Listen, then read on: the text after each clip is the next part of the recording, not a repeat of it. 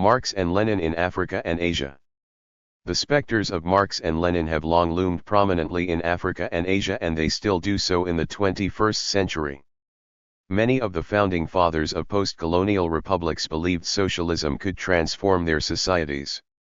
Yet what socialism meant in theory and in practice has always been highly heterogeneous and differed markedly from the European experience. African and Asian movements did not simply mimic the ideas and institutions of Soviet or European Marxists, but endeavored to define their own, experimenting with a variety of interpretations and in the process adapting doctrines and templates to their unique contexts. This volume brings together anthropologists, historians, and political scientists from around the world to reflect on three great challenges which various types of socialists in Africa and Asia have had to simultaneously contend with in their articulations of liberation: how to build up empirical and juridical statehood, how to forge a nation after colonial divide and rule, and how to position themselves in an international order not of their making. In a post-colonial world, this helps center a key question running through the different chapters: what can African and Asian imaginaries, institutions, and practices tell us about socialism as a global phenomenon? The chapters in this book were originally published as a special issue of Third World Quarterly. Third Worlds. Edited by Shahid Qadir, University of London, UK. Third Worlds will focus on the political economy, development, and cultures of those parts of the world that have experienced the most political, social, and economic upheaval, and which have faced the greatest challenges of the post-colonial world under globalization, poverty, displacement and diaspora, environmental degradation, human and civil rights abuses, war, hunger, and disease. Third World serves as a signifier of oppositional emerging economies and cultures ranging from Africa, Asia, Latin America, Middle East, and even those Souths within a larger perceived North, such as the US South and Mediterranean Europe. The study of these otherwise disparate and discontinuous areas, known collectively as the Global South, demonstrates that as globalization pervades the planet, the South, as a synonym for subalternity, also transcends geographical and ideological frontier. Beyond the Gatekeeper State. Edited by Sarah Rich Dorman. Citizen Aid and Everyday Humanitarianism. Development Futures. Edited by N. Mike Fector and Ang Schwitte. Decolonising Gender in South Asia. Edited by Nadia Hussain and Saba Hussain. Decolonising Curricula and Pedagogy in Higher Education. Bringing Decolonial Theory into Contact with Teaching Practice. Edited by Shannon Moreira, Kathy Luckett, Sisiko H. Kumalo and Manjit Ramgotra. Revolutions. Edited by Radhika Desai and Henry Heller. Marx and Lenin in Africa and Asia. Socialism and Socialist Legacies. Edited by Harry Verhoeven. For more information about this series, please visit www.routledge.com/thirdworld/book-series/TWQ. Marx and Lenin in Africa and Asia. Socialism and Socialist Legacies. Edited by Harry Verhoeven. Contents. Citation information. Notes on contributors. 1. What is to be done? Rethinking Socialism and Socialist Legacies in a Post-Colonial World. Harry Verhoeven. 2. Indonesian Socialism of the 1950s, From Ideology to Rhetoric. Kevin W. Fogg. 3. Trade Union Education in Former French Africa, Ideological Transmission and the Role of French and Italian Communists. Gabriel Siracusano. 4. Arab Encounters with Maoist China, Transnational Journeys, Diasporic Lives and Intellectual Discourses.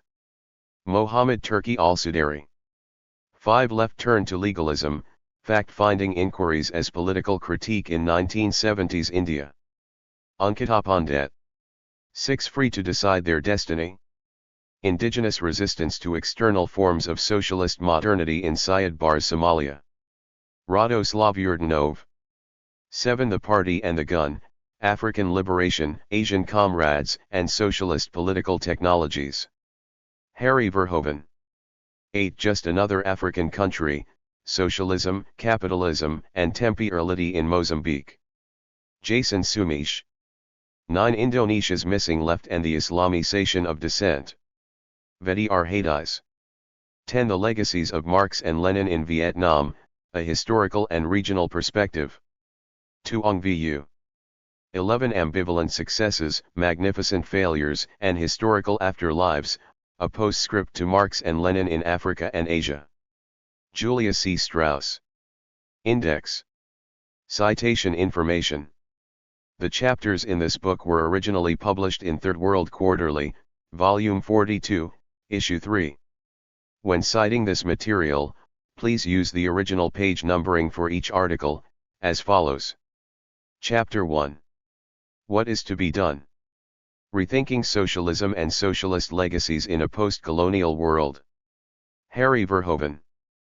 Third World Quarterly, Volume 42, Issue 3, pages 449 to 464. Chapter 2. Indonesian Socialism of the 1950s, From Ideology to Rhetoric. Kevin W. Fogg. Third World Quarterly, Volume 42, Issue 3, pages 465 to 482. Chapter 3. Trade Union Education in Former French Africa, Ideological Transmission and the Role of French and Italian Communists. Gabriele Siracusano. Third World Quarterly, Volume 42, Issue 3, pages 483 to 502. Chapter 4. Arab Encounters with Maoist China, Transnational Journeys, Diasporic Lives, and Intellectual Discourses. Mohammed Turki Al-Sudari. Third World Quarterly, Volume 42, Issue 3, pages 503 to 524. Chapter 5. Left Turn to Legalism, Fact-Finding Inquiries as Political Critique in 1970s India. Ankita Pandit. Third World Quarterly, Volume 42, Issue 3, pages 525 to 542. Chapter 6. Free to Decide Their Destiny. Indigenous Resistance to External Forms of Socialist Modernity in Syed Bar's Somalia. Radoslav Yurdanov. Third World Quarterly, Volume 42, Issue 3, pages 543 to 559. Chapter 7. The Party and the Gun, African Liberation, Asian Comrades, and Socialist Political Technologies. Harry Verhoeven. Third World Quarterly, Volume 42, Issue 3, pages 560 to 581. Chapter 8. Just Another African Country, Socialism, Capitalism, and Temporality in Mozambique. Jason Sumish. Third World Quarterly, Volume 42, Issue 3, pages 582 to 598. Chapter 9. Indonesia's Missing Left and the Islamization of Dissent.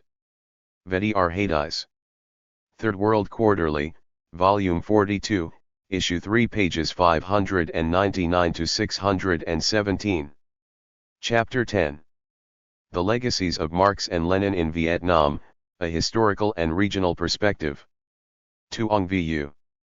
Third World Quarterly, Volume 42, Issue 3, pages 618 to 629. Chapter 11. Ambivalent Successes, Magnificent Failures, and Historical Afterlives, a Postscript to Marx and Lenin in Africa and Asia. Julia C. Strauss. Third World Quarterly, Volume 42, Issue 3, pages 630 to 640. For any permission-related inquiries, please visit http://www.10dfonline.com/page/help/permissions. Notes on contributors. Mohammed Turki Al-Sudari, King Faisal Center for Research and Islamic Studies, Riyadh, Saudi Arabia, Hong Kong Institute for the Humanities and Social Sciences, China. Kevin W. Fogg, Carolina Asia Center, University of North Carolina at Chapel Hill, USA. Verhoeven Hades Asia Institute, University of Melbourne, Vic, Australia. Ankita Pandey, Department of Political Science, Indraprastha College for Women, University of Delhi, New Delhi, India. Gabriele Siracusano Dip. Distoria, Patrimonio Culturale, Formazione e Società, University of Rome Tor Vergata, Italy, Centre Histoire Sociale du XX siècle, University of Paris 1 Pantheon Sorbonne, France. Julia C. Strauss Department of Politics and International Studies, SOAS, University of London, UK. Jason Sumish Department of Sociology, University of Essex, Colchester, UK. Harry Verhoeven School of International and Public Affairs, Columbia University, USA. Tuong Vu Political Science, University of Oregon College of Arts and Sciences, Eugene, USA. Radoslav Yurdanov Davis Center for Russian and Eurasian Studies, Harvard University, Cambridge, USA. What is to be done? Rethinking Socialism and Socialist Legacies in a Post-Colonial World. Harry Verhoeven. Abstract.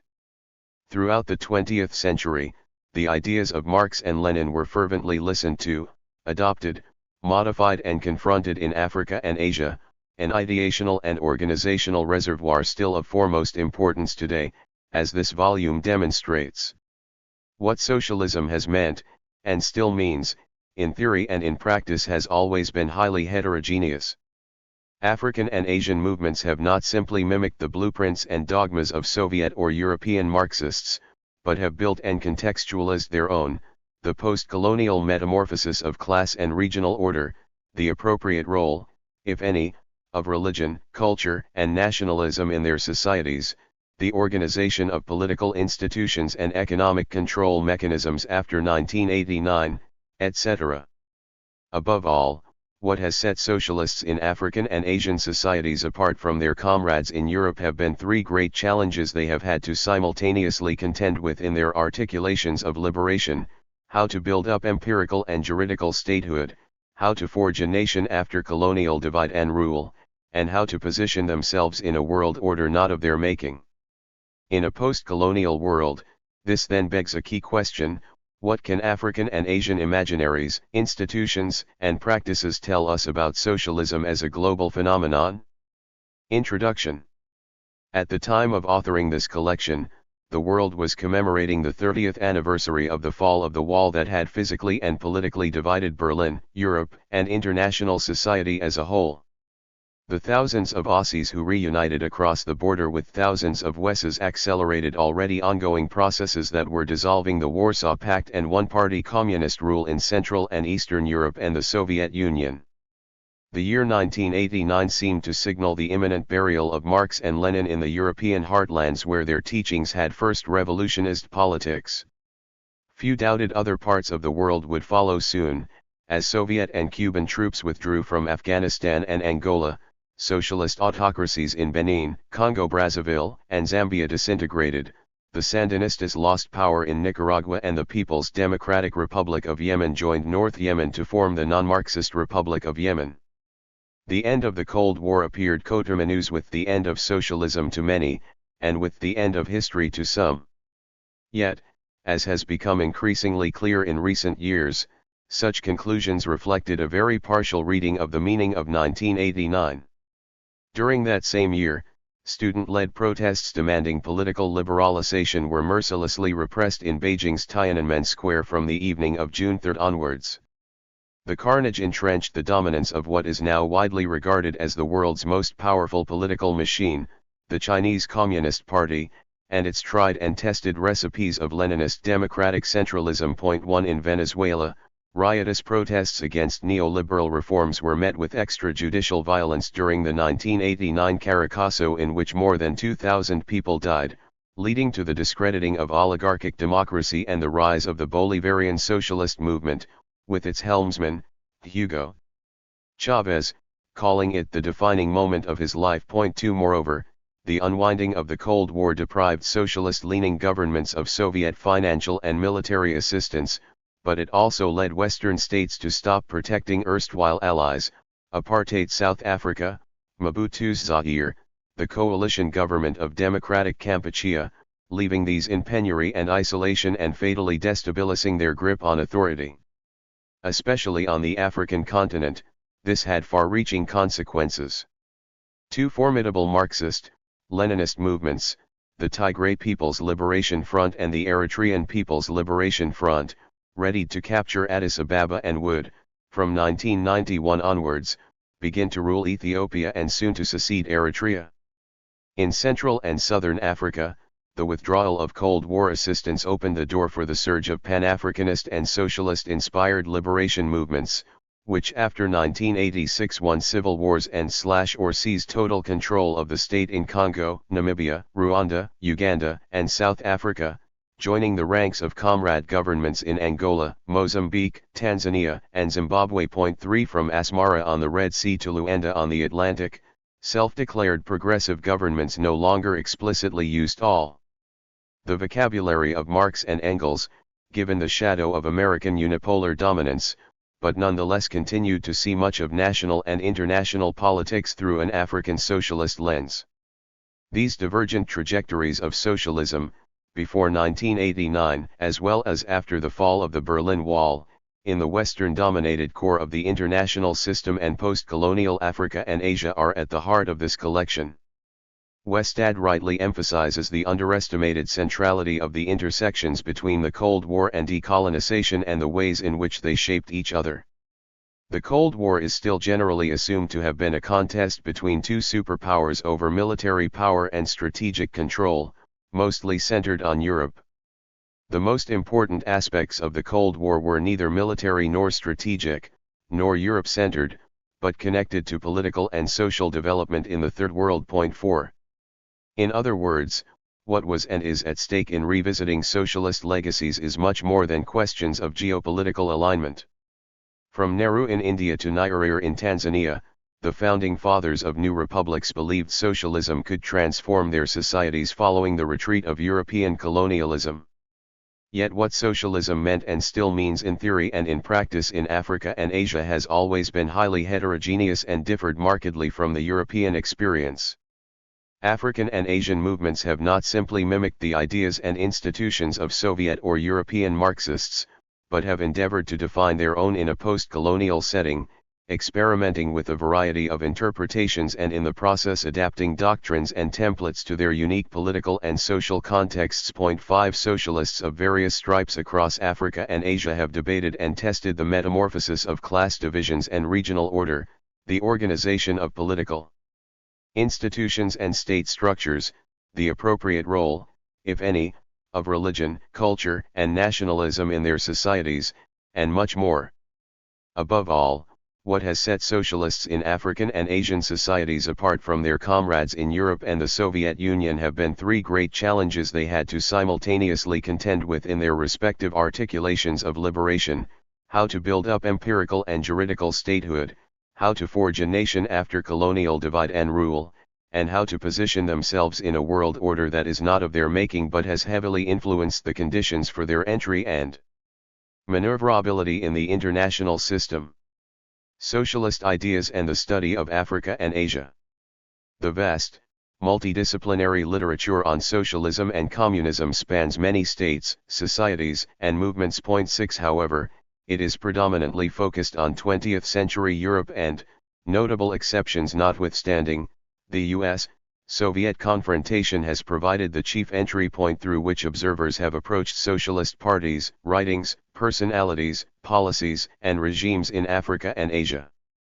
Most of the scholarship on the topic was produced during the Cold War and, as Askew notes, abounds with classification schemes delineating the features, merits, and internal contradictions of socialism/communism, measuring them against each other, and scientific socialism as articulated in the Soviet sphere. 7 Much of this literature inevitably finds African and Asian socialisms under-theorized, skewedly implemented, or otherwise wanting, 8 leading some to reject any usefulness of viewing Third World states through a socialist lens. 9 An exemplar of this skepticism is Rubin's dissection of Afghan communism. The PDPA articulated criticisms using poorly understood Marxist terminology. The Marxism was skimpy, mainly limited to what could be gleaned from translations of a few Marxist classics published by the Iranian Today Party. More important than Marxism as a theory of social change was the role played by the neighboring Soviet Union in supporting the Afghan state and offering to export its versions of modernization. The PDPA's analysis of Afghanistan, as set forth in its platform, was a more or less canned Soviet line analysis that could just as well have been applied to any one of dozens of post-colonial countries. Point 10. As Rubin postulates, Afghan could be replaced by Bangladeshi, Senegalese, or Tunisian, and the same diagnosis would still apply in study after study of African and Asian socialism. In such critiques, empty socialist rhetoric served the principal purpose of obtaining funds from Moscow. It obfuscated the real drivers of politics, ethnicity, fundamentalism, and greedy elites battling it out, that reasserted themselves in full force after the collapse of what turned out to be Potemkin regimes. This volume counters that such a sweeping conclusion is at once factually incorrect and intellectually unproductive. While emphasizing the external imperatives for embracing Marxist language and the shallowness of the domestic sources of socialism may or may not have been correct in the specific case of Afghanistan. 11. The net result is that the study of various forms of radical left-wing ideology and government has been dominated by the frame of the Cold War and its cognitive organization of the world. 15.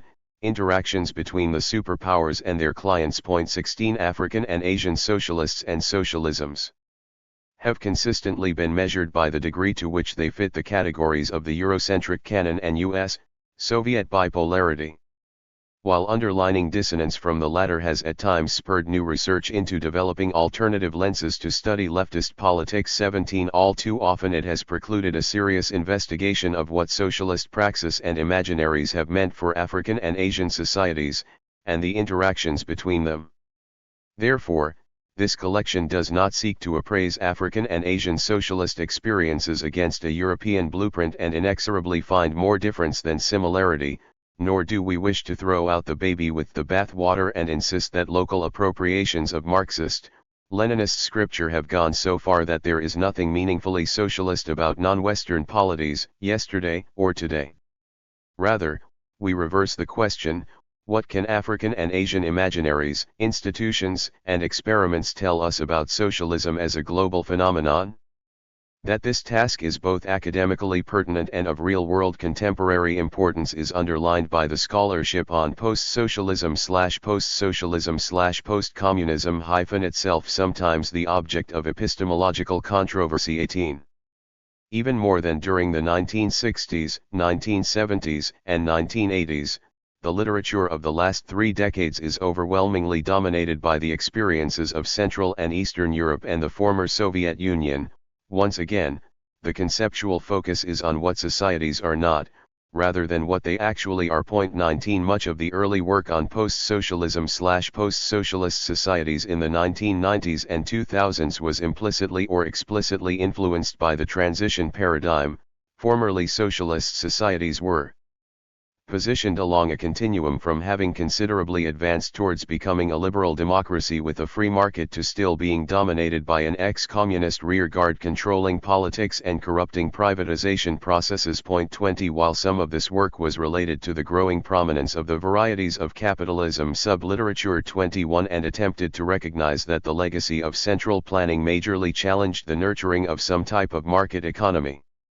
22. Critics have sought inspiration in post-colonial theory and its emphasis on rejecting positivist frameworks and an epistemology of binaries. 23. Influenced by this cultural turn, recent studies in the post-socialist vein have been strongly anthropological in nature. They have moved away from ideology, political economy, and macro-level conflict to documenting ordinary Germans, Bulgarians and Russians' multitude of experiences with the demise of the Soviet Union and the planned economy. 24. And how this shapes contemporary religion. 25. Consumption patterns. 26. And gender relations. 27. These efforts notwithstanding, it is striking that the broadening of the intellectual canvas has been methodological rather than across time and space, a point also of concern for another recent Third World Quarterly collection on revolutions and the shadow of 1917.28. Contrary to the bulging research program on how empire and colonialism continue to affect African and Asian states decades after their formal termination, few studies have tried to revisit the legacy of Marx and Lenin in Africa and Asia, and when they have done so they have been almost always country-specific. Only a handful of contributions have put forward new thinking about socialism, yesterday and today, in the post-colonial world comparatively and/or cross-regionally. 29 Moreover, the laudable efforts that are being made, including a collection on Frantz Fanon's writings and legacy 30, the manifesto published in 2018 by the Afro-Asian Networks Research Collective in Radical Historical Review, or the 2018 special issue of African Identities on Solidarities and Global Connections in the 1950s to 1970s, have been mostly inclined towards literary and history from below aspects of the so-called Third World. This culturalist, socio-environmental and/or bottom-up penchant is spurring important new work. 31 However, it does continue to leave unaddressed the need to examine the hegemonic political economies built by leftist governments, the institutional basis of collective violence meted out by socialist regimes and their international relations outside Moscow's guidance. Moreover, the reciprocal influencing between imaginaries of socialism and political organization remains an understudied domain that is seldom assessed in terms of how it shapes contemporary African and Asian movements, societies, and states, as opposed to the era of the 1950s and 1960s. Consequently, ideology and the politics of ideas play a critical role in the contributions to this collection.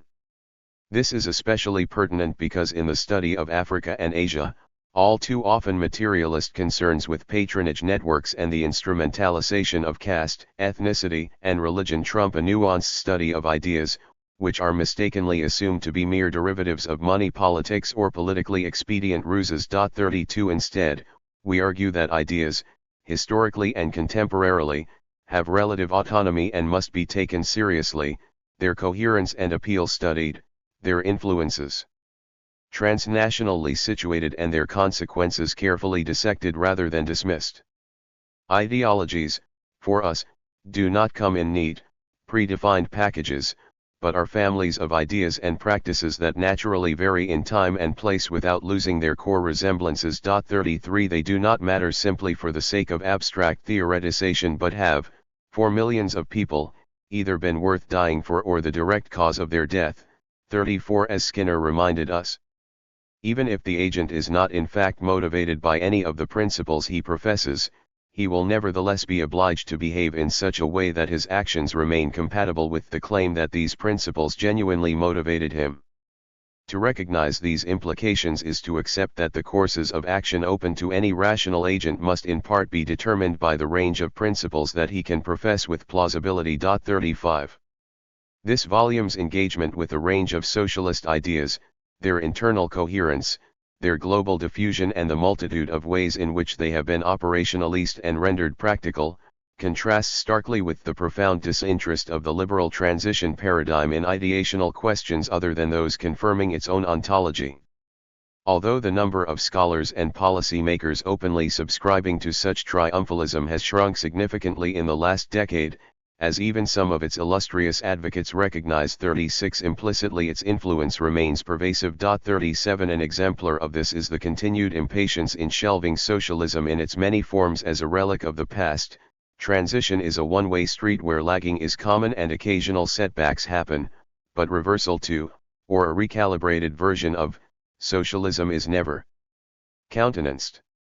As Sukhomnath observes, many self-described transitologists dismiss China and its Asian cousins as simply subverted forms of communism, more indicative of authoritarian regimes than ideological heirs to Marxist-Leninism. 40 Perceiving 21st-century Ethiopia, Vietnam, Eritrea, and above all China as authoritarian systems having abandoned their ideological aspirations has been considerably less threatening to the transition orthodoxy than conceding how irrelevant Marx and Lenin remain. To these polities, and, in some ways, perhaps once again increasingly so in the last decade or two. For all these reasons, this collection hopes to stimulate renewed debate about the historical silences, forms of entente and technologies of rule that have given meaning, past and present, to socialist government, resistance and solidarity in, and between, African and Asian polities. Such a project is worthwhile not just because of the light it can shed on individual states, movements, or social processes, but also because it helps provincialize 41 Western experiments, instead of seeing African and Asian socialisms as heterodox deviations from the Soviet, East German, or Polish standard.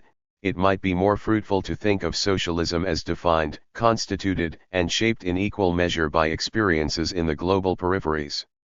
Doing so not only majorly deepens and broadens our understanding of socialism and socialisms, but in the process also underlines the particularities and idiosyncrasies of European experiences.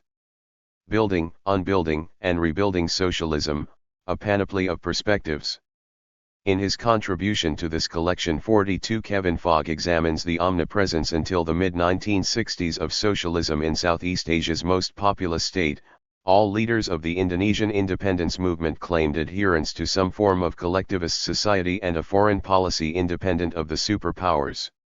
In Indonesia, like in many other Asian and African states, the surging popularity of various socialisms was intimately related to the struggle for freedom against European colonialism and Japanese fascism.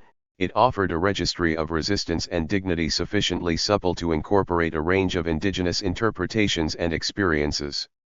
While the initial exposure to radical texts often came through sympathizers back in the colonial metropole 43, Indonesia's founding fathers sought to connect Marxist principles to the lived reality of its villages and the egalitarian teachings of Islam, in the process generating a multitude of socialisms that all promised nationalizations, some form of protection against market forces, and an end to resource extraction to benefit foreigners. Fogg's argument about the allure of national sovereignty as economic protection is easily extended to once popular socialist experiments in Burma and Laos. 44. For much of recent history, diverse groupings of socialists similarly dominated the political scene in India, whereas socialism provided the ideological underpinnings of Congress's opposition to British overrule and its protectionist philosophy. Once in government, various communist parties formed a boisterous opposition in national and regional parliaments. In her essay, Ankita Pandey spotlights how India's politico-bureaucratic leftist establishment was challenged by the rise of a new left in the form of civil rights activists and their innovative yet non-revolutionary tactics. 46 Independent fact-finding investigations exposed state abuse of power, especially in the aftermath of the Naxalite movement and after the imposition of the internal emergency. Such left legalism combines a socialist commitment to justice for the downtrodden with a strategy of exploiting the possibilities offered by liberal legal frameworks and procedures. It pioneered progressive critiques of a state much more reactionary and exclusionary than its constitution and leadership promised. As Pandey argues, law was acknowledged as a tool of the bureaucratic state but not rejected altogether. Socialist activism instead redirected legal reasoning outside the courtroom towards the public exposure of crimes as a defense of subaltern communities and minority activists, alongside more conventional practices such as popular mobilization. Left legalism underscores the variegated nature of socialist praxis in South Asia. In Indonesia and India, as elsewhere in Africa and Asia 47, much of socialism's appeal to both local elites and the wider population was its close association with the idea of modernity itself and the promise of a so-called scientific path to development. Marxism, Leninism combined a theoretical critique of colonialism with a strategy of mobilization and insurrection. It allowed one to be both nationalist and internationalist. But perhaps most importantly, from the perspective of those young urbanites at the helm of newly independent states, socialism was attractive because it offered a pathway to modernization that was neither foreign colonialism nor backward ethno-regionalism or archaic tribalism. In the memorable words of Levinson about Mao's triumph, to be both Chinese and fresh instead of foreign or stale, that was the communist promise. 48 Socialism vowed to integrate a modern, non-tribal nation, build a state resilient vis-a-vis internal and external pressures, and chart a course in international relations that would gradually strengthen national sovereignty as society modernized domestically and garnered increasing support from decolonizing sister countries. These aspirations inevitably rendered the relationship with Moscow highly ambiguous. On the one hand, The Soviet example was material proof that a feudal, multi-religious, and multi-ethnic society could rapidly industrialize and become a scientific superpower in the face of Western hostility. This undeniable success, even if it came at an immense human cost, enlivened the imagination of progressive nationalists everywhere. A case in point was the Ethiopian student movement, for which the meaning of Marxism in Ethiopia came to be contained not so much in its utopian vision of human liberation, a theme familiar to Western Marxism, but in a story of how a weak and backward collection of nationalities, located outside of Western Europe, attained unity, wealth, and international respect, the allegory of the Russian Point 49. However, soon after youngsters had sparked the 1974 Ethiopian Revolution and partnered with junior military officers, the latter consolidated power, enlisted as a loyal Soviet ally and unleashed Red Terror against the student movement. Point 50. Thus, the Ethiopia of the students, many of whom would become Marxist, Leninist guerrillas against the Moscow-backed Derg government, was not alone in simultaneously admiring the Soviet Union and seeing it as blocking real liberation and sovereignty.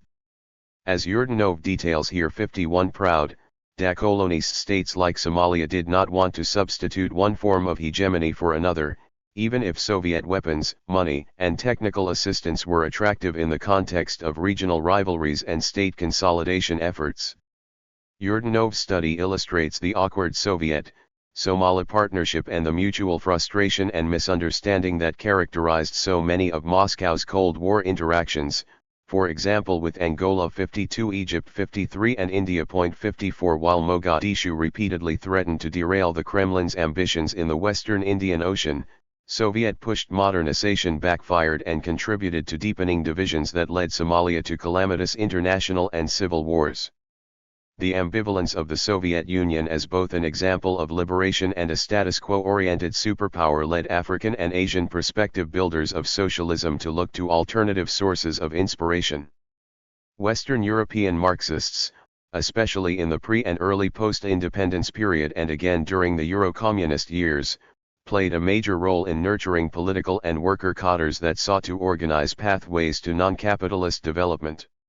Such efforts were important in spreading ideas at the intersection of anti-imperialism, nationalism and socialist state building, whether in Indonesia or in Guinea and Mali. Point 55. Yet as Siracusano demonstrates, although French and Italian communist teachers envisaged trade union education as an instrument to forge alliances between Moscow, the European left and post-colonial Africa, socialist vanguards in Bamako and Conakry quickly came to question Soviet orthodoxy and Eurocentric understandings of social progress and class struggle. Leftist African governments wanted to centralize authority, not cede it once again to external advisors. They deplored both the lack of empathy of such education programs with the sociological realities of independent Africa and their potential to subvert African political and intellectual autonomy. In the absence of a genuine dialogue premised on mutual learning between classical Marxism, Leninism and African reinterpretations, the likes of Sékou Touré closed institutions such as the Université Ouvrière Africaine and instead prioritized Pan-Africanist socialist connections over the relationship with their Western European former teachers and Moscow. The interplay between culture and ideology in contexts of asymmetric power and of the post-colonial longing for real autonomy is also investigated by Muhammad al-Sudari's paper in this collection. Point 56. Al-Sudari tackles the experiences of short-term Arab visitors to and long-term Arab residents in Maoist China, the obvious alternative to rigid Soviet doctrine and paternalist European Marxists. Their writings reveal the thrill of encountering Chinese-style socialism and the emotional resonance of seeing a non-Western ideological model in action, as well as the socio-cultural complexities of ideational diffusion. Point 57. Maoism resonated with different ideological streams and travelers from a multitude of political and social contexts, but not because the Sino-Arab encounter was a profound cross-cultural exchange, al-Sudari proposes. He argues that romanticist imaginaries of China as a homeland that could have been in the writings of Ahmed Muhammad Khair, Salamahubaid and Hadi al-Ala'i expose a panoply of anxieties about the Arab world's failure to meaningfully decolonize rather than a full-bodied assessment of the realities and cultural specificity of the project headed by the Chinese Communist Party. The articles of Siracusano and al-Sudari draw attention to a central recurrent theme in post-colonial socialisms and their legacies.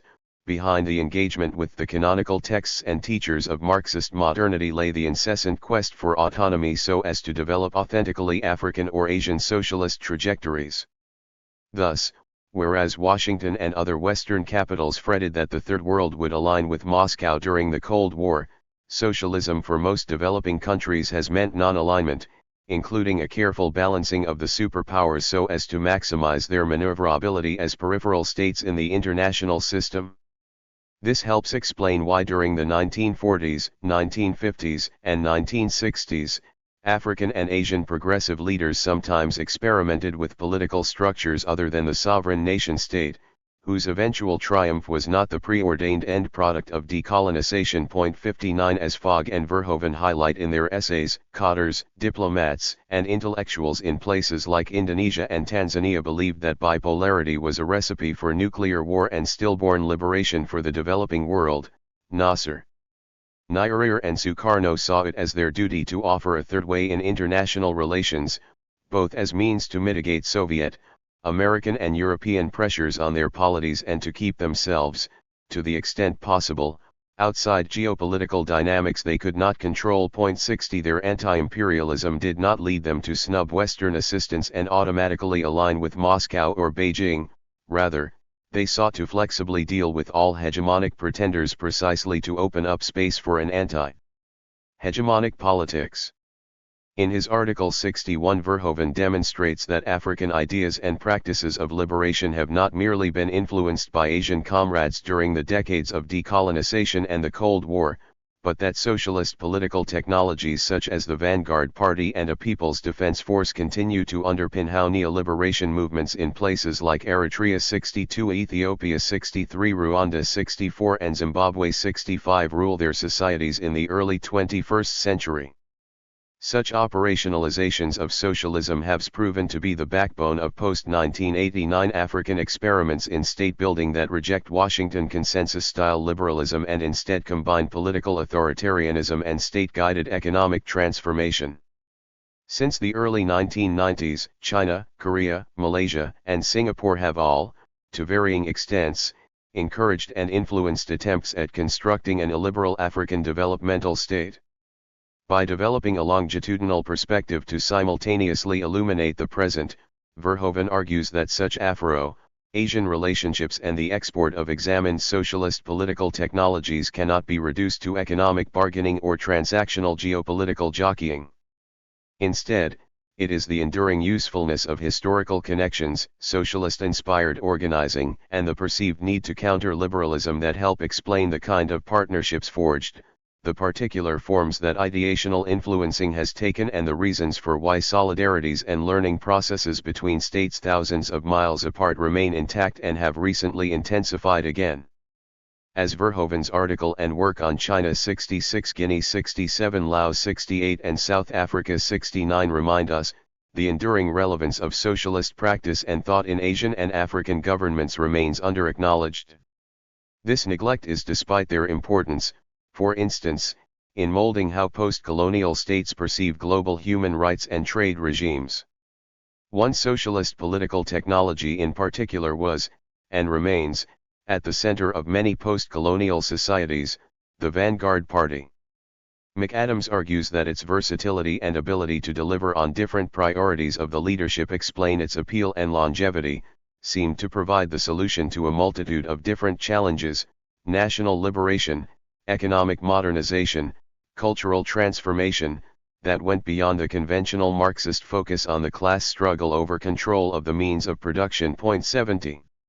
From his viewpoint 71, Tuong Vu investigates the longevity of East Asian vanguard parties, and Vietnam's in particular, and their refusal to politically disentangle from socialism. VU reminds the reader how violent the establishment of the dictatorship of the proletariat historically was in East Asia 72 and proposes that surviving communist parties in Beijing, Hanoi, Pyongyang, and Vientiane are driven by a deep fear of losing not just power but their identity. The reinvention of 21st-century socialism occurs mostly through broadening the sociological base of the party and renewed propaganda and indoctrination drives that accompany high-tech shadowing of opposition. Advances in information and communication technology have given East Asian publics greater means to scrutinize and publicize the party's management but have simultaneously empowered its security organs to cover society with an unprecedented surveillance blanket. Paradoxically, the growing effectiveness of these technologies of rule in securing the party in the short term is also the main contributor to the long-term erosion of its societal legitimacy and of economic distortions that breed inequality and concomitant widespread anger, or so VU concludes. A revolutionary party is now used to run a criminal racket under the cover of a state. Similar sentiments of a population embittered by rent-seeking and of rumblings inside the party regarding the withering of the revolution's egalitarian promises are the focus of Sumish's article. 74 Portrayals of African socialism as rhetorical grandstanding without much substance. Notwithstanding, the revolutionary project in Mozambique as spearheaded by Frelimo was never lacking in ambition. 75 It ruthlessly uprooted traditional structures and fearsomely disciplined Mozambicans to prepare them for their climb to utopia. 76 Sumish's interest is in how Frelimo, by creating a socialist new man, developed a post-colonial sense of national belonging to escape the colonial politics of prétense, which prioritized performativity over actual economic or ideational transformation. However, civil war, Western development assistance stipulating liberalization and Frelimo's own dysfunctionality have strangled the revolutionary momentum, leaving the population and party cadres trapped with a paradoxical sense of nostalgia and bitterness, much like in contemporary Laos. 77 Socialist Mozambique lives on in the party's enduring grip on national identity and its comprehensive dominance of the instruments of coercion, but to many, including in Frelimo, the politics of prétense seem to have returned, the dream of transformation again deferred. As one of Sumish's informants disappointedly confides, after all the years of struggle and hardship, now we are just another African country.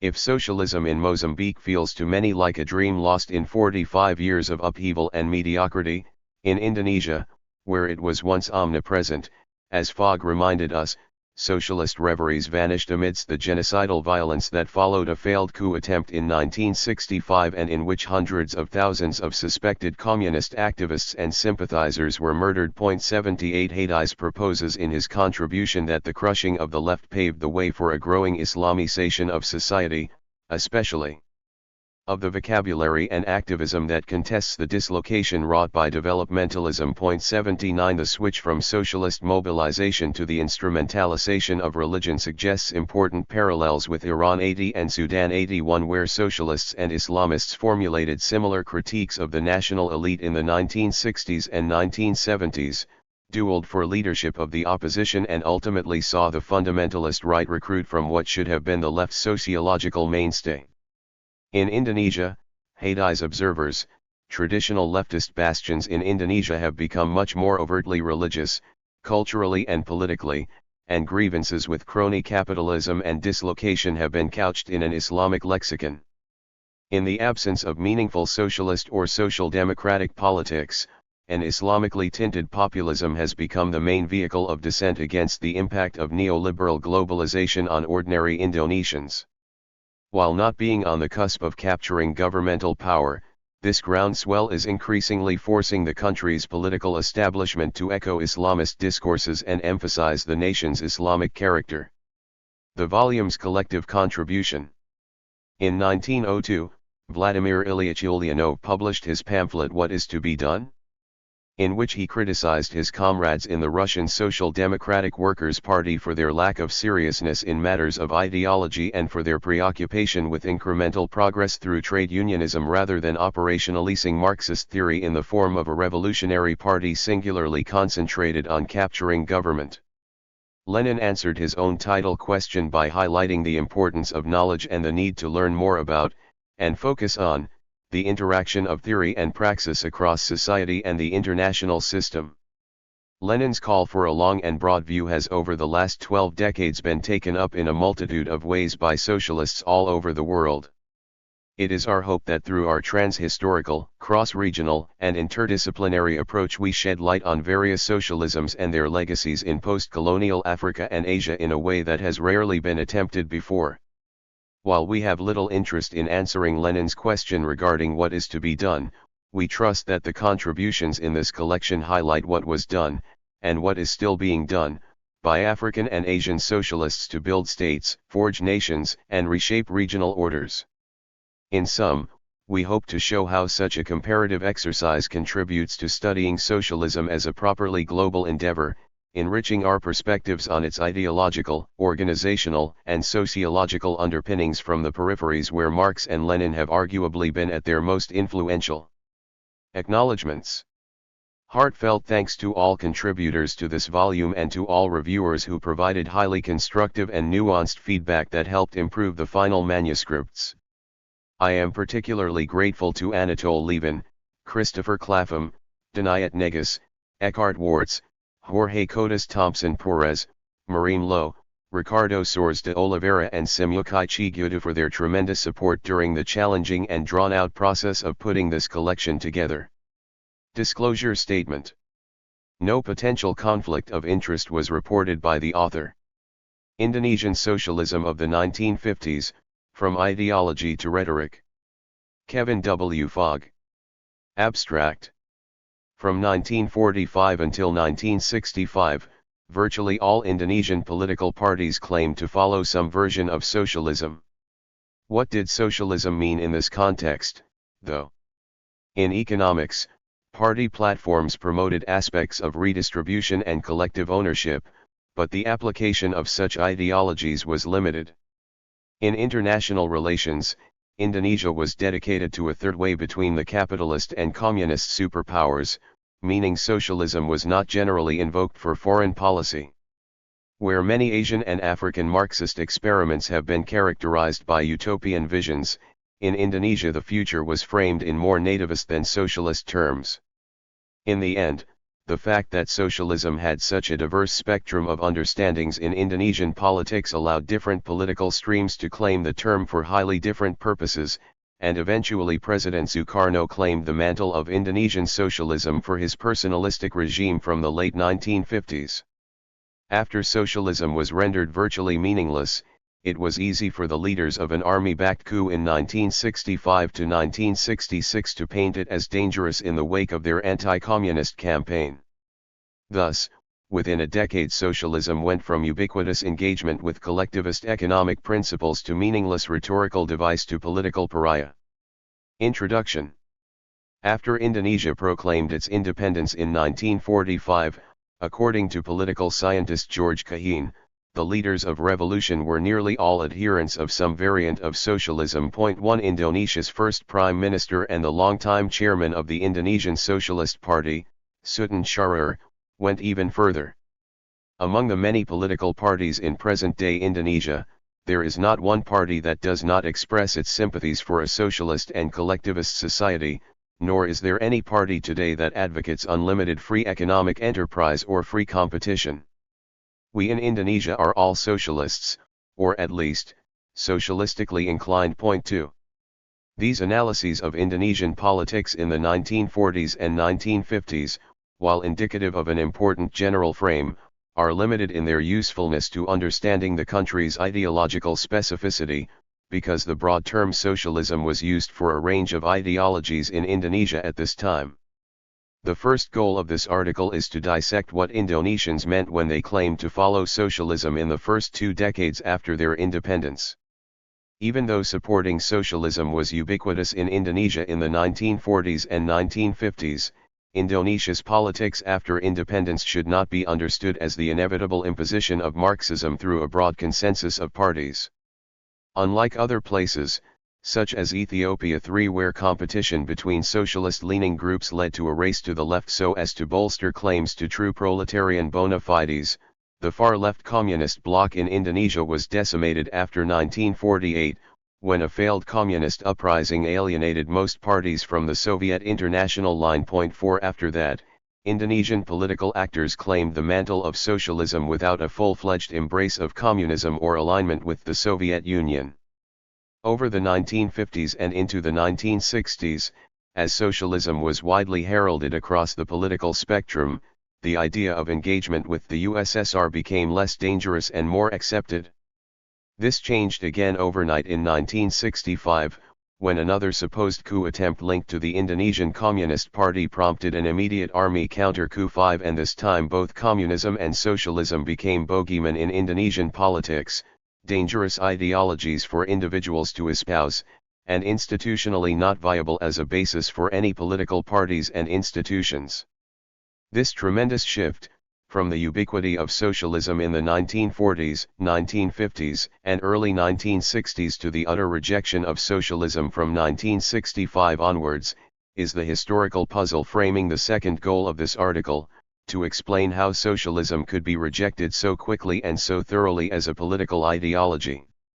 Although there is a simplistic answer in the new army leadership of Indonesia from 1966, the broader context is necessary to understand why this new leadership was successful in charting such a different course for the country.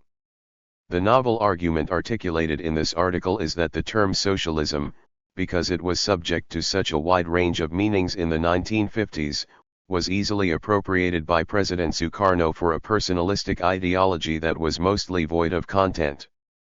Having been rendered almost meaningless in this way, it was easier for political elites to quickly denounce socialism after the army assumed control in the late 1960s. Thus, one must understand the roots of Indonesian socialism, and the spectrum of socialism in Indonesia in the 1950s, to understand the rejection of socialism from the 1960s forward, the subject of Vedi Hadi's contribution to this special issue. Modern Indonesian politics began as the rejection of Dutch colonialism, the force that had brought the archipelago together as one political unit across the 19th century and consolidated it by the early 20th century.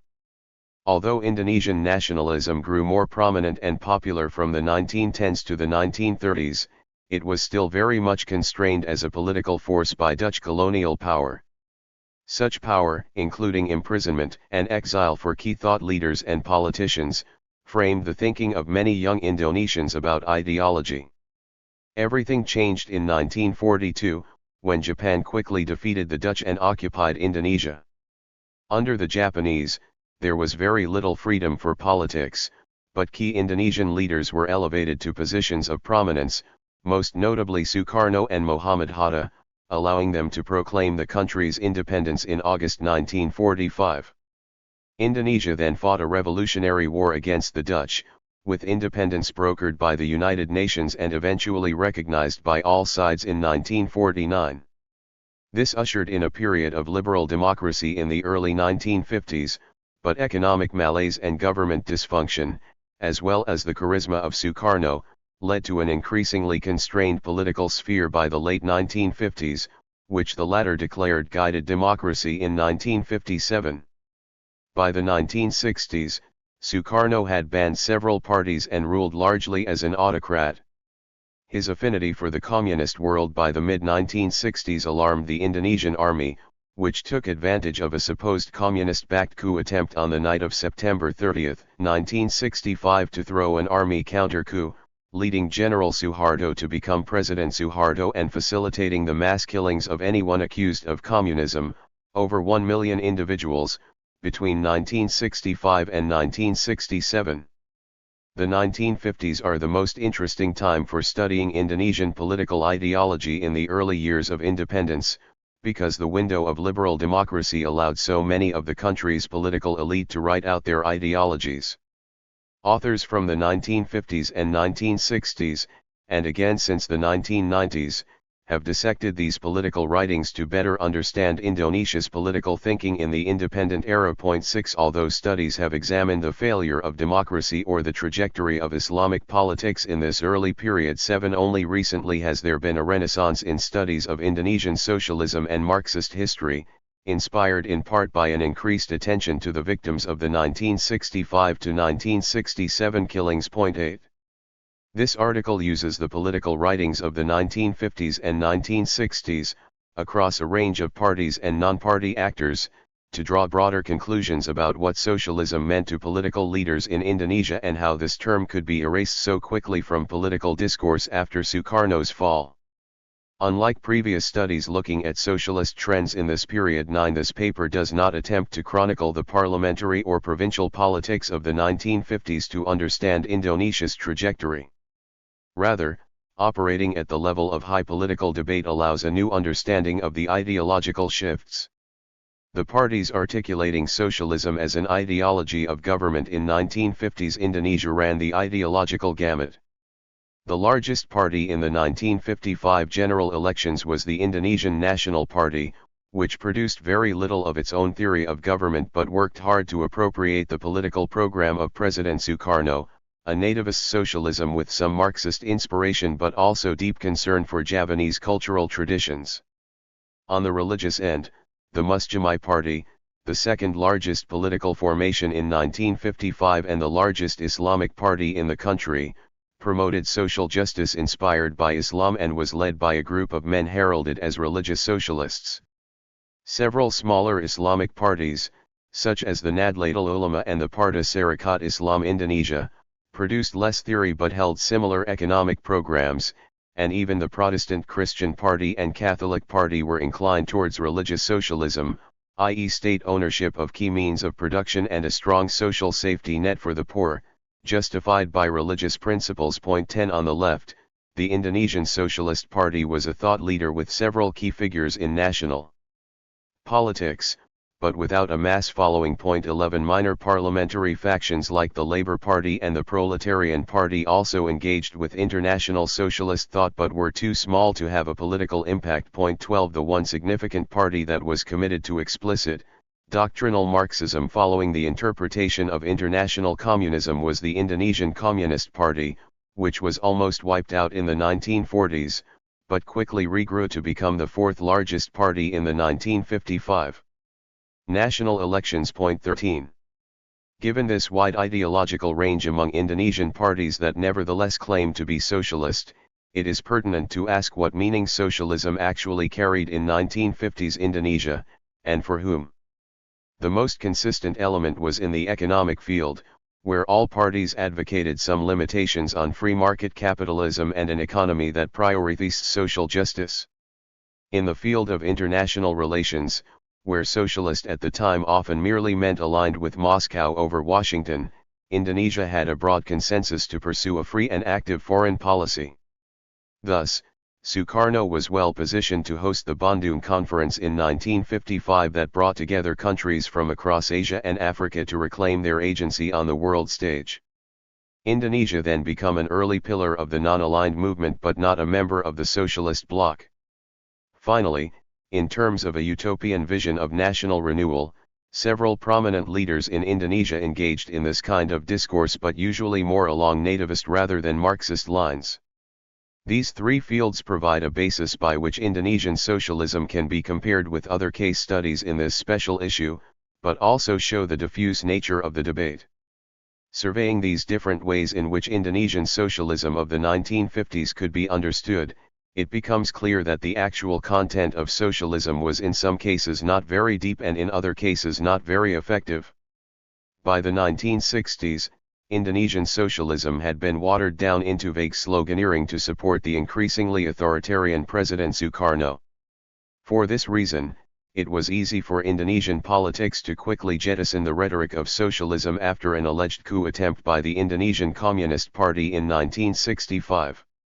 Roots of Indonesian socialism. Unsurprisingly, given its many faces in the 1950s, Indonesian socialism also had many roots. These included influences from the colonial power, the Netherlands, but also international currents and indigenous ideas, not unlike the mixture of influences described by Siracusano in his essay in this collection on Malinesa and Guinean trade unions. The first large organization to identify itself with socialism in Indonesia was the Sarekat Islam, a religiously based organization founded in 1911 to promote the economic and social interests of native Indonesians. The group incorporated various cooperative and protectionist ideas in economics. 14 With additional inspiration from a leftist reading of Islamic principles that originated in South Asia. 15 Sarkat Islam was an incredibly successful organization, growing quickly to 2 million members within its first decade. Indeed, this group's success spawned other socialist movements, including the Indonesian Communist movement. The Communists first arose as a faction within the Sarkat Islam, before being expelled in 1921 to form an independent political party, with some inspiration and direct involvement from Dutch leaders. 16. The Dutch did not merely influence rising socialism on the ground in Indonesia, there were also a number of Indonesian students who learned socialist principles directly in the colonial metropole. In the Netherlands, socialism was popular in both intellectual and political circles. Socialist parties had entered parliament in 1881 and breakaway groups moved increasingly leftward, including the influential Social Democratic Workers' Party and the Social Democratic Party. Both Indonesia's first vice president and its first prime minister actively studied socialism while in the Netherlands as university students around 1930. These two stood apart from the League Against Imperialism, which was too communist for their position, and from the SDAP, which they felt did not sufficiently support the Indonesian people. 17 So, although acutely aware of European socialism and communism, the mainstream leaders of Indonesian socialism were not beholden to these European models. Even Tan Malaka, an early Indonesian communist famously active in the Netherlands and in exile across Asia until he re-emerged in his home country in the 1940s, had his own unique understanding of the socialist ideal. Despite sitting as a member of the Comintern executive. 18 He was more interested in the empowerment and education of peasants and the protection of traditional ways of life than in state control of the means of production. By the end of the 1920s, leading Indonesian thinkers could see that socialism held a variety of conflicting meanings in contemporary political discourse, not least because of a failed communist uprising in 1926 to 192,719, and wanted to bring the strands together. Future President Sukarno tried to tie all these together in his major speech Nationalism, Islam, Marxism. 20 His was just one of many fusions or syncretic versions of socialist thought in the Dutch colonial era. 21 Similar to Sukarno, his future vice president Muhammad Hatta tried to tie together socialist factions and root them in Indonesia's own values by pointing to the traditional village culture of Indonesian societies as a source for socialist inspiration. Hatta said, "With that spirit of helping one another, we see that the true foundation of social cooperatives was planted in the village-based societies of Indonesia. Colonialism, which capitalism imposed on Indonesia, did much to destroy the pillars of indigenous society, but the principles of collectivism still live on in Indonesian villages, even to this day. 22 Thus, the breadth of the 1950s socialism, spanning nativist, religious, and Marxist variants, was already apparent at the close of the Dutch colonial era. Socialism was also bolstered as an ideology during the Japanese occupation of Indonesia during the Second World War. This was not because of Japanese promotion of socialism, in fact, the Japanese persecuted socialists. Rather, it was precisely because socialism provided the most credible resistance to the excesses of Japanese fascism, both in terms of ideology, where socialists had long been at the forefront of resisting fascism, and in terms of specific leaders in Indonesia, where the future standard-bearers of the Sai, Sultan Syahrir, and Amir Sharifuddin, were the most prominent Indonesian non-collaborators under the Japanese. 23. By the moment of independence in 1945, socialism was already on the lips of all the political elite in Indonesia, and the 4-year War of Independence against the Dutch did nothing to temper this. The two aforementioned leaders from the Sai became Indonesia's first and second prime ministers, and self-identified socialists rose in the leadership of other parties. 24. Indonesian socialism was, though, self-consciously different from models seen elsewhere. As Vice President Muhammad Hatta put it in a 1957 speech, because Marx himself did not provide a clear picture of the nature of a socialist society in the future, Indonesian youth believed that socialism in Indonesia in the future had to be built upon the situation and facts on the ground, what they found in Indonesian society itself. 25. When evaluating the dynamics of Indonesian debate about socialism in the 2 decades after independence, 3 areas provide helpful themes for analysis: economics, foreign policy, and utopianism. Socialism in the economic sphere. The most credibly socialist aspect of Indonesian politics in the 1950s was in the field of economic planning. Such economic planning was set up by Indonesia's temporary constitution of 1950, where Article 38 asserted that the economy shall be organized as a collective effort based on the principle of familial relations. Industries that are important for the state and that control the necessities of life for the general populace will be controlled by the state. The earth and water and natural resources within them are controlled by the state and used for the greatest benefit of the people. 26.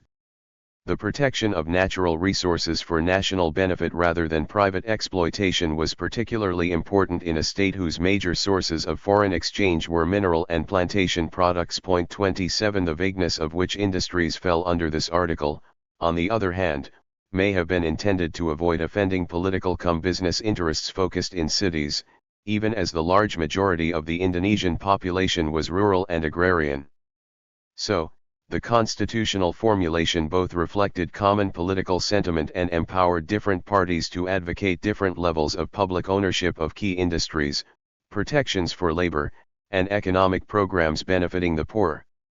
Still, as the leading constitutional lawyer in Indonesia, Soepomo wrote, our state economy is not based on liberal economics, but rather is in opposition to liberalism. 28. Although politics of the 1950s clearly leaned towards socialism, the parties had limited success in implementing these ideas in the chaos of Indonesia's early democracy.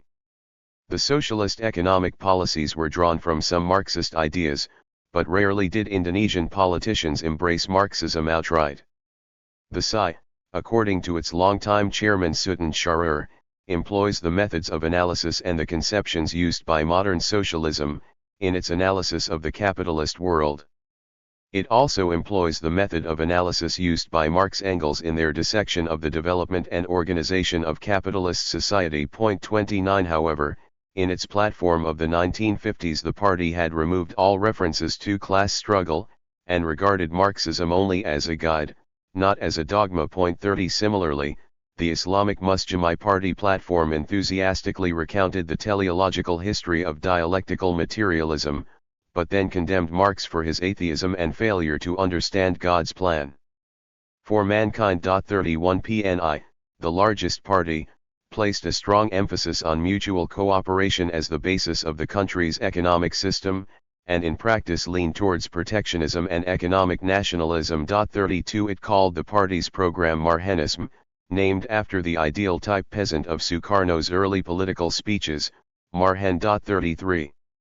Changes to the economic system were a priority for early governments after the revolution, with successes in the areas of limited working hours, pensions, social security and sector-based minimum wage. 34. Various parties called for land redistribution for peasants. 35. Greater labor protections. 36. Public health care. 37. And state-led industrialization. 38. Although these areas did not see as much progress in the 1950s, some parties framed these issues in more religious ways. 39. Or more intellectual ways. 40. Some parties promoted special issues that catered to specific constituencies of theirs. 41. Still, common threads of economic socialism, such as government-guaranteed worker rights, pension systems, and providing basic necessities to the population, were shared across the political spectrum.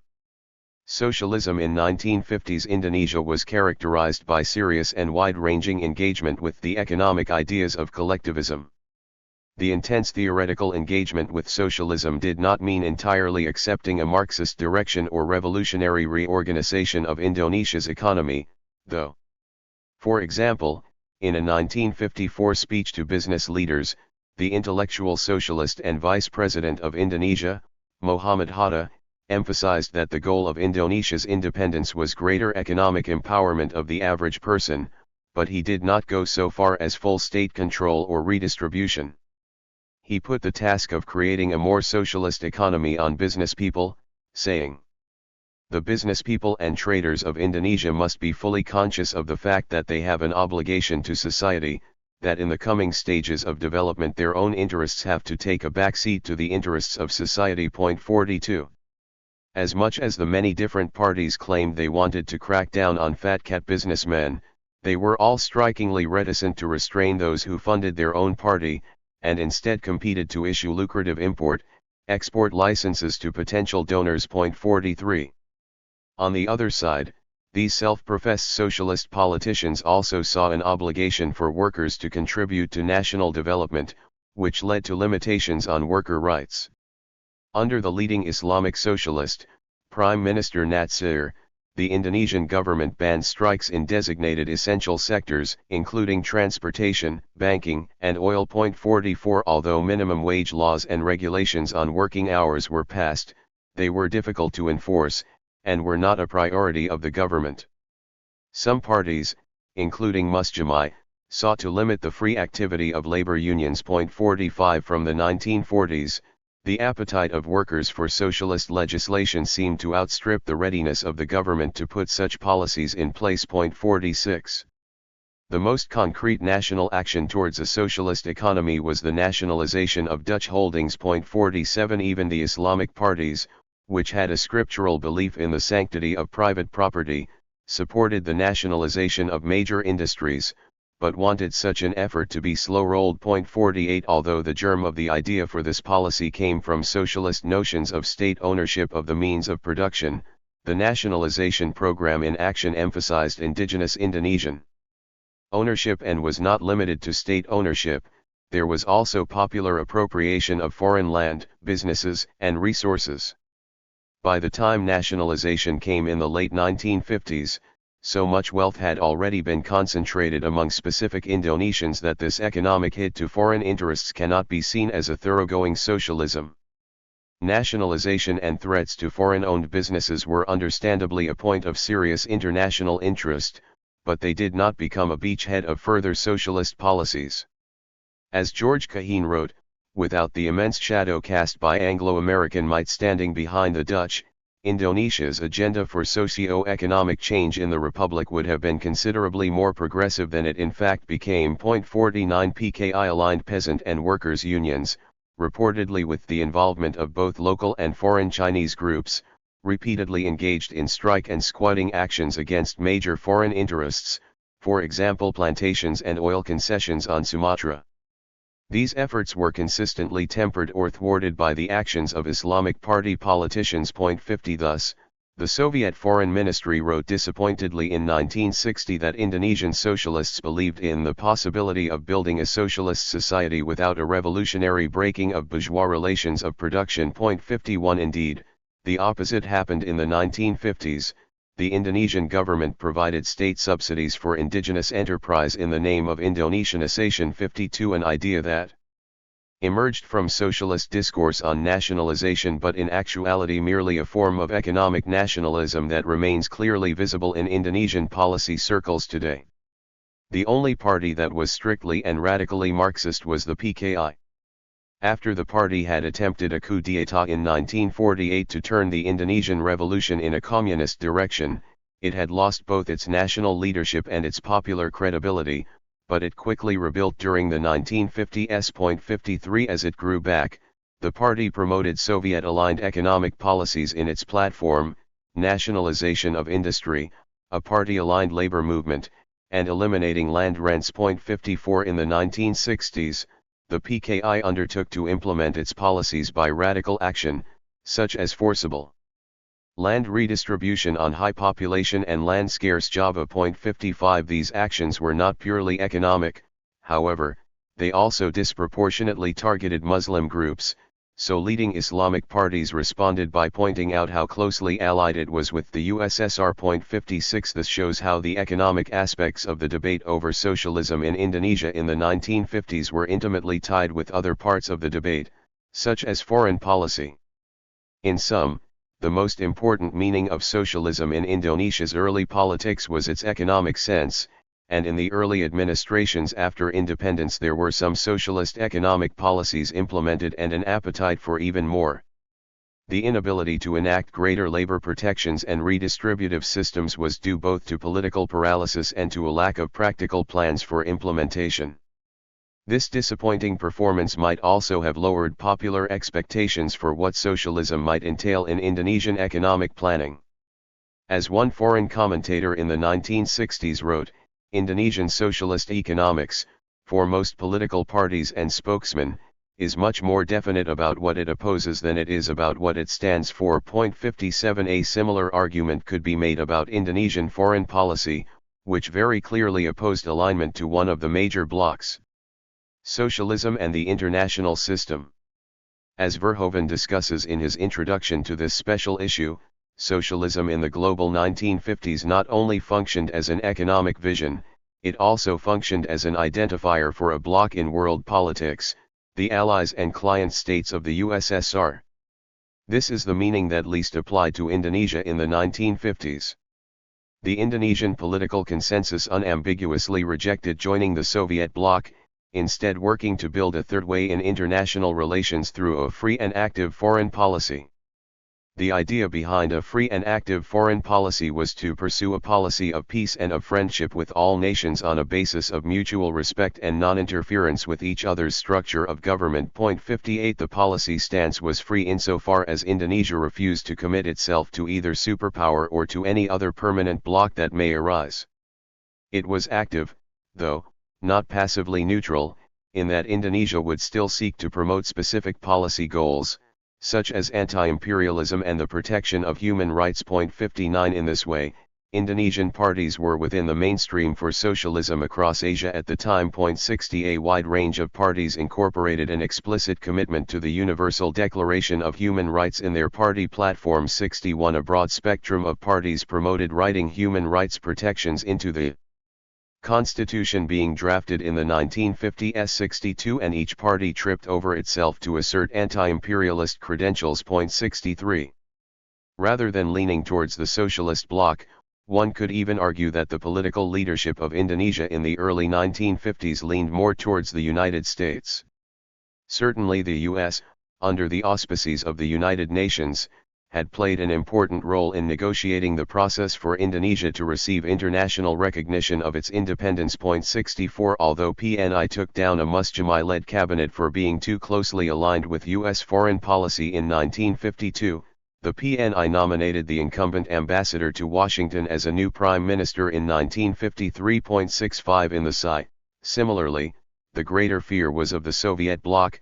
Sultan Syahrir rejected alignment with Cominformism because he felt all countries in the socialist and communist bloc became merely running dogs of Soviet Russia. 66 In the middle of the decade, though, Indonesia established itself as a thought leader in the rejection of the bipolar world system by hosting the Asia-Africa Conference in Bandung in 1955.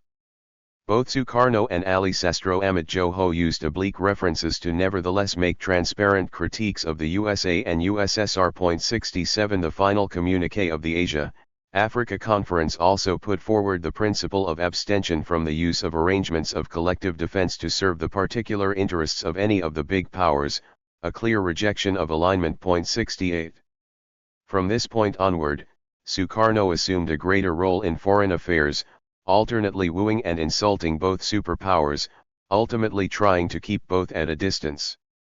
He leaned towards the Soviets after the American government came to the aid of a rebellion against the Jakarta government from 1958 to 1961. The Islamic and Psi politicians and military-led regional governments that rose up on Sumatra and Sulawesi against Sukarno's leftward, authoritarian drift were defeated soundly despite generous Central Intelligence Agency financial and logistical support. 69 So, by the 1960s, American Cold Warriors warned that Sukarno was becoming too antagonistic towards U.S. interests on all fronts as the Cold War was becoming hot in Southeast Asia. 70 Sukarno, for his part, did nothing to dissuade the Americans from this impression. In his National Day speech in 1964, while still averring that Indonesia's policy was non-bloc, he told the Americans 4 times to go to hell, 71 Facing the socialist bloc, while getting friendlier over time, Indonesia still abstained not only from committing to the communists but also from choosing sides between the USSR and the PRC, who were waging a proxy battle for influence around the world including in Indonesia. 72.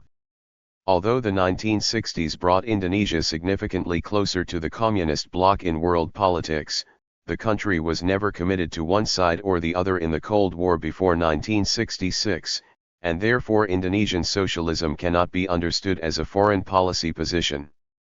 Policymakers from the president down prided themselves on leading Indonesia in a third way of non-alignment and Asian, African solidarity.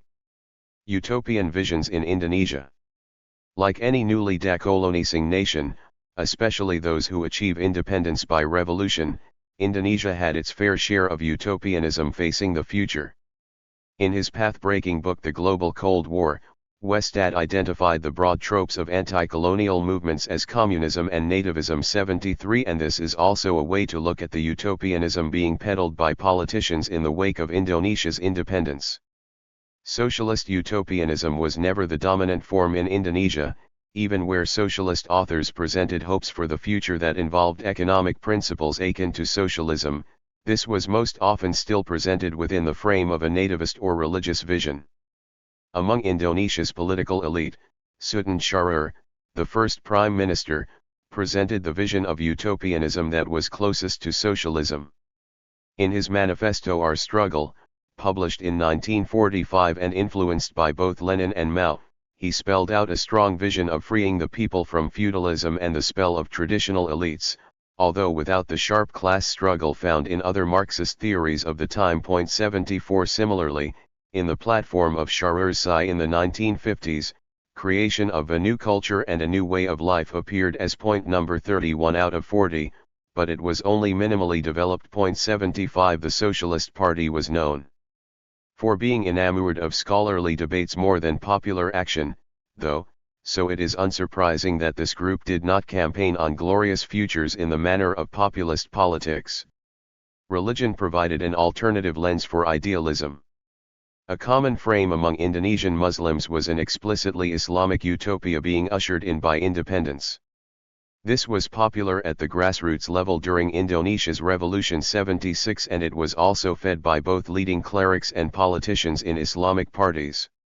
For example, the Musjamai leader Syafruddin Praharanegara, in his book on Islam in the World Upheaval, presented Indonesia's independence as leading to an Islamic utopia, whereby Muslims could enact their religious beliefs and thus would usher the world into a new era. 77 Similarly, the respected cleric K.H. Abdul Wahab Shashbala, when arguing that Islam should be made the foundational ideology of the country in the Constitutional Assembly of the 1950s, said that a society based on religion would bring about an ideal economy, because all citizens would respect economic rules and freely help one another. 78.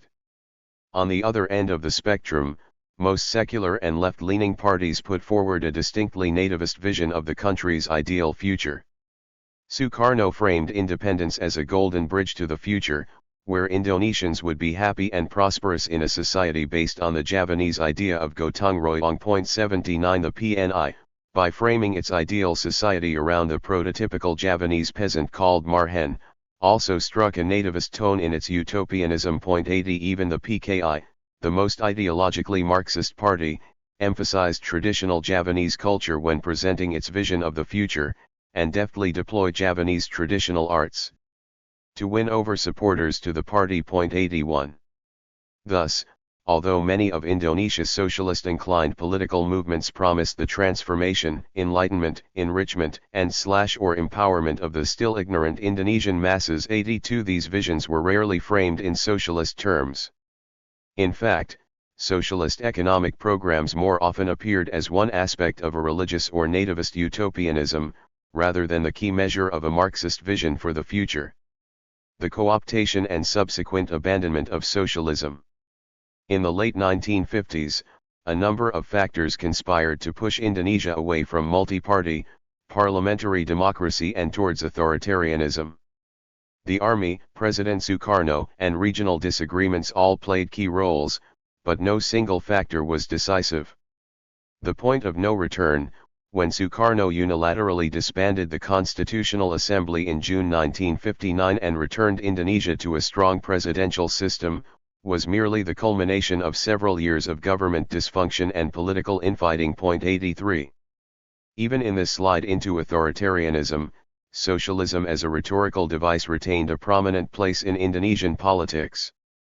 Sukarno co-opted the term as part of his all-encompassing new political role, in which he titled himself not only the extension of the tongue of the people and leader of the revolution but also the father of Indonesian socialism. 84. Recognizing that socialism was popular and ubiquitous among Indonesian political leaders but not understood clearly by the population at large, Sukarno effectively turned it into his personal brand.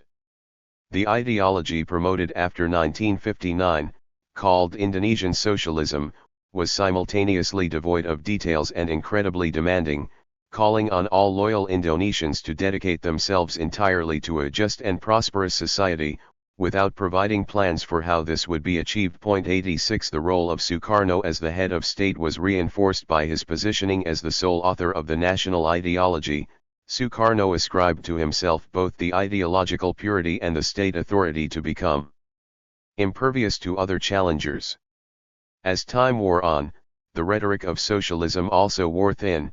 For example, when tasked with training an assembly of Islamic scholars on the nature of Indonesian socialism in 1964, the Minister of Information got no more specific than telling them to nurture a positive tolerance of other religions, build up a spirit of patriotism that forms a principle of faith, and throw far away backwards teachings and empty formalism. 87. This was a far cry from the economic engagement that characterized all parties a decade earlier. By the mid-1960s, then, after socialism had become a term devoid of concrete economic or political policy, jettisoning socialist vocabulary became much easier than when it carried real meaning in the 1950s. With the abortive coup on the night of September 30, 1965, which was blamed on communists, all forms of leftism quickly came under attack from the army, which led an immediate counter-coup. 88. The army leadership and their allies in society attacked the idea of socialism by associating it with the treasonous PKI, thus rendering it a dangerous, subversive philosophy that had led to an attack on the heart of the Indonesian state. The army presented the violent disruption of Indonesian society from 1965 to 1967 as turning over a fresh page. This involved mass killings of over 1 million Indonesian suspected communists across the archipelago. 89. Few among Indonesia's political elite faced the kind of extreme violence that was directed at ordinary people, but purges among academic, governmental, and military leaders were equally thoroughgoing. General Suharto forced Sukarno to give up the presidency, and the United States was ready in the wings to provide a new, alternative ideology, Western developmentalism. 90. Within 3 years, socialism disappeared completely from Indonesian political life, where communism was despised. It seems that socialism was forcibly forgotten. Conclusion. The widespread embrace of socialism in Indonesian politics in the 1950s and its utter rejection in the next decade did not merely reflect the sudden change of political winds with a new, army-backed, authoritarian regime. Rather, both the peak and the trough of socialism as a political philosophy in Indonesia were facilitated by the wide variation in meanings ascribed to socialism at different points and by different actors in Indonesia's post-independence history. The focus on socialism's economic aspects, around the controlled collectivization of the economy but without a consistent understanding across parties, facilitated the ideology's universal acceptance across the political spectrum in the 1950s.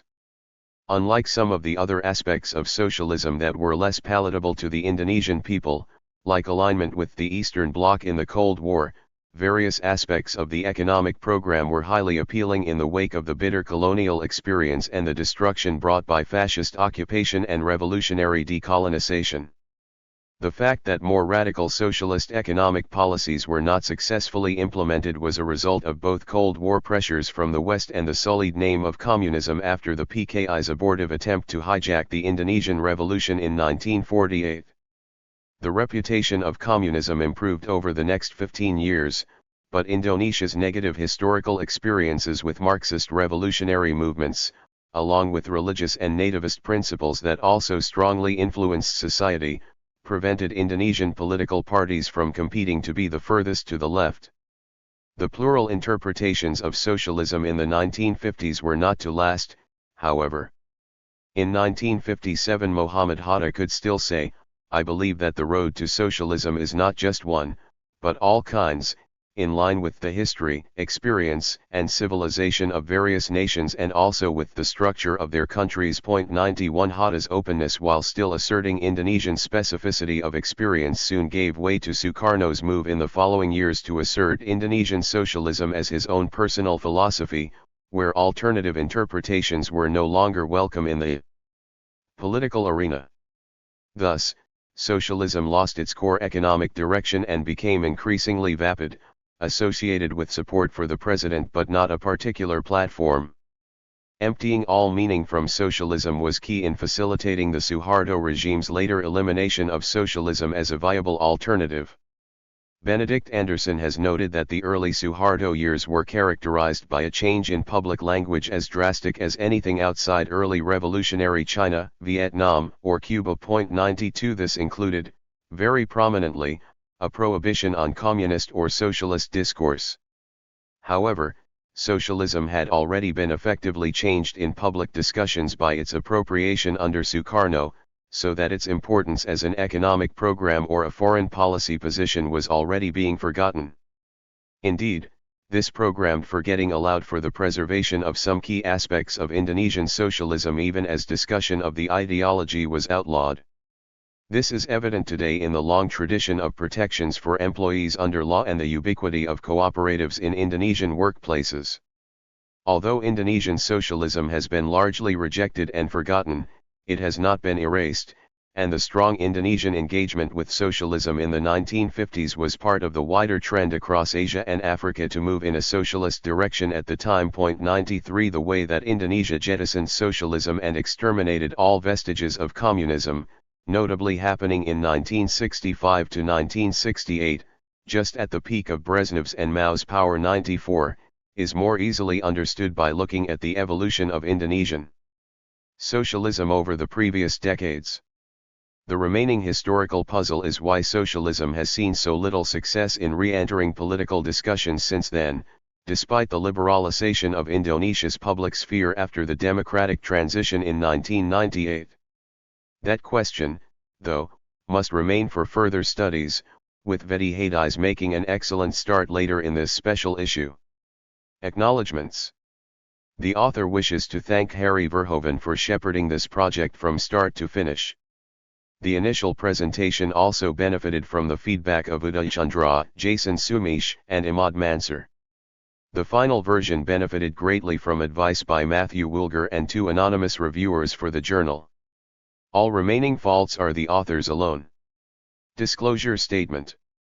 No potential conflict of interest was reported by the author.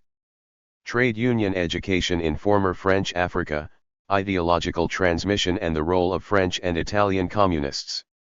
Gabriele Siracusano. Abstract. The socialist experiences that were born in West Africa during the decolonization of the French Empire showed their most significant expressions in Guinea and Mali. The 2 new independent republics took an anti-imperialist stance and chose to pursue a non-capitalist development, supported by the USSR. The sudden departure of the European rulers left an untrained bureaucratic apparatus. The leading parties needed a political training for their own leadership and their mass structures to pursue a strategy of political and economic control of the state. The role of African unions became necessary in the orientation of state strategies and in the ideological dissemination of Marxism among workers. The connections of the sub-Saharan unions with the World Federation of Trade Unions, referring to the international communist movement, and with the French Confédération Générale du Travail and the Italian Confederazione Generale Italiana del Lavoro show the permeability of the African workers' movement to the Marxist ideas coming from European communism, that were integrated with anti-imperialism and Pan-Africanist anti-colonialism. The Guinean and Malian trade unions took a vanguard vocation of socialism in their respective countries, also making use of the technical assistance of European trade unionists who had come on behalf of the WFTU in Africa to train Union Générale de Travailleurs d'Afrique Noire cadres. The historiography of international communism and the spread of socialism has mainly focused on the European scene. African experiences, with intersecting nationalisms, Pan-Africanism and socialist ideas, were conceived as peripheral reproductions of European Marxism, wrongly so, as this special issue highlights.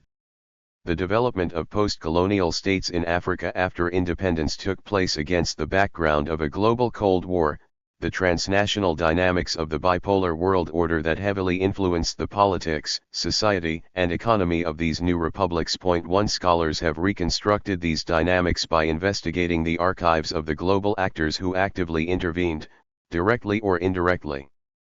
Consistently with Harry Verhoeven's introduction to this collection, which stresses rethinking global socialism, this paper deals with the intersection between the birth of the post-colonial world, on the one hand, and ideological conflict between the communist and capitalist worlds, on the other. As the Cold War's early stages ended, such conflicts were no longer limited to East-West confrontation, but also took place within the same ideological bloc, often along the lines of how to deal with the colonial question. In this article, I shall consider the role of African and European trade unions in the formation of political and workers' cadres in Francophone sub-Saharan Africa. Their contribution was fundamental for the spread of socialism on the continent. The close, important links between African and European trade unions fostered a network of relationships between African and socialist countries, embedding the Cold War influence into the dynamics of African decolonization and beyond, while also generating dynamics independent of East-West confrontation. These European trade unions were usually linked to Western communist parties, opening up intriguing perspectives on convergence between the workers' movement in the capitalist countries and the struggle for decolonization. While emphasizing the obvious originality and specificity of Africa's experiences, I argue that it is through their interactions with European communists that we can better understand the global dimension of socialist ideas and African mediation and elaboration. After the dissolution of the French Empire, socialism developed its most radical West African expressions in Guinea and Mali. These two independent republics embraced anti-imperialism and chose to pursue non-capitalist development, supported by the USSR and led by Sékou Touré and Modibo Keïta, respectively. The thinking of these leaders matured in the circles of the African Marxist left, close to the French Communist Party, blended ideological and political influences from France and the Socialist Bloc. Their training persuaded them to focus on creating parties with mass ambitions, under the guidance of cadres capable of ruling the newly independent states. However, the abrupt departure of the European rulers, who had provided most of the administrative staff in the colonies, left behind an untrained bureaucratic apparatus. The leading parties therefore needed training for their own leadership and their mass structures to pursue a strategy for the political and economic control of the state. The African trade unions, which had been crucial in the independence struggles, took on an essential role in steering state strategies and in the ideological dissemination of Marxism among the workers. 2. In this paper, I retrace the positions of the two largest communist parties of Western Europe and the trade unions linked to them with regard to workers and parties in the former French Africa. This entails examining the cultural and political instruments used by the leaders of the Italian Communist Party and the PCF in their relations with their Guinean and Malian partners, before and after the achievement of independence by the West African states. I shall do so by drawing on new documents and insights from the archives of the CGIL, the CGT, and the World Federation of Trade Union, as well as documents of the PCI and PCF kept in the archives of the Gramsci Foundation in Rome and the departmental archives of Saint-Denis III to understand their respective roles in the ideological and political formation of the African trade union leaders. It is not only a question of understanding how the French and Italian communists perceived the ideological originality of African socialism, but how the socialist model was transmitted and reinterpreted by African societies. This story is a crucial piece in the mosaic of global socialism, to be understood by considering the dialogue between European and African militants through mutual cultural and theoretical mediation. The role of the trade unions has already been taken into account to assess the influence of the global Cold War on African decolonization, as transnational workers' networks help to internationalize anti-colonial concerns. Point 4. However, the cultural transmissions between the socialist bloc and Africa have rarely been thoroughly analyzed as part of the political and economic dynamics of the Cold War in the Global South. The purpose of this paper is not only to reconstruct the importance of African trade unions for the spread of Marxism in West Africa, but also to offer an additional contribution to the history of the global Cold War involving Africa and Europe, the study of the transmission of socialism in Africa to clarify the history of the political and cultural competition between the superpowers in the Third World, Western European communists, and the rise of African trade unionism. The policies of the French Communist Party regarding colonial questions have long been debated, particularly with regard to the wars in Indochina and Algeria. The PCF strategy was consistently shaped by French national interests and only secondarily concerned with proletarian internationalism. The idea underlying this approach was that the problems of the head had to be solved before those of the body. 5 Critics on the left of the PCF emphasized either its Jacobin and patriotic aspect or its Stalinist aspect, accusing the party of endorsing colonialism. According to this criticism, the orthodox outlook of the PCF leadership prevented a political opening for anti-colonial movements. Indeed, the working class was a minority in Africa, and this influenced the French communists, who were convinced of the immaturity of leftist African cadres and their lack of political acumen. But this harsh assessment ignores the complexity of a mass organization like the PCF, which maintained a plural structure despite its declarations in favor of a monolithic line as an expression of democratic centralism. In the party were many leaders and activists who cared for and were interested in Africa and were engaged in powerful anti-colonial struggles. Among them was Jean Chouret Canale, a member of the Central Committee of the Foreign Department and a historian of Africa. In the 1990s he conducted research on the role of communist study groups in French Black Africa during colonization as inspirers and trainers of anti-colonial militants. 6. The PCF stepped up its presence in Francophone Africa after the Second World War. Its colonial section favored the creation of these GECs in the colonies of French West and Equatorial Africa in 1945. This, according to the French communists, helped to form the first anti-imperialist party in sub-Saharan territories, the Rassemblement Démocratique Africain, created in Bamako in 1946 by Félix Houphouët-Boigny, the future president of Côte d'Ivoire. The RDA did not aim at independence or declare itself communist. From the PCF perspective, this position was due to the absence of a working class in Africa and hence of a socialist conscience. For the PCF, which inspired the policies adopted by the RDA, a democratic and egalitarian France ruled by a social communist government was supposed to modernize the overseas territories in order to develop new production relations and the structuring of aware social classes, which would lead to a large Franco-African socialist society. 7 This policy showed up the rigid Stalinism that characterized the PCF in the 1950s, but it also attracted accusations of ambiguity and paternalism. 8.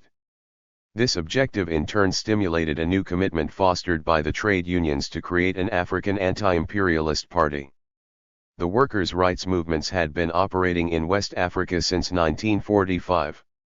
There were not only employers' unions, such as the Planteurs Africains directed by Houphouët-Boigny in Côte d'Ivoire until 1946, but also trade union networks close to the communists and the French CGT. 9.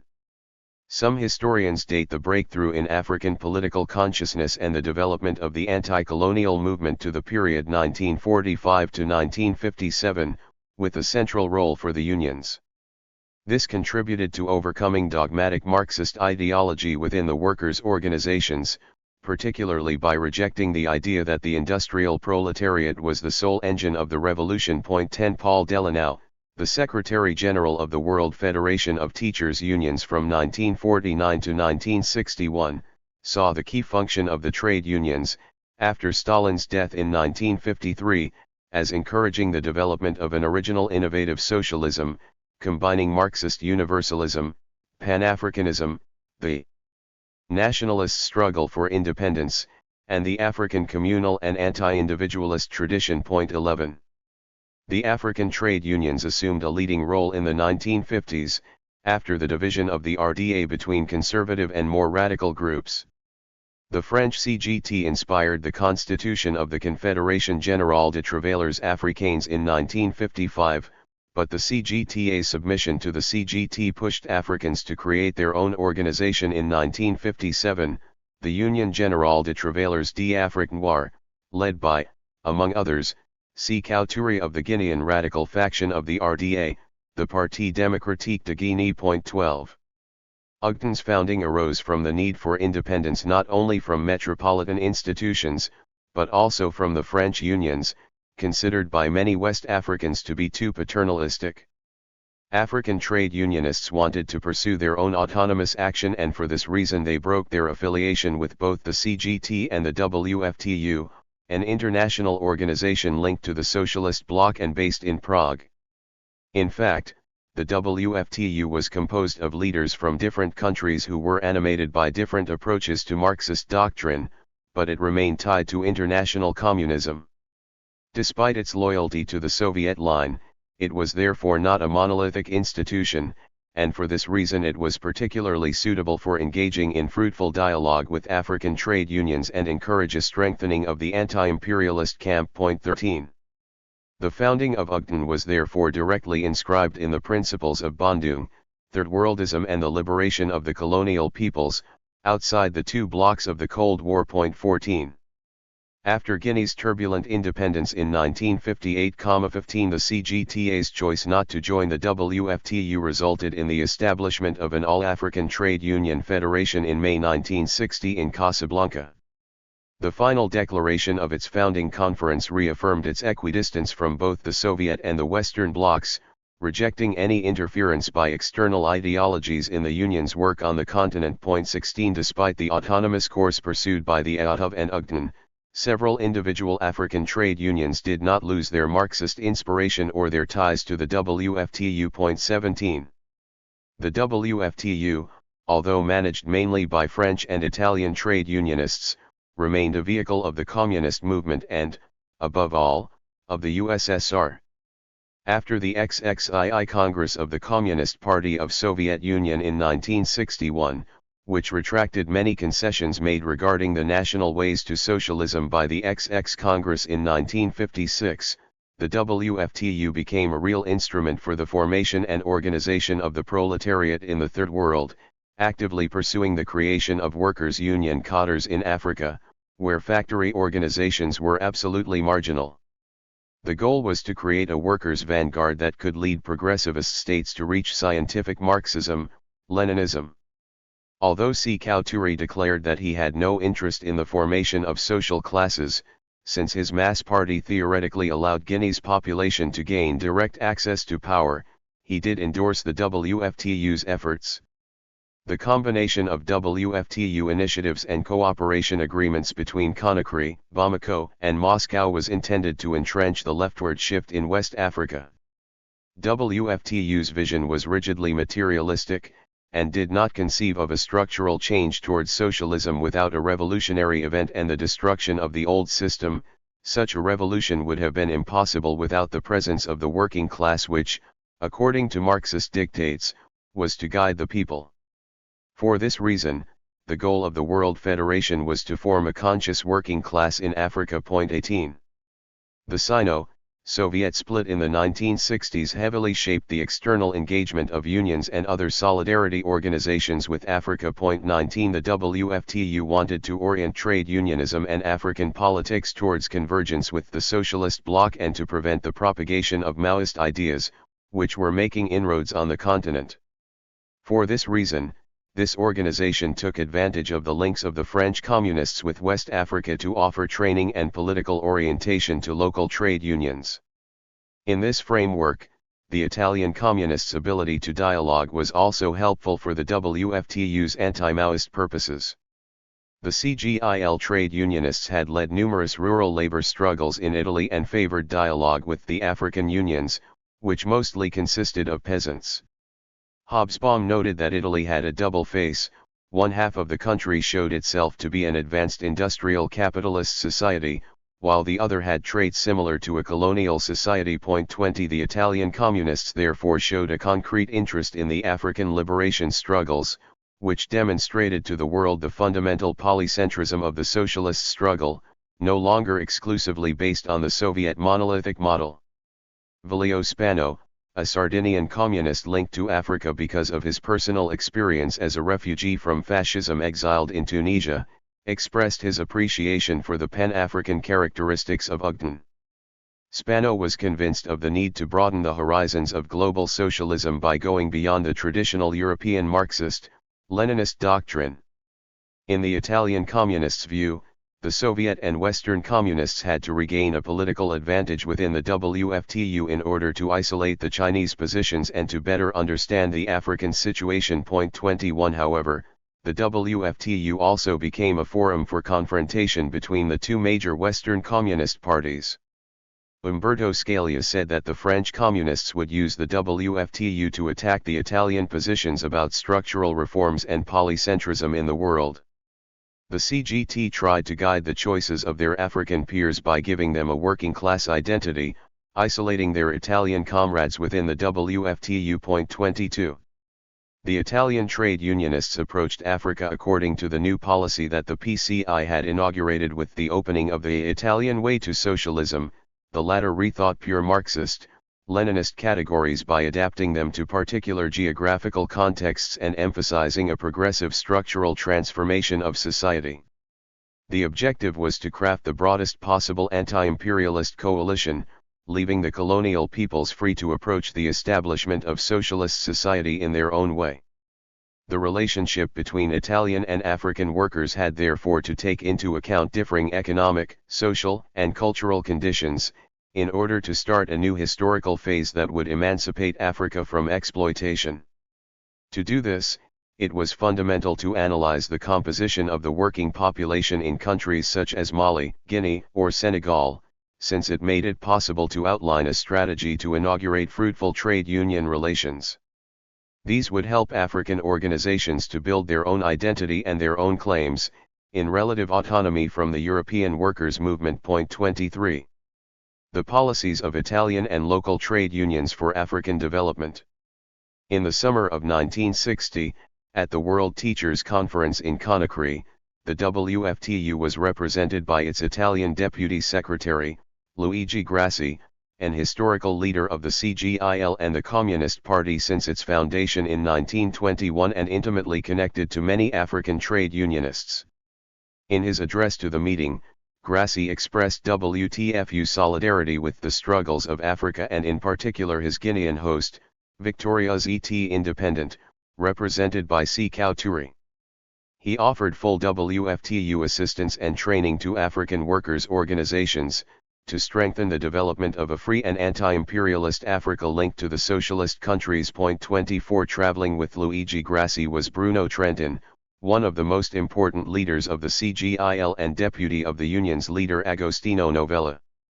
He emphasized the growing role of youth in the workers' struggles, reporting the Italian experiences of toiling in factories and universities, where young people had fought in the front line. This new protagonism of young people, according to Trentin, pushed the workers' movement to make room for youngsters in the movement and fostered its liberation from the ideology de monopoles et de exigences étroites et oppressives de profits capitalists. He emphasized that schools and universities had to become bastions of trade union struggles against exploitation. Importantly, Trentin did not simply stress what Italian communists could do for Africa, but also what Africans had already done for Europeans, recognizing the substantial contribution of African anti-colonialism to the Italian workers' movement. 25 Trentin claimed that African decolonization had been a motor of change in global power relations, strengthening the anti-imperialist cause and all those organizations fighting against capitalism in the Western countries. 26 Contacts with African trade. Unions intensified in the following months through the CGIL and the World Federation, both of which were interested in an enlarged alliance between the European working class and the workers from former colonies. Mario Giovannini, a Bolognese communist and CGIL representative, was sent by the WFTU to some sub-Saharan countries to deepen friendly relations.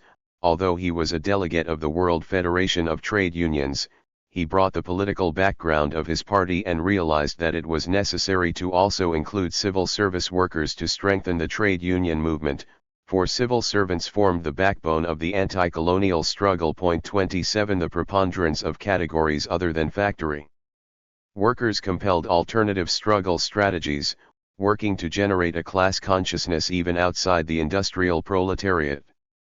For this reason, Italian socialists thought that Guinean, Malian, or Senegalese society could not be analyzed with the same tools used in European environments, and that the battle for the freedom of African workers could not be forced into the ideological cages of classical Marxism. The primary necessity of the sub-Saharan unions was therefore independence of any form of conditioning. The WFTU's task was to help build African leftist consciousness and to allow the creation of an autonomous workers' organization with the same goal. In Conakry, Giovannini interacted with his counterparts in CNGT Ugden. From Giovannini's meetings there emerged the concept that the struggle against colonialism was a struggle against feudalism, to escape a state of permanent alienation from the surrounding world and recover lost ground. The stratification of the working classes also had to change, by training technicians, managers, and employees, who until then had been at the service of colonialism. 28 The Guinean Union leader Diallo Seydou asked Giovannini to mediate with the WFTU for real assistance, to receive the help of technicians and experts who could work together with Ugden militants against the penetration of capital in Africa, that is to say, to launch Guinea towards socialism without going through the capitalist phase. 29. Another CGIL and WFTU member, Pino Tagliazzucchi, who was concerned with peasants' demands in Italy and accompanied Giovannini in Africa, was there to make contact with the agricultural unions. Tagliazzucchi considered local Guinean activities for farmers to be insufficient. The Italian trade union movement had abandoned the idea that factory workers were the only revolutionary actors, in keeping with the Italian communist approach, which no longer regarded the peasants as members of a reactionary and traditionalist class, but as the engine of social struggle. Although Diallo Seydou considered Ugden strong enough to represent the WFTU in Africa, neither Tagliazzucchi nor Giovannini was confident about the real vitality of this union outside Guinea's borders. Seydou's position was clearly aimed at strengthening Ugden's role in the rest of Africa, as the only reference point for the workers' demands. The two CGIL representatives tried to make their Guinean colleagues concentrate on the defense of farmers' and laborers' rights, but the CNGT representatives denied the existence of an agricultural issue in Africa. According to the two Italians, they totally ignored the crucial potential of developing an agricultural policy as a means of achieving a more general development of the continent and fostering peasant class awareness. 30 In Tagliazzucchi's report on this subject, he stressed the influence of the positions of the French CGT and the organizations of the Socialist Bloc on the Guineans, leading them to think that the peasants did not have a well-defined social stratification, and were divided and traditionalist. Vincenzo Galletti, a communist and CGIL member, recognized a leading role for trilateral cooperation among the working class of capitalist countries, socialist states, and the newly independent Third World. At the end of the 1950s, Galletti assumed the position of Secretary of the International Union of Agricultural and Forestry Workers at the WFTU in Prague, and was sent to Mali in May 1961 to meet the representatives of the UNTM, which was linked to Modibo Keita's ruling Union Sudanese. Galletti sought to re-establish strong contacts between African farmers and the WFTU.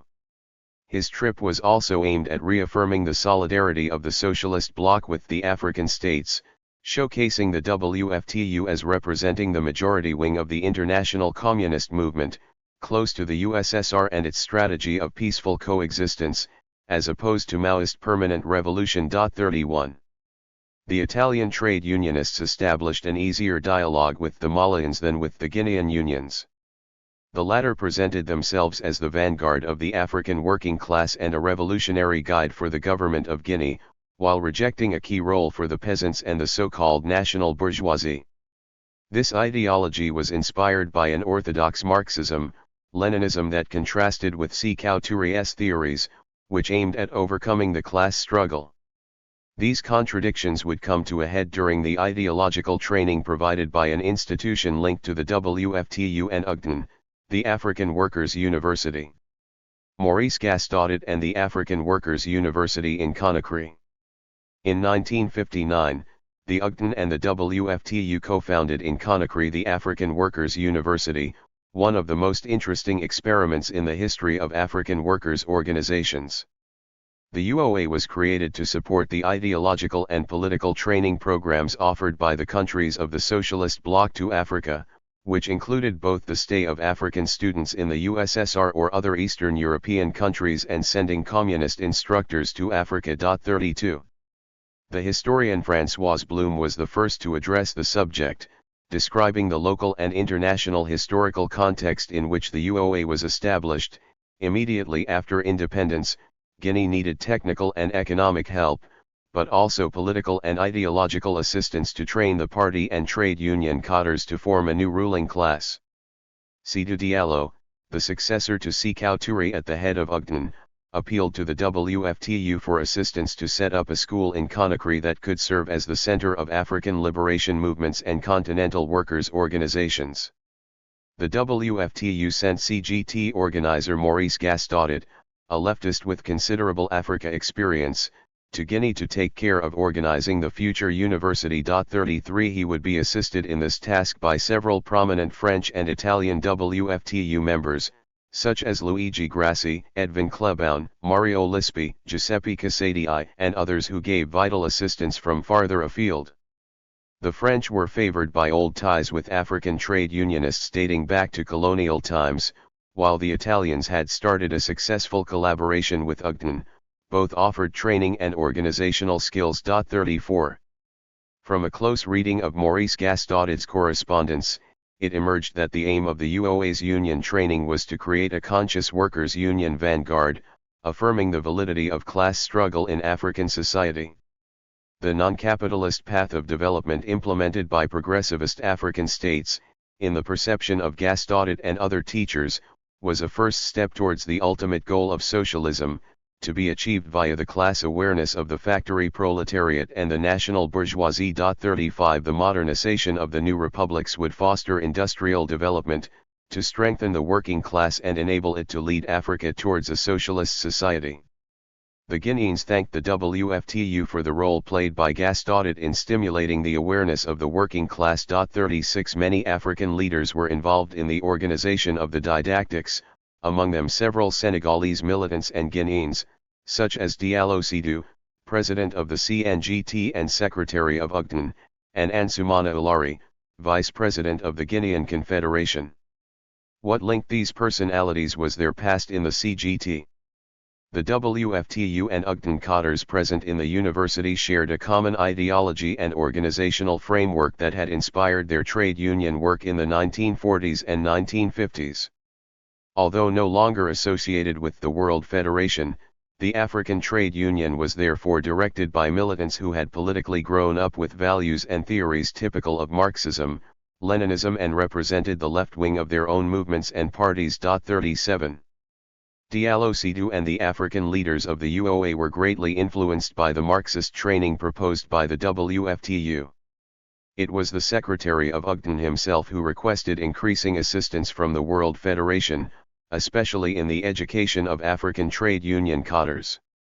The goal was to build an organization that could act independently of the WFTU but could lead a conscious African working class. 38 While demanding autonomy, UGTN leaders therefore referred to orthodox theories on class struggle and were convinced that the union should represent the proletariat and provide a driving force for socialism.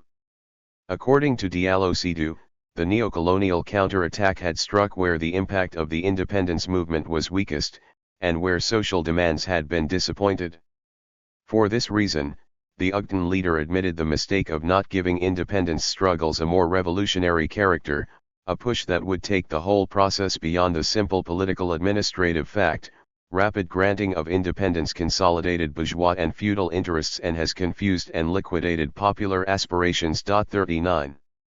The Guinean trade unionists were convinced that education would be decisive in forging a revolutionary mentality.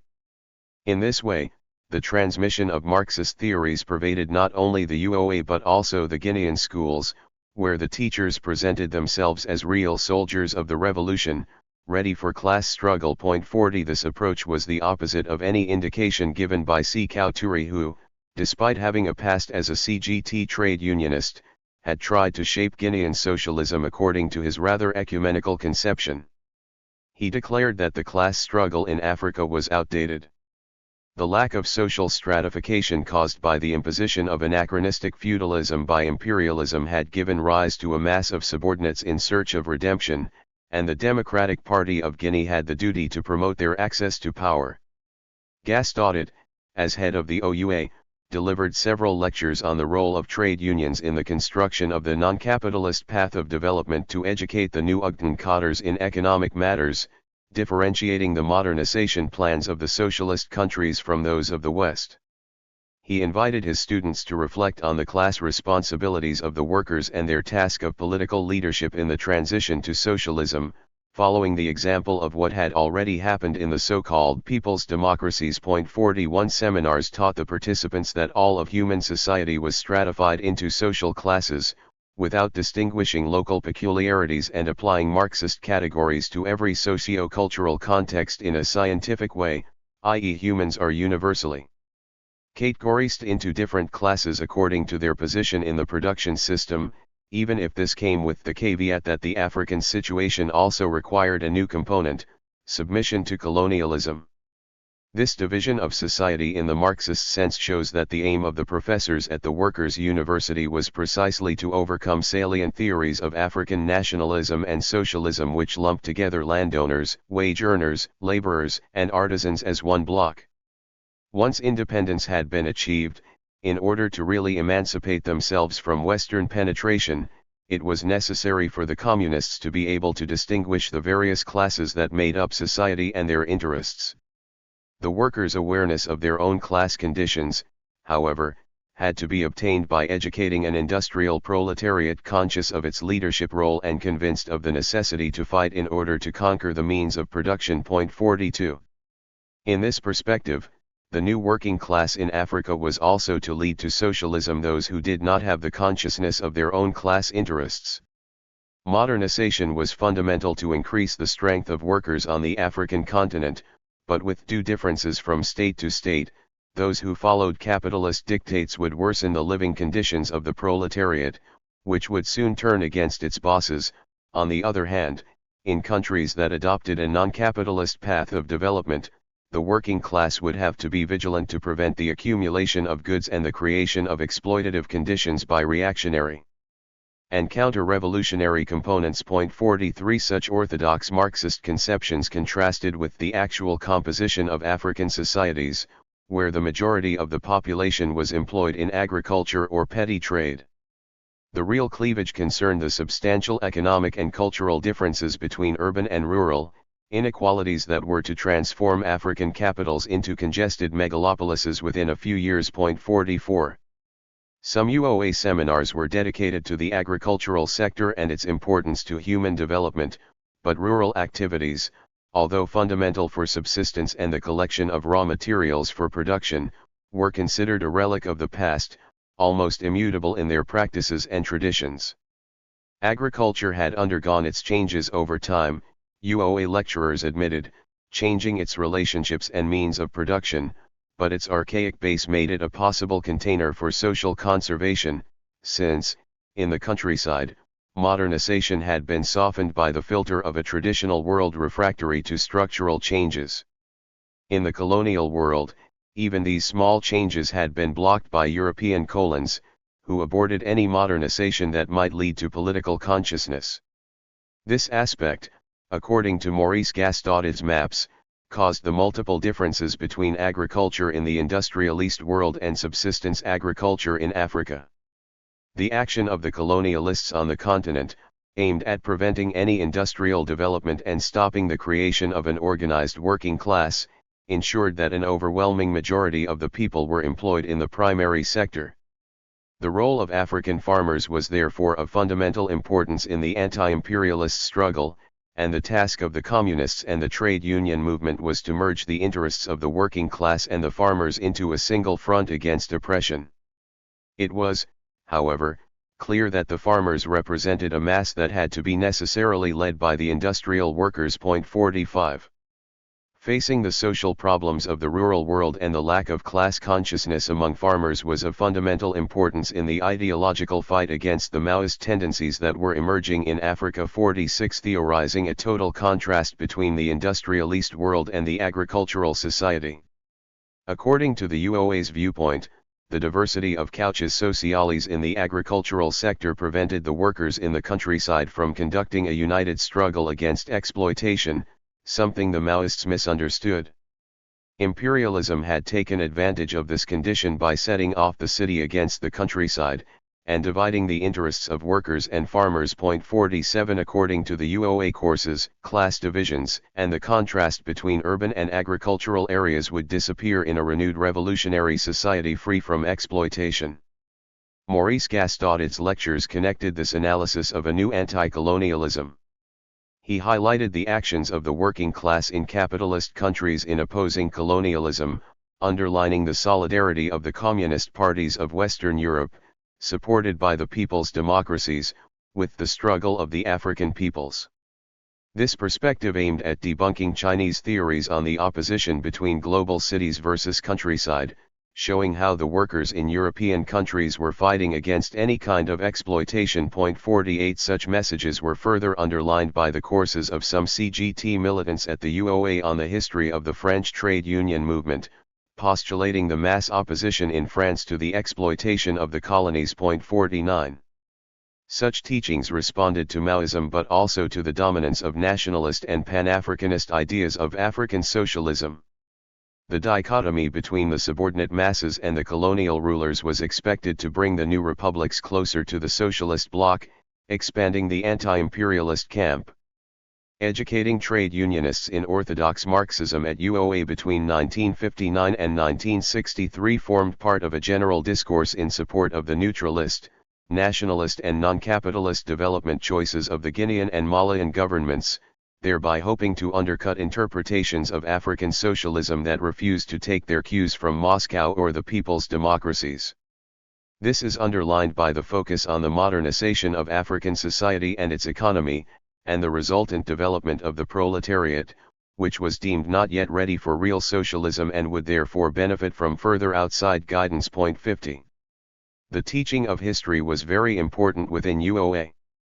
Historicism lay at the heart of Marxist doctrine, and this subject was taught through the theory of historical materialism, applying it to all situations. 51. The revolutionary task of the trade unions in Africa in their role as the vanguard of the working class, had to be historicized.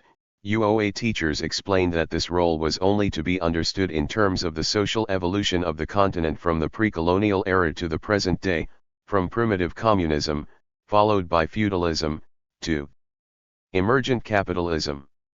In order to explain the revolutionary character of contemporary changes, it was necessary to illustrate the distinguishing features of past ages, culminating in an awakening of consciousness in the current time period, in which socialism had triumphed in many places around the world and the colonial system was collapsing. 52. For Jean Chouret-Canale, who taught history at Conakry Workers' University, the progress of African societies went hand in hand with that of the European peoples until the 16th century, when the gap between Africa and Europe opened up with the arrival of the Portuguese on the Atlantic coast and the beginning of the slave trade.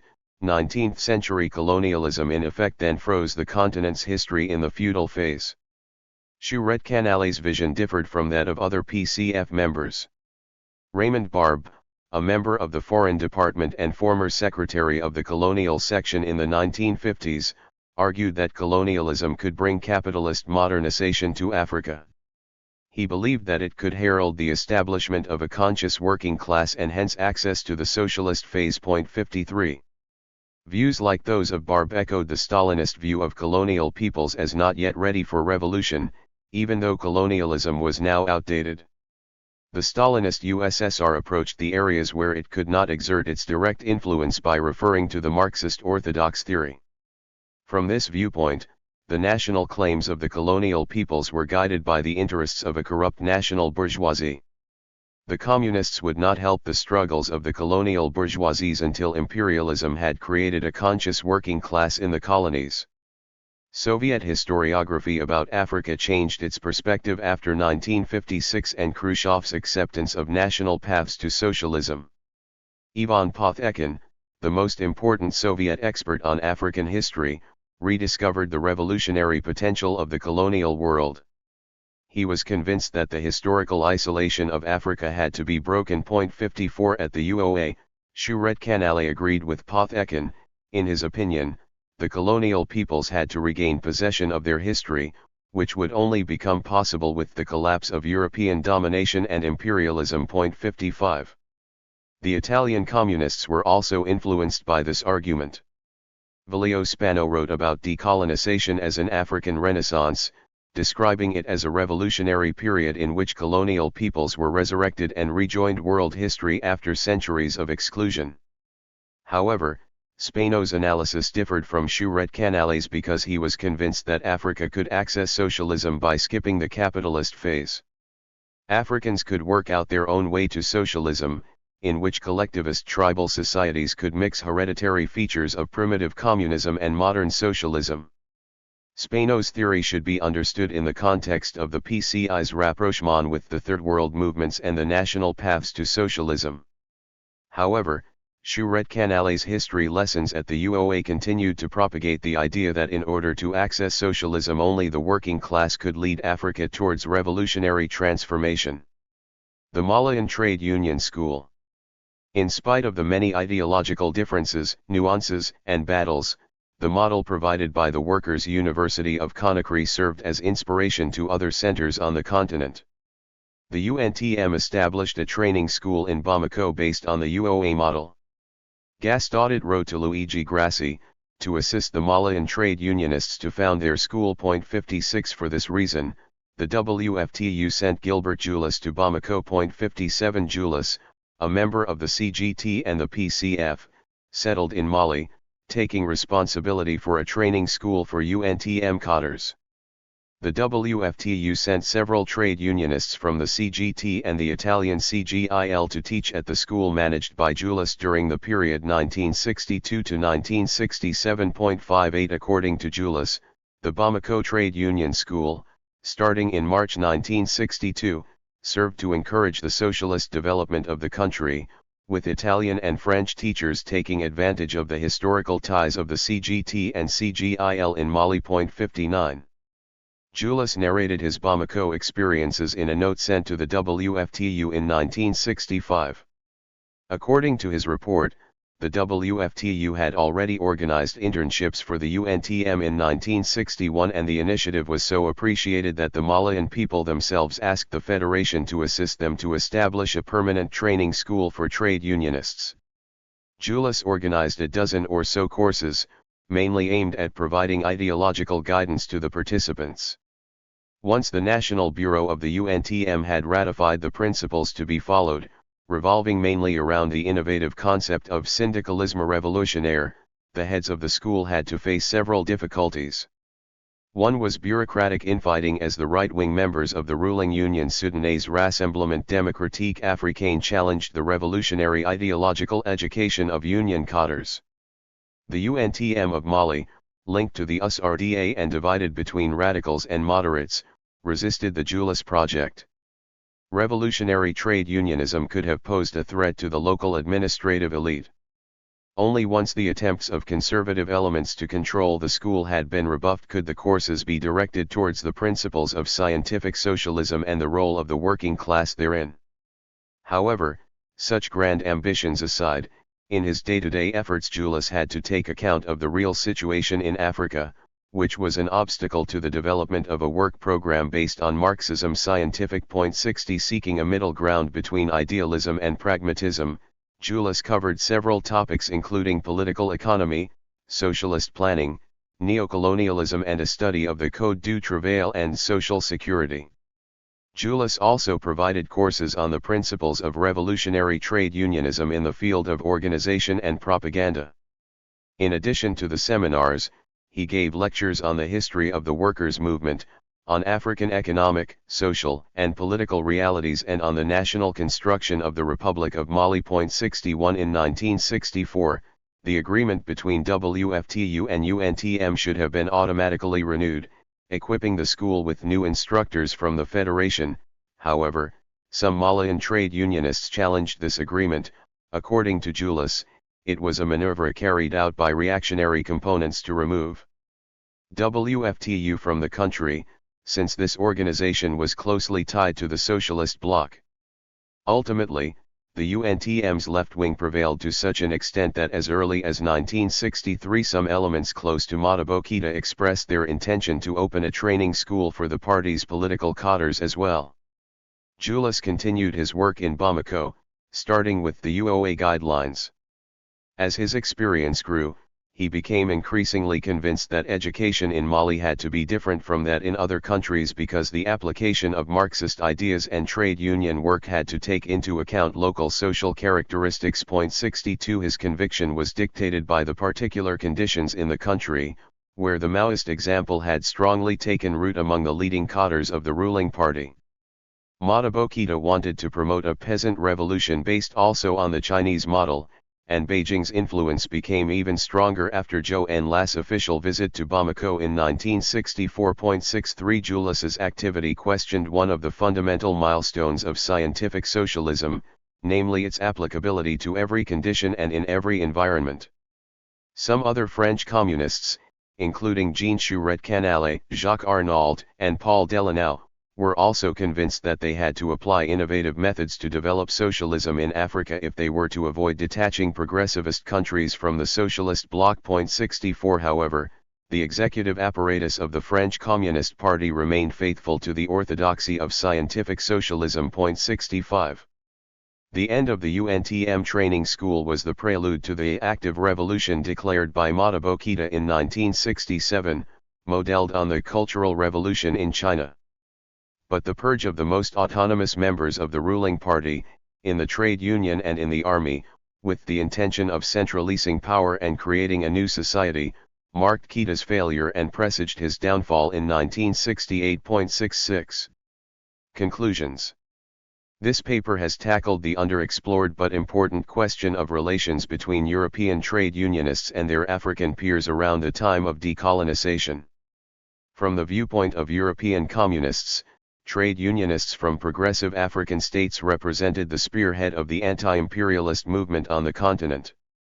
Political and ideological support by the international workers' movement for the Africans was seen by many as essential, not least in the context of the struggle against neocolonialism and Maoism. The UOA sought to create the revolutionary vanguard that Africa would need if it were to free itself definitively from imperialism and neocolonialism. Relations between these African states and the Moscow-led socialist bloc deteriorated, however, from the end of 1961 when protests by teachers were repressed by the Guinean government. The USSR was accused by Sékou Touré of encouraging this revolt with the aim of establishing direct control over Guinea, and relations between European communists and the governments of Guinea and Mali suffered. 67 At the same time, the Cold War was intensified once again with the disappearance of Kennedy and Khrushchev from the global stage and as the war in Vietnam was stepped up. These international tensions aggravated the African situation, which was already becoming increasingly toxic due to the Congo crisis. These developments, both on and off the continent, also influenced the teaching at UOA.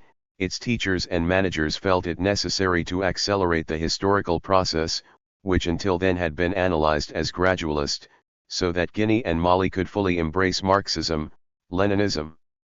As I have shown, the European teachers at UOA had been inclined to analyze African colonial and post-colonial structures focusing on the working class, but they were forced to reconcile the establishment of truly communist leadership with the nationalist choices of African progressivist governments. Any such attempts to strike a middle ground ran into difficulties, not only in Africa but also because the global context had changed in the meantime.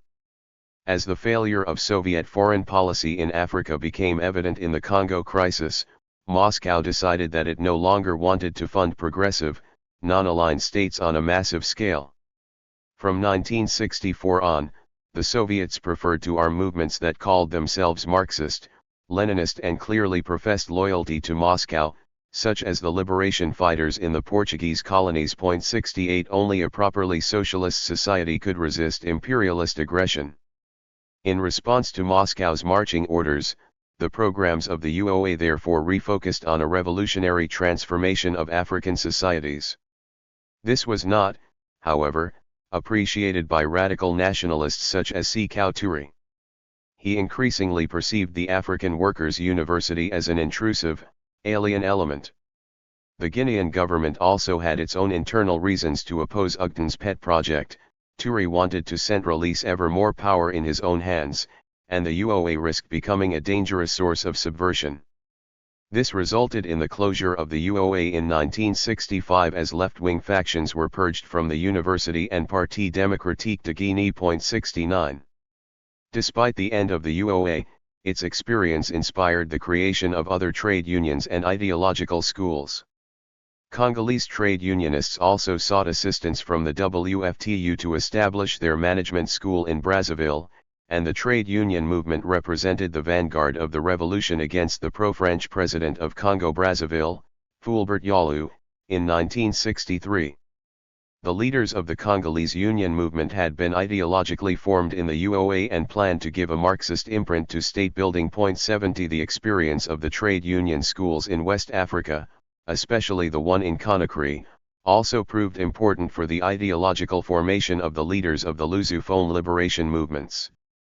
The lessons at the UOA were also held in Portuguese, attracting guerrilla activists from Angola, Guinea-Bissau and Mozambique living in exile in Conakry. 71 The ideological messages inculcated during their time in West Africa remain visible in the practices and nostalgias of the liberation movements in southern Africa. This article has concentrated on a unique experiment that ultimately did not succeed but whose failure reveals a great deal about the Cold War and our reading of decolonization and the first few years after African independence. The collapse of imperialism in Africa happened faster than almost any observer on the left or the right had expected. In response, the international workers' movement tried to establish connections with the African socialisms that had arisen from decolonization, pushing the WFTU to become an instrument of mediation between Africa and the socialist bloc. The World Federation tried to form a conscious working class in Africa to accompany the socialist modernization being pursued by countries like Guinea and Mali, which implemented their development plans using Soviet funding. This, in their mind, would have shifted the political balance to the left and allowed a social revolution to build on the gains of national independence. But one of the main problems in the relationship between the trade union movement and the African states was precisely to establish the autonomy of the workers' organizations of their governments. The WFTU tried to dialogue with the African socialist governments. The ideological and political formation of the leading cadres had to bear witness to the active solidarity of the international communist movement with Africa. But, as I have shown, attempts to simultaneously push for workers' autonomy and excellent relations with national governments were to prove impossible, especially as the political leaders insisted on the subservience of the trade unions to their ruling parties. This was illustrated when Soviet economic assistance to Guinea and Mali weakened after 1964, and the trade unions' training project failed. Power in Conakry and Bamako was centralized. The unions lost their autonomy and national governments sought help from China as well as from the USA and Europe. 72. Western European communists had played an important role in the WFTU's ambitions in Africa and had successfully fostered dialogue between African socialisms and the socialist bloc, at least for half a decade.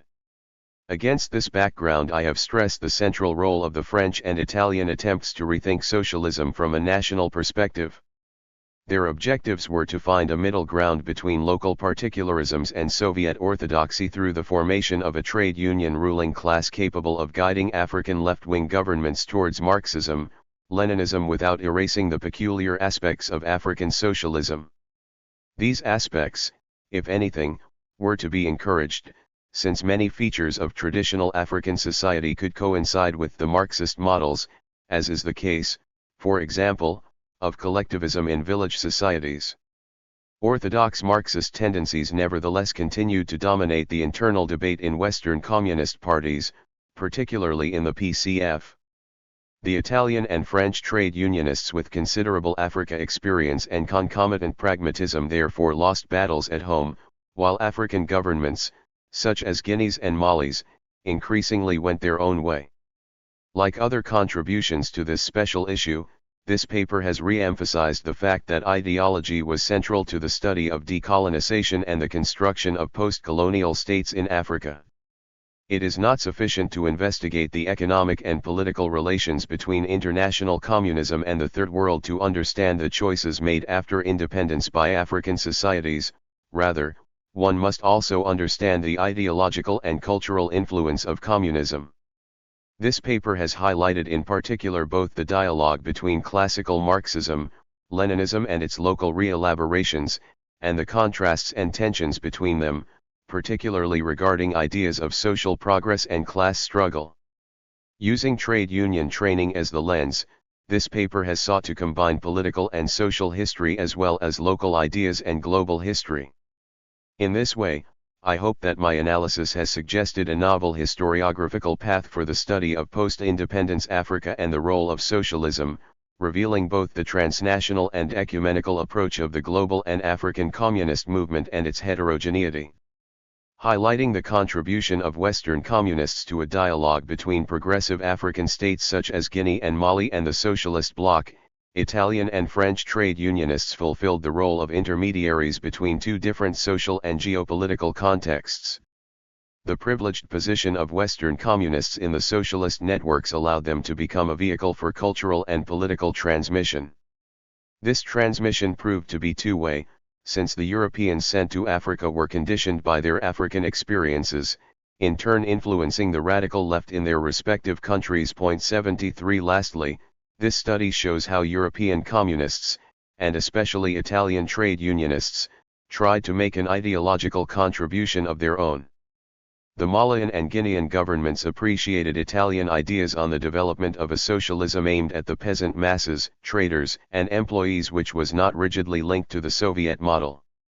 And so, despite the growing opposition of Sékou Touré and Modibo Keïta to the trade union schools, the CGT, the PCF, and the more radical African trade unionists, dialogue with the CGIL and the PCI was able to continue fruitfully until the end of the 1970s. 74.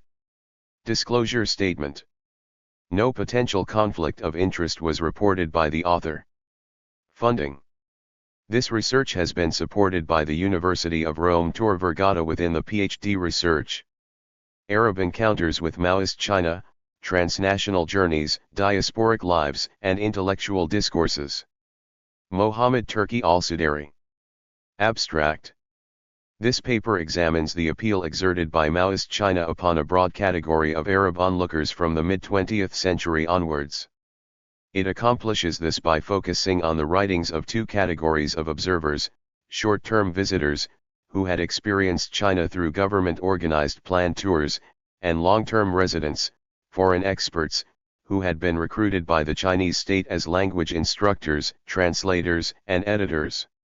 Across the ideological spectrum and with a high degree of consistency, these diverse onlookers articulated highly romanticist images of Maoist China as a model for post-colonial modernity. These sympathetic imaginaries, the paper argues, stemmed less from a systematic engagement with Chinese realities on the ground, and more from a sense of anxiety over the Arab world. Maoist China was in essence reconceptualized as a homeland that could have been, offering lessons as well as hope for the future as filtered through the ideological biases of these observers. The paper discusses the writings of short-term visitors and long-term residents through a broader retelling of the history of the Arab diaspora in Maoist and early post-Maoist China. It also utilizes previously neglected sources, most notably the China-centric works of Salamah Ubaid and Hadi al-Alawi, in presenting its key arguments.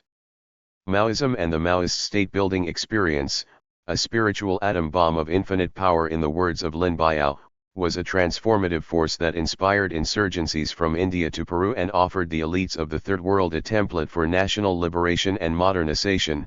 Key themes in Verhoeven's article in this special issue and into Ongbu's contribution. Point 1. As with other formerly colonist spaces, this force found resonance in the Arab world. In the mid-20th century, Egyptian Marxists and Algerian anti-colonialists sought to learn the economic and military lessons presented by the Chinese Revolution. Point 2. The mid-1960s, while not giving rise to an Arab Albania per se, saw the Maoification of political discourses and practices across the Arab world. Point 3. This process, which accelerated following the traumatic blow struck against pan-Arab nationalism by the Six-Day War of 1967, can be evidenced from the transformation that Palestinian and Omani guerrilla groups underwent, or from the invocation of class warfare and cultural revolution by regimes like Jihadist Syria, the People's Democratic Republic of Yemen, and Gaddafi's Libya.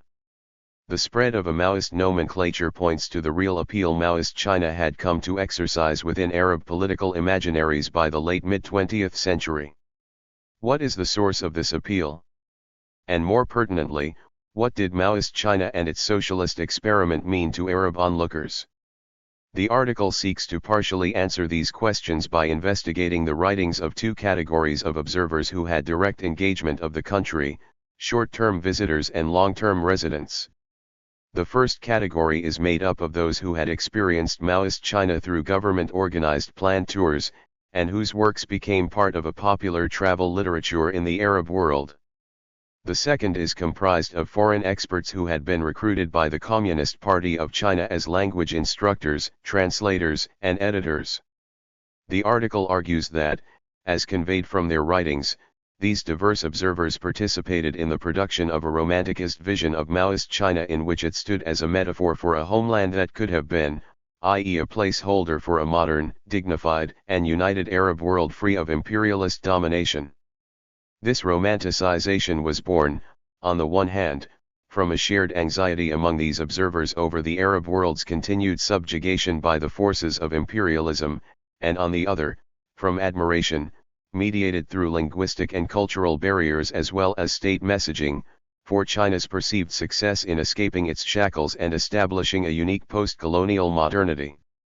Their construction of Maoist China as an idealized other or homeland that could have been functioned as a way to critique the status quo, offer hope for the future, and encourage change, a functionality not dissimilar at all from that of anti-official Occidentalism that pervaded Chinese intellectuals' discourses in the 1980s and wherein an idealized West stood for the other. Point 4. In that sense, Arab China-centric discourse constituted less of a cross-cultural exchange with the Chinese other, and more of a pedagogic and reflective conversation with the Arab self and its ongoing struggle with the inheritance of imperialism and the challenge of creating an Arab modernity.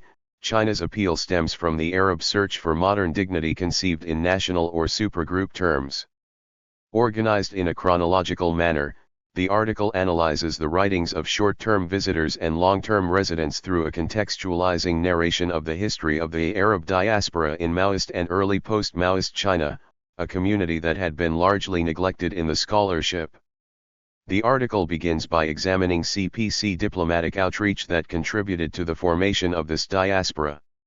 As will be shown, a major goal of this outreach was to strengthen Sino-Arab relations by inviting short-term visitors on planned tours throughout the 1950s and 1960. Their itineraries and travelogues will be examined in some detail. Another major goal of this outreach was to identify and recruit candidates, long-term foreign experts, capable of satisfying the growing demand for Arabic language instructors and language polishers within the Maoist state's nascent foreign affairs and propaganda systems. The article, shifting its focus to the foreign experts, introduces some of their key figures, ideological profiles and social life within the Arab diaspora. This is followed by a comparative analysis of two prominent foreign experts, Salamah Ubaid and Hadi al-Alawi, and their unique China-centric writings. An in-depth exploration of their lives and work serves to shed light upon how China and the broader Maoist project resonated with different ideological streams and showcases, moreover, how this appeal was filtered through the long-standing anxieties held by these intellectuals over the Arab world's present and its future. CPC outreach and the search for international friends. In the immediate years following the establishment of the People's Republic in October 1949, and on the basis of putting the house in order before inviting guests, most non-Chinese nationals were compelled by the communist authorities to leave. 5 Following this house cleaning phase, the CPC leadership encouraged foreigners to visit the country on planned tours. This outreach was primarily aimed at cultivating international friends who could advocate in favor of normalizing diplomatic relations with the new regime.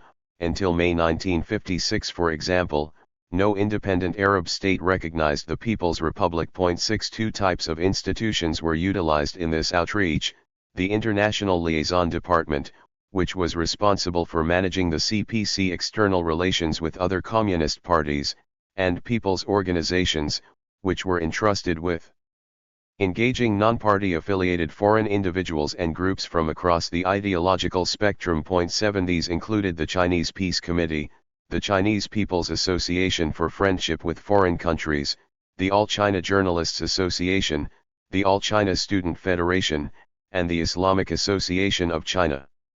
While the ILD was a formal organ of Chinese foreign policy that could directly communicate with fraternal communist parties from the socialist bloc and beyond, people's organizations were initially dependent upon the opportunities provided by Soviet-backed front organizations like the International Union of Students, the World Federation of Democratic Youth, the Women's International Democratic Federation, and the World Peace Council, to contact groups from the Arab world. 8 As the Sino-Soviet struggle intensified in the late 1950s, people's organizations shifted their activities away from Soviet-backed settings to friendlier ones associated with the non-aligned movement. 9 By the mid-1960s, some of the latter's organizations were either partially or wholly taken over by China-aligned groups. 10 The eruption of the Great Proletarian Cultural Revolution in 1966 upended many of these gains as most people's organizations were shut down and the number of planned tours declined. 11 Arab travelers and the Maoist guerrilla. This outreach policy had wide-reaching impact.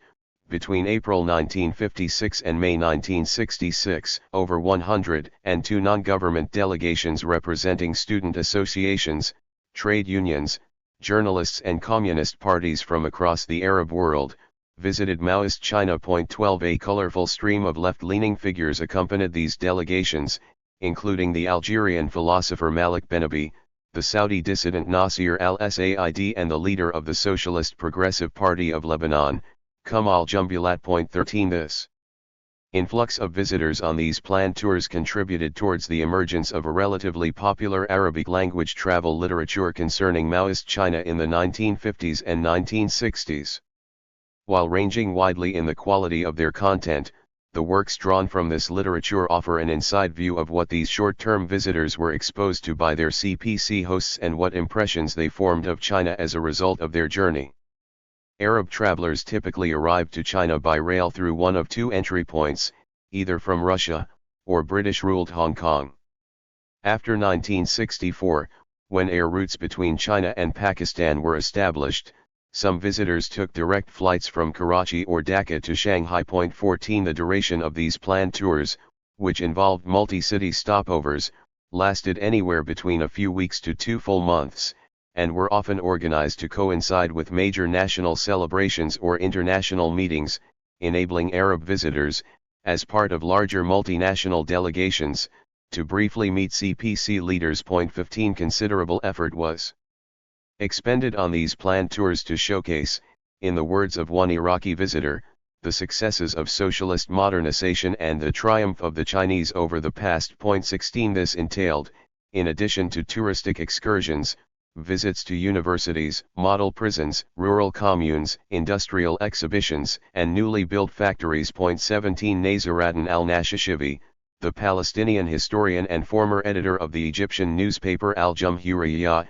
complained how he tried several times to get out of these factory visits, but alas, It was to no use. The people of China, the revolutionary China, are so eager to prove their capabilities, not only in the realms of art, politics, and literature alone, but also in the production of the plane, tank, and car. 18. Throughout their journey, short-term visitors were subject to political messaging, usually in the form of lectures given by cadres or the minders accompanying them, that primarily sought to highlight the achievements of New China and its anti-imperialist solidarity with the Third World. Although displaying remarkable consistency throughout the Maoist era, the content of this messaging was adjusted to reflect prevailing CPC policy thrusts at any given moment. Under the new democracy of the mid-1950s, for example, class cooperation was heavily emphasized, while the successes of collectivization and the absence of mass starvation were naturally given greater prominence during the Great Leap Forward. 19. By the mid-1960s, the content stressed revolutionary and anti-imperialist themes that presaged the GPCR and the radicalization of Chinese foreign policy.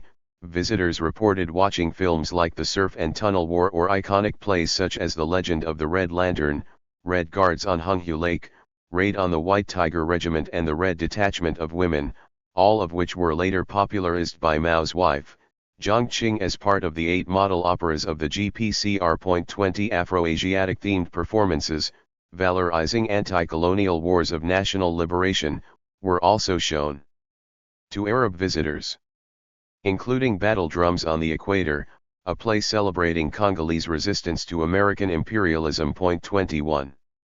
To complement this messaging, itineraries were tailored to appeal to the cultural and religious sensibilities of Arab visitors.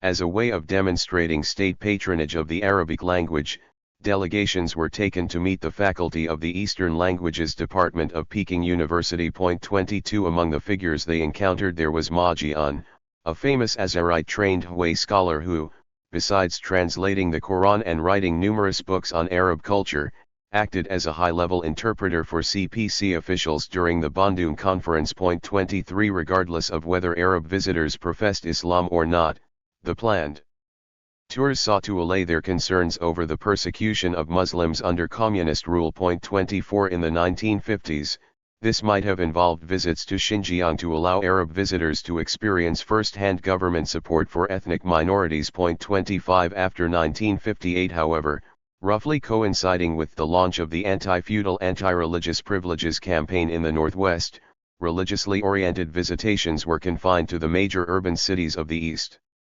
In Beijing, guests routinely met with IAC members, were taken to see the Central Institute for Nationalities, and toured Muslim neighborhoods such as Niaoja. 26. The Dongxi Mosque, which housed a sizable Arabic library donated by King Fuad I of Egypt, was a popular destination. 27. Its value for external propaganda, combined with its role in serving the needs of the Beijing-based Muslim foreign community, enabled the Dongxi Mosque to operate without interruption in 1964 to 1979, a period that coincided with the closure or destruction of most religious sites in China. 28. Despite the best efforts of their CPC hosts, Arab visitors were not completely persuaded by the curated scenes presented to them on these planned tours.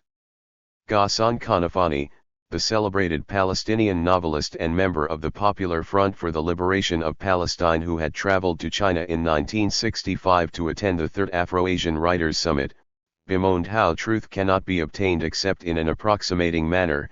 On the one hand, there is a linguistic barrier that bars one from questioning people directly, and on the other hand, only official information is made available. 29. Many noted how only designated high-ranking cadres could respond to their questions, how interviewees, despite their knowledge of English or Arabic, spoke only through translators, and how the answers they were given were more akin to well-memorized recitations than anything else. 30. Others were frustrated by the inability of their minders to speak freely.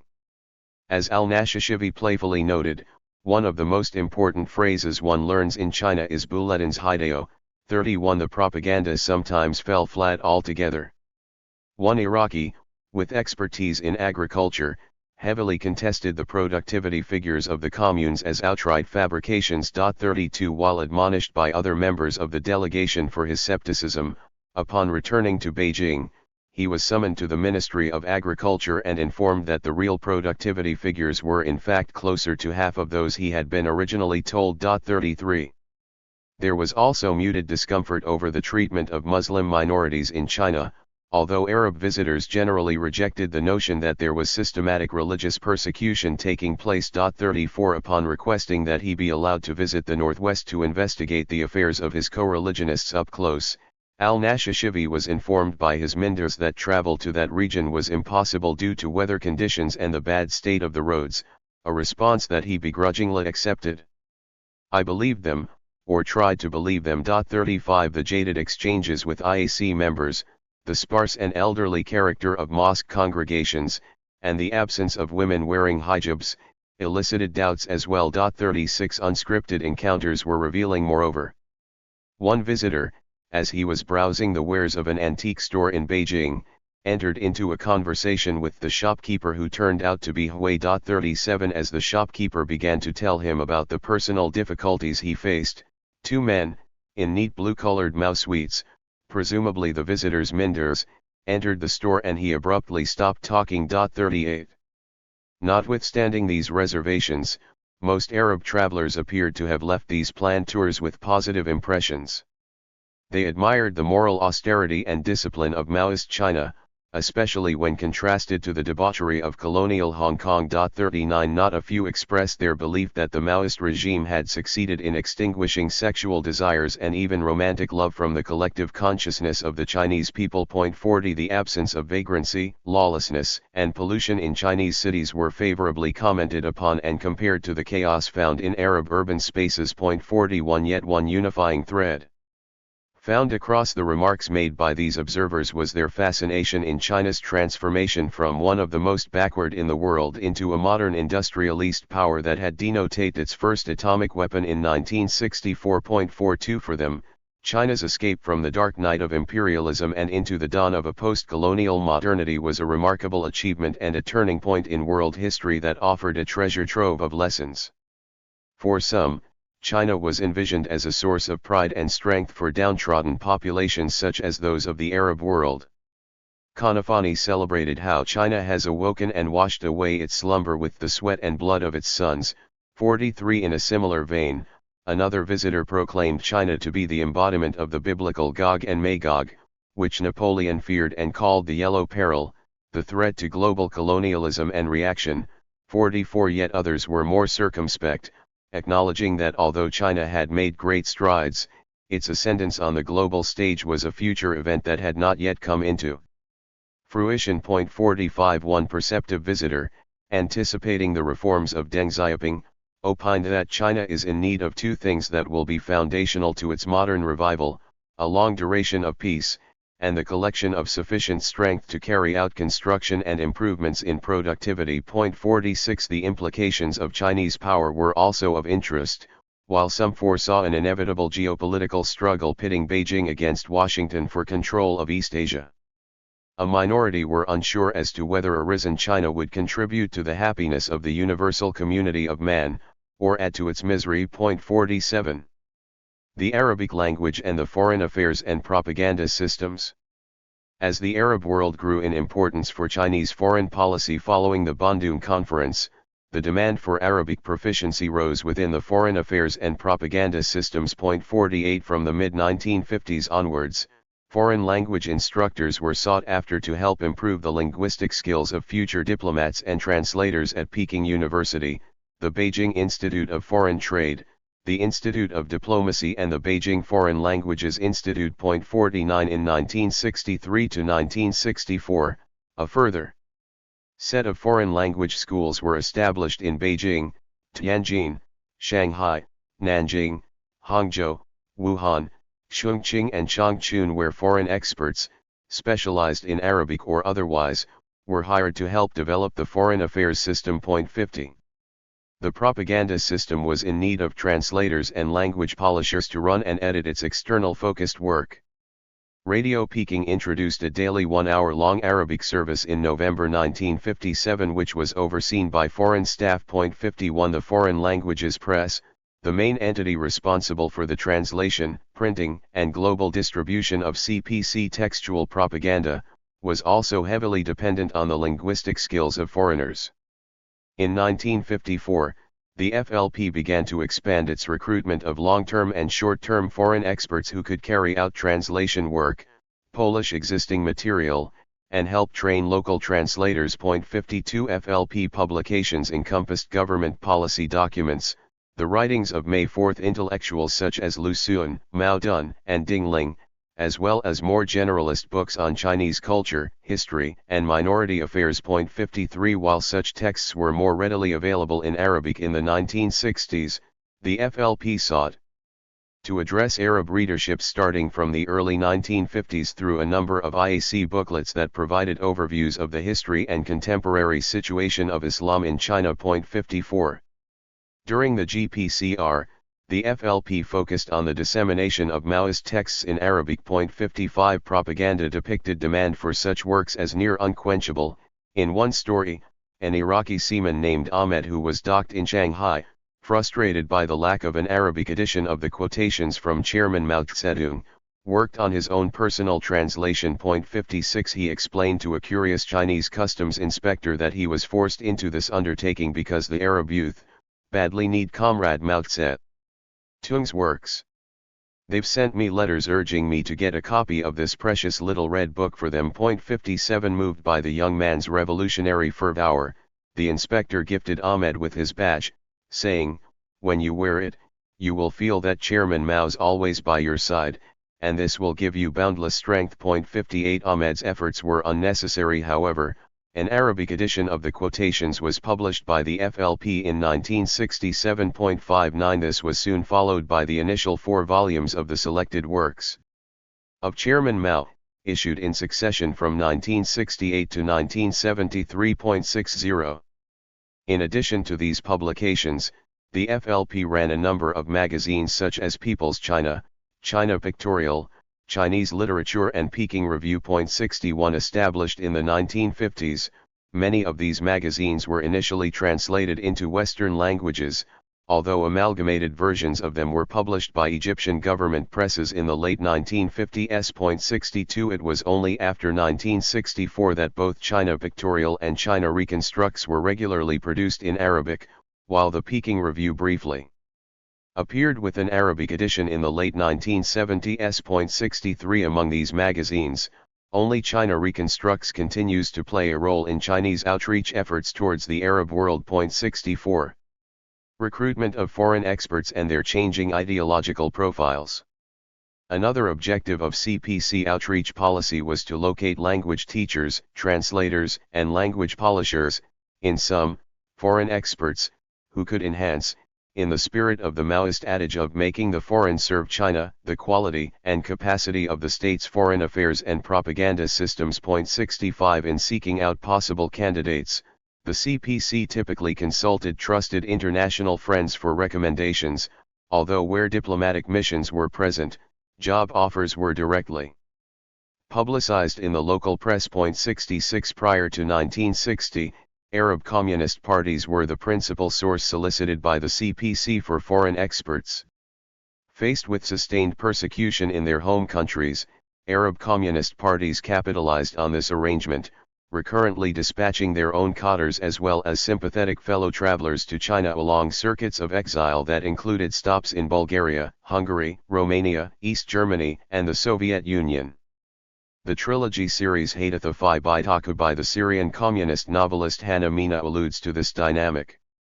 Loosely based on Mina's own experiences as an Arabic teacher at Peking University in the early 1960s, the novel focuses on the adventures of a young womanizer and alcoholic by the name of Zubayd al-Shajari. 67 The protagonist evaded capture by the authorities in Lebanon and ended up in China through the intercession of his Communist Party and the assistance of George Hanna, a prominent Lebanese physician, fellow traveler, and member of the WPC. 68 Non-fictional characters also benefited from such arrangements, including Gaib2 Ma Farman, the left-leaning Iraqi novelist. 69 During Farman's attendance at the WFDY conference held in Moscow in 1957, the Iraqi government revoked his citizenship. This compelled him to accept an invitation, extended by the Chinese delegation on the recommendation of the Communist Party of Iraq, to work as a language polisher in Beijing for the FLP. 70 Farman was probably one of the earliest Arab foreign experts in Maoist China and was awarded at the end of his service, shortly after the 1958 revolution in Iraq, with a Friendship Medal conferred to non-Soviet nationals. 71. Many of these communist-affiliated foreign experts maintained their organizational identities in China, forming party cells, holding regular meetings and enforcing discipline on fellow members. 72 Because of their political identity, the CPC managed these individuals not only through the Foreign Experts Bureau, established in 1954, but also through the ILD under a party-to-party framework wherein cell leaders were entrusted with disseminating information and punishing any breaches in conduct. Among the cadres under their care. 73 This overall arrangement between the CPC and the Arab Communist parties proved to be short-lived however. When Moscow withdrew its technicians from China in July 1960, the Soviet-aligned Arab Communist parties recalled their cadres in solidarity. 74. This development and the subsequent souring of relations between Maoist China and the Arab Communist parties led to considerable change in the ideological profile of the foreign experts. Many of the later arrivals were unfettered by the Sino-Soviet schism. Mina described some of them as unprincipled mercenaries who had no qualms about teaching or translating anti-Soviet propaganda material so long as they received their paychecks. 75 This may not have been a wholly sympathetic reading. Any who resisted doing so, or openly expressed pro-Soviet sympathies, risked being expelled from China as had cyclically happened with multiple foreign experts in 1969 to 1979. 76 Nevertheless, the change meant that new arrivals were more diverse in their political and ideological allegiances and were no longer solely connected to communist parties. The Palestinian translator Muhammad Rajab Abu Jared, who had arrived with his family at the onset of the GPCR in 1966 to work for China Reconstructs, was a member of the PFLP, an organization that was undergoing a Maoification process of its own. 77. A minority among the new arrivals were Maoist sympathizers who had been expelled by their parties. A notable example is the anti-colonial Sudanese activist Ahmed Muhammad Khair. In the 1950s, he represented the Sudanese Communist Party in various international settings, assuming positions in the WPC Secretariat as well as the Standing Bureau of the Afro-Asian Writers Association. 78 He advocated in favor of Maoist guerrilla warfare as the most effective way to topple the military regime that had come into power in Khartoum in November 1958. 79 After a failed internal party coup by proponents of the Maoist line, many of these cadres were expelled from the SCP in November 1964. Khair, who regularly visited China since the late 1950s, sought refuge there in wake of these events. 80 In Beijing, he was a vocal and unabashed Maoist to whom the thought of Mao Zedong is the most precious gift the Chinese people present to the peoples of Asia, Africa, Latin America, and the peoples of the world. 81 At the height of the GPCR, he repeatedly appeared atop the leadership podium overlooking Red Guard rallies in Tiananmen, giving speeches denouncing American neocolonialism, Soviet revisionism, and Chinese Khrushchevism. 82 As with other long-term residents, Khair put his linguistic skills in the service of the propaganda system, working for Radio Peking and the FLP. 83 He was a regular contributor to various magazines including Hong Kong-based newspapers such as Ta Kung Pao, and was purportedly the main force behind the translation of the quotations and select works into Arabic. 84 Social life and the Arab diasporic community. Most foreign experts lived in what Hooper described as privileged segregation at the exclusive complex known as the Friendship Hotel in Beijing. 85 Residents of the complex, built in 1954, enjoyed salaries 7 times the Chinese average, spacious modern housing, constant care from translator minders and chauffeurs, access to restaurants and internal goods unavailable to the rest of the public, and free excursions to idyllic destinations like Xiangshan, the Great Wall and the seaside resort of Baidahe. 86 Because of these privileges, Mina depicted the Friendship Hotel in his trilogy as a place of corruption which had the ability to transform once die-hard revolutionaries into comfort seekers and antique hunters. 87. All long-term residents, whether living in the Friendship Hotel or equivalent satellites elsewhere, were isolated from Chinese society. Locals were barred from entering the complex without official permission, and foreigners were not allowed to move beyond a 20 kilometers radius from the center of Beijing. 88 Opportunities to engage with locals were often limited to classrooms and professional settings, and marital relations involving Chinese and foreigners were forbidden. 89 The social life of foreign experts was consequently oriented around the Friendship Hotel and an emergent Arab diaspora which they fraternized with on the premises of the complex or at the lobby of the Peace Hotel near the shopping district of Wangfujing, a facility that mainly served foreign short-term visitors on planned tours. 90. The diaspora was made up of students, guerrilla fighters in training and the staff of the diplomatic missions. Beginning in the early 1950s, handfuls of Arab students arrived in China on government or Communist Party exchange programs with fully covered scholarships. 91 The majority was concentrated in Beijing while a few went to Shanghai, Xi'an, and Shenyang. This early wave of arrivals suffered from a high attrition rate, a trend that would persist for much of the Maoist era. For example, according to a British Foreign Office memo, 16 Iraqi students arrived in 1959, with only 6 remaining the following year. 92 This was caused by dissatisfaction over academic and living conditions, ideological disillusionment, and an inability to cope with social restrictions. 93 It was only from the late 1970s that the student population, through Palestinian and South Yemeni influxes, began to show signs of growth. In 1981 to 1989, an estimated 402 individuals came to China for study from the Middle East and North Africa, over half of whom had arrived in the last 2 years of that period. 94 This growth was coupled by the formation of various student organizations, including the General Palestinian Students' Union in 1981 and the Arab Student Union in 1984. 95 Guerrilla fighters associated with the Palestinian Liberation Organization and the Popular Front for the Liberation of the Occupied Arabian Gulf started coming to China for political and military training starting from mid-1967 onwards. 96 These fighters, organized into groups of 12 to 15, usually spent several months in Nanjing or Beijing, after which they either returned to their home fronts or traveled to North Vietnam, Laos, or North Korea for further training. 97 Those that showed exceptional promise were tasked by their organizations to remain. With many pursuing an education in China, some later assumed positions of diplomatic significance and emerged as key figures within the Arab diaspora. Mustafa al-Safarani, the PLO's second ambassador to China, followed such a trajectory.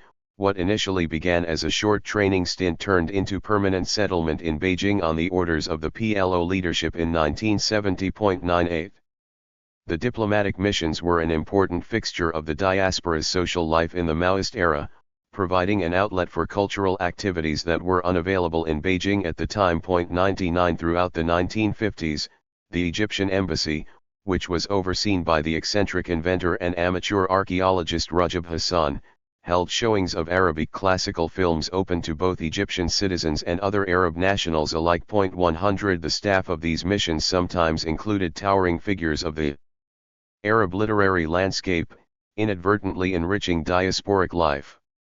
The Syrian poet Nizar Kabani, who served as a secretary at the Embassy of the United Arab Republic in 1958 to 1960, was at his most prolific, writing-wise, during his posting. 101 Despite this positive role, the diplomatic missions maintained, unsurprisingly, rather contentious relationships with the broader diaspora. Many of the foreign experts and students were connected to organizations that were either prohibited or barely tolerated back in their homelands. According to Abu Jared's son, his father had limited contact with the Fatah-dominated PLO embassy due to his PFLP sympathies. 102 These strained relationships were compounded by conflicts over representation, multiple missions, including those of Algeria and Syria, repeatedly complained to the Chinese authorities over the latter's recognition of exiled revolutionaries as official representatives of their countries. 103 The Sudanese ambassador to China, who was resident in Karachi at the time, was especially incensed with the activities of Kir. 104 Mistrust was further aggravated by the monitoring and political outreach undertaken by the embassies. In the early post-Maoist era, the Syrian and Iraqi missions, each espousing idiosyncratic understandings of Ba'athism, competed over the allegiances of foreign experts and students with offerings of cash and assistance. 105 These acts of manipulation escalated at times into outright violence against perceived enemies of the state. The son of the Iraqi Maoist intellectual Qasim al-Samawi, nicknamed the Elder of the Exiles, was presumably assassinated by agents of the Iraqi embassy in Beijing in 1991. The activities of the diplomatic missions were one facet of the intense politicization that characterized diasporic social life in Maoist and early post-Maoist China. With diverse party affiliations and ideological beliefs, and restricted into well-defined foreign-only settings, the diaspora became riddled with factionalism and internal disputes. In many ways, it was a microcosm of the Arab world and its conflictual politics at the time. As was the case back home, however, a unifying pan-Arab cause was opposition to Israel. On the premises of the Friendship Hotel, foreign experts distributed anti-Zionist flyers and members of the diaspora joined state-backed rallies dedicated to Palestine Day, officially observed in China in 1965 to 1971. 107 At the outbreak of the Six-Day War in 1967, Arab and African foreign experts, in addition to large contingents of Red Guard youth, laid siege to the British Embassy, hauling down the flag and destroying a portrait of the Queen. 108 Demonstrations responding to regional issues such as Egypt's signing of the Camp David Accords, the Israeli invasion of Lebanon, the Sabra and Shatila massacres and the American bombardment of Libya were also organized by the diaspora, with rallying points held in front of the PLO, Libyan and Moroccan diplomatic missions. 109 The last recorded protest was over the assassination of Palestinian leader Abu Jihad Khalil al-Wazir by the Mossad in 1988. 110 Chinese official toleration for these protests may have been a product of lingering revolutionary solidarity and anti-Americanism. Unsurprisingly, this lively chapter of diasporic life came to an abrupt end following the suppression of the Tiananmen student movement in June 1989. The state's subsequent emphasis on stability maintenance meant that such foreigner-led political activism was no longer permissible. China in the eyes of foreign experts. Despite the ideological diversity of the post-1960 generation of foreign experts, many of them shared in a positive appraisal of the Maoist state and the society it governed. This cross-ideological appeal can be evidenced in the lives and China-centric writings of two remarkable foreign experts, Salamah Ubaid, a secular pan-Arab nationalist poet, and Hadi al-Alawi, a spiritual and unorthodox Marxist intellectual. As refracted through their own idiosyncratic worldviews, they imagined Maoist China, described in quasi-religious terms, as embodying applied solutions to the perennial problems posed by imperialism and backwardness that afflicted the Arab world. For Ubaid and al-Alawi, the appeal of Maoist China lies in that it represented an idealized post-colonial modernity, however understood, that had successfully come into full fruition within a political, social, and cultural space comparable to that of their own. Salamah Ubaid and Maoism as leftist Wahhabism. A native of the Suwaida Mountains, Ubaid was born to an aristocratic Druze family that had, a few years immediately following his birth, joined the 1925–1927 uprising against the French Mandate in Syria. 111 This legacy decisively shaped his lifelong intellectual outlook. His literary and poetic works, which he was well known for, were defined by their emphasis on the themes of anti-colonialism, pan-Arab unification and the sanctity of the Palestinian cause. 112 Engaged in the public life of his hometown, he became a prominent educator there, and eventually served as a representative of Suwaida at the UAR Parliament in 1958 to 1961. 113 He first traveled to China in 1966 to attend an emergency summit of the Afro-Asian Writers Association, commemorating that trip. and the associated planned tour, with a book entitled Al-Sharq al-Amr. 114 in the introduction, Ubaid immediately sets the sentimental tone of the travelogue. He begins with an allusion to the Druze belief in the reincarnation of souls in Tibet, a belief that compelled him to accept the invitation, especially as the legends of our mountains continue to echo with the claim that the upright among our ancestors live behind the Great Wall awaiting the appointed day to fill the earth with justice after it had been filled with evil and injustice. 115. In Maoist China, Ubaid discovered an austere and righteous polity, a type of religious warrior state, guided by a creed he described as leftist Wahhabism. 116 The state brokers no heretical challenge to its conception of Chinese nationhood and maintains adamant opposition to foreign imperialism. The Chinese look at the world as do the Muslims in their glory days. The world is divided into an abode of war and an abode of peace. 117 He admired its strict approach to the arts, valorizing work and rejecting bourgeois frivolity. Ubaid approvingly compares, for example, Chinese officialdom's rejection of any expressions of pathos, longing, complaints, and cries in their own music with the Arab preference for pointless ballads of romantic longing. In China, the state conceives of the arts solely as weapons to be wielded in defense of the revolution and its gains. 118 It is because of this purposeful leveraging of the arts that the state is able to create a vigilant, stoic, industrious, and patriotic population of Wahhabis. Except those lie in the extreme right, while the Chinese operate on the extreme left. 119. Ubaid perceives in this ethos of leftist Wahhabism a possible force for the revitalization of a faltering pan-Arab nationalist project. He reminds his readers that while China in the not-so-distant past was divided and backward, it had succeeded, under CPC stewardship, in throwing off the yoke of imperialism, reunifying its territory and launching a process of industrialization that far exceeds anything attempted by Arab leaders so far. It was a model that had demonstrated its success. 120 In a poem composed by Ubaid during his stopover in Hangzhou, he portrays himself as a traveler who, having followed the prophetic adage of seeking knowledge unto China, had discovered the wisdom of the Orient. 121 Entitled The Great Secret, the poem expresses his vow to proselytize this wisdom in the land of Arabhood, so that I may see my people unified as one and not fractured into 1,000, to see the road before me as one and not fractured into 1,000, and to see my God as one Lord, and not fractured into 1,000. 122. In 1972, Ubaid returned to China as a language instructor at Peking University. 123 His following 12 years there proved to be productive.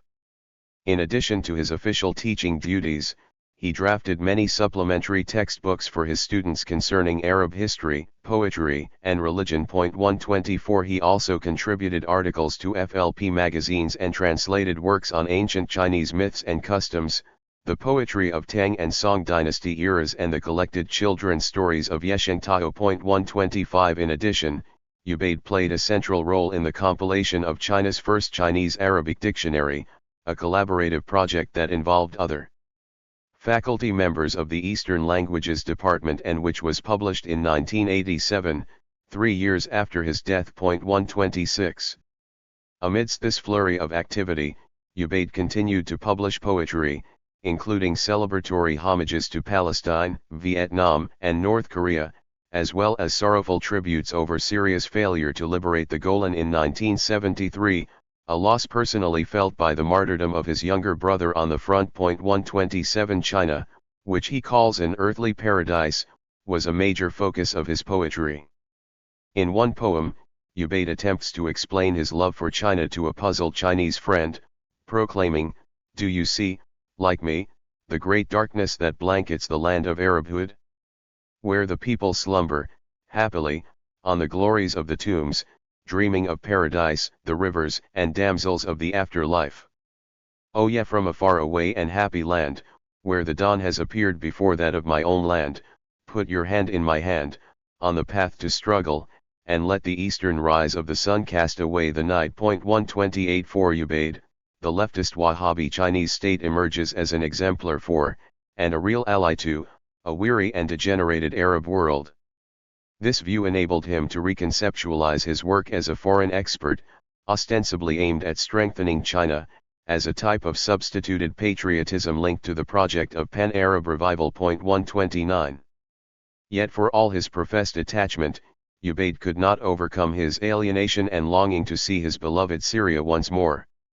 In early 1984, sensing the approach of death, he penned his last poem in the form of a supplicatory appeal addressed to heaven: "O God, do not shut my eyes here where the people's hearts are pure, for I have a longing for my land, for the splendid mountain and the coast, to give it the final glance of the lever. Let me live one last day there, where my loved ones are, and the memories, both sweet and sour." 130. Barely 10 days after his return to Suwaida, the wish fulfilled, heaven took its due from Ubayd with a stroke. Hadi al-Ala'i and Maoism as deified Marxism. The son of an illiterate peasant Shiite family from Baghdad, al-Ala'i was a self-taught man whose early education was shaped by the library he inherited from his juristically minded grandfather. 131. His impoverished upbringing bequeathed him a lifelong commitment to social justice and a hostility to all forms of authority, temporal or otherwise. In 1954, during his graduation ceremony from Baghdad University, al-Ala'i refused to shake the hand of King Faisal II. 132. Gravitating towards the left, he supported the 1958 revolution and became a communist soon thereafter. 133. In the 1960s, al-Ala'i began to develop a reputation for himself as a subversive scholar of the Arab literary tradition. Claiming inspiration from the Lebanese communist Hussein Murwa, al-Ala'i saw himself as being engaged with the creative integration of this inheritance with Marxism. 134. An original and eclectic thinker, he touched upon a wide variety of subjects in his writings, including class conflict in the Abbasid era, the problematic relationship between authority and the intelligentsia, and the Arab tradition of anti-authoritarianism against the Trinitarian evils of state, religion, and wealth. Al-Ala'i first went to China in 1977 to 1982. 135. Fleeing our tyrants, a reference to the Ba'athists of Iraq, he found refuge there due to the intervention of his friend Jalal al-Hanafi, who had recommended him as a foreign expert to the Chinese embassy. 136. A famous Baghdadi cleric and jurist, al-Hanafi had served as a language instructor in China throughout 1966 to 1976. 137. A rare quantity among the foreign experts, he appears to have developed proficiency in Chinese. It was adequate enough for him to work on an Arabic pinyin system as well as explore the creation of an experimental printer that would use Arabic letters and diacritics to convey Chinese tonal pronunciations. 138. This project, in addition to a dictionary based on this novel Arabic pinyin system, was never completed however due to al-Hanafi's failing eyesight. 139. While initially occupied by his work as a teacher and language polisher in Beijing, al-Ala'i soon engrossed himself in sinology studies under the guidance of Israel Epstein. 140. This period was transformative and marked, according to al-Ala'i, the beginning of the second and final stage of his lifelong intellectual journey, the Chinese phase. 141. His scholarship from then on was increasingly focused on Chinese civilization and the sinification of Marxism or Maoism. Both of these topics were discussed in his later writings through the prism of his own sorrow over the Arab present and the desire for a third way beyond the inhumane capitalism of the West and the translated communism exported by the Soviet Union. It was al-Ala'i's hope that by exposing Arab audiences to a venerable non-Western tradition such as China's that he could galvanize them to rediscover themselves and find a political path suitable to their cultural needs and material realities. 142. A core theme in al-Ala'i's thought on China, as elaborated upon in al-Mustatrif al-Sini, is that its civilization is guided by a spirit of communalism. 143. While strong feudal tendencies have long coexisted with this communalism, the historically contingent political economy of China preempted the emergence of modern capitalism and the consolidation of feudalism. 144. This in turn allowed for the rise of a semi-egalitarian society that privileges harmony and peaceful resolution of conflict. Al-Ala'i sees this Chinese communalism as being embodied in philosophical Daoism, a tradition that he interprets as radically democratic, humanistic, and emancipatory. 145. This is because the absence of an anthropomorphized deity, the Dao being the eternal mover inherent to all existence, means that there is equality between the worshipper and the Godhead, both of whom are connected together in a oneness of being. 146 Those genuinely attuned to the Deo, like their equivalents in certain streams of Islamic Sufism, overcome their worldly desires and are animated by divine compassion for all creation as well as a relentless hostility to all forms of temporal and divine authority. They are the expressions of a communism of the heart corresponding to communalism. 147 Such rare individuals, among whom Al-Ala'i counts Laozi, the blind deist philosopher Abu al-Ala al-Ma'ari and Karl Marx, are universal intellectuals, the larger-than-life avatars of communalism. 148 Al-Ala'i viewed pre-GPCR Maoist China in rather positive terms, notwithstanding its authoritarian character. 149 It had vanquished imperialism and eliminated many of the social and economic inequities of the past. Out of a broken society, it cultivated unity, discipline, and moral uprightness, values that mirrored the simplicity of the Maoist state itself. 150 The People's Republic in those early decades was enmeshed in constructing a communism of the base, i.e. communism in service of the people, that enabled its citizens to live modest yet dignified lives. 151 These successes are attributed by Al-Ala'i to the enduring influence of Daoism on Mao's thinking, and the willingness of the CPC to adapt or sinicize Marxism in accordance with local conditions and needs, a practice he sorely wanted to see reproduced back in the Arab world. 152 He refers to this process of adaptation elsewhere as the deification of Marxism and the Marxification of Daoism. 153 Within this overall framework, Al-Ala'i considers Maoist China history's first Daoist state. 154 This positive assessment did not extend to the Maoist China of the GPCR and thereafter. Mao's misguided attempt to impose Stalinism, i.e. translated communism, not only led to the barbarities of 1966 to 1969, but more disastrously, paved the way for revisionist elements within the CPC leadership to take power. 155 From the political and ideological absolutism of Mao Zedong emerged Deng Xiaoping. 156 The latter's ascension in 1979 signaled for Al-Ala'i the establishment of the Second Bourgeois Republic in China, a devastating period that saw the dismantlement of the communes, the unleashing of the market, and the disintegration of society. 157 Worse still were the deep inroads made by the anti-communalist culture of America, a phenomenon Al-Ala'i observed with dismay during his second and final stay in Beijing. I spent the last few years in China between 1991 and 1994 in bitter struggle with my students in order to convince them that America is an evil imperialist state and that China is an older and more refined civilization. I imagine that if Bill Clinton was running for the office of the Chinese Republic, he would have won majority support from its citizens, and especially students. 158 Disillusioned with China's course of development under Deng, and of ill health, Al-Ala'i left for Syria in 1994. In his final years, he continued to defend the Maoist state against its Dengist critics in the Arab world and remained a proud promoter of Chinese civilization. 159 Atop his Damascene home's doorway was a plaque that proclaimed this to be the residence of the scion of the two civilizations, the Chinese and Islamic. Epilogue: Romanticizing Mao's China? Whatever their ideological affinities, the Arab sojourners of Maoist China, both the short-term travelers and long-term residents, were enamored by the state and society they encountered, as evident from the empirical material presented in this article. Here was a model that had secured national unity and obtained some degree of prosperity for its people, a post-colonial modernity in full bloom. These romanticist images were products of various layers of obfuscation, both structural and psychological. As with other foreigners, Arab had circumscribed access to Chinese society, with few opportunities, if any, for building interpersonal relationships and conducting their own investigations beyond the parameters established by their hosts. This partially explains the inward-looking orientation of the Arab diaspora, which maintained, as highlighted in this article, a vibrant political and social life throughout the Maoist and early post-Maoist eras, albeit one that succeeded in recreating the tensions of the Arab world on Chinese territory in full. For those residing within the Friendship Hotel, their privileged existence within the enclave amplified, when taking into account their exilic backgrounds as political activists, feelings of gratitude and admiration towards the host state, emotions that probably colored these images in turn.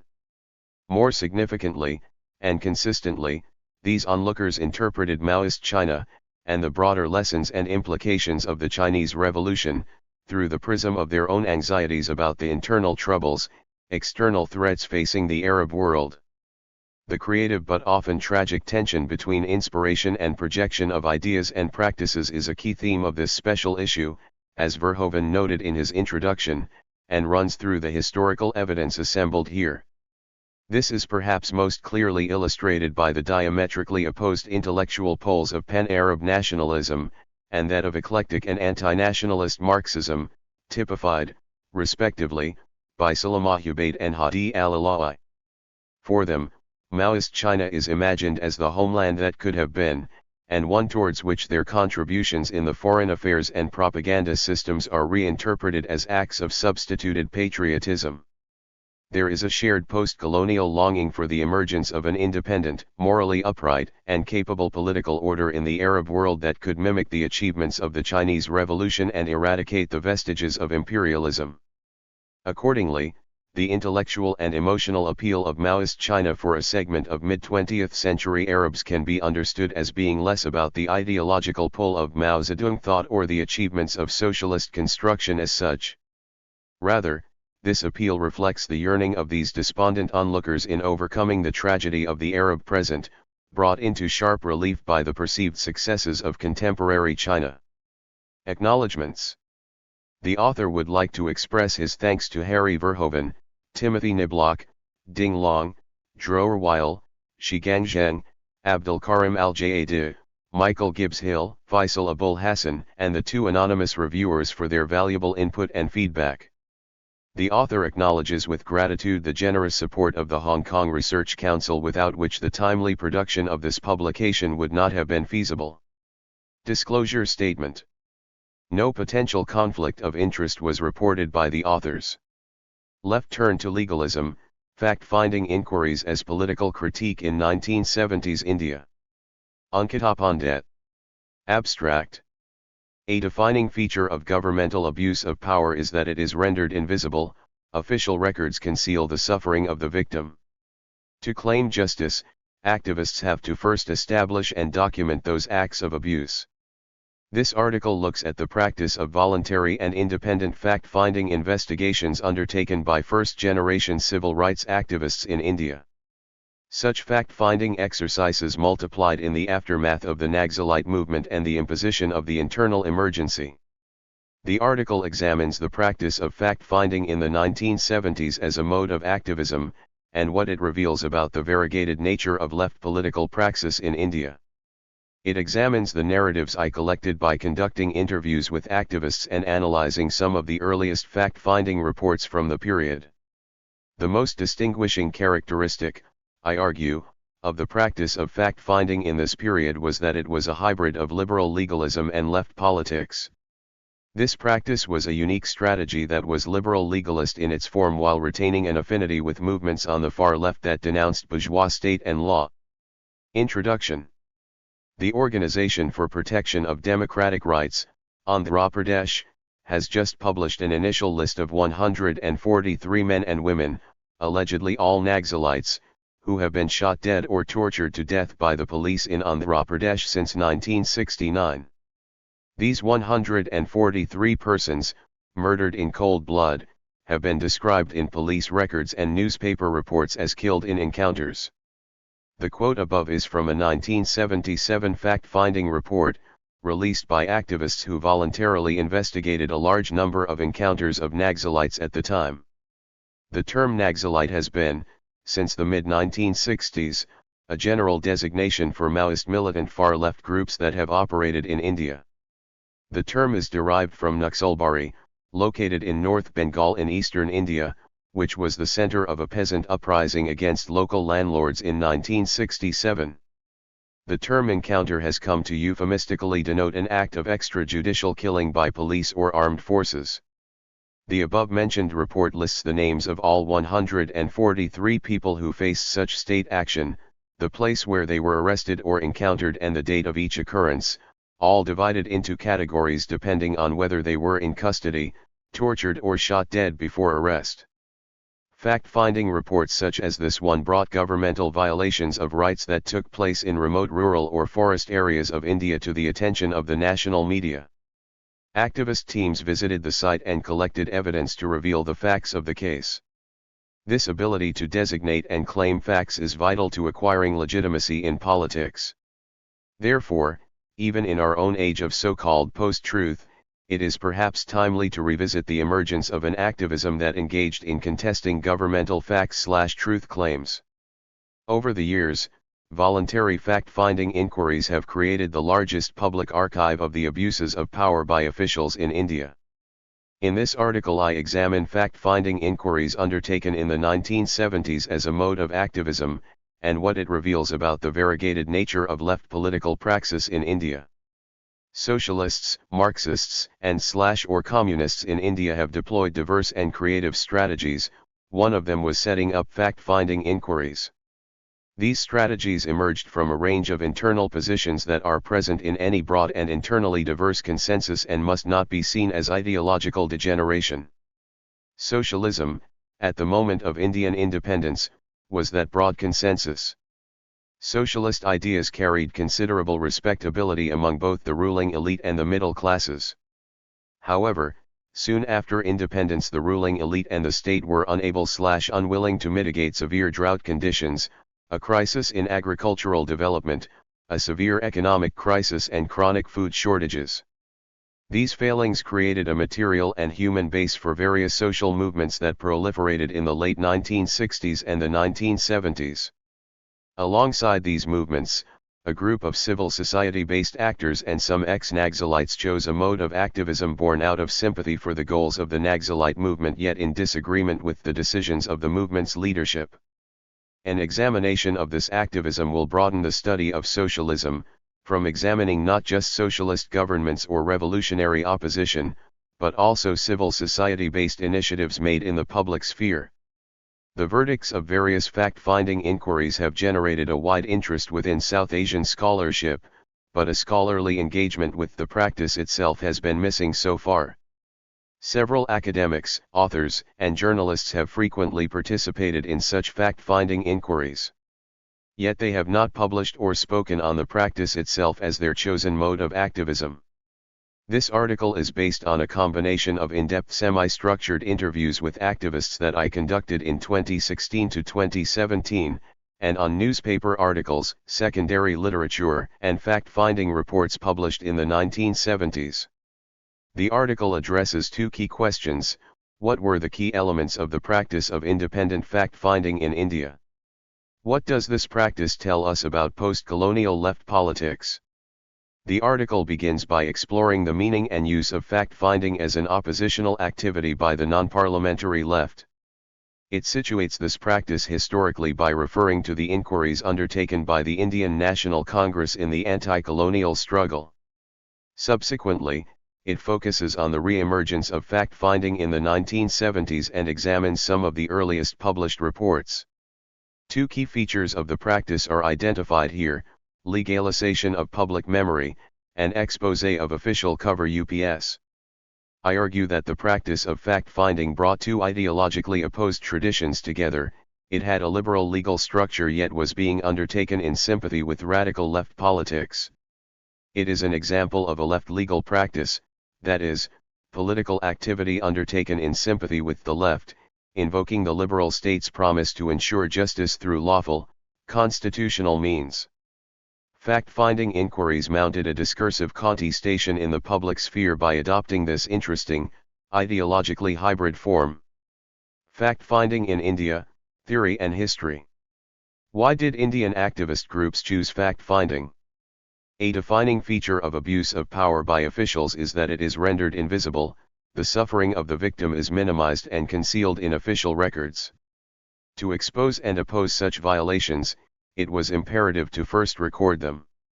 Social movements and their allies recognize how crucially predicated the exercise of power is on the production of knowledge.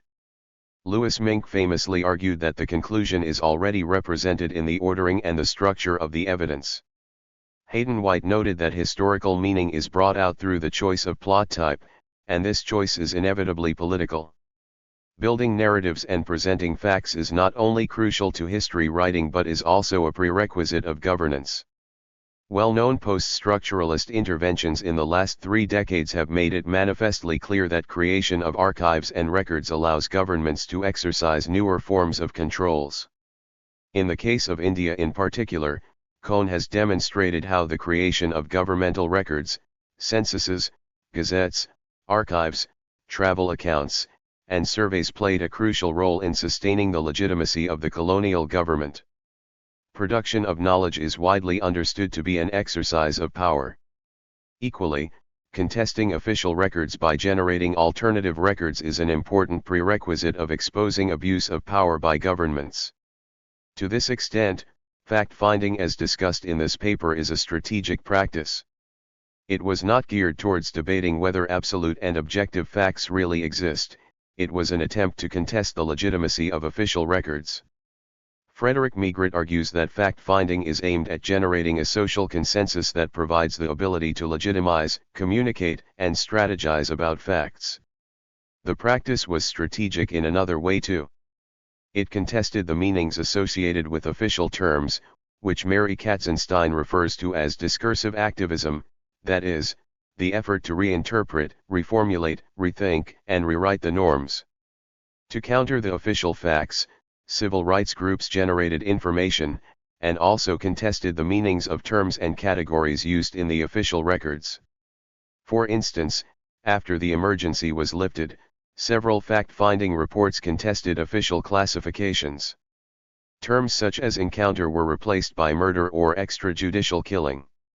Similarly, jail disturbances or disturbed area were exposed as terms that concealed police torture and abuse of extraordinary powers. A report on encounter killings in Andhra Pradesh states, "On the basis of the evidence that we have received from a very large number of witnesses, we are convinced that none of the 8 deaths occurred in an encounter. We are convinced that no encounter took place, that each of the deaths was a cold-blooded murder by the police." Therefore, fact-finding as a mode of activism has been part of an ongoing discursive contest in the Indian public sphere. It is a key instrument in holding those in government accountable for potential large-scale crimes and abuses of power. The fact-finding inquiries examined here were independent, voluntary, and funded through donations. This version of fact-finding is distinct from, and predates, the well-known practice of fact-finding conducted in the context of the international humanitarian initiatives of the United Nations. In India, fact-finding was an integral part of the toolkit of the anti-colonial movement. In British India, the Inc. produced several inquiry reports to contest the narratives of the colonial government and documented abuses of state power. Typically, these inquiries involved visits to the location, noting witness testimonies, inspecting the scene of crime and collecting evidence. A report was then prepared and published, which would name and shame the perpetrators, use the testimonies as a basis for litigation, make recommendations to prevent further abuse and create a historical record of governmental excesses. The norms of the government itself were used as the standard to expose their flagrant abuse in practice. The first Gandhian experiment in mass civil resistance, known as the Champaran Satyagraha, started as an extensive fact-finding exercise. The peasants of Bihar were forced to cultivate indigo on their lands as a condition of tenancy, which was made worse by an illegitimate cess and extortions charged by local landlords. Gandhi decided to visit Champaran to inquire into the conditions of the indigo planters. He carried out a detailed inquiry into the absence of any appropriate response by the colonial administration. The peasants self-attested their statements to Gandhi's volunteer team in the presence of an officer from the Criminal Investigation Department. As Arvind Narain argues, Gandhi used the law creatively and subversively. He used fact-finding to generate an alternative truth. So successful was this exposure of on-the-ground realities that on June 4, 1917, the Lieutenant Governor of Bihar, Sir Edward Gate, instituted a formal inquiry committee with Gandhi as one of its members. The Inc. also conducted fact-finding inquiries in the aftermath of the Jallianwala Bagh massacre of 1919. The colonial government had established a committee headed by Lord William Hunter to investigate the massacre. Disappointed with the work and political motivations of the Hunter Commission, the Inc. created its own parallel body, the Punjab Subcommittee, to investigate the massacre and its political backdrop. Point 2 In 1924, the police had opened fire on workers in Kanpuri cotton mills, leaving 6 dead and 58 injured. Prominent public personalities of Kanpur, many of whom were Inc. members, set up a similar independent, non-official inquiry that exposed a collusion between the management and the police, resulting in the deaths of the workers. A few years later, the Inc. organized the Kanpur riot inquiry of 1931 to parallel a British investigation into the causes of communal riots between Hindus and Muslims in March that year. After 2 months, the Inc.'s well-evidenced report blamed British officials for actively instigating the conflict. Thus, in colonial India, the practice of fact-finding was geared to demand an official inquiry or challenge an ongoing official inquiry and contest its findings. By conducting and publishing fact-finding reports, the Inc. attempted to generate an alternative political narrative in the public sphere to strengthen the anti-colonial struggle for self-determination. Comrades in Jail, fact-finding inquiries in the 1970s. Following India's independence in 1947, the Inc. had now become the government. Jawaharlal Nehru, the first Prime Minister, well known for his socialist orientation, envisioned India as a social democracy. Internationally, he spearheaded the non-aligned movement. However, after a short-lived initial optimism with Nehruvian socialism, many on the left discovered that Nehru's policies were timid and that an overdeveloped state was fast becoming a major culprit of social injustices committed against tribals, the peasantry, and the working classes.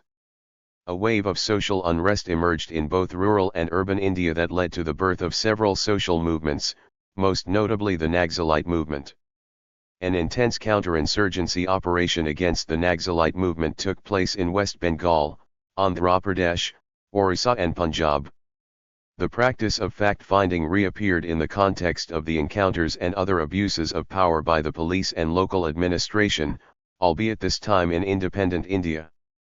People from a variety of ideological positions participated in the practice of fact-finding. There were the Liberal Democrats who were shocked at the brazen disregard of constitutional and legal processes. There were those who believed in India's Nehruvian socialist promise and were alarmed at its abandonment. Many of these were lawyers and constitutionalists.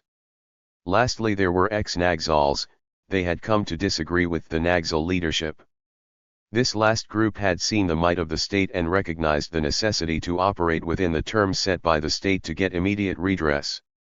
They wanted to expose police brutality, torture, and encounters of their comrades in jail. The practice of fact-finding as undertaken by the latter two groups of activists from the left, on behalf of left social movements, sets the frame for this article. Here it is worth noting that there is a long-established global left-wing practice of studying social situations and conducting inquiries. Often these are undertaken to adopt a position on fundamental socio-economic questions. Marx himself studied situations and analyzed them to apply and develop fundamental tenets of his thought. His study of the French coup of 1851 in the 18th Brumaire of Louis Bonaparte, his extensive research of English, French and German newspapers to write on the Civil War in France, and his exploration of the idea of religious freedom in On the Jewish Question are all instances of this. Vladimir Lenin and Mao Zedong too have stressed the importance of conducting inquiries and studying situations. In the preface and postscript to Rural Surveys, Mao wrote, "No investigation, no right to speak. The only way to know conditions is to make social investigations." In the 1920s, several British communists traveled to South Asia to study the socio-economic situations in the region. 3 Socialists and communist groups all over the world have set up counter-inquiry commissions to challenge official records or decisions. In Nazi Germany of the 1930s, the government had arrested several German communists and labor leaders over the incident of the burning of the Reichstag, and were going to conduct a trial of van der Lubbe and his alleged co-conspirators. A counter-trial, the Legal Commission of Inquiry into the burning of the Reichstag, was set up by communist sympathizers in London. The influence of this tradition can also be seen in India. In the interviews I conducted with civil rights activists, many mentioned the strong influence of the anti-Vietnam War protests on them. They had closely followed the International War Crimes Tribunal set up by intellectuals like Bertrand Russell and Jean-Paul Sartre in the context of the Vietnam War. In 1960s Bengal, the protest chant of solidarity was Amar Nam, Tomar Nam, Vietnam, Vietnam. Surely those on the left in India who took up fact-finding inquiries were also drawing from, while creatively reinterpreting, this Marxist socialist tradition. Predictably, a section of the revolutionary left scoffed at bourgeois methods such as fact-finding.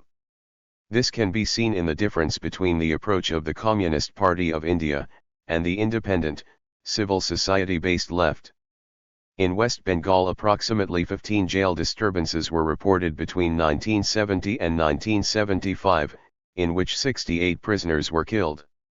Jail disturbance was the official term used to indicate an event in which the prisoners had attempted an escape. The CPI had instructed its cadre not to seek bail if they were arrested, since the party, unlike its Indonesian comrades, did not believe in engaging with the institutions of a bourgeois state. It preferred for them to organize jailbreaks and escape. Ujjval Singh quotes from a letter containing instructions from the party to their comrades in jail. While in jail, the main point of our party's principle is that we will have to remain communists in jails. The jail authorities are representative of our class enemies and their keeping us confined is offensive against us. Jail comrades will begin to come out, not on bail or acquittal by magistrates but through other methods, the methods by which revolutionaries came out from jails.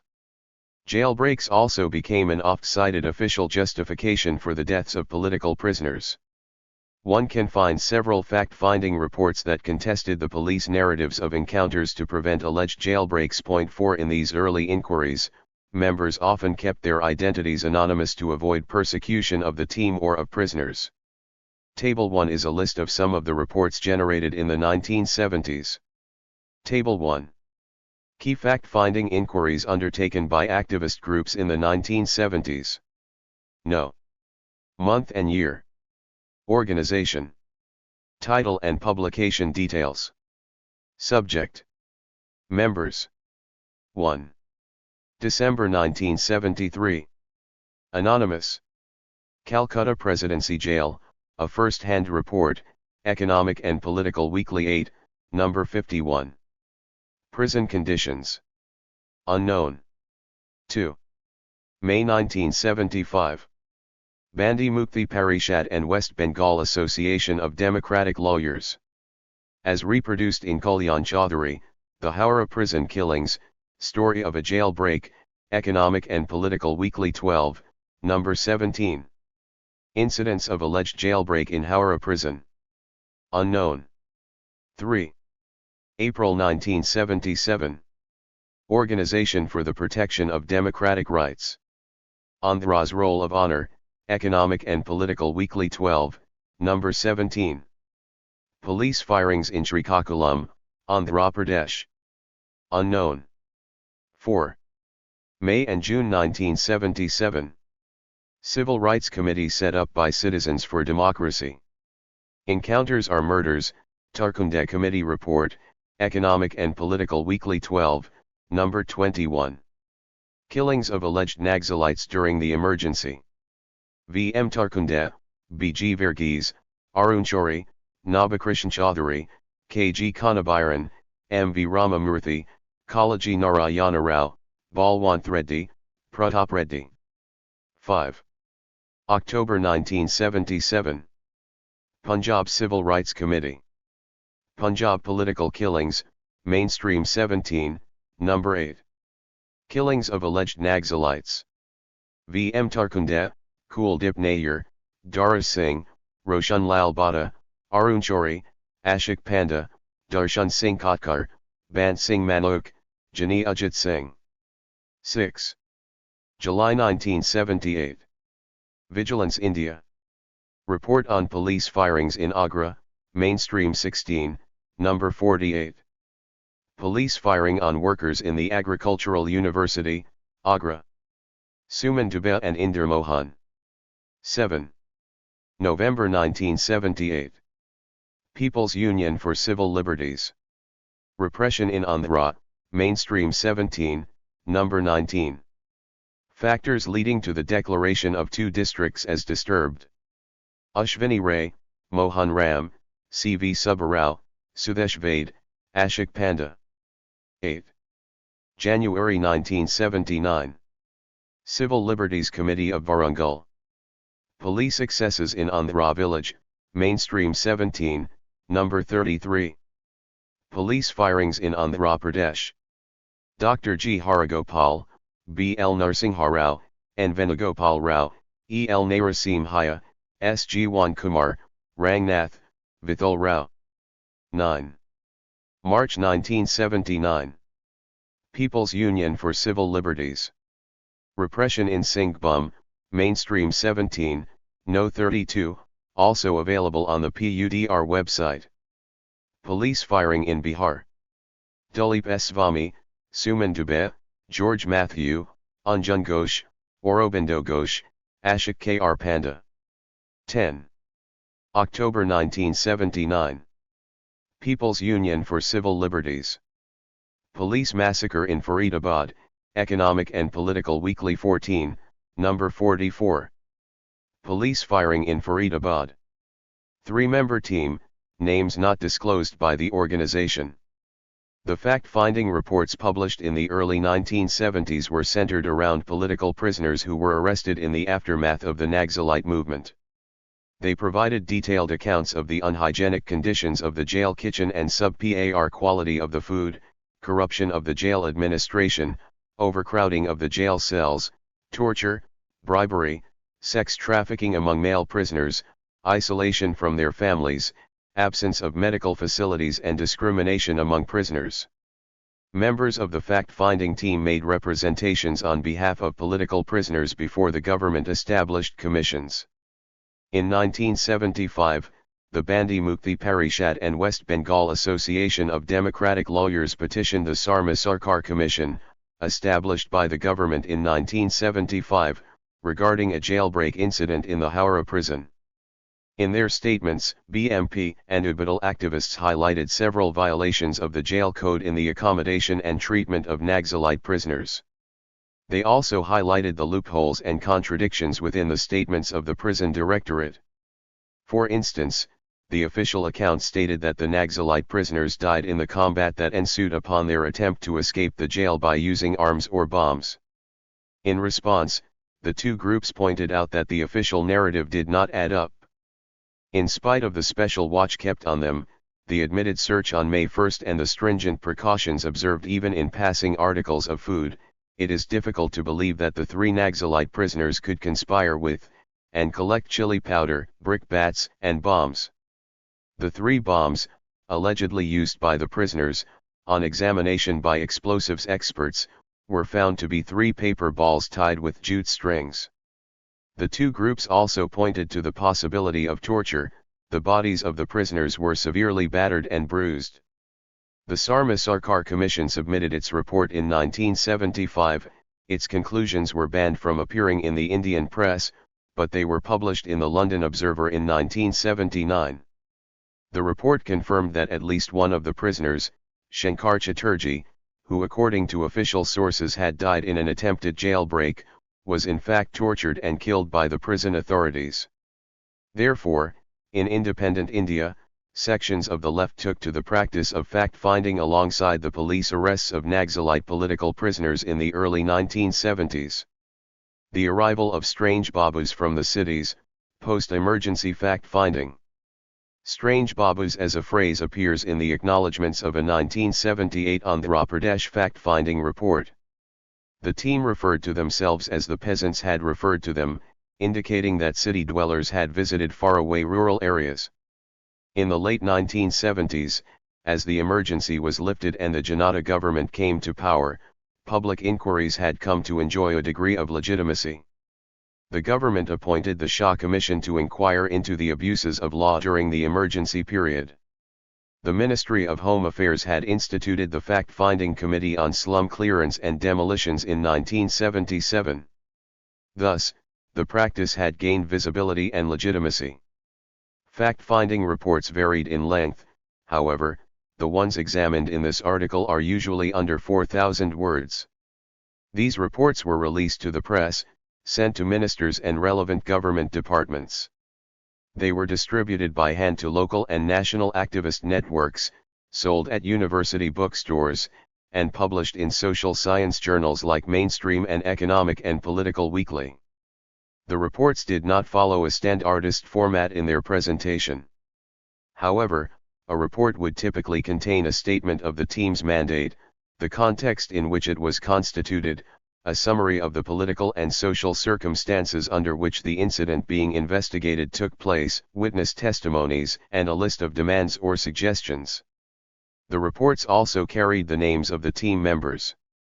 A segment of the salaried professional middle classes that included retired judges, lawyers, doctors, teachers, journalists, and newspaper editors had joined this activism. Below is the context of the 4 major reports published in this period. The Andhra Pradesh Civil Rights Committee, 1977 was appointed under the chairmanship of V.M. Tarkunde, with members drawn from Delhi and Andhra Pradesh to investigate 33 encounters of Naxalite political prisoners during the emergency period. This was only a small fraction of the total number of prisoners who had died in counterinsurgency operations. The committee collected enough evidence and testimonies to establish that 19 of those dead were shot by the police in cold blood. The committee demanded a judicial commission to investigate all the other cases of encounters. In response, the central government asked the Andhra Pradesh government to institute a judicial inquiry, which was established under Justice Vashist Bhargava. The Civil Rights Committee deposed before the Bhargava Commission and brought 25 witnesses to the hearings.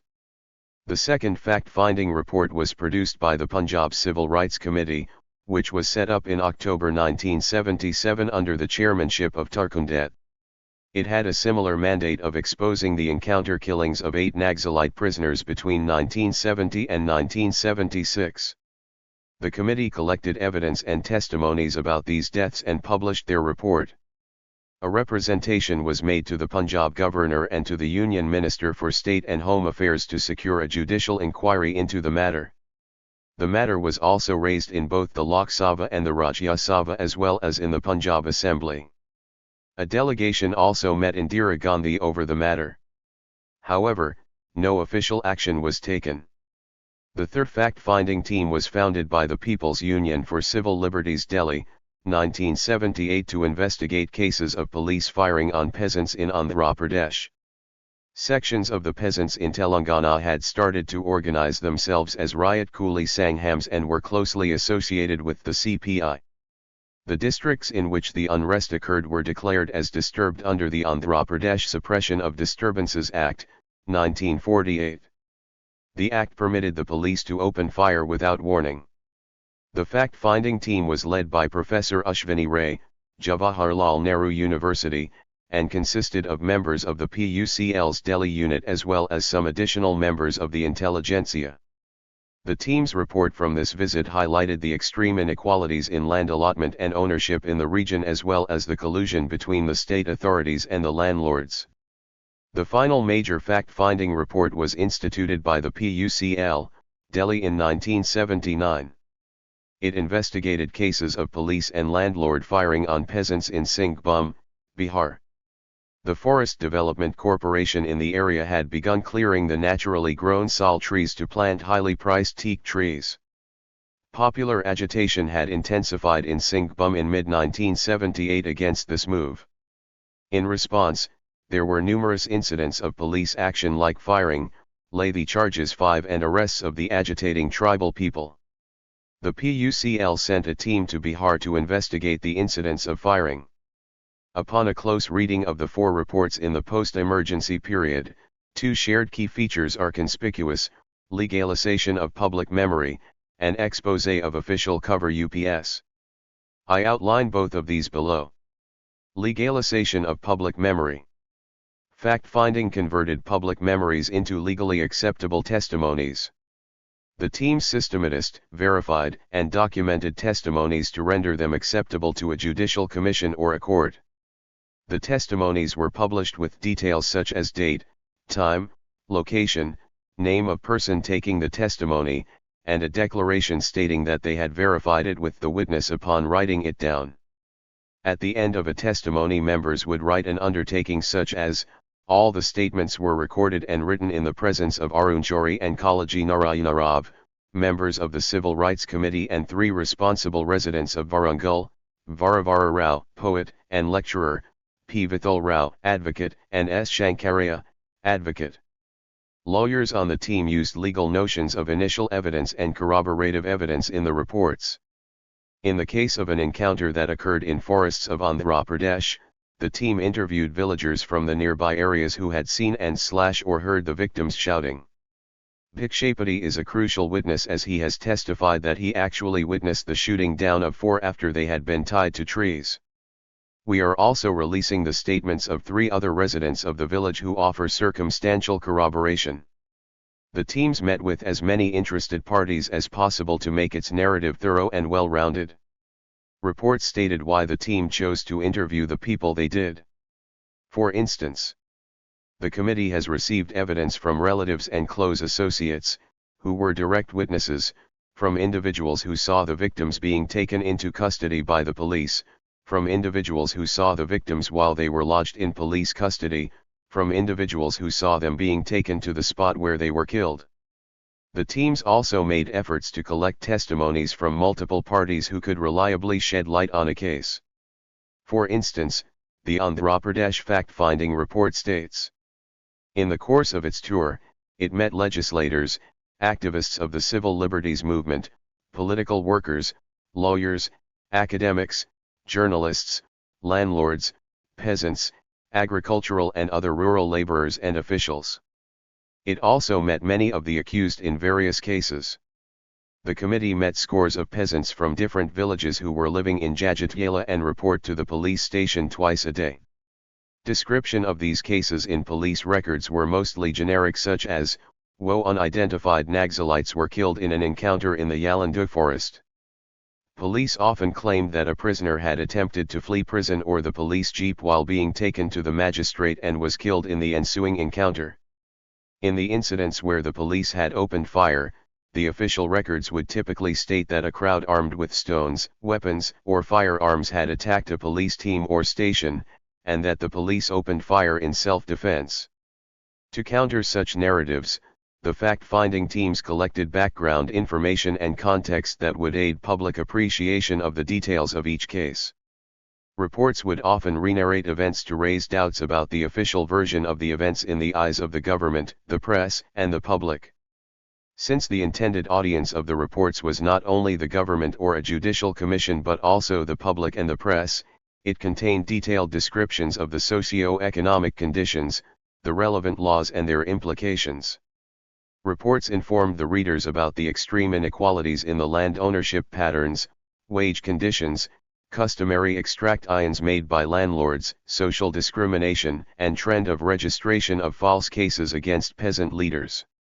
The Bihar report from 1979 states, during the last 6 months, a democratic movement for the implementation of minimum wage to agricultural labor has gathered momentum in this area. The movement is led by Kisan Samiti of the Communist Party of India (CPI). As a consequence of this movement, the prosperous landowners have been antagonized. They are using their gundas and the local police to terrorize the Kisan Samiti activists and to break up the movement. Reports explain the implications of the extraordinary powers provided to the police in situations of conflict. The Andhra Pradesh fact-finding explained the implications of declaring an area disturbed for the people who lived within it. Enacted at the height of the Telangana peasant armed struggle. Under the Act, offences against persons and property, which in the normal course, entail a punishment of life imprisonment can, attract capital punishment. Thus, in writing the reports, the team members effectively converted public memory into legally usable and admissible statements. This reliance on a liberal legal form was meant to win a discursive contest with official legal terms.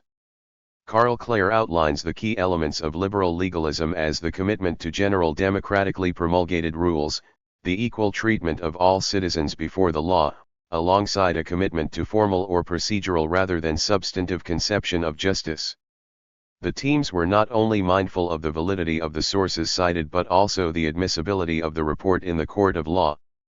They followed practices commensurate with the law of the land, including imposition of curfews or any travel restrictions by the local administration. The reports also pointed to the laws that were bypassed, or procedures not followed by the police and local administration. Explanations of the laws involved in the case and details of the socio-economic circumstances that led to the movement were provided. All of this ensured legitimacy and credibility for their findings in the eyes of the government, the press, and the public. Exposé of official cover UPS. The second element in the practice of fact-finding was locating gaps, outlining inconsistencies, and exposing fudged records within the administrative documentation. All the fact-finding reports in this period raised questions about the motives of the police and pointed to the various parts of the documentation that did not add up. For example, in the Andhra Pradesh fact-finding, the report noted a delay in the notification of the press about the deaths as well as discrepancies between the medical and police records. Similarly, in the Punjab fact-finding, the statements of the police did not concur with the statements made by the jail superintendent on whether a certain prisoner was lodged in the jail in question. In this way, the teams juxtaposed one official record with another to highlight the inconsistencies, internal discrepancies, and contradictions that would expose official records as fabricated. The reports documented instances of police abuse in the guise of legal provisions that were either loosely defined or required discretion. About 75 criminal cases, against 500 to 600 persons have been registered. But no charge sheet has been filed in any of the cases. In many of the FIRs the committee found that a few were named along with the category others, which means the police have the option of implicating whoever they wanted in these cases at a later stage. In other instances, the reports documented breaches of procedure or line of command. The police actions were not ordered by competent officers on the spot, necessary precautions were not taken, warnings not given, innocent people were arrested without warrants, and the administration concocted charges and FIRs after the event. The teams also raised questions about the procedures followed by the police and local administration. In an inquiry on police firing in Bihar, the report asked why the block development officer had not ordered a lay charge, as was the norm, before resorting to firing on people, and why the official files did not record the firing incident. Reports raised questions against specific defaulting actors within the police and local administration who allegedly did not follow the laws and procedures. Thus, the second significant element of fact-finding was to expose, highlight, and contradict the inconsistencies in the official narratives in order to question their credibility. Doing so revealed the prejudiced ways in which government officials framed incidents in a specific manner and used a certain language to cover them up. These two liberal legal elements of the fact-finding reports, alongside the fact that these reports were undertaken to raise issues of Naxalite political prisoners, point to a unique, ideologically hybrid nature of the practice. Making sense of a left legal practice. Fact-finding in 1970s India was at variance with both the armed path towards revolution pursued by the Naxalites, and the electoral participation of various Marxist parties which formally entered parliamentary politics. The practice combined the belief of holding liberal institutions accountable alongside socialist activism in solidarity with tribals, workers, and peasants. The choice of this practice reflects the nature and trajectory of post-colonial legalism in India. Historians and political scientists have contrasted the trajectories of European countries that first had a social revolution with that of India. In India, social revolution was one of the projects of the post-colonial state. Many on the left heavily criticized how the state went about this objective, yet did not wholly reject the state as a bourgeois institution. The Constituent Assembly of India, which drafted the Constitution for independent India, attempted a radical transformation of a hierarchical society. Granville Austin refers to the Indian constitution as a seamless web that contains three strands: social revolution, democracy, and unity, integrity. In this web, a social revolution together with a liberal democratic structure was to be implemented through a largely inherited colonial state structure and law.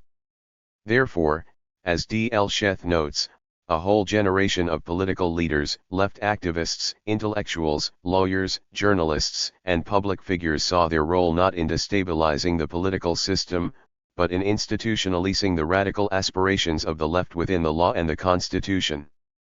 Left political culture in India was marked by its opposition to unjust law, as well as a strategic turn to law without believing in its normative promise, yet it also contained a strong desire to reclaim law and remain adequately legalistic. At least three elements contribute to this political culture. The first, as I have stated above, was the post-colonial predicament that sections of the left were engaged with. In addition, left legalism was also facilitated by the heterodox nature of Marxian political thought in modern India. A significant common feature in the currents of Indian left was a commitment to both class politics as well as certain core liberal values. Rokana Bajpai refers to this as radical liberalism. Most thinkers and movements on the left of the political spectrum in India have defended liberal values. C. A. Bailey notes that India's leading Marxist ideologue, M. N. Roy, wrote a draft of the Indian Constitution in 1944. Bailey refers to the draft as Jeffersonian, that is to say, opposed to aristocracy, corruption, and the elitism of merchants, bankers and manufacturers, in its orientation. In particular, a belief in the law as a social instrument can be seen in the writings and actions of the first-generation figures who inspired and led civil liberties activism and the practice of fact-finding in India. These were M. N. Roy, founding father of the Communist Party of India, whose followers set up an early civil rights group, Jayaprakash Narayan, politician and Gandhian socialist, who was the founding member of several civil rights groups and guided several fact-finding inquiries, V. M. Tarkunde, a lifelong Royist and civil rights activist, and K. G. Kanabiran, a distinguished lawyer and thinker who led and participated in early fact-finding inquiries. Each of them, in their own ways, brought together their commitment to Marxian thought with their desire to reclaim law. Several of the left-minded activists in India engaged with Marxism critically by pointing to its authoritarian tendencies and urged for legal protection for individual freedom. It made them committed constitutionalists. Kanabiran fought several cases on behalf of left political prisoners as a lawyer before the Andhra Pradesh High Court. He wrote that the Indian Constitution offered potential tools for activists to operate insurgently and resist the state. It was important to participate politically and operate insurgently. In order to preserve freedom and democracy, one has to fight from within. Tarkunde, a distinguished jurist in the Bombay High Court, was prompted to enter civil rights activism in light of the increasing attacks on the Indian judiciary in the early 1970s by Prime Minister Indira Gandhi. Notwithstanding its flaws, he and others saw the Constitution as a product of popular struggle. These ideas manifested in their choice of strategies to work within the institutions, despite their sympathy for radical movements on the left. In their perspective on law, several Indian Marxian thinkers seem to be aligned with E. P. Thompson, who famously argued that law enabled class oppression but that was not all that law was. Law has its own characteristics, logic, and history. If the law is patently unjust and partial, it will not serve its purpose. It will mask nothing, legitimize nothing, and contribute nothing to any class's hegemony. In order to enjoy legitimacy, law must appear to be just. This pretense creates spaces that activists can use to enforce accountability. A third element was the sheer legacy and public memory of tools of opposition that were used in colonial India under similar situations. As described in the earlier section, a strong tradition of fact-finding inquiries, undertaken by the Inc., already existed in India. After independence, as the Inc. formed the government, Nehru saw no relevance for such activism. These oppositional strategies were then adopted by various communist, socialist and other groups.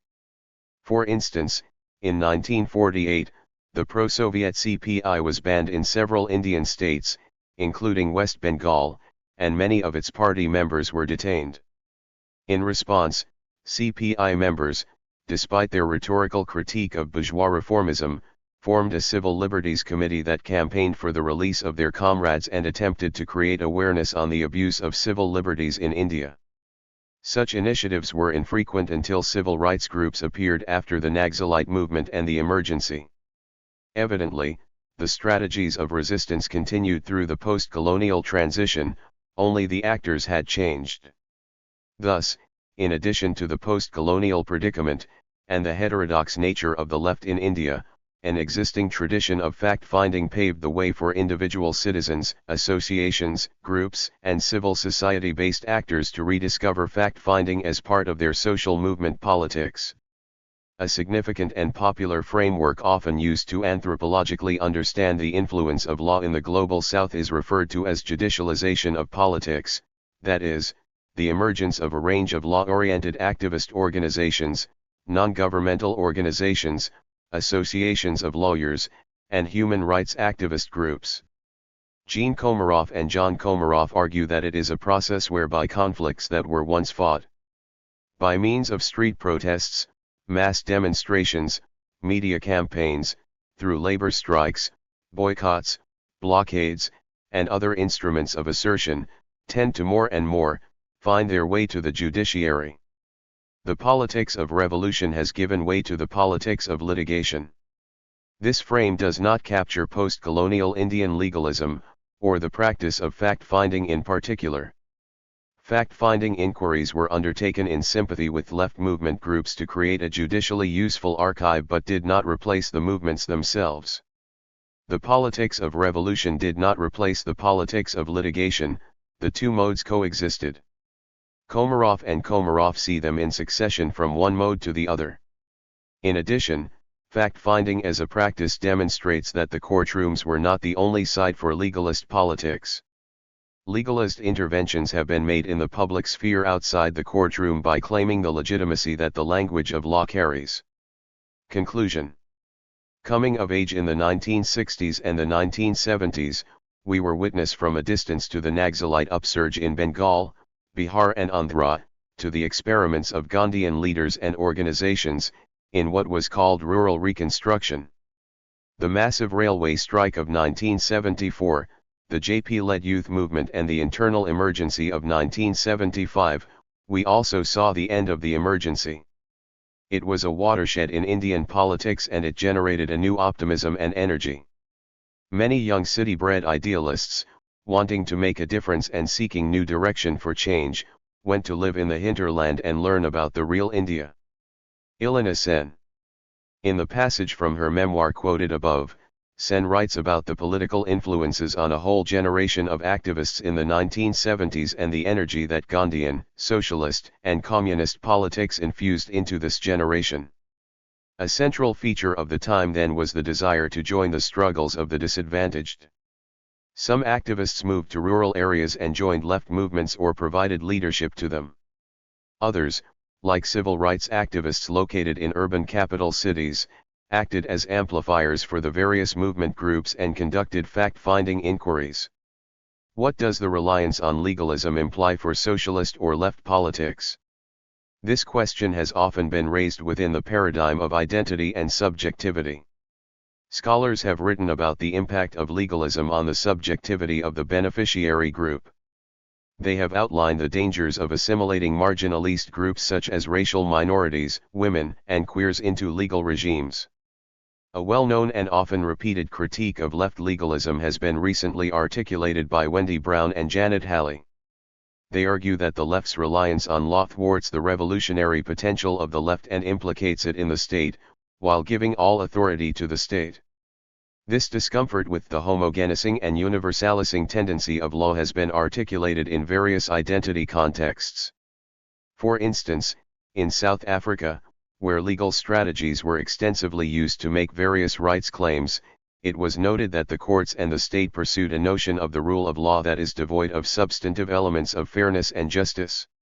An appeal to law for racial justice and civil rights often reduces this complex multidimensional structural injustice into a special interest issue. A similar critique has been made in the context of the women's movement in India. Nivedita Menon, Flavia Agnes, and Ratna Kapoor and Brenda Koshman note that the subjective experiences of women are rendered invisible in the objective law of the state.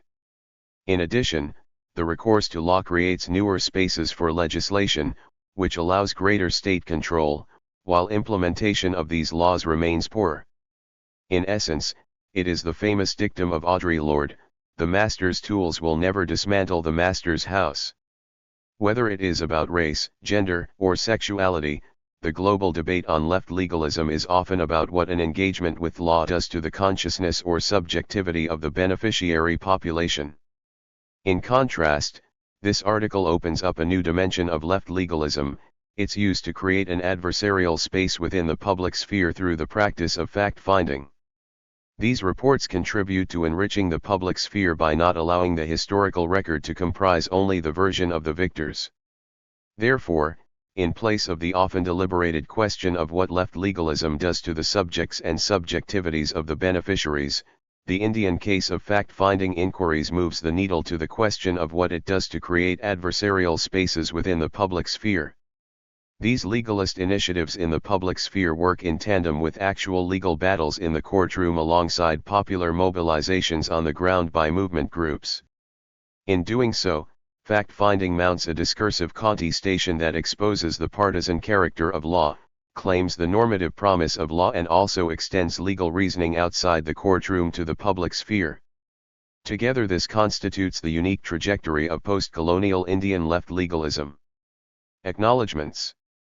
I am extremely grateful to Professor Nandini Gupta, Professor Faisal Devji, Professor Rokana Bajpai, Professor Sudeepta Kaviraj and Professor Neeladri Bhattacharya for their comments on the earlier versions of this article. I also extend sincere thanks to the guest editor Harry Verhoeven and the two anonymous reviewers for their generous comments and constructive feedback. Disclosure statement. No potential conflict of interest was reported by the author. Funding. This work was supported by the Commonwealth Scholarship granted by the British government and a fieldwork grant by the Oxford Department of International Development, University of Oxford. Free to decide their destiny. Indigenous resistance to external forms of socialist modernity in Syed Bar's Somalia. Radoslav Yurdanov.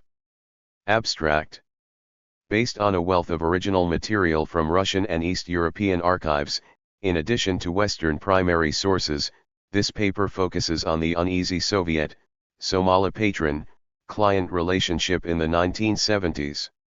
It traces the development of Moscow's stake in Mogadishu since Mohammad Syed Bar's coup d'état in 1969 and dissects largely feudal Soviet attempts at embedding lasting presence in Somalia's military ranks and security apparatus. As this paper shows, Somalia's socialist experiment proved a challenging affair on multiple counts, not only for the Soviets but also for the African country's leaders. Mogadishu's turn to the left faced serious opposition from within Somalia's own society, suffered from insufficient commitment and division within the state apparatus, and was confronted by local and international pressures coming from Arab and Western quarters. This cleavage strongly impeded the successful completion of the arduous tasks of socialism building, resulting in short-lived and largely unsuccessful experiments at little understood social engineering. In 1969, left-wing coups in Sudan, South Yemen, and Somalia, followed by the expulsion of the Soviet advisors from Egypt 3 years later, altered the Soviets' outlook towards the wider Horn of Africa region. 1 As Moscow began to attach special importance to cooperation with Mogadishu, it became clear that Somalia was far from an obedient client. On the one hand, Moscow's emissaries were kept at arm's length as the intricate network of clan patronage that underpinned both Somali society and the new socialist regime was categorically averse to supporting large-scale social reform under Soviet tutelage. On the other, Mogadishu's territorial ambitions towards its neighbors circumscribed Moscow's stake in the Somali military. Nevertheless, motivated by Somalia's strategic location in the northeastern corner of the Indian Ocean, Moscow agreed to provide arms to the country but eventually irritated the leadership in Mogadishu by keeping it on a no-need-to-know basis regarding the nature of the military facilities installed along Somalia's coast. This paper is based on research in the Russian Foreign Ministry's archives, which provide us with ample information about Moscow's official line towards Mogadishu. Additionally, KGB analytical notes from the Bulgarian Security Services archives, which were made available through an exchange of information between the socialist states' intelligence services, allow us to better understand the behind-the-scenes aspect of Moscow's involvement, which ran in parallel with the overt connections between the two states. Additionally, input from diplomatic representations of the other former East European socialist states helps this account see Soviet-Somali relations in an East-South context, while primary information originating from US and British sources equips us with a critical examination of East's involvement in Somalia. As with other African and Asian movements discussed in this special issue, which aim to illuminate the various forms of global socialisms, this paper aims to show that the Somalis did not simply replicate Soviet ideas and institutions. They endeavored to define their own socialist order, experimenting in the process of modifying doctrines and templates to their specific political and social fabrics. This dissonance with Moscow's own prescriptions led to a complete rupture in the relations between the Soviet Union and Somalia, which was exacerbated by the mutual suspicion arising from the inadmissibility between the indigenous resistance to external forms of socialist modernity and foreign interests discord with the local setting. This mutually intertwined cleavage ran deep into Somalia's socio-political predicament, and its effects were felt long after the Soviet expulsion from Somalia in late 1977, the disastrous aftermath of which helped precipitate the violent dissolution of the Somali state in the late 1980s. The paper's main objective is to use original Soviet sources to enlighten key elements of Syed Barre's socialist nation building in Somalia. First, the paper discusses the Kremlin's responses to Syed Barre's seizure of power, and the subsequent increase of Soviet military and intelligence presence in Somalia. An important part of this study is its analysis of the origins of the local resistance against Soviet influence and the motivation behind the Somali president's gambit of revealing the existence of the secret naval base of Berbera in northern Somalia, which ran counter to Soviet interest in the country and the region as a whole. The influences of a unilateral break of relations with the Soviet Union and the subsequent war in Ethiopia's Ogaden region form the last part of this study. Soviet response to Syed Barre's coup. On October 21, 1969, local events changed the Soviet Union's calculation towards Somalia. A coup, organized by members of the Somali army and police, overthrew the civilian government, following the assassination of President Abdirashid Ali Sharmarke on October 15. Somalia's military regime, with its leader Mohammed Syed Barre, launched a course of consolidating Mogadishu's positive foreign policy by embarking on closer relations with the Soviet Union and its East European allies. Additionally, the newly constituted Supreme Revolutionary Council proclaimed that scientific socialism was its principal ideology in domestic affairs. This provided the new military leadership with the ideological justification for the application of a host of pragmatic policies, ranging from the reform of the local government through the introduction of the Somali written script to the establishment of state agricultural cooperatives. 2 In the first 48 hours after the coup, Moscow was uncertain as to the orientation of the new regime in Mogadishu, lacking local knowledge to interpret events. 3 American diplomatic observers in Mogadishu claimed that the Soviets drew a hesitant, initial conclusion that the coup was unlikely to lead to Somalia's radicalization. 4 Soon, however, an editorial in the influential Soviet Foreign Policy Digest Zia-Rubas-Hum called the coup leaders progressive-minded officers who were discontent with the unhealthy political crisis which had existed since the March 1969 election. The article maintained that Eagle's flirting with the US and West Germany had raised serious anxiety of progressive intelligentsia and army patriotic circles. Consequently, the army took charge immediately after Sharmarke's assassination in an attempt to preempt reactionary pro-Western elements claiming power. As early as November, the Soviet Foreign Ministry believed that events in Africa were taking unexpected progressive, anti-imperialist turns. The October coup in Somalia was one of those regional events ultimately deemed to coincide with the interests of the Soviet Union and other socialist states. 5 However, Mogadishu's regime faced many challenges, both economic and foreign policy issues. Soviet diplomats believed the imperialist powers to be unhappy with the progressive nature of the Somali coup and were likely to continue their efforts at undermining it, inside and out.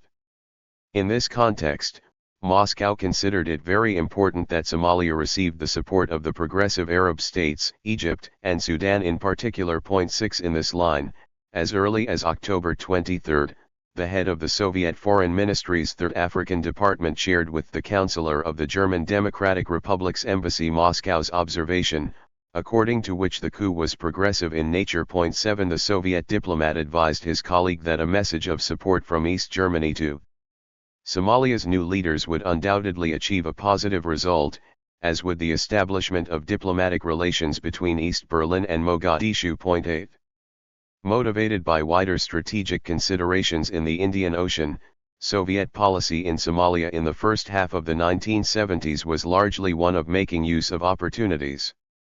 Syed Barre's concentration on progressive nation-building at home and his acceptance of more advanced Soviet weapons on Somali soil served not only to protect Somalia from forces of reaction, but also advanced the Soviets' strategic ambitions in the area. 9 Although the Russians represented the largest single foreign contingent in the country, Moscow's ability to influence official Mogadishu was disproportionate to its presence. Soviet advisors were subjected to surveillance by the KGB-trained National Security Service, like any other foreign representatives, which did not help their ability to carry out their work properly. The Russians had few acknowledged friends and sympathizers within the Somali government, such as the defense minister, and, among the civilians, the finance minister, Mohammad Yusuf Wayra. It seems doubtful to describe the Soviet ambassador as the eminence grise of the Somali government, much as some Arab observers alleged. 10 Therefore, Moscow's involvement in Somalia in the year following the coup demonstrated that the principal Soviet objective in the country appeared to be the cautious expansion of influence with minimal commitment. Initially, the Soviet diplomatic roster was not significantly increased. Moscow seemed to have publicly committed the Somali government to progressivism abroad and socialism at home, resorting to minimal costs. The Soviet Union's caution in capitalizing on the new political direction in Mogadishu reflected their reluctance in making any serious new commitments.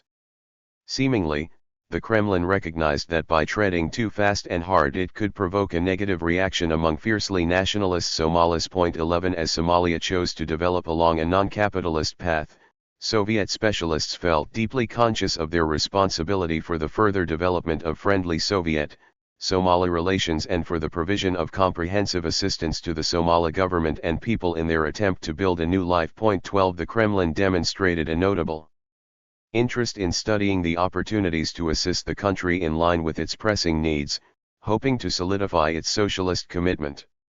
As reported by the Hungarian ambassador to Somalia, Moscow was willing to make a relatively small financial contribution with which to achieve tangible short-term results. 13 Moscow considered the expansion of military and security relationships to be a viable tool for the achievement of this objective.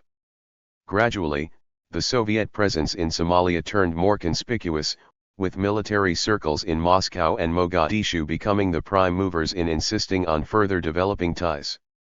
In February 1972, the Soviet defense minister, Marshal Gretko, paid a visit to Mogadishu. According to some analysts, Gretko's visit started a big Soviet military build-up in Somalia. 14 However, the Soviet officials in Somalia were not willing to discuss the Marshal's trip. 15 Only a brief joint statement confirmed that the future development of Soviet-Somali military cooperation was discussed by the Marshal and his Somali hosts. 16 The quick succession of events in 1972, starting with Gretko's visit in February followed by the expulsion of Soviet military personnel from Egypt in July, led to a notable increase of Soviet military presence in Somalia. Thus, Moscow perceived Mogadishu as a replacement for the lost opportunity in Cairo in safeguarding the access to the Red Sea region and expanding Soviet naval and political presence in the Indian Ocean. 17 Shortly after Greco's visit, deliveries of weapons, equipment from the Soviet Union, and other military material followed suit. All this hinted at the Red Army's influence in a proactive Soviet policy towards Somalia in the early 1970s. The loss of a foothold in Northeast Africa after the expulsion of Russian personnel from Egypt seemingly provided the Soviet military with a carte blanche for entering into Somalia in a bid to maintain a presence in a strategically vital region. Moscow's military specialists above all dreamed of the Soviet Navy establishing bases at the very spot where Arabia and Africa connect to the Indian Ocean. Moreover, the Somali military seemed well disposed towards the Soviet Union 18 as Moscow was Mogadishu's primary provider of equipment and training. The Soviet Union also trained hundreds of Somali army officers in Soviet military academies. Last but not least, led by a major general, Soviet military specialists in Somalia advised the Somali armed forces. 19 Therefore, by strengthening Syed Barre's regime and concentrating the means of destruction in its hands, the Soviet Union in the 1970s the Soviet Union helped militarize the country, and in less than a decade, the army grew in size by 175%, while government military expenditure grew by over 600%. 20 Additionally, thanks to the intensification of Soviet military supplies, by 1974 the size of the Somali army had increased to 17,000 soldiers and officers, compared to only 4,000 in 1964. In return for their military assistance, Moscow established a naval communications station at Berbera and improved the harbor of Barakayo, near the Kenyan border. By 1974, Moscow had managed to station approximately 3,600 Soviet advisors in Somalia, 1,600 of whom were military personnel. In only a handful of years, the Soviet assistance program turned the Somali army into one of the most heavily equipped in sub-Saharan Africa, surpassed only by those of the far larger Nigeria and Ethiopia. 22. Moscow and Mogadishu, an uneasy alliance. The Soviet Union attached specific importance to cooperation with Somalia, which was emphasized by the political and strategic utility of the Horn. Ideologically, this was based on the Kremlin's continuous implementation of the Leninist principles of Soviet foreign policy, namely the provision of universal support to regimes that had become part of a united anti-imperialist front. 23 On the other hand, the difficulties Moscow encountered while pursuing its foreign policy objectives in Somalia were caused by how Moscow and its allies read the political processes within the Third World at large. As a KGB report maintained, according to an American analysis, the socialist countries were only able to temporarily strengthen their positions in some African states by extending economic and military aid, as well as by politically supporting their national liberation movements. Moreover, the Soviet bloc's capacity to spread its influence in Africa was limited as, unlike the West, it lacked long-standing prior experience within the continent. As a result, the socialist states failed to account for the particular needs of the independent African countries, or to note the differences in the psychology of their respective political leaders. 24. Moscow's assistance to Somalia's security apparatus, which formed one of the two main pillars of Syed Barre's scientific socialism, the other being the vast network of mass organizations, was equally important in the Soviet Union's attempts to embed its presence. 25 The Kremlin took responsibility for overseeing the establishment and development of the Somali NSS. Yuri Andropov, the KGB chief, paid a secret 10-day visit to Mogadishu in 1972. 26 With the KGB's support, the NSS succeeded in setting up a network of informers across Somalia's territory. 27 Following the Soviet experience in the security field, the inception of the NSS led to the creation of several other coercive organizations, including regional security committees and the Gwilwadayal militia, also known as the Victory Pioneers. 28 Based on the Soviet auxiliary police organization, the Druzhniki. 29 Similarly to the general pattern developed by liberation movements across Africa in the mid-1970s, as outlined by Verhoeven's article in this special issue, Syed Barre's scientific socialism concocted a complex amalgam of democratic centralism, party, state, and security services. Ideological training received special attention in Syed Barre's attempt to consolidate his control. Undoubtedly, a crucial portion of it went to Somalis who had earned their higher education degrees in the Soviet Union. Hundreds more attended ideological courses in Somalia in specially created political orientation centers, operated by Soviet advisors. 30 Additionally, the presence of a dozen KGB men at the NSS headquarters was far more than symbolic. Ultimately, the KGB's entrenchment in the Somali security field led to rumors of Soviet agents feeding disinformation to the NSS designed to exacerbate Somali distrust of the United States. With the advent of military rule, the Americans became the odd men out of all the Western embassies stationed in the country. Therefore, Mogadishu turned into the worst post in East Africa for an American diplomat to be sent to. Every room in the U.S. Embassy residence was bugged, and attempts to have the embassy itself bugged went on 24 hours a day. 31 The KGB, therefore, was well informed of the CIA's activities in Somalia. Soviet intelligence quickly discovered that Central Intelligence Agency agents used other American organizations as a cover, such as United States Agency for International Development. A U.S. aid worker, for example, was revealed by a Soviet security detail to be an American intelligence operative, codenamed K.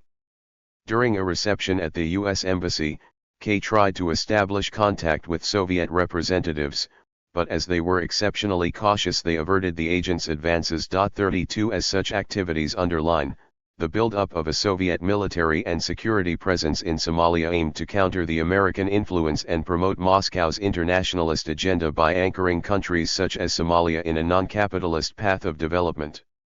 Mogadishu's long-lasting ambition of pursuing a neutralist foreign policy severely constricted the Soviet Union's prospects of extending direct influence over the African country's decision-making. Somalia's unique societal organization was one of the major factors restricting Moscow's advances. Common traditions, a nomadic way of life and a common sense of history were strong unifying forces among Somalis. In addition, Islam and belief in a common ancestor are the basic features of Somali cultural nationalism. 33 Therefore, the peculiarities of the Somali socio-political landscape, with its segmentary structure of clan-based allegiances and decentralist societal forms of organization, made foreign intervention within the country immensely difficult. This also means that suggestions of Soviet control over the Somali security services, and assumptions that the KGB or any other Soviet advisors blatantly manipulated the Somalis whenever they wanted to seem to be deeply misguided. As explained by a prominent KGB official with direct knowledge of Moscow's dealing with Africa, any position of influence within the Somali government obtained by the Soviets only came after being granted at least an informal permission by the respective authorities, who sought to use the Russian presence for their own objectives. 34 Syed Barre was aware of the fact that the intricate network of clan patronage through which he had to maneuver in order to keep his grasp on power simply could not support large-scale social reform under direct Soviet tutelage. 35 Consequently, the pragmatic nature of Somali policies suggested that Russians' influence over SRC's decision-making process was far from total. 36 This, yet again, showed how difficult it was for Moscow to match the lofty theoretical concepts of socialist development with the actual situation on the ground. 37 The Kremlin's plan to pursue this double-sided strategy, however, had to contend with Somali agendas, which sought to leverage Soviet assistance for their purposes while also limiting Moscow's standing in the country. Thanks to the substantial Soviet military and economic assistance, Mogadishu had achieved a considerable capacity for mobilizing the diverse and competitive Somali clans behind a national objective, and in creating a relatively stable political system. 38 Once that had been established, the need for Soviet tutelage shrank, and calls for Somali autonomy and nationalism grew. The military coup in neighboring Ethiopia in September 1974 disrupted U.S. Ethiopian relationships and destabilized Somalia's prime enemy, allowing Syed Barre to advance pan-Somali ambitions. 39. However, Mogadishu's expansionist ambitions, Somalis' general suspicion of foreigners and the country's heavy bureaucracy worried the Kremlin. Towards the mid-1970s, Moscow became well aware that it had turned out to be unpopular with the Somali government and population. Nevertheless, the Kremlin continued its advances, with extra care. The Russians aimed to restrain the destabilizing force of Somalia's regional expansionism while maintaining their support by launching several infrastructural projects.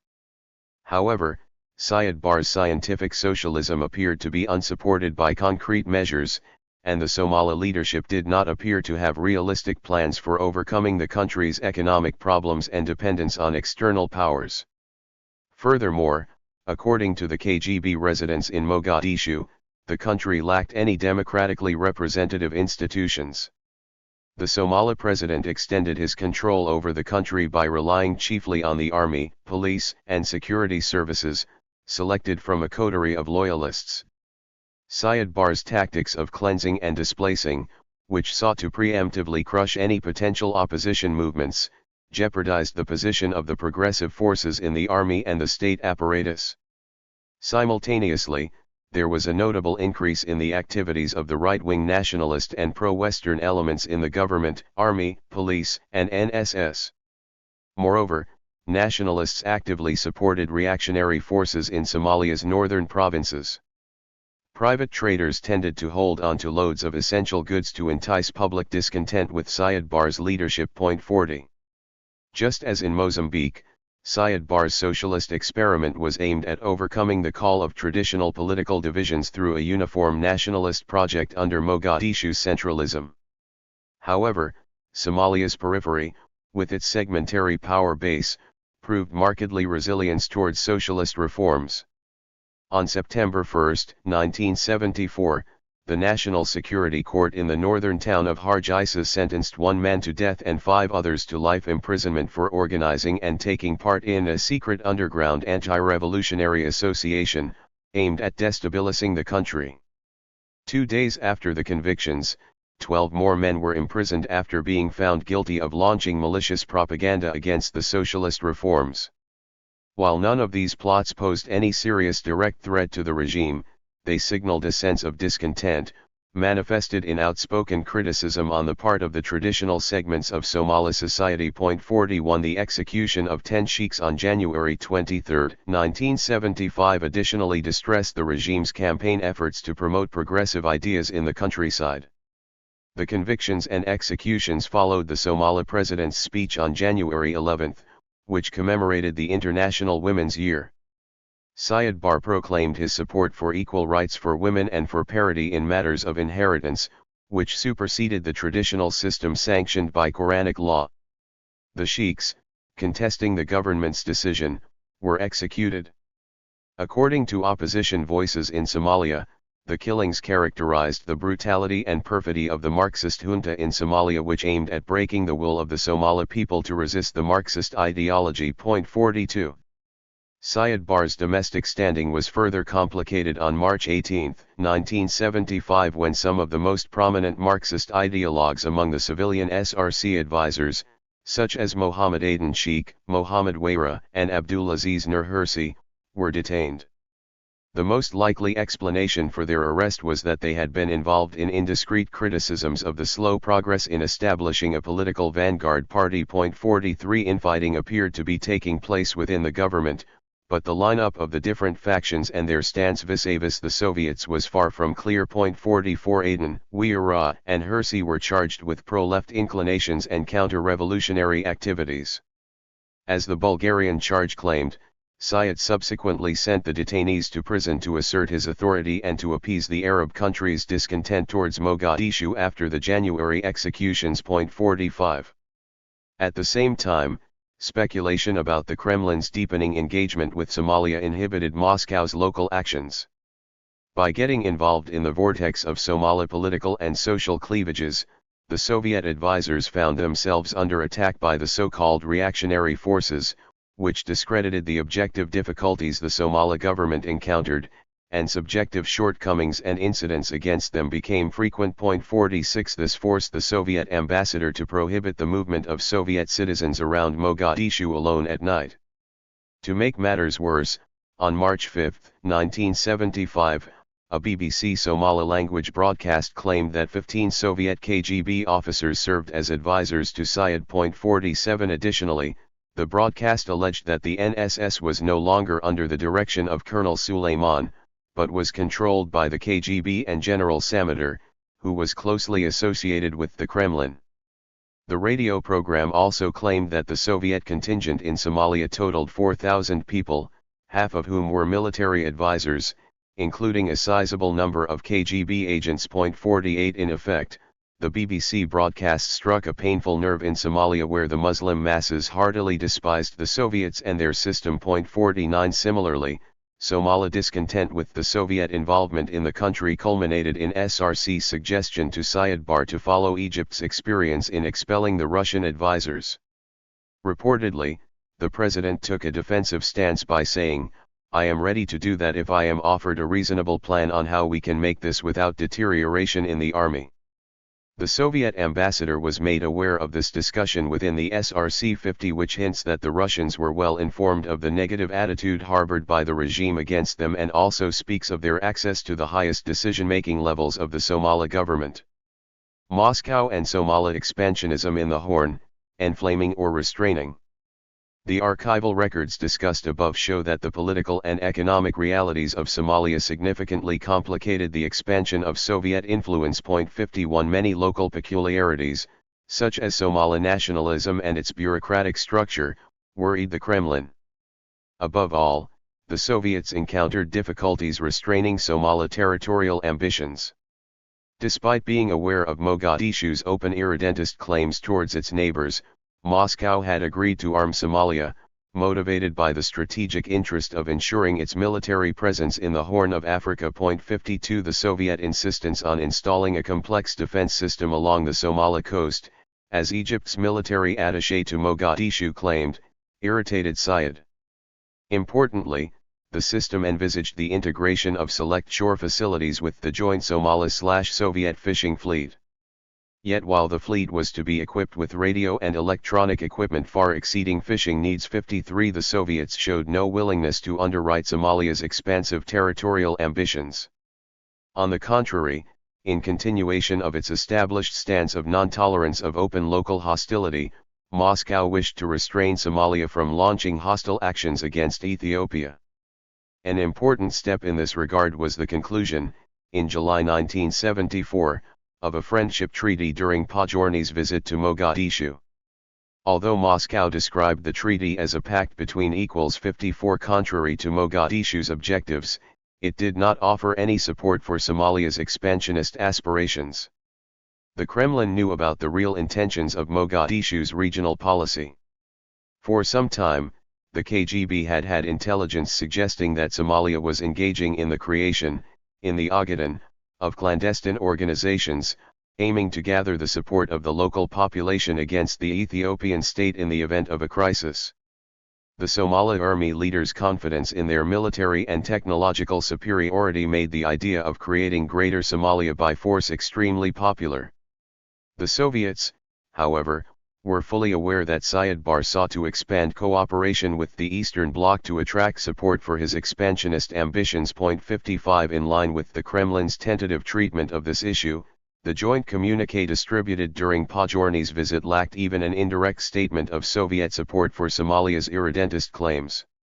Rendering Mogadishu's ambitions vis-a-vis Ethiopia even more fraught, the Soviets, who supplied Somalia with oil from the Persian Gulf, apparently kept prices at the world market level. 56. The July 1974 Soviet-Somali Friendship Treaty was, therefore, not a pact of a mutual military alliance, such as those concluded with fraternal socialist countries of Eastern Europe, where the parties were committed to direct military support in the case of external aggression. 57 It was more of a representation of the Soviet Union's interest in decreasing the tension in the region, a tactic the Kremlin had been locally pursuing since the 1960s. 58 Similarly, Moscow instructed its envoys in Mogadishu and Addis Ababa to attempt to defuse any conflict between Ethiopia and Somalia, as it would favor Washington and the reactionary forces in Ethiopia.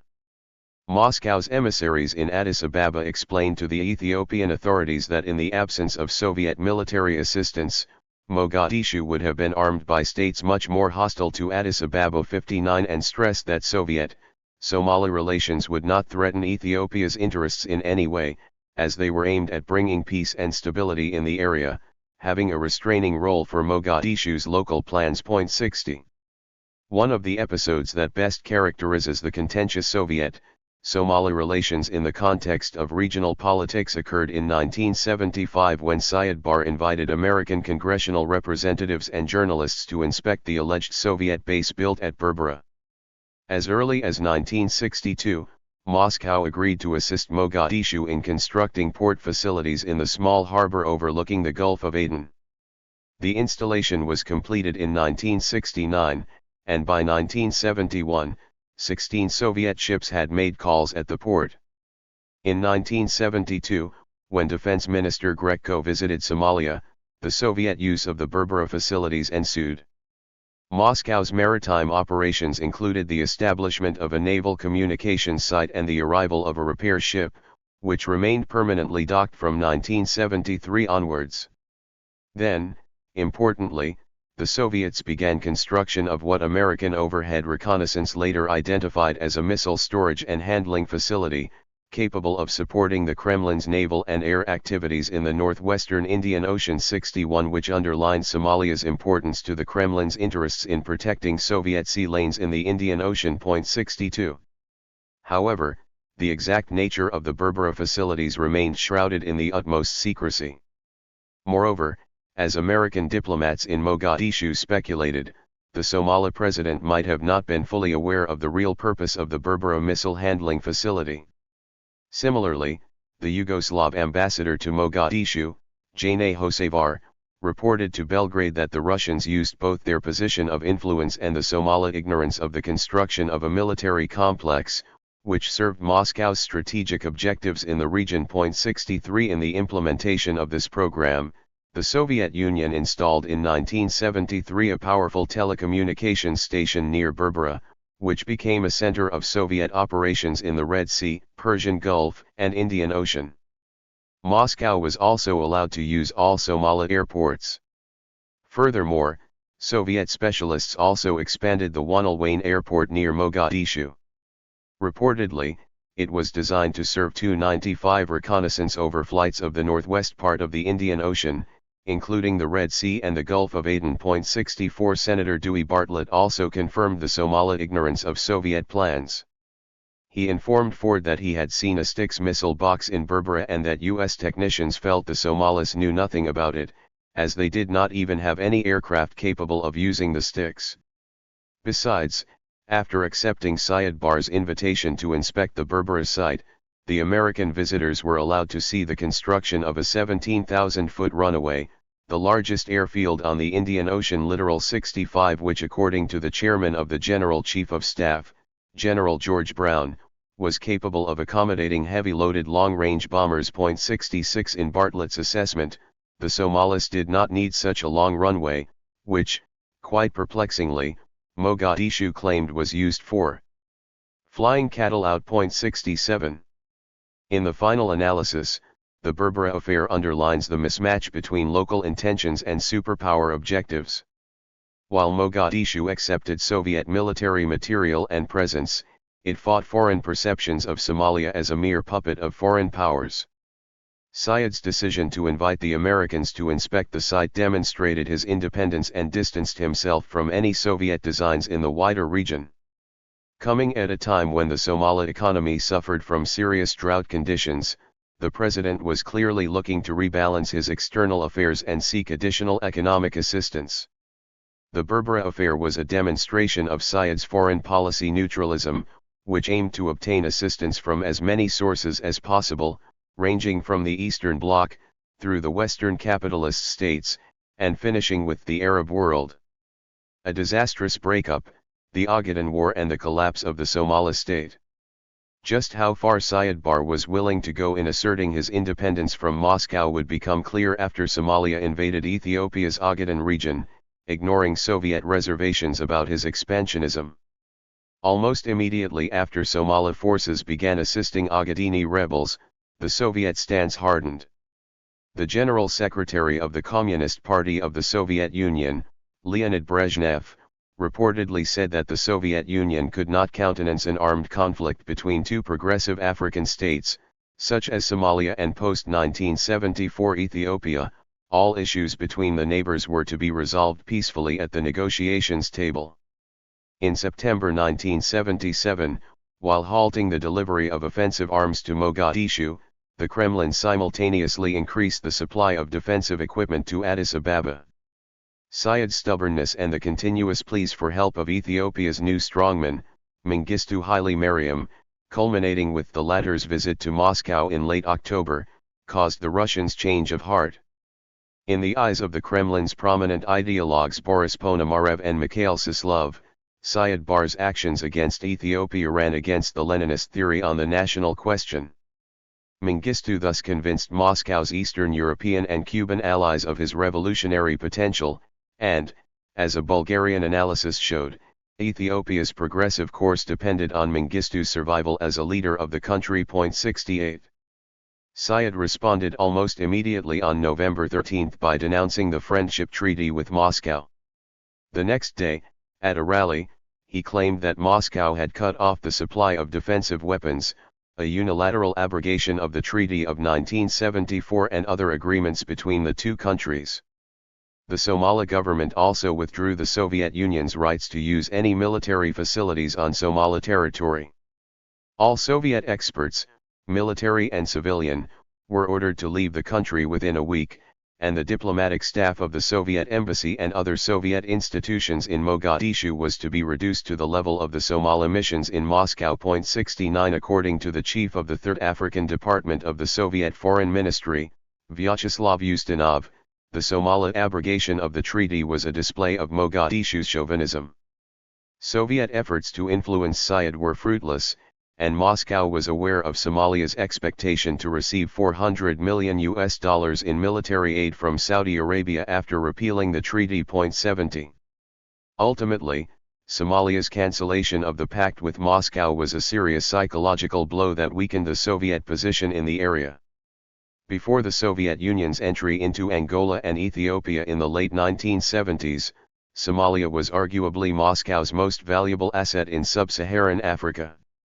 The Russians saw their presence as a shining example of their generosity to the continent, but also played an important role in counterbalancing Western and particularly Chinese influence, which, as Verhoeven demonstrates in this volume, sought to find a third way in international relations, free from Soviet or American tutelage.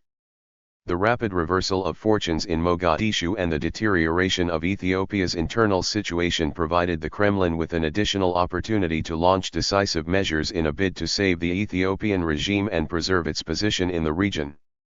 Thus, starting in late November 1977, Moscow embarked on an extensive arms supply mission to Ethiopia, which involved, apart from the delivery of a wide array of military material, the transportation of more than 10,000 Cuban troops commanded by high-ranking Soviet generals.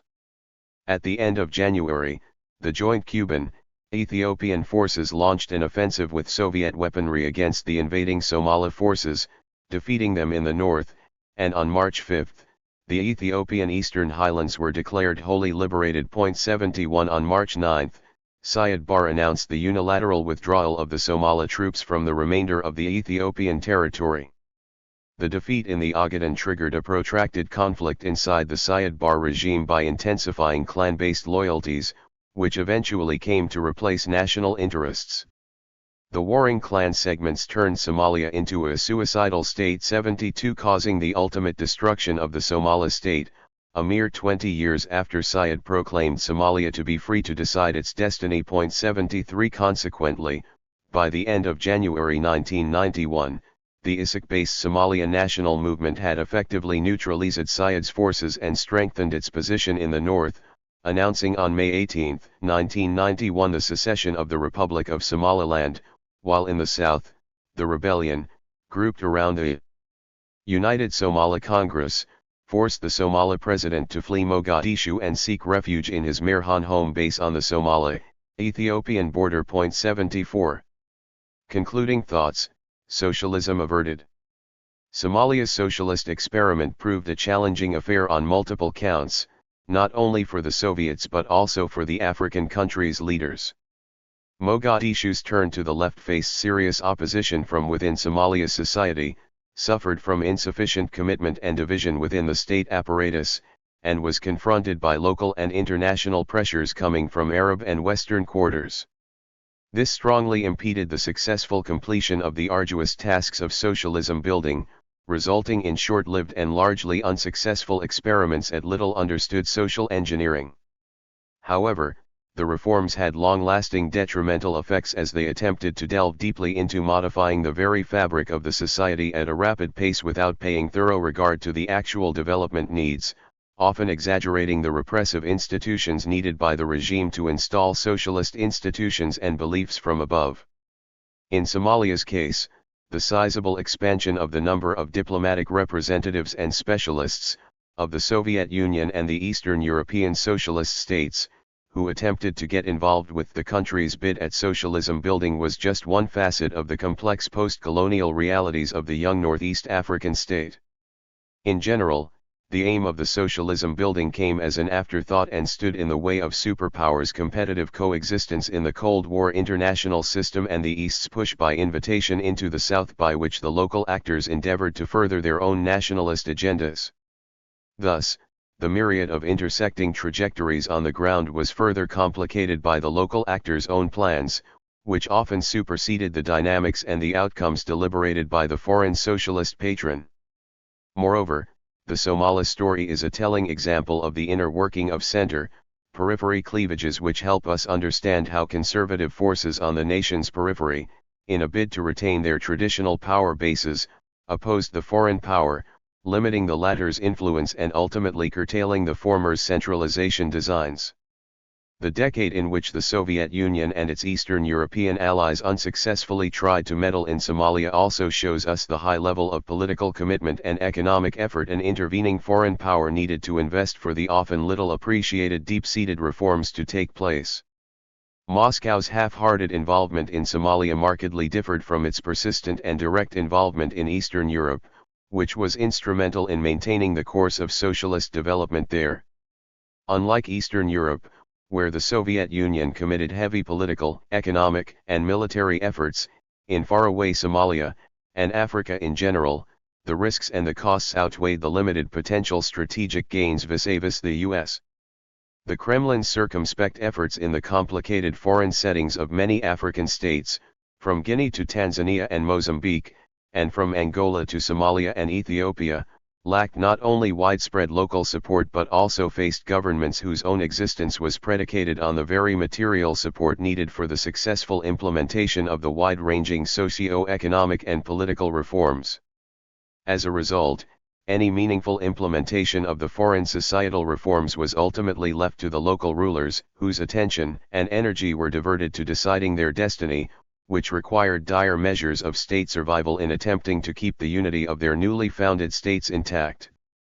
Disclosure Statement. No potential conflict of interest was reported by the author. The Party and the Gun, African Liberation, Asian Comrades, and Socialist Political Technologies. Harry Verhoeven. Abstract. In many African states, decolonization brought neither prosperity nor meaningful independence. The discontent with weak political and economic sovereignty led African revolutionaries to seek support from Asia, a proximity that continues to endure long after 1989. This paper focuses on decades of diverse forms of political interaction, ideational inspiration, policy emulation, party-to-party cooperation, between several Asian states, such as China, Korea, and Vietnam, and African liberation movements turned governments, from Eritrea and Ethiopia to Mozambique and Tanzania. Socialist imaginaries, institutions and, above all, technologies of rule have been central in these processes and far more prominent, substantively and rhetorically, than any alternative ideology, the development of the Vanguard Party, operated through democratic centralism, the Popular Defense Force, an army loyal to the party, and state capitalism to control the economy's commanding heights. These enduring ties between African and Asian comrade state builders, and the quest for heterodox political modernities they represent, have been largely overlooked, especially in the post-Cold War period. They not only shed light on alternative political geographies and transnational histories of Africa and Asia, but also alert us to present-day ideological projects that differ starkly from Western liberal hegemony and its emphasis on Washington consensus-style economics and representational democracy. The Indian Ocean is a body of water that for centuries has brought civilizations together, a kind of globalization avant la lettre. Commerce, religion, and conquest wove different parts of Africa and Asia into an intricate tapestry at various points in history.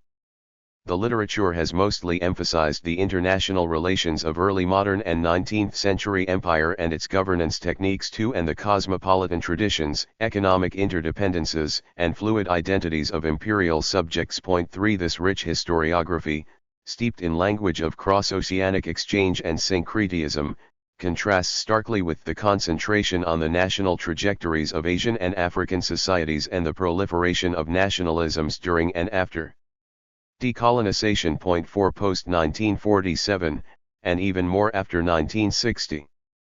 The prevalence of nationalist discourse and the task of protecting de jure sovereignty have led scholars to focus on how newly independent states highlighted their differences from both empire and each other. Point 5. This stressing of difference was ironically extended by many Western international relations commentators, especially those writing in the traditions of realism and liberalism, into their framing of the 1955 Bandung Conference and the non-aligned movement. Point 6. Non-alignment's appearance on the global stage was dismissed as a fate diverse because the movement's objectives were identified as simply rejecting the bipolar world order and because its predictably illusory unity was fatally undercut by the conflicts non-aligned states had amongst themselves.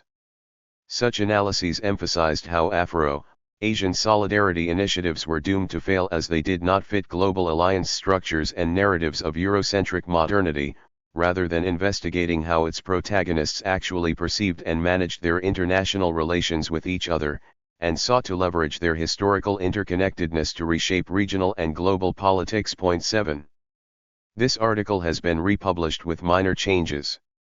These changes do not impact the academic content of the article.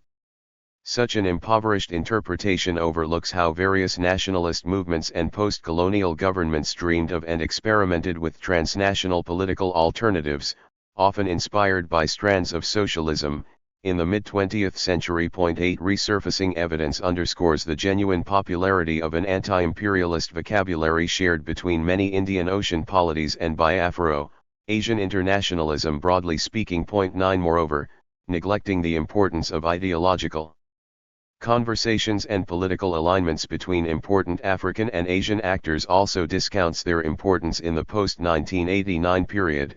As this special issue highlights, it is as if the collapse of communism as a global alternative to liberal democracy and free markets by definition precludes the reinvention of variegated, cross-regional partnerships between non-Western states still shaped by leftist politics and principles that had been forged in earlier decades. A careful look at numerous African and Asian polities and the ties between them suggests differently. As Sebastian observed in his biography of the man who first operationalized a socialist path to power, Lenin matters now, after the end of the Cold War and the Great Recession, because he was asking the same questions we are today about similar problems. Point 10. The rise of left-wing radicalism and far-right extremism in the West has only in the last decade catapulted the discontent with representative democracy and free trade agreements to the top of the agenda, but in much of Africa and Asia. The relevance of socialism, not just as an ideology of protest but one of government and international partnership, has arguably never really disappeared. This paper focuses on the diverse forms of political interaction, ideational inspiration, policy emulation, party-to-party cooperation, practiced intensely over considerable periods of time between several Asian states and African liberation movements. Socialist imaginaries, institutions and, above all, technologies of rule have, of course, not been the only influences in these exchanges, but have nonetheless been central and far more prominent, substantively and rhetorically, than any alternative ideology. To win guerrilla wars by mobilizing the population and, after seizing power, to establish hegemonic control domestically while retaining policy space in an asymmetric global political economy, African liberation movements turned to Asian countries where the struggle between socialism and its antagonists had yielded formative lessons. African revolutionaries have borrowed both selectively and eclectically.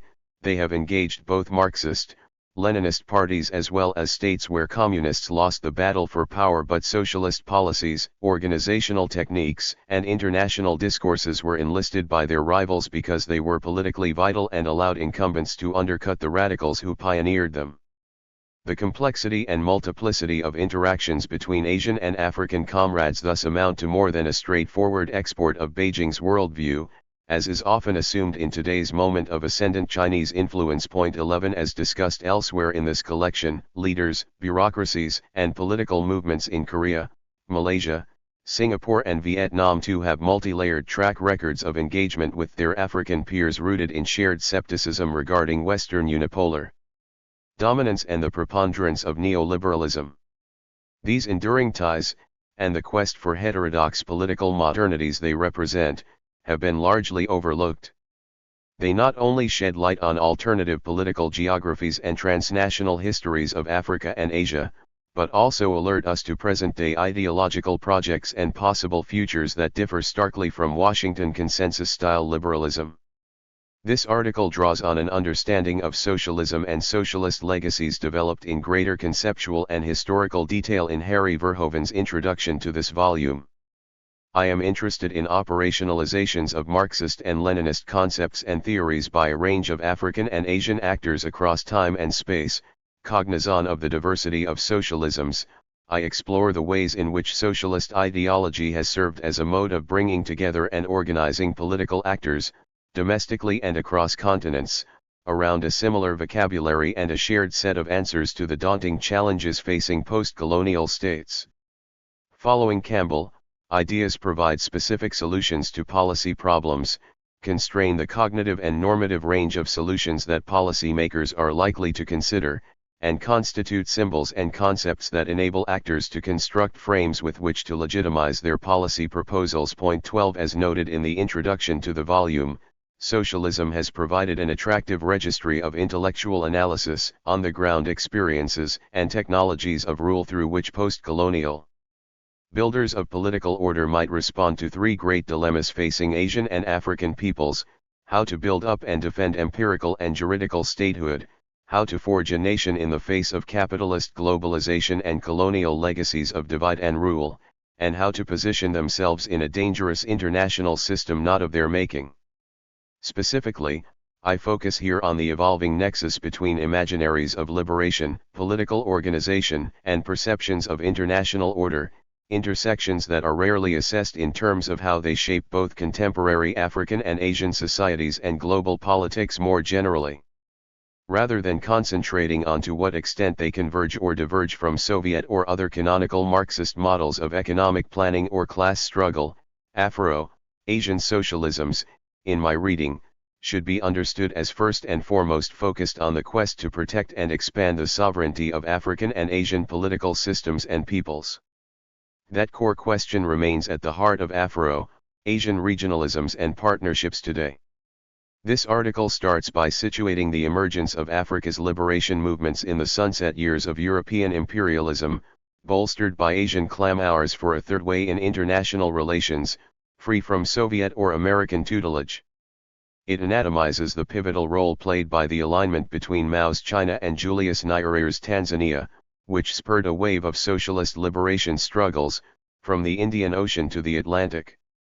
The paper then shows how in the last 20 to 25 years, after the Cold War, these rebels-turned rulers in Eastern and Southern Africa have pursued an agenda of illiberal state-building, relying on technologies of rule that, while not exclusively socialist, draw strong inspiration from the state, society, market compacts developed by their Asian comrades.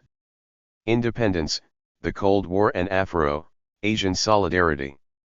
When independence was achieved by most states around 1960, African elites were conscious of the weakness of the polities they inherited. The core institutions of the colonial state, its borders, army, laws, currency, and central decision-making structures, were only marginally influenced by pre-colonial political systems and highly authoritarian. 14 These gatekeeper states were oriented towards the extraction of resources into international circuits of accumulation and shallow in terms of their penetration of society and ability to command support beyond the obedience which coercion could impose. 15 The independence struggle in many African countries had been relatively brief and, due to its concentration on urban centers, failed to mobilize large swathes of the population. This is not to underestimate the widespread desire to dispose of the imperialist yoke, but to recognize that artificial borders, colonial repression, and ethno-regional diversity generated huge collective action problems which most independence movements struggled greatly with. Unsurprisingly, then, African states prioritized limiting external intervention and thwarting challenges to their territorial sovereignty. 16 Yet they differed sharply in how to achieve this. On the one hand, the Monrovia Group advocated collaboration between African states but stressed nation-building and pragmatic relations with former colonial powers. African sovereignty was best maintained through gradualism. By contrast, radical voices in the Casablanca Group rejected the division of Africa into colonially designed states and argued that only a rupture with the past, including abrogating colonial borders, delinking from the global economy, and continent-wide government, would allow meaningful self-determination. 17 Influenced by Pan-Arabism, the way forward lay in revolutionary solidarity between Africans already free and those still under imperialist overrule. Divisions between conservative and progressive states did not coincide neatly with the global master narrative of the Cold War. Nasser's Egypt and the FLN's Algeria, for instance, believed that international trade was rigged to favor the West and advocated state intervention and one-party dominance at home. Yet for all their criticism of Western imperialism, they rejected Moscow's ambitious designs and never became Marxist, Leninist governments. Instead, they sought to play off external powers against each other and develop an alternative system of international relations and domestic socialism. 18. Tensions between conservatives and Pan-Africanists seemed to be resolved in favor of the former when in 1963 the Organization of African Unity was created and developed an international regime that proved as durable as it was unpopular among ordinary Africans. 19 The OAU decreed that state sovereignty was absolute, recognized borders as they had emerged from colonialism and would brook no interference in the internal affairs of member states. In a sop to Pan-Africanists, solidarity with those combating white minority rule in southern Africa was posited, but this entailed few actual commitments. Most heads of state wanted stability and isolated radicals Kwame Nkrumah, Sekou Touré, Modibo Keita, who advocated a United States of Africa so as to prevent divide and rule and enhance the continent's negotiating power with Washington, Moscow, and the former imperialist metropoles. The Pan-Africanists were inspired by and received concrete support from numerous Asian states. The latter were, in many ways, natural partners. They décolonised, on average, about 10 to 15 years earlier and possessed valuable experience navigating the treacherous waters of the Cold War. Moreover, long-standing commercial, cultural and religious connections made them obvious interlocutors with their African peers, even if some of this history was romanticized and was as much a question of forgetting as it was of remembering. 20 Such interoceanic networks were reinforced by the common experiences of African and Asian students at Western universities, which led to personal connections and joint explorations of how to operationalize self-determination. Shared hopes of sovereignty and a sensitivity to great power pressures united them around a third world internationalism that saw the preservation of independence and domestic freedom to maneuver as dependent on intercontinental cooperation. 21. Asia's pivotal role had been anchored by the 1955 Bandung Summit, officially known American Samoa, the Afro-Asian Conference. 29 countries, representing over half the world's population, participated in declaring a third way in international relations. Asian personalities and immediate concerns dominated the conference, only Egypt, Ethiopia, Liberia, and Libya could attend as fully independent African states, but the promise of solidarity and the demand for immediate self-determination moved the thrust for decolonization and the articulation of Pan-Africanist ideas into higher gear. 22 in 1960 alone, 17 African countries gained independence. In 1961, the principles and rhetoric of Bandung were channeled into the first conference of the NAM in Belgrade, which denounced colonialism, foreign military bases, thermonuclear testing, and any form of interference by the Western Alliance or the Eastern Bloc. Not aligning with either Washington or Moscow was considered essential to preserving global peace, because it would prevent a zero-sum division of the world into two halves destined for confrontation. Resolutely reject the view that war, including the Cold War, is inevitable. 23. While Indonesia's Sukarno, India's Nehru, and Yugoslavia's Tito were the organizational forces behind Bandung and Belgrade, Pan-Africanists like Nkrumah used the platform provided by the NAM to put pressure on conservative African elites and curtail their options. Transcontinental support for liberation also flowed through the Afro-Asian People's Solidarity Organization, which aimed to institutionalize various forms of reciprocity between formerly colonist societies in Cairo, Conakry, and Moshi. The latter conference excluded European delegates, including those from the Eastern Bloc, a move that the Central Intelligence Agency could only comprehend as Chinese manipulation in the context of the Sino-Soviet split of 1960. 24. The idea that political imaginaries might be pursued by African and Asian leaders in relative autonomy from Cold War fissures was dismissed. The Pan-Africanists rattled the bipolar order with their unpredictable behavior, Guinea's rejection of the Communauté Française, the Suez Crisis, Nasser's ban on the Communist Party, but they struggled to mold the legal and normative codes that would govern Africa's international relations. The OAU was a disappointment, and growing tensions within the NAM hampered multilaterally structured assistance for liberation movements. As the 1960s concluded, the first generation of leaders, Nehru, Nkrumah, Ben Bella, Sukarno, Nasser, had virtually disappeared, dead or removed from power. 25. The spirit of Bandung, the voluntarist belief that history was on the side of the African and Asian peoples and that a new world based on solidarity would emerge, fizzled out even though the non-aligned leaders underlined their resolve in 1964 and 1970. Convinced that neocolonial manipulation was thwarting their designs at home and across the continent, the Pan-Africanists radicalized their approach to liberation. Violence against other Africans was no longer off the table.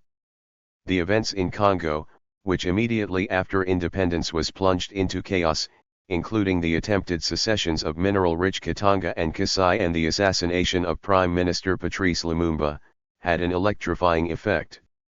The fact that both secessions and the associated coup d'état appeared supported by Washington, Brussels, and Pretoria, and that black Africans, grouped around Colonel Joseph Desire Mobutu, were collaborating with this neocolonial restoration signaled that the threat was no longer hypothetical. 27. Ghanaian, Egyptian, Nigerian, Malaysian and Indian blue helmets were deployed under the aegis of the Organisation des Nations Unies au Congo, signaling Afro-Asian commitment to Congolese sovereignty. They helped stymie the bids for independence of Kasai and Katanga, only to find that this ironically strengthened Mobutu's forces in bringing most of the country under conservative control. 28. As Lumumba's leftist allies fled to lead the legitimate government from eastern Congo in 1963, military and political assistance poured in from Ghana, Algeria, Congo-Brazzaville, and Guinea outside the United Nations framework. This struggle for a second independence was eventually defeated, but its protagonists would not forget what they saw as the chief conclusion of the Congo crisis, the necessity to liberate through the gun. It was a lesson one Asian ally of the Pan-Africanists in particular strongly encouraged. Mwalimu and the chairman, the Sino-Tanzanian partnership.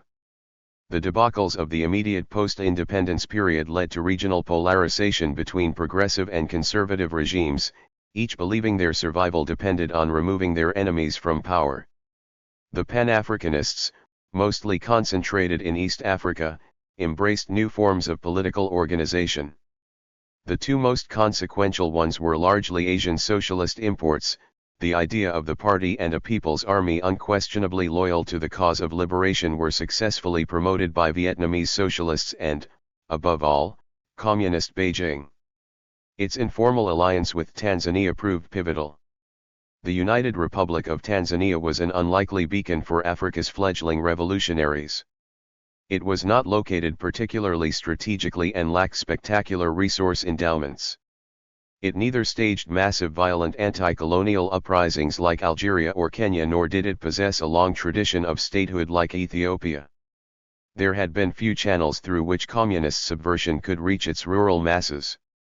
What it did possess was an extraordinary leader in Julius Nyerere, who built the Tanganyika African National Union into the movement that would lead its people to independence and that also sustained the flickering flame of Pan-Africanism. TANU's commitment was to nation building, no easy task in a country with little hinterland infrastructure, more than 100 ethnic groups and over 100 spoken languages, and to socialism. The latter, according to Nyerere, was rooted in Africa's rural and communitarian traditions, which were consensus and participation oriented, and thus distinct from European Marxism emphasizing class struggle. 29 Ujamaa, the national development concept, entailed self-reliance and Pan-African solidarity, rather than alliances with any superpower. Nyerere was unambiguous: Tanzania's independence was incomplete if neocolonialism stalked the continent. TANU's 1967 Arusha Declaration underlined that one of its principal aims was to cooperate with all political parties in Africa engaged in the liberation of all Africa. 30 Already in 1961, Rashidi Kawawa, later Prime Minister and Minister of Defense, had emphasized the idea of collective liberation. Although colonialism is leaving Tanganyika, it is still around the corner. Therefore, if nations like the Portuguese go on with their discriminatory policies, the TANU Youth League will one day be required to go and forcibly evict them out of Mozambique and thus complete the efforts of freeing the whole African continent from the slavery of being ruled. 31. By the late 1960s, the Pan-Africanist movement felt rudderless after its defeat in the Congo crisis and the demise of Nkrumah and Nasser. 32 Nyerere believed that the key to revival lay in reorganizing the instruments of liberation. While European Marxism was considered of little relevance, Asian socialist experiences and forms of organization were all the more appealing.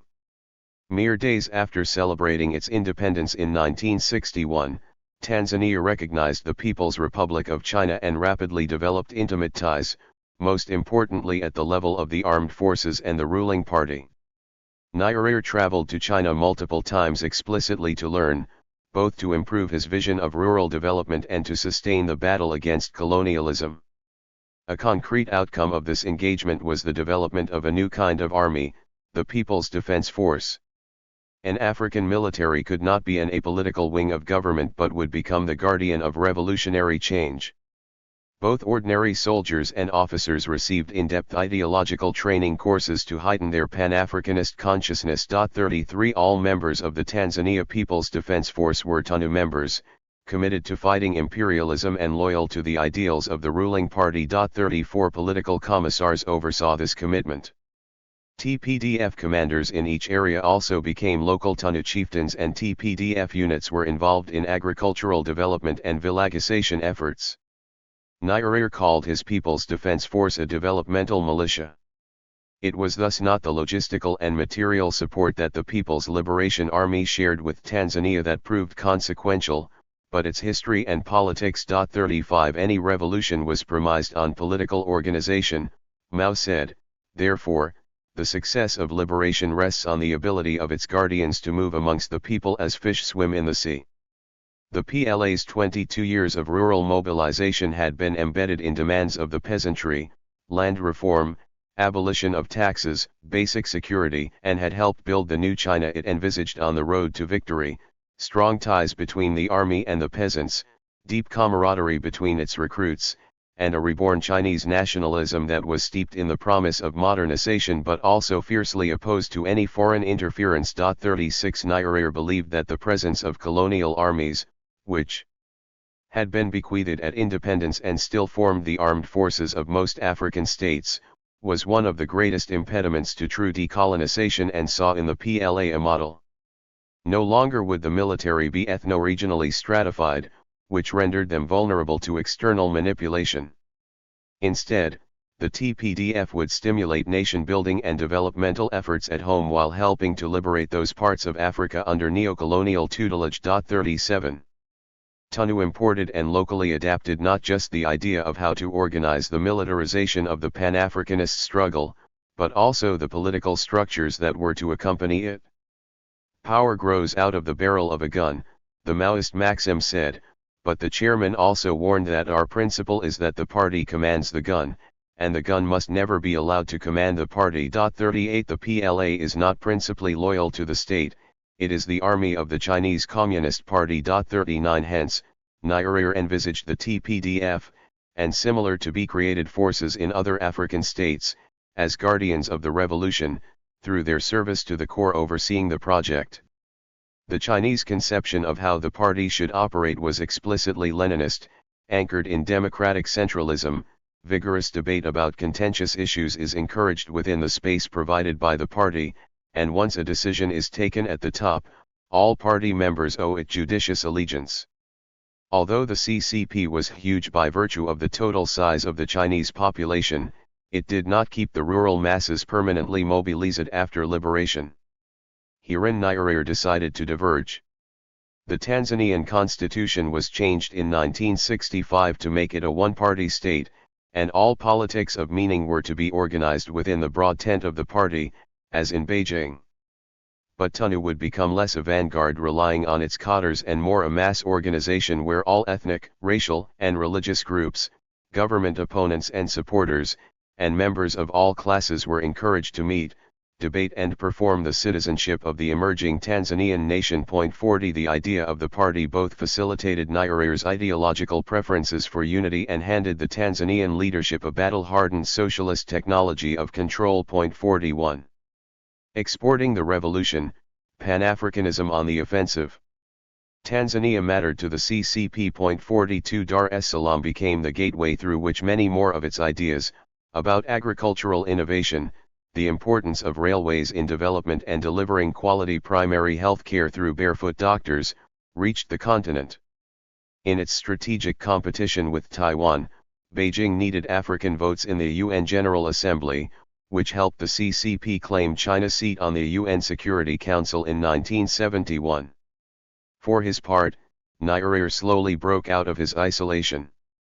His views on political organization and the transformation of colonial armies into people's defense forces spread. What economic and political factors made the success of the betrayal of Ghana possible? Amilcar Cabral asked at Nkrumah's funeral. 43 The leader of the struggle in Guinea-Bissau pointed to questions of class struggle, contradictions in social structure, the role of the party and the armed forces. Cabral cited the anti-Nkrumah coup as an illustration of Nyerere's diagnosis of the colonial state's pathologies. Betrayal was a direct result of a never decolonist army riddled with class contradictions and ethnic stratifications. Liberation would only succeed through a regimented party and an ideologically committed guerrilla force. Evolving African understandings of liberation also reflected an earlier instance of Afro-Asian influencing. Since its creation in 1954, Algeria's FLN had been fascinated by the Chinese, Vietnamese doctrine of guerrilla war perfected by the nemesis of the French, General Vion Wenjip. Jip personally highlighted to his Algerian comrades the importance of synchronizing political mobilization, military aggression and socio-economic reforms to win the colonial war. For their methods and timing, FLN's founders wanted to replicate the Vietnamese nationalists' military victory at Dien Bien Phu and even more so their diplomatic victory at the Geneva Summit. 44 Being able to point to such illustrious successes as the Vietnamese and Algerian death blows to French colonialism. Nyerere and the Asian practices he had adapted influenced the slew of revolutionaries who found sanctuary in Tanzania. Agustin Honito, Robert Mugabe, Sam Nujoma, Thabo Mbeki, and many others received political and military training and infused their respective national struggles with Mwalimu's ideas. while China itself struggled to forge deep bilateral ties with the dominant Southern and Eastern African revolutionary organizations and often bet on the wrong horse, Dar es Salaam became the nerve center of liberation activities. All major African nationalist and/or neo-liberation movements opened offices. A generation of leaders, intellectuals, and soldiers were schooled in Pan-Africanism at the University of Dar es Salaam, where Walter Rodney wrote his classic How Europe Underdeveloped Africa. 46. A young Ugandan was particularly proactive in implementing an offensive strategy of collective liberation to end neocolonialism and the associated regional polarization. Yoweri Museveni went to Mozambique to learn from Frelimo's struggle and captured power in Uganda after 5 years of bitter war, promising an end to ethnic divide and rule. In 1995, he renamed his army the Ugandan People's Defense Forces, modeled on Nyerire's People's Army in name, organizational structure, and guiding philosophy. Museveni also armed leftist liberation movements across his borders to further regime change, together with the rise to power of like-minded revolutionaries in Ethiopia and Eritrea in 1991, and the collapse of apartheid South Africa in 1994. This heralded a sea change which remains sorely misunderstood to this day. With the Cold War at an end and socialism declared dead as a global political force, the realities on the continent were much more complicated than Margaret Thatcher's "there is no alternative." While global US hegemony could not, of course, be challenged by Nyerire's disciples, this did not mean that domestic and regional politics would automatically tilt to the right. Neo-liberation movements, each with its own People's Defense Force loyal to a hegemonic party, had taken control of key states and wanted to exploit growing Western disengagement from post-1989 Africa to finish the battles that had started with their conservative African enemies in the 1960s. 47 The 1995 to 1998 period proved the high water mark of revolutionary fervor as leftist coalitions sought to oust the arch symbol of neocolonialism in Africa, Zaire's Mobutu Sese Seko, and the military Islamist Al-Nghaz regime in Sudan, regarded as the two most dangerous foes obstructing an overall Pan-Africanist dominance of the continent. Supervising this exporting of the revolution was still the retired godfather of militant Pan-Africanism, Julius Nyerere, who, together with comrades in Ethiopia, Eritrea, and Uganda, backed the Sudan People's Liberation Army/movement in its bid to capture Khartoum. This revolutionary alliance also politically and militarily assisted the campaign spearheaded by the Rwandan Patriotic Front and Congolese rebels to demolish the Mobutist state, together with troops from Angola's MPLA. Laurent Desire Kabila, the newly installed Marxist strongman in Kinshasa, had worked with Beijing since the 1960s and had long been a Tanzanian protégé. He immediately took several decisions to underline the direct connection between the wars of liberation of the 1960s, the inspiration derived from Asian allies and the Pan-Africanist tide of the 1990s. He appointed North Korea-trained ministers in his cabinet, made Beijing the destination of his first overseas trip and sent his son Joseph to be instructed by the PLA.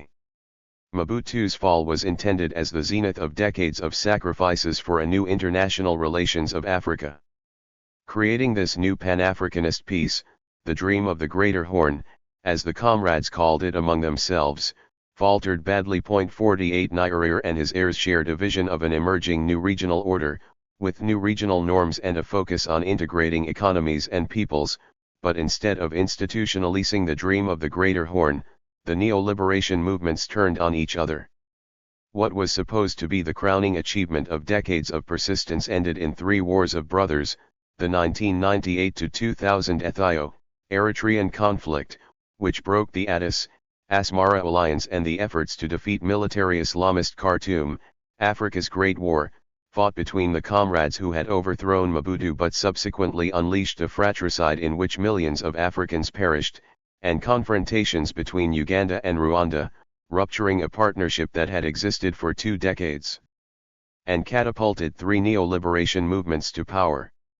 As these devastating conflicts unraveled, collective efforts to build a different continental order, those still at the helm, in Eritrea, Ethiopia, Uganda, and elsewhere, now looked inwards, seeking unchallenged dominance at home. 49 Several recipes for doing so would again be sourced from Asia and adopted for local use by the African liberation warriors who had been bruised in their pursuit of regional mirages. Illiberal state building at home. As Africa's neo-liberation movements shifted in the early 2000s from confrontation with foreign enemies to restructuring the domestic political economy, they reconnected with the bread and butter promises that had helped them capture power with significant popular support. After all, many ordinary people and army recruits did not care much about dreams of a new regional order but were nationalists and/or craved tangible local improvements in their daily lives, an old lesson that the Bolsheviks and the CCP had learned through their respective adventurism in the Polish, Soviet conflict and the Korean War, which resulted in plenty of dead comrades and popular disillusionment with the revolution. 50 As neo-liberation movements reprioritized domestic agendas, this switch revived the instructive role Asian experiences have been playing in shaping African liberation practice and thinking. While the emphasis on spreading the revolution has dissipated, political technologies that African revolutionaries such as Nyerere first borrowed many decades ago have been reworked for a new era. Material assistance and ideational recipes for how to restructure state, society, market relations while maintaining an ironclad grip domestically have in the post-Cold War period, once again, been provided by Asian pioneers. Socialism plays a central but complex role in these interactions, both on the Asian side and the African side of the equation. To understand how and why, it is instructive to reappraise the political trajectory of Asia in the late 20th century. Already by the late 1970s, Asian politics had deradicalized considerably.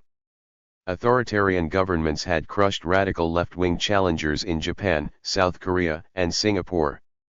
Indonesia and India, early leaders of Afro-Asian solidarity, no longer focused on global order. The death of Mao and the collapse of the Khmer Rouge in Cambodia eliminated the most fanatical interpretations of Marxism, Leninism. In China, which had encouraged Nyerere's revolutionary proselytization, the ascendancy of Deng Xiaoping and his four modernizations meant that the party concentrated on socialism in one country, de-escalating its relations with its neighbors and with the superpowers.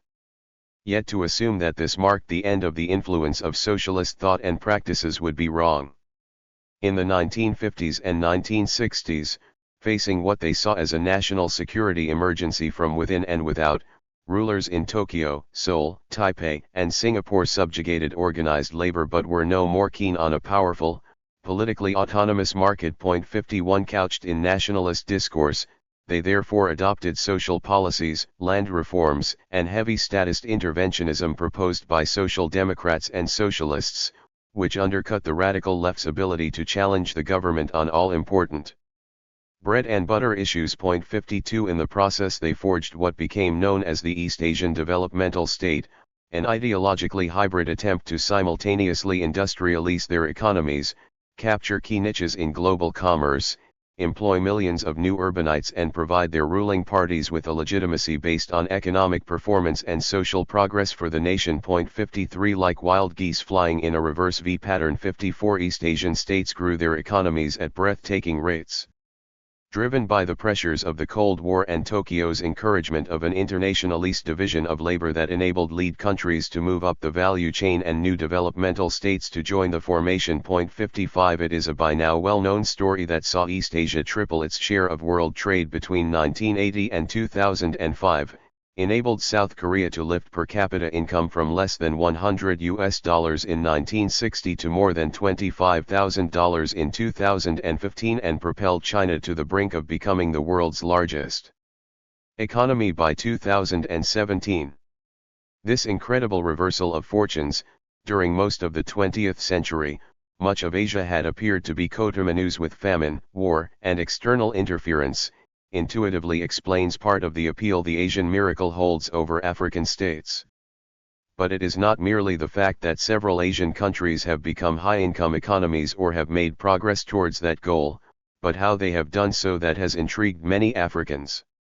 Their insistence on following their own pace of economic and political development and defiance of neoliberal recipes were vital in sustaining decades of virtuous growth. Like the Soviet Union of the 1950s, an extraordinary mobilization of input factors through discipline and national mobilization, turbocharged growth. 56 To the African left, still fuming about the debacle of IMF and World Bank-led structural adjustment. 57 This underlined the feasibility of radical change and seemed reminiscent of Lenin's new economic policy of state-controlled capitalism to protect the party and the revolution in a hostile global context. East Asia's strong nationalist leaderships, politically guided investment regimes and selective embrace of the global economy have greatly intrigued Africa's liberation movements. The latter, with their origins as socialist or even fully committed Marxist, Leninist parties, have developed their own mode of governing state, society, market relations, illiberal state building, which marries their ideological instincts and the imperative of expanding the writ of the state with the fiscal and geopolitical realities facing African polities in the late 20th and early 21st centuries. It has helped them resolve, for at least a generation, their post-1989 dilemma of balancing their need for Western aid and the discrediting of command economies with still wanting to retain their leftist commitment to autonomy from foreign interference and embedding the market. Having established durable political order after vanquishing their foes in civil war, the likes of the Ethiopian People's Revolutionary Democratic Front and the Rwandan Patriotic Front have thus sought to build African developmental states while simultaneously joining global discourses about climate change, health, and women's rights. 58 Although the superficial alignment with liberal shibboleths charmed Western donors, all major entrepreneurial and social activism is tightly monitored by the party. 59 In the words of Meles Zenawi, Ethiopia's leader between 1991 and 2012 and a liberal state builder par excellence. One of the defining characteristics of a developmental state is that it must be autonomous from the private sector.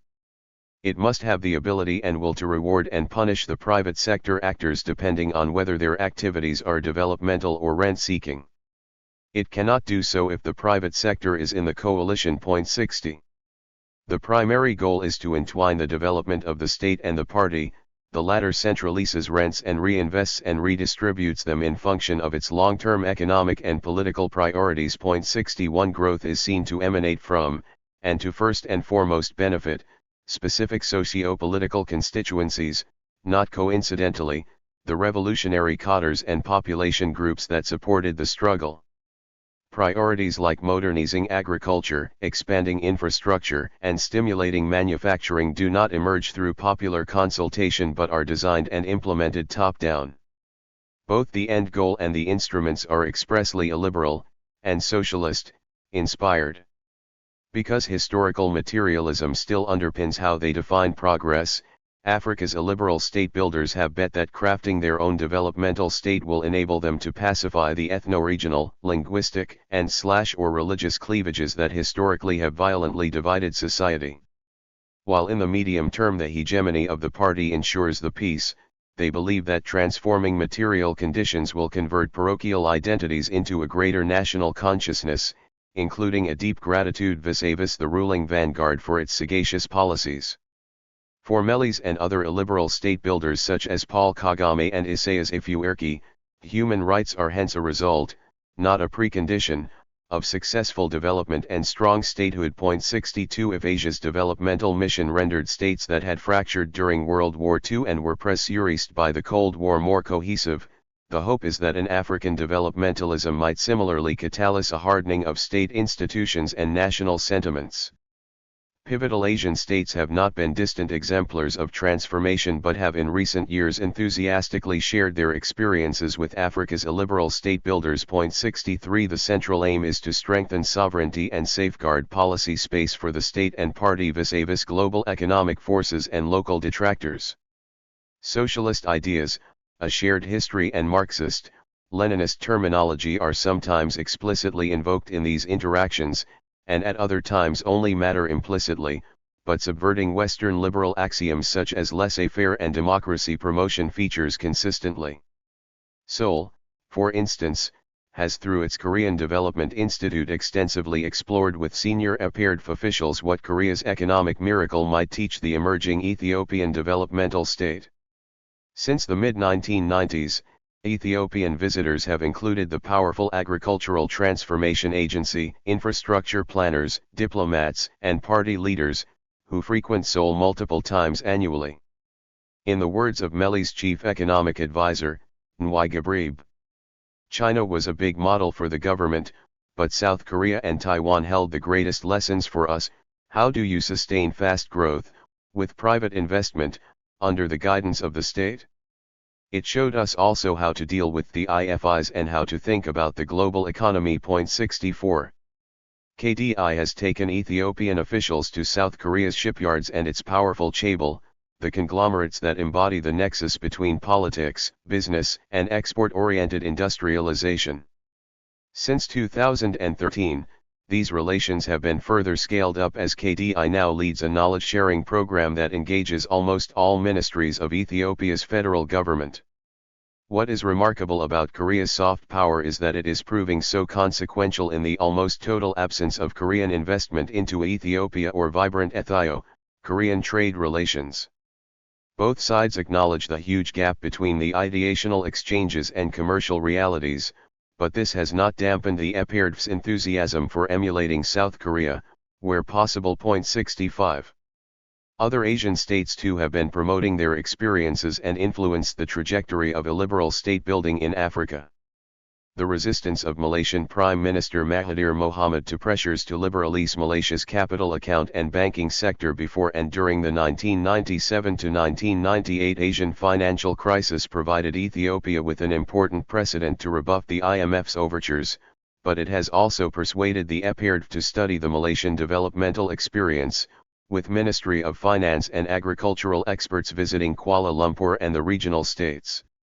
Singapore, with its formidable track record of growth under the authoritarian aegis of the People's Action Party, has especially intrigued them. 66 Africa's illiberal state builders have for 2 decades been analyzing the Singaporean experience.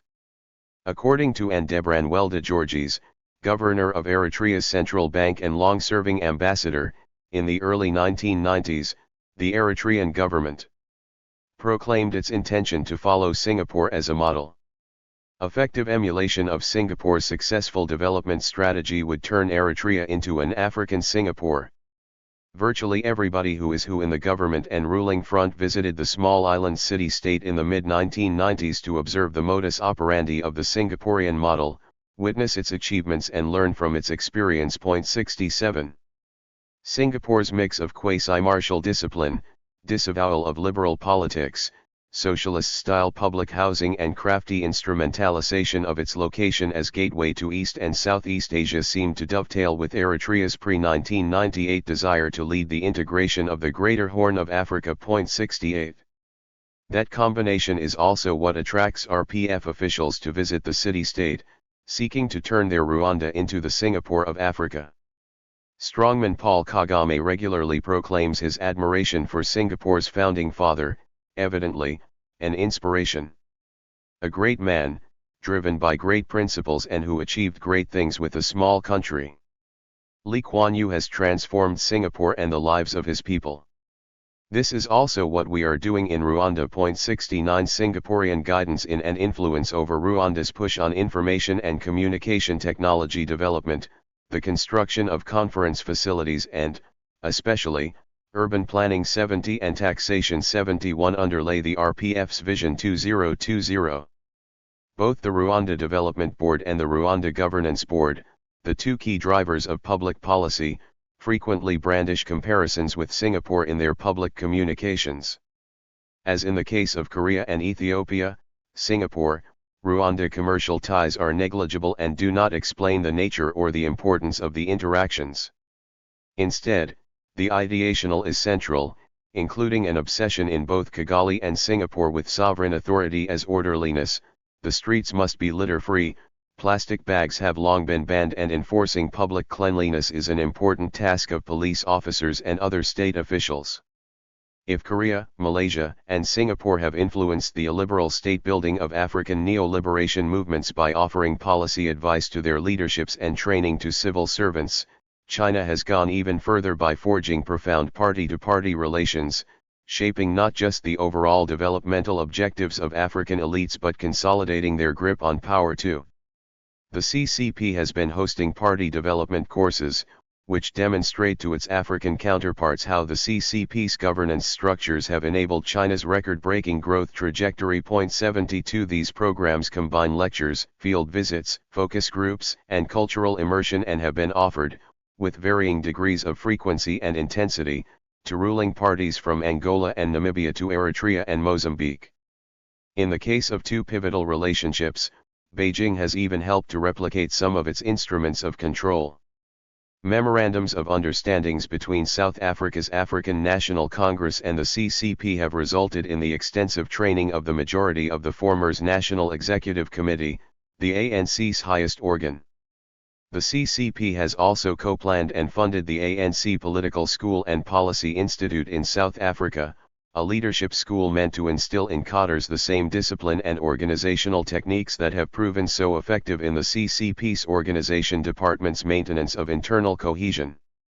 In Ethiopia, the CCP has been involved in building the EPIRDF Central Party School and the Ethiopian Civil Service University, which churn out loyal cadres, ensure party, government cohesion and institutionally anchor the developmental vision. Party leaders are equipped with new technical and organizational skills, whilst civil servants are indoctrinated with the Marxist, Leninist precepts that still guide the CCP and EPIRDF worldview. This partnership emerged from the cooperation agreement crafted between Meles and the CCP leadership after the disastrous 2005 elections, when unanticipated opposition success threatened the EPIRDF's reign and hundreds died in street protests. Following Chinese advice to increase the eyes and ears of the revolution, the EPIRDF launched a recruitment drive that more than quintupled its membership to out-organize the opposition and penetrate every warda and kabila of Ethiopia's territory. 73. In sum, even after the end of the Cold War, and in many ways more effectively and consequentially than during it, key Asian states have both ideologically and organizationally continued to shape African liberation movements, and socialism's and socialist legacies have been directly and indirectly at the heart of many of these interactions. This is, of course, not to gainsay that the authoritarianism, illiberalism, and socialist legacies that characterize many African states and parties are to an important extent rooted in local historical experiences. Nor is it to argue that Asian practices are the sole source of external inspiration for economic policies, party building or military doctrine. Just as Nigeria drew on a diverse registry to solidify Tanu nation building, so too have the ANC, EPIRDF, RPF, and Uganda's national resistance movement been molded by Albanian, Baathist, Cuban, Libyan, Soviet and of course Western examples and tropes. Socialist influences are evidently not the only defining characteristics of state-building experiments in Africa, and the degree of adherence to the true creed continues to be intensely debated, inside and outside these movements. In the NRM's Uganda, for instance, meaningful policy engagement with Pan-Africanism and socialism has become exceedingly scarce. Some critics therefore balk at such movements being called progressive, let alone revolutionary, and underline the clash between their professed attachment to social justice and their flirtation with the American superpower, the design of public policy by management consultancies and elites' indulgence in extravagant consumerism. 74 Yet one must be careful when hastily dismissing the role of socialist identities, categories, and structures in African polities and stressing the omnipresence of neoliberalism and neo-patrimonialism. For instance, while Abiy Ahmed has since 2018 rhetorically signaled his intention to ditch revolutionary democracy and partly liberalize the economy, socialism clearly remains essential in analyzing an Ethiopian context where all land remains state-owned. Stalin-inspired ethnic federalism defines the constitution and Abiy himself has rediscovered the virtues of the party, state, army machine to protect his own authority, not least when faced with competing nationalisms. In Ethiopia, Uganda, and other African states, socialism matter, but do so unevenly, spatially, and temporally. Ideologies never come in neat, predefined packages, but are families of ideas and practices that naturally vary in time and place without losing their core resemblances. 75 Similarly, therefore, to underline that a significant degree of ideological and organizational soft power is exerted vis-a-vis certain African polities is not to suggest that Asian models are simply copied or that there is necessarily a deep intellectual engagement with the intricacies of East Asia's political and developmental trajectory. Ideas and practices are selectively engaged with and appropriated in function of local needs and resources. If Asian teachers often overstate the policy coherence of their own experience and highlight or underplay certain aspects, African consumers of policy advice digest and instrumentalize it in highly uneven and differentiated ways. 76 Thus, while Ethiopian party leaders eagerly embrace the cowing of the financial sector that was so essential to the East Asian developmental state, and South African officials stress China's nurturing of infant industries for export-led growth, both are considerably more taciturn about the importance of better schooling, land reform, and the socio-cultural underpinnings of the Asian miracle. 77 Conclusion. The strength of communism is not found in its economics nor in its character as a secular religion, where it can be easily outclassed by nationalism. Its most relevant characteristic is its political theory and practice, not its Marxism but its Leninism. Lenin was not a disciple of Marx, rather Marx was a precursor of Lenin. Lenin made Marxism into a political theory and in the process stood Marx on his head. The key to Marx is social class, the key to Lenin is the political party. Samuel Huntington 78. How can African states increase their internal and external sovereignty, building political institutions robust enough to maximize their room to maneuver internationally and to meet their people's developmental aspirations? The question has divided Africans since decolonization. One camp has dealt pragmatically with the colonial past and outside powers, holding them close to subvert potentially regime-threatening thrusts and to extract financial, political, and military resources. By contrast, self-styled revolutionaries have long held that confrontation with a fundamentally unjust international system was inevitable and that compromise, including extraversion, could only be temporary.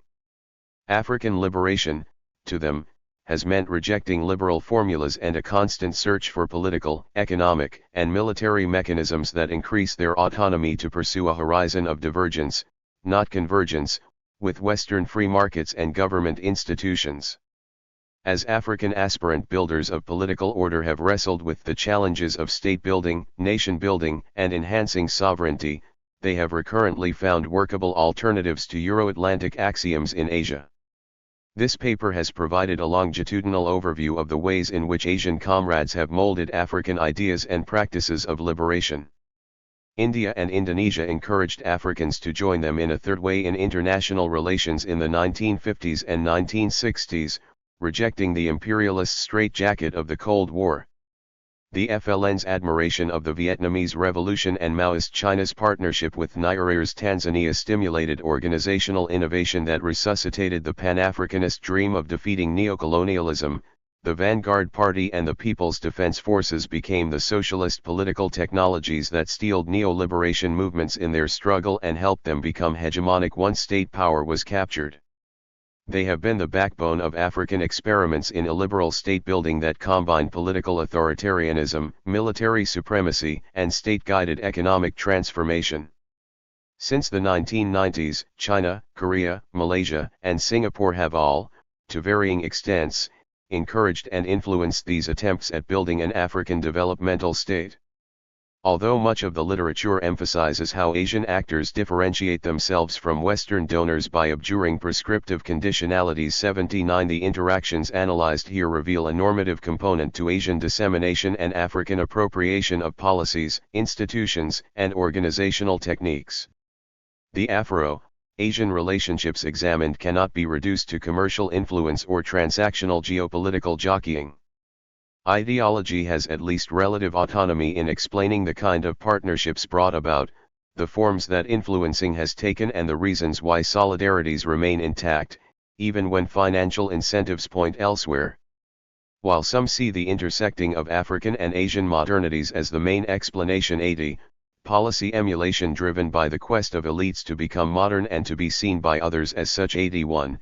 This overlooks the ideological specificity of the ideas exported/borrowed by the protagonists of decades of Afro-Asian cooperation, from Nkrumah and General Park to Meles and Xi Jinping. The fil rouge is a rejection of neoliberalism and Western hegemony, with socialist ideas and practices serving as key instruments to buttress sovereignty and policy space, internally and externally. As Huntington's classic insight helps remind us, the various operationalizations of Marxism, Leninism, the party, the People's Defense Force, state-directed development, anti-imperialism, etc., that have shaped Asia's trajectory offer a register of political technologies that Africa's liberation revolutionaries turned illiberal state builders continue to find more relevant for their purposes than European or North American blueprints. On the one hand, as Meles posited, Asia's resurgence in the late 20th century underlined that any economic transformation of African states is conditional on winning the political battle. Development is a political process first and economic and social process later. It is the creation of a political setup that is conducive to accelerated development that sets the ball of development rolling. 82. On the other hand, socialist political technologies have been undeniably useful for these self-appointed builders of political order. The hegemony of the party and its control over an ideologically loyal army have ensured that no liberation regime that has come to power has ever been ousted, a not entirely unimportant side benefit. Disclosure statement. No potential conflict of interest was reported by the author. Just another African country, socialism, capitalism, and temporality in Mozambique. Jason Sumish. Abstract. Here, I examine the legacies of Marx and Lenin for the Indian Ocean nation of Mozambique by tracing nation-building projects from the late colonial period to the present. By combining Archibald's insights concerning the politics of pretense in Mozambique with McGovern's arguments concerning the development of a durable set of national dispositions in socialist Guinea, I explore the legacies of transformative projects in Mozambique and their contradictions. Mozambican socialism was an ambitious attempt to escape previous colonial practices and build a new kind of durable and all-encompassing national belonging. I argue that this attempt was, paradoxically, both successful and something that soon became mired in new forms of political pretense. I then explore the ways in which the legacies of the socialist period have continued to uphold Frelimo's rule. This is evident both symbolically, through the party's influence over what it means to be a modern Mozambican, and materially, through structures of democratic centralism and the interpellation of the party, state, and security services. However, the gradual decoupling of utopian ambitions and revolutionary temporalities, based on an idea of a messianic future, have sapped the coherence of Frelimo's political project, and the party's hegemony now teeters on precarious foundations. Introduction. The hide was being flayed off the still-living body of the revolution so that a new age could slip into it. As for the red, bloody meat, the steaming innards, they were being thrown onto the scrap heap. The new age needed only the hide of the revolution, and this was being flayed off people who were still alive. Those who slipped into it spoke the language of the revolution and mimicked its gestures, but their brains, lungs, livers, and eyes were utterly different. In September of 2002 I was speaking to Tiago, a Mozambican who had recently returned to Maputo, the capital, after 6 years of studying economics in Brazil. Tiago explained to me how different things were there. I learned many things in Brazil. I want to teach a course in business techniques. We Mozambicans do not have a selling culture yet, it is a mental holdover from socialism. If someone has a product to sell, they just sit and wait in the expectation that they do not have to do anything, people will come and buy it. Look at the bar we are in, it is in a prime location and it is basically empty. This would never happen in Brazil. However, if I was poor, I would actually rather be here. Poor people in Brazil are better off in a material sense, but here people still have hope that things will get better. I do not think anyone in Brazil thinks like that anymore. In the years since this conversation, many of the traits Tiago identified amongst his countrymen as we sat in a sleepy bar in the city center have transformed dramatically. While many holdovers of a socialist mentality remain, they are far less obvious in the now bustling capital, even if the economic crisis which began in 2014 put the nation's reputation as an economic success story on hold for the foreseeable future. The once ubiquitous political exhortations that covered billboards and the sides of buildings have long since been replaced by a cornucopia of advertisements, all competing to proclaim the joys of consumerism along streets filled with kiosks, boutiques, restaurants, and men in suits loudly having important-sounding business conversations on their cell phones.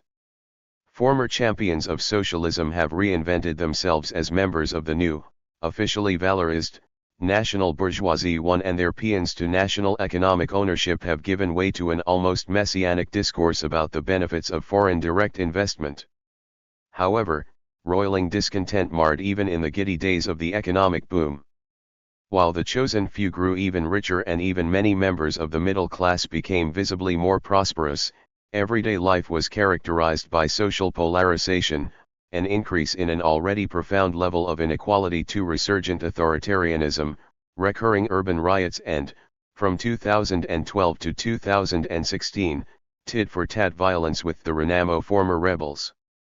Even among those who have been the focus of my ethnographic research for close to 20 years, the privileged members of what could be termed a middle class, whose families have been close to the ruling Frelimo party for decades, were increasingly alienated. Popular anger only grew when the economic crisis amply demonstrated just how shallow the leadership's optimistic vision of natural resource-fueled abundance really was. I have not seen Tiago in years, but I wonder if he still feels the poor in Mozambique continue to have hope that things will get gradually better, for experience has seemed to prove the contrary.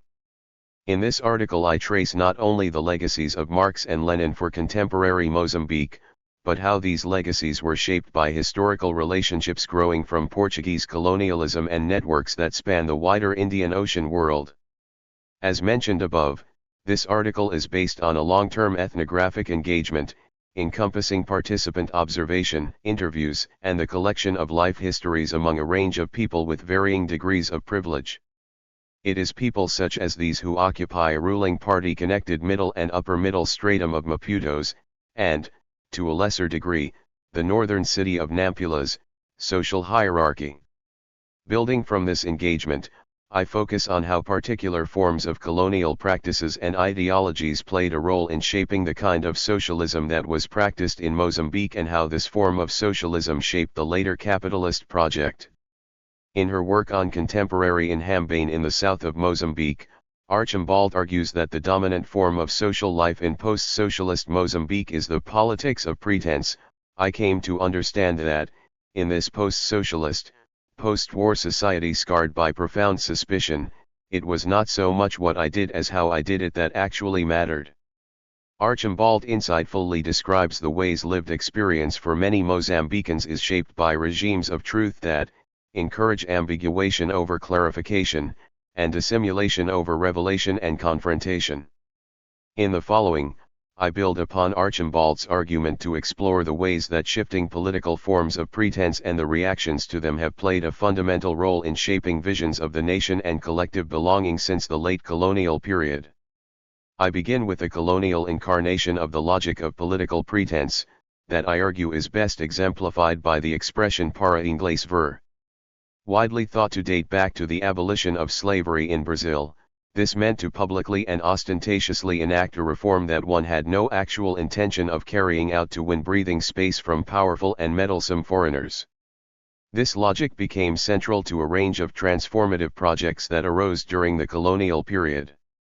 While these projects rarely, if ever, came close to achieving their stated goals, they did structure imperial ideology, the social categories and experiences upon which such ideologies rested. I argue that the socialist period in Mozambique was, in many ways, an ambitious attempt to escape the politics of pretense, a utopian effort to give birth to a society where unjust power could and should be confronted and overthrown, where a regime of truth based on ambiguity, complicity, and dissimulation would be destroyed through the construction of the new collective. In this new, more perfect social order, lived experience would flow from as is, rather than as if it were so. Central to this effort was the creation of an authentic national subject as the basis for an all-encompassing state. Here I combine a discussion of the politics of pretense with the approach developed in McGovern's work on the revolutionary PDG regime in Guinea. McGovern argues that despite the brutality of the nation's charismatic leader, Sékou Touré, he and the PDG managed to create a set of durable national dispositions that contributed to a shared sense of national identity during the socialist period. These dispositions continued after the collapse of socialism in Guinea, even for those with no personal memory of the revolutionary era.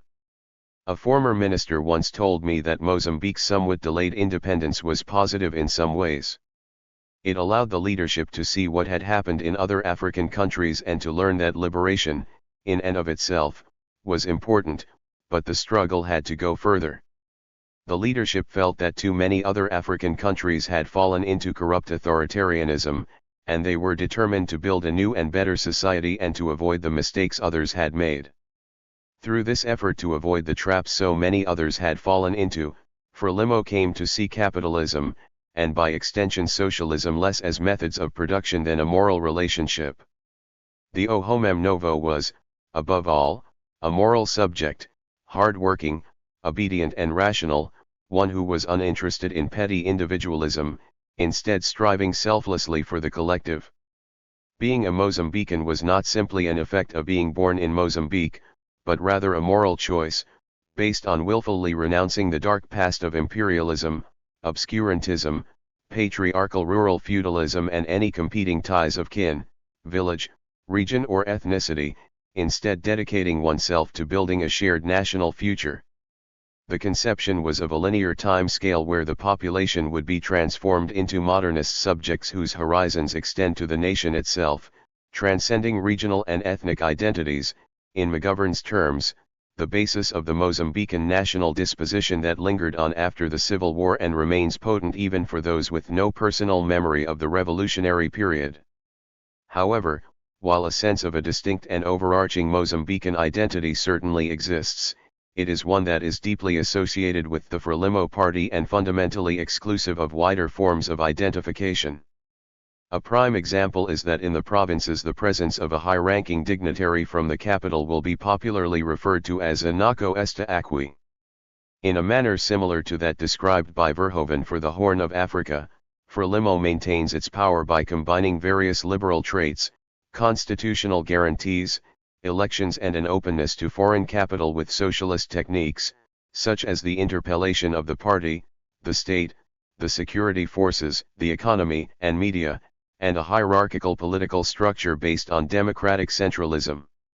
These techniques, coupled with Frelimo's authorship of what it means to be a national subject, allows the party leadership to monopolize what it is to be a modern Mozambican. However, this monopoly is increasingly fragile. While many aspects of the national disposition have lingered into the present, the revolutionary temporality, or the conception of time as an evolutionary, linear scale through which the supposedly atomized population would be forged into a new collective based on an unbreakable moral bond, has collapsed. Buck-Morzes argues that the worldview of communism is based on time, the temporality of the political revolution, which as the locomotive of history's progress, invested the party with the sovereign power to force mass compliance in history's name. Unlike the liberal conception, the Communist Party state is not representative of an identity but rather is a causal agent active in constructing both the people and the state. Under socialism, time was Janus-faced, on the one hand it was an ally, the laws of history assured eventual victory. However, time was also a brutally demanding taskmaster that had to be relentlessly struggled against to lead the country out of backwardness. Although the language of development, of overcoming the past, permeates current political discourse, Mozambican capitalism is, in many ways, outside of time. Transformation is now more a memory, and the possibility of radical change is relegated to the past. As demonstrated by Nielsen. At the heart of the nation, however, is no longer a shared ideology that outlines the guiding principles and moral values of the collective. Rather, what unites and binds people together as a collective is the congenital collapse of the ideological project from which the nation was born, an imagined future that disintegrated before it could be implemented. His description is only too apt, as we shall see in the following. The fading away of the transformative future has been replaced once again by a politics of pretense, a regime of truth based on dissimulation and ambiguity that both sustains Frelimo's hegemony and simultaneously undermines it. Socialist dispositions. Portugal's 500-year empire had a tumultuous history, where periods of expansion and contraction, consolidation and decay were accompanied by a range of political, economic and ideological justifications. During Portugal's final imperial incarnation, the quasi-fascist Estado Novo, these historical developments coalesced around an ideology known as Lusotropicalismo. Its central claim was that, unlike the racist rule of other colonial powers, Portugal was uniquely endowed with the ability to reign over Africans in harmony and advance their level of civilization.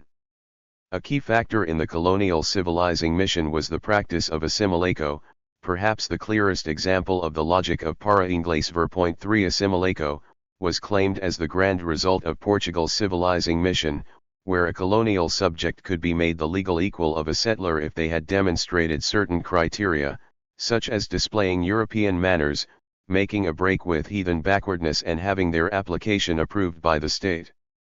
Despite the rhetoric of colonial uplift, the introduction of assimilaco largely managed to close avenues of social mobility that had been available to previous local privileged classes, while tightening Portugal's grip, transforming formerly self-confident indigenous elites into low-level functionaries of the colonial administration. Being an assimilado entailed benefits, such as exemption from forced labor, the ability to work in the bureaucracy, increased access to education and the ability to reside in parts of the city that were relatively better provisioned than what the vast majority was subjected to. These benefits, though, were offset by the connotations of servile collaboration, and the fact that legal equality was a fiction. One could always be reduced to a state of abject humiliation at the whim of a white settler. For many people from assimilado families that I know still speak with great bitterness about the spot checks Portuguese officials used to make at people's homes to make sure they spoke Portuguese with their family and used a knife and fork when they ate. Assimilaco was the colonial politics of pretense par excellence, where what on the surface was loudly proclaimed as an invitation into European civilization as an equal was often experienced as a never-ending insult. It did result in lasting, if completely unintended, political change, as many of Frelimo's initial political leadership came from southern, assimilado backgrounds. Portuguese repression made it exceedingly difficult for any kind of dissidents to organize within Mozambique, but many nationalist organizations were formed in exile. The major groups coalesced into Frelimo, and the party declared the beginning of the war for national liberation from its base in socialist Tanzania, as it was clear that the Estado Novo would never consent to giving up its colonies unless forced to do so through violence. In 1975, after 10 long years of armed struggle and brutal internal conflicts, Frelimo declared independence and embarked upon their plans to build a brave new world. While the utopian goal of Mozambican socialism was the creation of something radically new, this vision was also shaped by the assimilado background of much of the Frelimo political leadership, as Lusotropicalismo fueled the party leadership's revolutionary vision combined with the more modernist aspects of Marxist thought. While Frelimo's original leadership was drawn from a relatively wide range of Mozambique's ethnic and racial spectrum, including Portuguese, mulattoes, Indians and blacks, many came from relatively privileged backgrounds based on employment in the colonial state. This may account for the lingering influence of ideas associated with Lusotropicalismo, as much of the leadership came from social backgrounds that were the most exposed to them. To name just a few examples, the nationalist icon Raul Hanwana was a colonial civil servant and the father of Luis Bernardo Hanwana, João Hanwana, Fernando Hanwana, and Gita Hanwana. Former foreign minister and later president of Mozambique Joaquim Chissano's father was a translator for the colonial civil service. Former vice president of Frelimo Marcelino dos Santos' father worked for the national railways under the colonial state. There were, of course, Exceptions. Samora Machel's father was a prosperous peasant, and most of his family was involved in migrant labor to South Africa.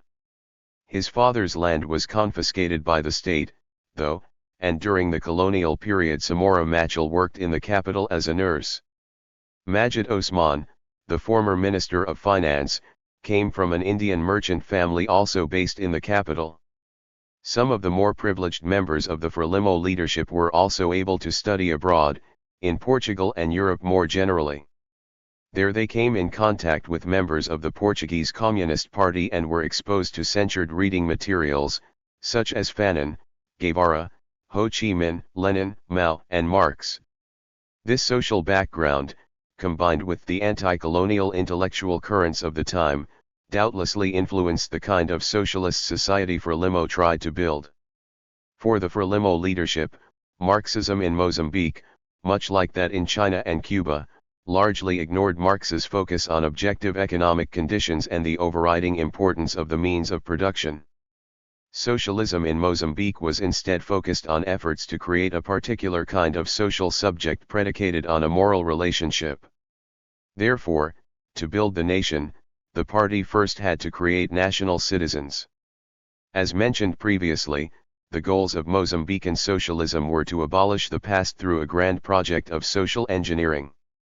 The cultural transformation of the populace into the rational, modernist new man was supposedly the precondition for progress, which would ultimately lead to the end of exploitation of man by man. Shortly after independence, the new man became the master symbol of socialism.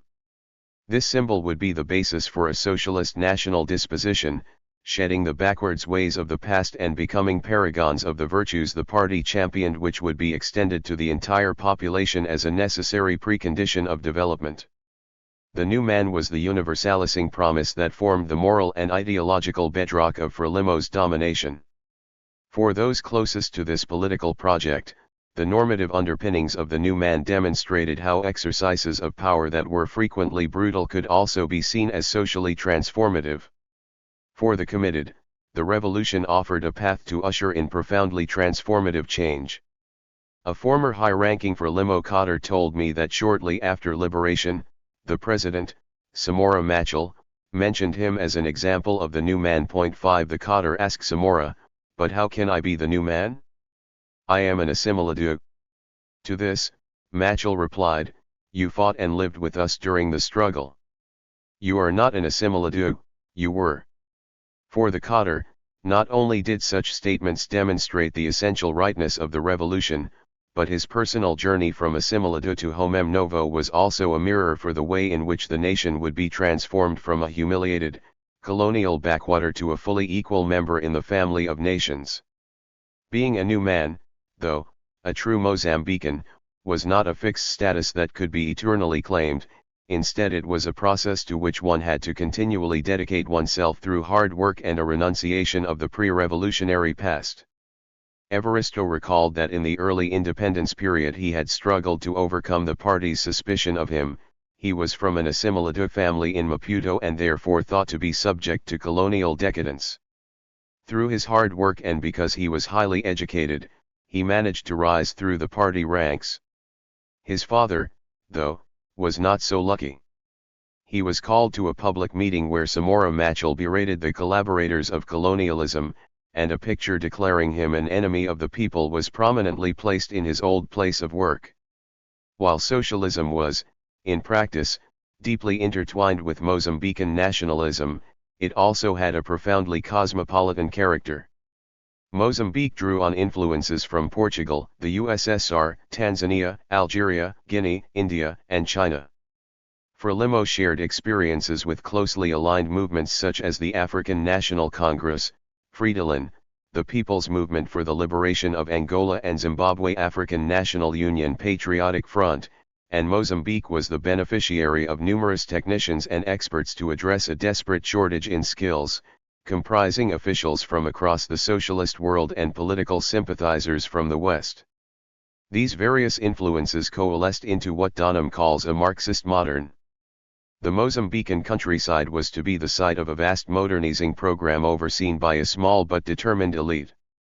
Herding villagers into communal villages and having them work on large communal or state farms would not only facilitate the provision of services but would also discipline and rationalize the peasantry, allowing the party to finally realize the nation's potential.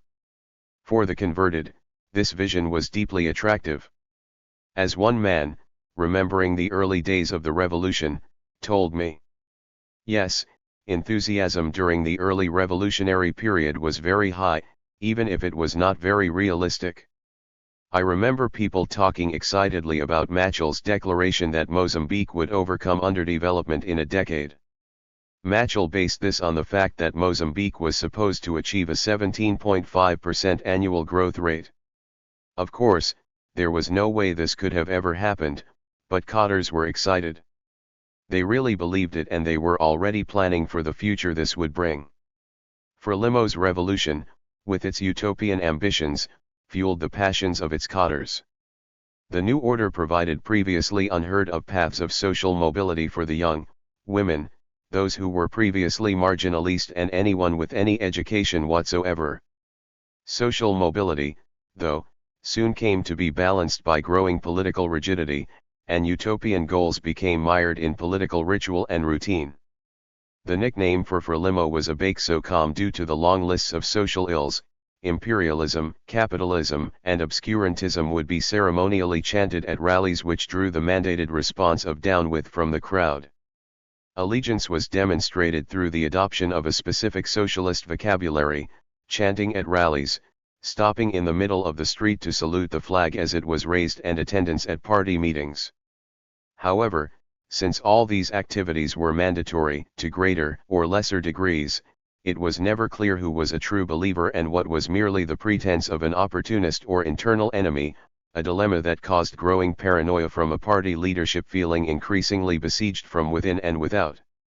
From 1977, the party faced a growing military challenge by rebels who were originally trained by white minority-ruled Rhodesia and later funded by apartheid South Africa, but who found a social base among those opposed to Frelimo's social engineering, especially in the center and the north of country.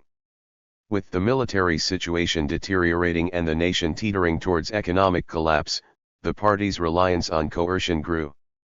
Flogging, which had been banned as a symbol of colonial barbarism, was reintroduced, revolutionary troikas were empowered to dispense summary justice, and firing squads disposed of enemies of the people. Frelimo dramatically undermined its urban support through Operation Production. Anyone who could not prove that they had official urban residence could be rounded up by the army and sent to the distant Nisa province to build cities in the bush. Between 30,000 and 50,000 people fell prey to Operation Production, many of whom were dumped in unhabituated areas in Nisa with no tools or rations, and death was a sadly common result. While socialism was a desperate attempt to escape the colonial politics of pretense, to create a social reality based on as is, rather than as if it were so, a new, if inverted, form soon took its place. As socialism deteriorated into a set of forms and rituals, loyalty continued to be demonstrated through the public display of officially mandated symbols and behaviors. However, these public rituals were completely divorced from private life, as nepotism, economies of favors, pilfering, absenteeism, theft of state property, dealings on the black market and or other forms of corruption often became the only way to ensure survival. Although certain measures, such as Operation Production, targeted urbanites, the cities were generally sites of relative privilege and security in comparison to the war-torn rural areas. While the monthly rations that were provided to every urbanite may have been scant, at least there were rations. Frelimo had originally championed a Maoist, peasant-based revolution. The goal, though, was not to free peasants as they actually were, but to shape them into something completely different. The previously mentioned attack on the economic basis of the peasantry through communal villages and state farms was accompanied by an ideological assault to wipe out what was called obscurantism, the various supposed superstitions and aspects of rural feudalism which kept the population in a state of abjection and ignorance. The party's attempts to abolish aspects of traditional culture such as witchcraft, traditional healing, lobolo, polygamy, traditional leadership, tribalism and various religious practices foundered not only because they were culturally insensitive, but also because, outside certain groups of the population like educated urbanites, Frelimo could not offer a particularly coherent replacement. For much of Mozambique's population, especially peasants, the benefits of the promised socialist new order never seemed to be coming. The final blow was the civil war, which destroyed many of the signs of progress, especially in health and education, that Frelimo had made. The revolution was based on the promise of being the midwife to a future of equality and prosperity, but the utopian ambitions that aroused fevered commitment were brought crashing back to earth as the country lay in smoking ruins. Increasingly, the roles between Frelimo and the Renamo rebels began to shift. Renamo began as a group backed by neighboring white minority regimes that crafted a neo-traditional ideology making use of traditional leaders and spirit mediums' calls to ethnicity. In many ways they appeared a binary opposite to Frelimo's modernism. However, analysis of captured Renamo documents undertaken by Cahen brings to light the ways in which Renamo adopted Frelimo's political techniques, forms of organization and even slogans, such as the socialist slogan A Luta Continua, in their efforts to win over the local population. Frelimo commanders, on the other hand, also began adopting the techniques of Renamo, abandoning their war on obscurantism to consult with diviners in order to increase their military effectiveness. Peasants, tired of being caught between the conflicting demands of warring factions, built miniature communal villages that they pretended to inhabit whenever a Frelimo dignitary passed through. Goals of transformation receded, and the party, contrary to its early goals, embraced the politics of pretense as the fact one still bothered to put on a display sufficed as proof of loyalty. Socialist legacies, capitalist means. Following the death of Samora Machel in 1986, socialism limped on in form, but its underlying meaning and utopian promise for a future completely different from the present had been hollowed out. Throughout the rural areas, especially in the center and the north, where reactions towards Frelimo's social engineering were often ambivalent, revolutionary temporality suffered a mortal blow. The promised shining future never came, while the past stalked the countryside as embodied by the unquiet ghosts of civil war, famine, and disease. Generally, at least for those I have worked with, the eventual abandonment of socialism in 1990 followed by the peace agreement in 1992 were accompanied by a gradual reawakening of a dampened future orientation, in this case, the promise of a far more modest, but still noticeably better, future through democratic capitalism. The end of the war was a dramatic improvement, however other developments were ominous. Under successive structural adjustment programs, entire industries were largely abandoned, thousands of industrial jobs were lost and salaries in the bureaucracy, the nation's largest employer, were cut as staff numbers were reduced. Those who benefited most visibly from the transition, the national bourgeoisie, were primarily restricted to high-ranking party members, their families, and associates amidst profound poverty and deepening inequality. Frelimo itself also became a major economic actor, both through partnerships with multinationals and in its own right, keeping important segments of the economy within the Frelimo family by allowing trusted party members to take control of newly privatized economic concerns. The Frelimo leadership has invested considerable energy in downplaying and/or strategically erasing aspects of the socialist period that would now be in direct contradiction with the current practices of power. However, the official silence is continually undermined by the centrality of the memories of the early independence period and the Civil War in projects of legitimation and political conflict. Outside of the halls of power, urban workers undermine official silence and use the symbols, slogans, and tropes of socialism to express their discontent with the new order. The legacies of socialist-era forms of personhood and nation also continue to shape the present for members of the urban middle class as well. Some years ago, a friend of mine in Maputo was telling me about attending a service for a new evangelical church, one that specialized in fighting witchcraft. An acquaintance had told him about the services, where reformed witches testified to the congregation of how they made deals with Satan to access magical helicopters that took them to Europe at night and gained mastery over various other forms of sorcery, and he wanted to hear about it. I asked him what he thought, and he replied, "It was interesting, but the thing I really do not like is that they take money from the poor." I asked him if this would have been allowed in the socialist period, and he replied, "No, it would have been called obscurantism. But things are different now. It is good that things have changed, but the old way was also right for the time. Many things had to be dealt with and changed to create a spirit of national unity. That is what makes Mozambique so much different from many of the other countries in the region. Here we have some sort of national unity beyond and above ethnicity, religion, and race. In this respect, this is Frelimo's greatest achievement, despite all of the problems that continue to exist. Such attitudes are frequently expressed among the Frelimo-connected middle class of Maputo. They can be heard in dismissive statements about the existence of witchcraft, regressive, supposedly African gender relations, the peasantry in general, or ideas about ethnicity. As a middle-class woman, Varnya told me, "I was in Kenya and someone asked me what tribe I belong to. Can you believe that? Here I am in Nairobi, it looks really nice, tall buildings and everything, and someone is asking me this.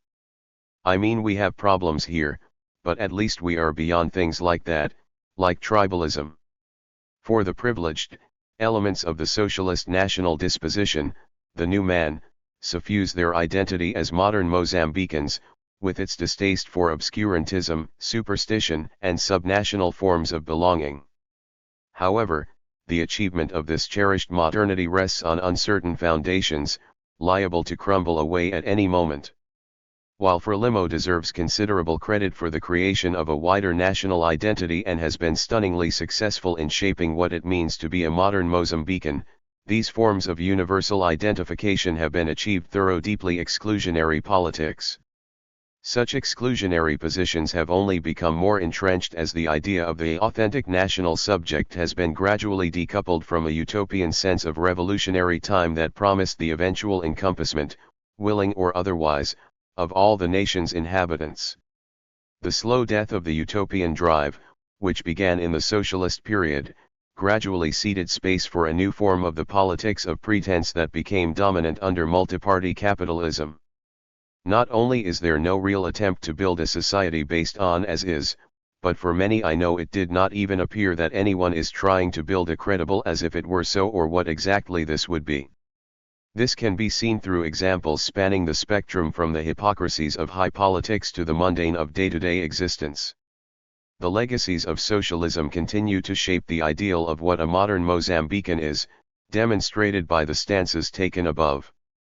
However, this ideal is often most relevant in its absence, the ways it is contravened in quotidian life, which is an enduring focus of gossip and self-recriminations.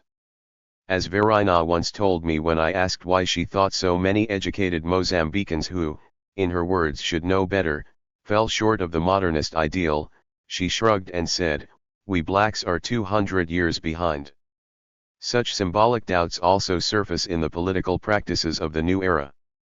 Despite the new focus on private investment, consumerism, and the free market, it was not always to create a firm linear distinction between socialism and capitalism. Instead, both were characterized by practices and ideas that tended to blend into each other. The difficulty in differentiation is compounded by the fact that the same party and many of the same people were in charge in both periods. Frelimo cadres still address each other as comrade, and no rally would be complete without shouting a luta continua and giving the raised fist salute. Although the party's power and presence has waxed and waned in the capitalist period, Frelimo is still synonymous with the state, and its structures are deeply intertwined with the security services, the judiciary, the media, and the economy.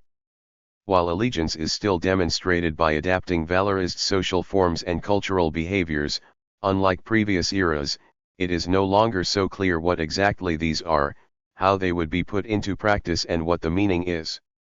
The revolutionary temporality that provided a moral basis and narrative coherence has faded away.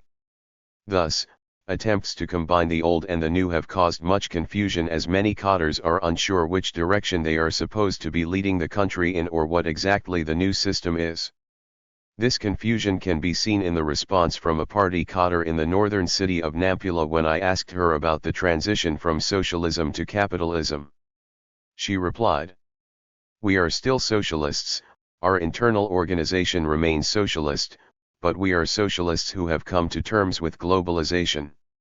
During the socialist period the government determined the prices, but now nobody knows what the prices will be tomorrow.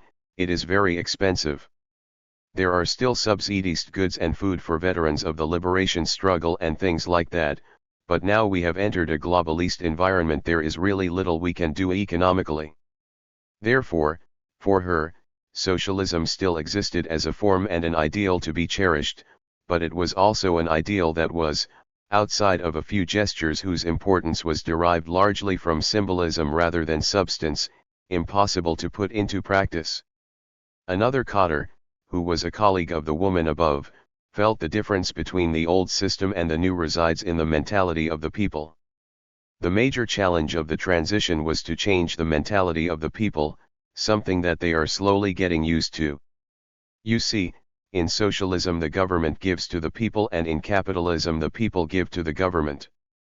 Many in Mozambique are well aware of these seeming contradictions between the pretense of capitalist liberal democracy and the legacy of socialism.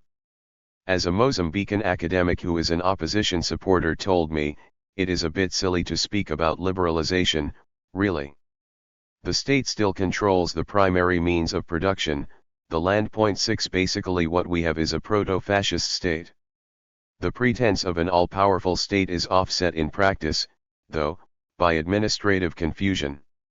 For the cadres actually tasked with constructing the new system, it is rarely clear what exactly is wanted, by whom, or how one should go about doing it. In many ways, mid-level cadres, especially those who joined the party in the socialist period, are betwixt and between. In July of 2008 I spoke to Senor Cabrito, a provincial official in the northern province of Nampula. He explained that his role was to coordinate between workers, industry, and the state, to finance businesses, to increase production and to create a harmonious and centralist structure that incorporated all these groups, but that in practice these efforts were hopelessly contradictory. The problem, though, is that many of the party leaders have a knee-jerk reaction to support workers no matter what, regardless of the cost or the circumstances. They do not really do this because they necessarily agree with the workers, but because they think this is something they have to be seen to do and that this is what Frelimo is supposed to stand for. It makes it difficult to work with foreign investors. Frelimo's pretense of unceasing commitment to workers appeared far more uncertain to officials of the Organization of Mozambican Workers, the former Frelimo-run union during the socialist period. The OTM is now officially independent, but it is still closely aligned with the party, and it largely retains the role of channeling what benefits still exist to workers and passing their complaints to higher authorities rather than directly confronting employers or, more importantly, the state. According to Senor Cabrito, his primary duties are to deal with contract problems. Our goal is to create unity of production and spell out to each side what are their rights and what are their obligations. How this would be achieved in practice, though, was uncertain. A colleague of Senor Cabrito responded with a laugh when I asked him whether, under capitalism, the laws still tend to favor workers or if they now favor employers. The thing about laws is they do not favor anyone, it's like the laws of nature, whoever survives is favored. The adoption of capitalism has allowed the formerly socialist elite to accumulate tremendous wealth, and the party now has the resources to entrench itself far more deeply than ever would have been possible in the socialist period. However, this additional capability has been accompanied by incoherence. While the colonial period and the late socialist period were mired in the politics of pretense, at least it was clear what the pretense was. Currently, it is increasingly hard to know what exactly one should pretend to be, for whom one should do so and how exactly one should do it. As Archibald has so incisively argued, while the post-socialist era may be characterized by brutal inequality, widespread discontent, a lack of opportunities and pervasive suspicion. This does not necessarily breed outright resistance so much as evasion and dissimulation. However, even seeming acts of resistance can follow this same logic. Although the current incarnation of a politics of pretense demonstrates the hollowness of Frelimo's project and its growing incoherence, the regime limps on through shared complicity. This complicity can also be a technology of rule. In 2019, Walter, a longtime party member, was telling me that he had had enough, as the party no longer stood for anything in his opinion. There was no reason to be a member of it. He then launched into a brutal critique concerning corruption and secret, illegal debts undertaken by high-ranking figures. I later ran into a mutual friend, Varnya, and when I expressed to her my surprise that Walter had left the party, she simply laughed. How can he leave the party? You know his family. He goes home to the party every night.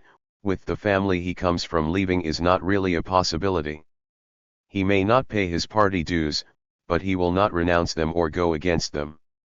I mean, there are certain subjects that one is allowed to criticize, corruption and the secret debts. That is fine as long as you avoid more controversial ones. My father is the same way. He made a big show of leaving the party, but he is still in bed with them and he still benefits from being connected to them. In the late colonial period, the politics of pretense was perhaps exemplified by Assimilaco, where legal proclamations of privilege and equality were intertwined with relentless humiliation. Under socialism, a utopian attempt to radically transform society degenerated into mindlessly mouthing meaningless slogans under the threat of violence. While the animating aspects of both colonialism and socialism have lingered on into the current period, they have been accompanied by growing incoherence. As the moral basis of the national disposition, the idea of an overarching Mozambicanness has been decoupled from any sort of realistic time frame. Even acts of resistance can shape a lived experience based on complicity. Conclusion: revolutionary time, capitalist tempi or liti. Since at least the late colonial period, a variety of influences, spanning the Indian Ocean, the Portuguese Empire, the Southern African region, the socialist world and the Bretton Woods economic regime, have shaped Mozambique's delicate dance between ambitious projects of transformation and the contradictions they have given rise to. Building upon and extending Archibald's concept of the politics of pretense and McGovern's insights concerning the building of durable national dispositions under socialism, I have traced the legacies of Marx and Lenin for this Indian Ocean nation. The colonial state's attempt to legitimize itself through the ideology of lusotropicalismo was a prime example of the logic of para inglés ver, where grand proclamations of reform were largely for external consumption and rested upon a social structure dedicated to subjugation. Although the social category of assimiladus predated lusotropicalismo, the existence of the group would likely be the major argument for the ideology, even if such an argument would be fatally undermined by the blatant hypocrisy of this project. The social category of assimiladus was abolished nearly 60 years ago, but it remains a term of abuse and shame. Descendants from assimiladu families who were born in the 1980s are still regularly insulted by their peers for their family histories and distinctive assimiladu markers such as Portuguese last names. Socialism in Mozambique was, in many ways, a grand attempt to escape the colonial politics of pretense, often led by former assimiladus, and to build something real, durable, and encompassing in its place. In some ways this endeavor was a striking success, and many of the major narrative tropes of the revolutionary period continue to play a central role in understanding what it means to be a Mozambican today. However, efforts to dramatically transform the nation and create an authentic national subject fell prey to its own utopian ambitions in combination with wider geopolitical factors, such as the Cold War and the confrontation with apartheid South Africa.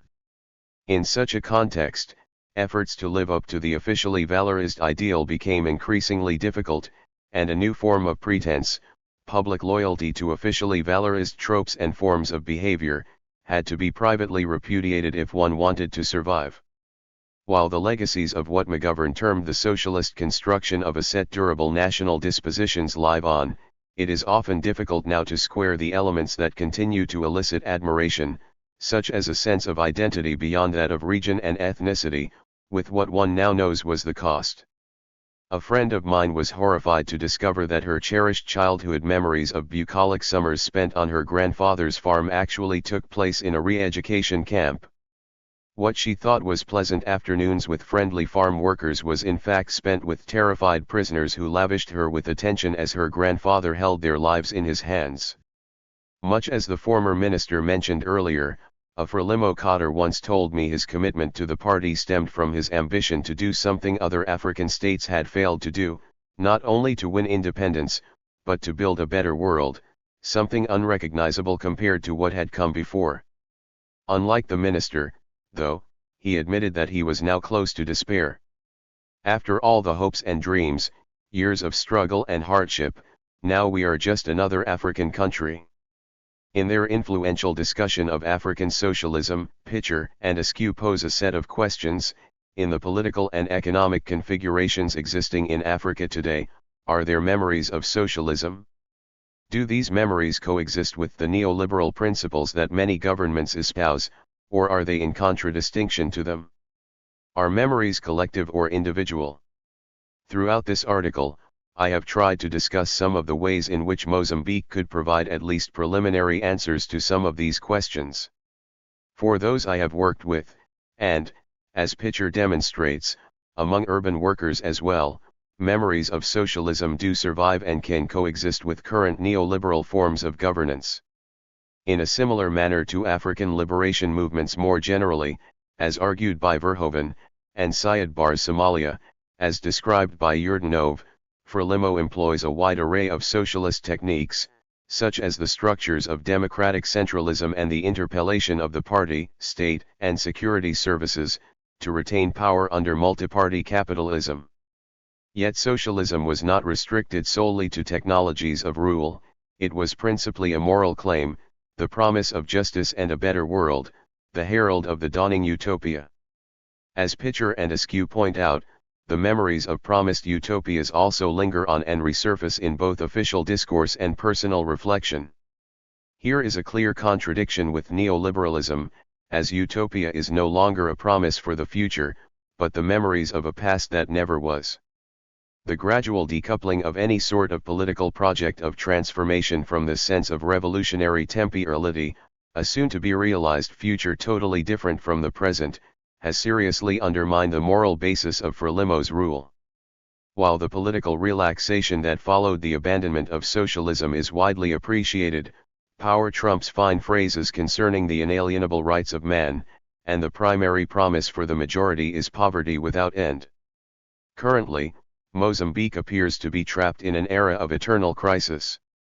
Endemic political dysfunction, political upheaval, resurgent violence, deaths of iconic leaders and vast corruption scandals that threaten to tip the country into outright insolvency will now be joined by a pandemic the consequences of which for public health and the global economy can only be guessed at this stage.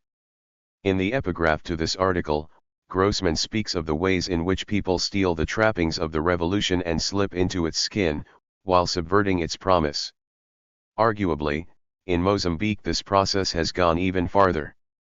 While the skin of the revolution remains, even if stretched to the breaking point, it is not clear who, if anyone, has slipped into it now. Disclosure statement. No potential conflict of interest was reported by the author. Indonesia's missing left and the Islamization of dissent. Vedi R. Hades. Abstract. The demise of leftist political traditions in Indonesia has come to facilitate newer Islamic expressions of socio-political discontent accompanying socio-economic modernization in localities that used to be dominated by communist and radical nationalist organizations. Because social grievances related to endemic issues like social injustice are increasingly being framed through Islamic cultural references, there will be implications for the workings of Indonesian democracy, premised on secular state institutions. But this does not lead to the sort of post-Islamism associated by Bayat with Iran, where the imperatives of running a modern state and economy once purportedly enabled pluralist social inclinations, albeit within an Islamist polity. Nor does it lead to the generalist Islamization of radicalism envisaged by Roy. Rather, What is witnessed is the substantial, though by no means uncontested, mainstreaming of social grievances through the lexicon of Islamic politics within Indonesian democracy, even if there has been no takeover of the state by Islamic forces. The adoption of such framings even in the former bastions of the Indonesian Communist Party, once the third largest in the world, provides important insights into how hegemonic contests have taken place in the Muslim world after the end of the Cold War.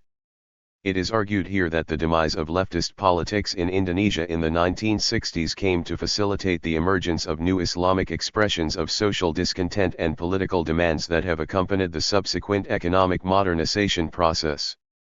This tendency is starkly demonstrated in localities that used to be dominated by communist and radical nationalist organizations on the most heavily populated, and economically advanced, island of Java, where historical circumstances may have been expected to impede such expressions. Because social grievances about persisting social injustice are increasingly being framed by recourse to Islamic cultural references, there will be implications for the workings of Indonesian democracy. Without viable leftist political movements as a product of suppression under Cold War-era authoritarianism, social justice issues today are not likely to be considered in terms of systemic depredations of a prevailing oligarchic system of power, fusing politico-bureaucratic and business interests. 1 They are more likely to be understood as being rectifiable by the installment of individuals of alleged moral certitude in positions of power, even if these may have emerged from the loins of that same oligarchy. There are correlations here with developments in India, where Hindutva moral authority has dominated political discourse since the rise of the Bharatiya Janata Party too, as it promotes a neoliberal agenda supported by business elites, unencumbered by weak and fragmented representatives of leftist politics. There are correlations too with the rise of populist figures in the established Western democracies, who appeal to what are presented as commonsensical ideas of what is just or moral, to address social grievances accumulating since the near obliteration of social democratic challenges to the neoliberal economic order. One hypothetical scenario involves a trajectory leading to the sort of post-Islamism proposed by Bayat III in the Iranian case, where the imperatives of running a modern state and economy had been thought to enable pluralist inclinations within society to surface, albeit within an Islamist polity. Another regards the generalist Islamization of radicalism a la Roy. 4 Here, its youthful social agents are rather like social nihilists who conveniently, but forcefully, refer to the vocabulary of Islamic politics to voice dissent against the prevailing status quo. Both scenarios assume that the institutions of the secular state would be fundamentally challenged by the social agents of Islamic politics as social discontent becomes articulated by way of religious references. What we are seeing in Indonesia, however, is a much different scenario. It involves the substantial, though by no means uncontested, articulation of grievances and demands through the lexicon of Islamic politics without challenging the secular state itself. It is characterized by the mainstreaming of Islamic social and moral conservatism without necessitating a victory of the social agents of Islamic politics or the superseding of secular state institutions. Thus, debates on Indonesia have lately focused on how Islamic social conservatism has contributed to the growing illiberalism of Indonesian democracy. 5. These Islamist articulations of grievances and dissent were displayed in the political mobilizations that took place during the Indonesian presidential contest of 2019. That they are prominent as well in formerly leftist strongholds in Java is sociologically significant. It is no coincidence that such localities have experienced the most profound socio-economic transformations, largely as the legacy of the Java-focused New Order-era modernization project. Moreover, their political histories are different from those of places like West Sumatra or Aceh, where in the 1955 general election, the only free and fair one to take place before the advent of authoritarian rule, Islamic parties like the Masyumi had already established strongholds hostile to leftist politics. But what are the driving forces for the growing, if far from complete, Islamization of grievances and demands where the third largest communist party in the world had been dominant during the Cold War era? How do we understand them in relation to the social contradictions accompanying the modernization process since the advent of the authoritarian New Order regime of General Suharto up to the present post-authoritarian era? Does the Indonesian experience convey lessons about Muslim-majority countries where similar processes of marginalizing leftist or radical nationalist politics have taken place as part of the outcomes of Cold War-era social conflict? In Turkey, for example, research shows that former strongholds of radical leftist unions in the 1970s are now the site of labor constituencies for the ruling Justice and Development Party, which emerged in 2001 from pre-existing networks of Islamic politics. The current generation of workers appears to have few significant social memories of prior radical leftist politics and labor struggles, much like the Javanese youths who reside in the past strongholds of the Indonesian Communist Party are disconnected from a formerly dominant political stream. While the mainstreaming of conservative Islamic doctrine in Indonesia, including via cultural products and the media has become more widely discussed, few have addressed why militant and conservative groupings have been active where religious politics had not been a major force until recently. Such groupings vary but include terrorist organizations like Jemaah Islamiyah and its offshoots, some of which have pledged allegiance to Islamic State of Iraq and Syria. They also include a range of militias claiming an Islamic identity, and a hodgepodge of vigilante groups. In fact, literalist interpretations of Islamic doctrine have been increasingly shaping the terms of political debate as they have become more mainstream. 8 This was dramatically witnessed in the outbreak of massive protests in 2016 to 2017 against the then governor of Jakarta, an ethnic Christian Chinese politician known as Ahok 9 who prominently exhibited religious sentiment in the midst of a hotly contested election. His crime was committing blasphemy against Islam in an improvised campaign speech in which he alleged that his opponents were using a Quranic verse to discourage Muslims from voting for him. Many treatments of matters like these have tended to focus on the realm of ideas. Hefner more correctly observed that the displacement of traditional syncretism of the Javanese hinterland by a more standardist Islam has involved several developments. He mentioned dislocations in village life caused by economic change, the greater prominence of Sharia-oriented thinking and collaboration between Islamic groupings with state officialdom. Yet relatively little was provided in the analysis on the link between socio-economic dislocations, certainly not as they continue post-New Order, on the one hand, and doctrinaire thinking and political contestation on the other. 10 Feely focused more fully on competing ideas, pointing to a tradition of doctrinal or cultural intolerance within Javanese Islam, apart from the better-known syncretic one, said to be expressed now by militant Java-based Islamist groups. 11 But as Hefner intimated, it is important to understand why militant ideas have come to the fore in relation to the broader socio-economic context. The remainder of this article rectifies this imbalance by delving into how social transformations in the heartlands of Javanese culture and of Cold War-era leftist politics have contributed to the emergence of the sort of militant groups to which Feely referred. In fact, the broader context of social transformations in these heartlands, especially over the last half-century, provides crucial insights on the Islamization of political dissent in Indonesia.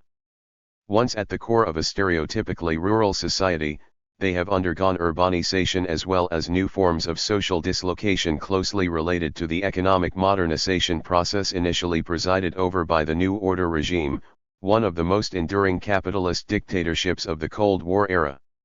It is significant that their inhabitants today tend to be both younger and better educated than predecessor generations, harboring expectations of meaningful upward social mobility. Not surprisingly, they have also been influenced by a more intensely consumerist culture permeating their everyday lives. 12 At the same time, many will have also encountered significant obstacles towards social advancement, for reasons explained below. The bulk of the field research for this article was conducted over two 2-week periods, respectively in mid-2018 and 2019, 13 in localities in and around the cities of Yogyakarta and Solo, the traditional focal points of Javanese culture. 14 It makes use of material from 31 interviews with local officials of Islamic organizations, rank-and-file social activists, village-level community leaders and ordinary people whose families had been affected by the violent eradication of communism. Among the latter were the direct victims of the 1965 to 1966 anti-communist pogroms. While the emphasis was on those whose life experiences encompassed the period of the 1960s to the present day, some interviewees derive from subsequent generations, especially of formerly leftist families. 15 The researchers' knowledge of local historical contexts was supplemented by discussions with academics with specialized knowledge of social change in the localities where fieldwork was conducted. All of this was complemented by relevant interview material collected during prior research visits undertaken in the same areas over some years. It should be underlined that interviewees were not selected for considerations of representativeness, as they would have been under the logic of quantitative studies. Instead, the rich information they offered underpins the analysis presented here of how the changing experience and material conditions of life in the Javanese heartlands, replete with complexities and contradictions, have affected the lenses through which collective problems of communities are understood. The problem and the approach. The long-term consequences of the obliteration of Indonesia's left and the Islamization of dissent is informed here by a Gramscian understanding of struggles over hegemony. This requires, at a basic level, recognition of competing social interests that attempt to attain cultural and political dominance, not just by force but also through consent. It implies that the manner in which discontent is expressed and aspirations forged has much to do with the dominant values and ideas in any society. But Gramsci's perspective involved recognition as well of shifting class alliances in intricate struggles over power. 16 And of multi-class historical blocks that are formed along with these dominant values and ideas. In a fundamental sense, hegemonic contests and their outcomes are thus an indicator of the balance of social forces within any specific constellation of social forces, as notable modern interpreters of Gramsci have argued. 17 Importantly, Gramsci also thought that hegemony was never absolutely attained and therefore a hegemonic project could never be truly completed, even if values and ideas acquired the force of conviction across many levels of society. 18. Pushing this one step further, it is suggested that the mainstreaming of ideas associated with Islamic politics could take place even if the social forces representing them never attained dominance over the institutions of Indonesia's post-authoritarian democracy. The continual failure of Islamic political parties in Indonesia is well known, and extra-parliamentary organizations, including violent ones, pushing for Islamic political projects have been far from successful too. Yet powerful elites who now have to maintain their position through electoral contests have learned to selectively appropriate the language of Islamic politics, as was widely recognized in the 2019 presidential contest. Then, New Order-era General Prabowo Subianto presented himself as the champion of the marginalist poor and virtuous Muslim masses against forces arrayed around incumbent President Joko Widodo, including most of the economically dominant, and often derided, ethnic Chinese-owned private business conglomerates. While Subianto was defeated and his erstwhile Muslim supporters abandoned in post-election elite negotiations, a setting was created where both religious mass mobilizations and the espousal of socially conservative ideas related to rigid interpretations of Islam have become more normalist. This approach makes sense if we comprehend large parts of Indonesian history as having witnessed uneven struggles for hegemonic status between sets of social interests or shifting coalitions thereof. Prominent among these was the leftist one. The social base for it was once large but only ever partially organized, most significantly by the PKI, and included large sections of the peasantry and the country's small proletariat. Another is that of the nationalist statism initially associated with Soekarno and with the broader Indonesian anti-colonial struggle but developed to greater heights of material organization in the organicism of the new order. An organicist view of state-society relations came to be upheld primarily by the core of state officials that had gained instrumental control over the apparatus of government. Today, this view has been adopted too by the grandees of the Indonesian Democratic Party for Struggle, the incumbent president's main backer. Pancasila, Indonesia's official state ideology, is inextricably linked to such nationalist statism, with its emphasis on harmonious relations between state and society.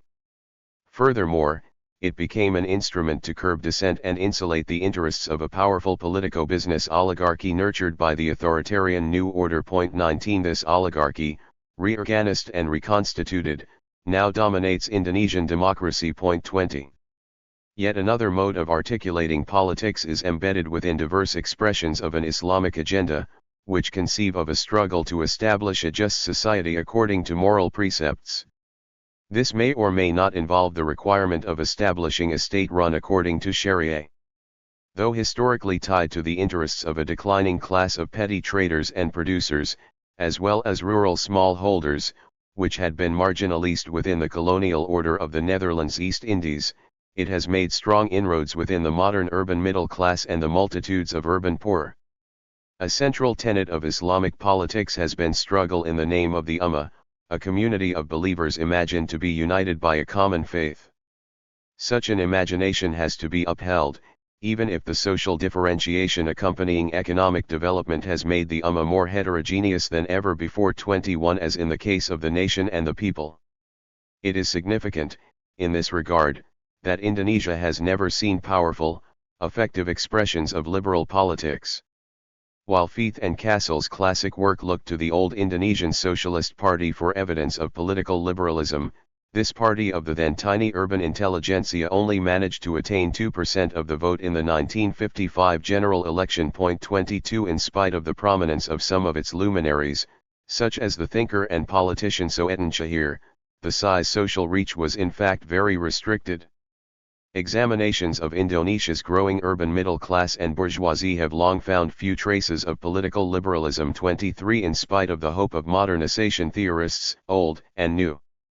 This has been explained as the consequence of nurturance within the New Order authoritarian regime that saw political controls as the guarantor of economic prosperity and also fear that unruly mobs unleashed by withdrawal of state controls would be a threat to private property. So rather than liberalism, the Indonesian middle class tended towards statist nationalism, until the emergence of a politics of public piety in the 1980s. Such a shift was observed most palpably among university students. 24, roughly at the same time that many other Muslim-majority societies were experiencing a rising wave of politico-religious sentiment. In Indonesia, this period saw the planting of the seeds of what would become the Justice and Prosperity Party, arguably the most successful of the Islamic parties in the Reformasi era, and of the now banned Hizb ut-Tahrir movement, on university campuses. But there is no crude one-to-one correspondence between class position and political agendas, even if specific ideological propensities in any given context would be more closely tied to social interests that benefit most from them. This is more so in contests over power and tangible resources that tend to intensify and become more complex in the modern, capitalist world. Distinct ways of articulating politics can thus be mainstreamed, without ever becoming hegemonic, in that their lexicon comes to significantly define commonly accepted ideas. Such a simple one-to-one correspondence is even less likely given the shifting and tenuous alliances in Indonesia, which continually become reconstituted through ongoing social conflict. While there is no guarantee that they would culminate in coherent historical blocks, these recalibrations are tied not just to domestic struggles but also to a changing international context that brought the Cold War to Indonesia and subsequently imposed the imperatives of neoliberal globalization. Under the shadow of the Cold War. Economic change. One of the most important developments in Southeast Asia during the Cold War was the destruction of the previously vigorous leftist stream of politics in Indonesia. This took place via the anti-communist massacres of the mid-1960s, led by the army but within which numerous civilian groupings took part.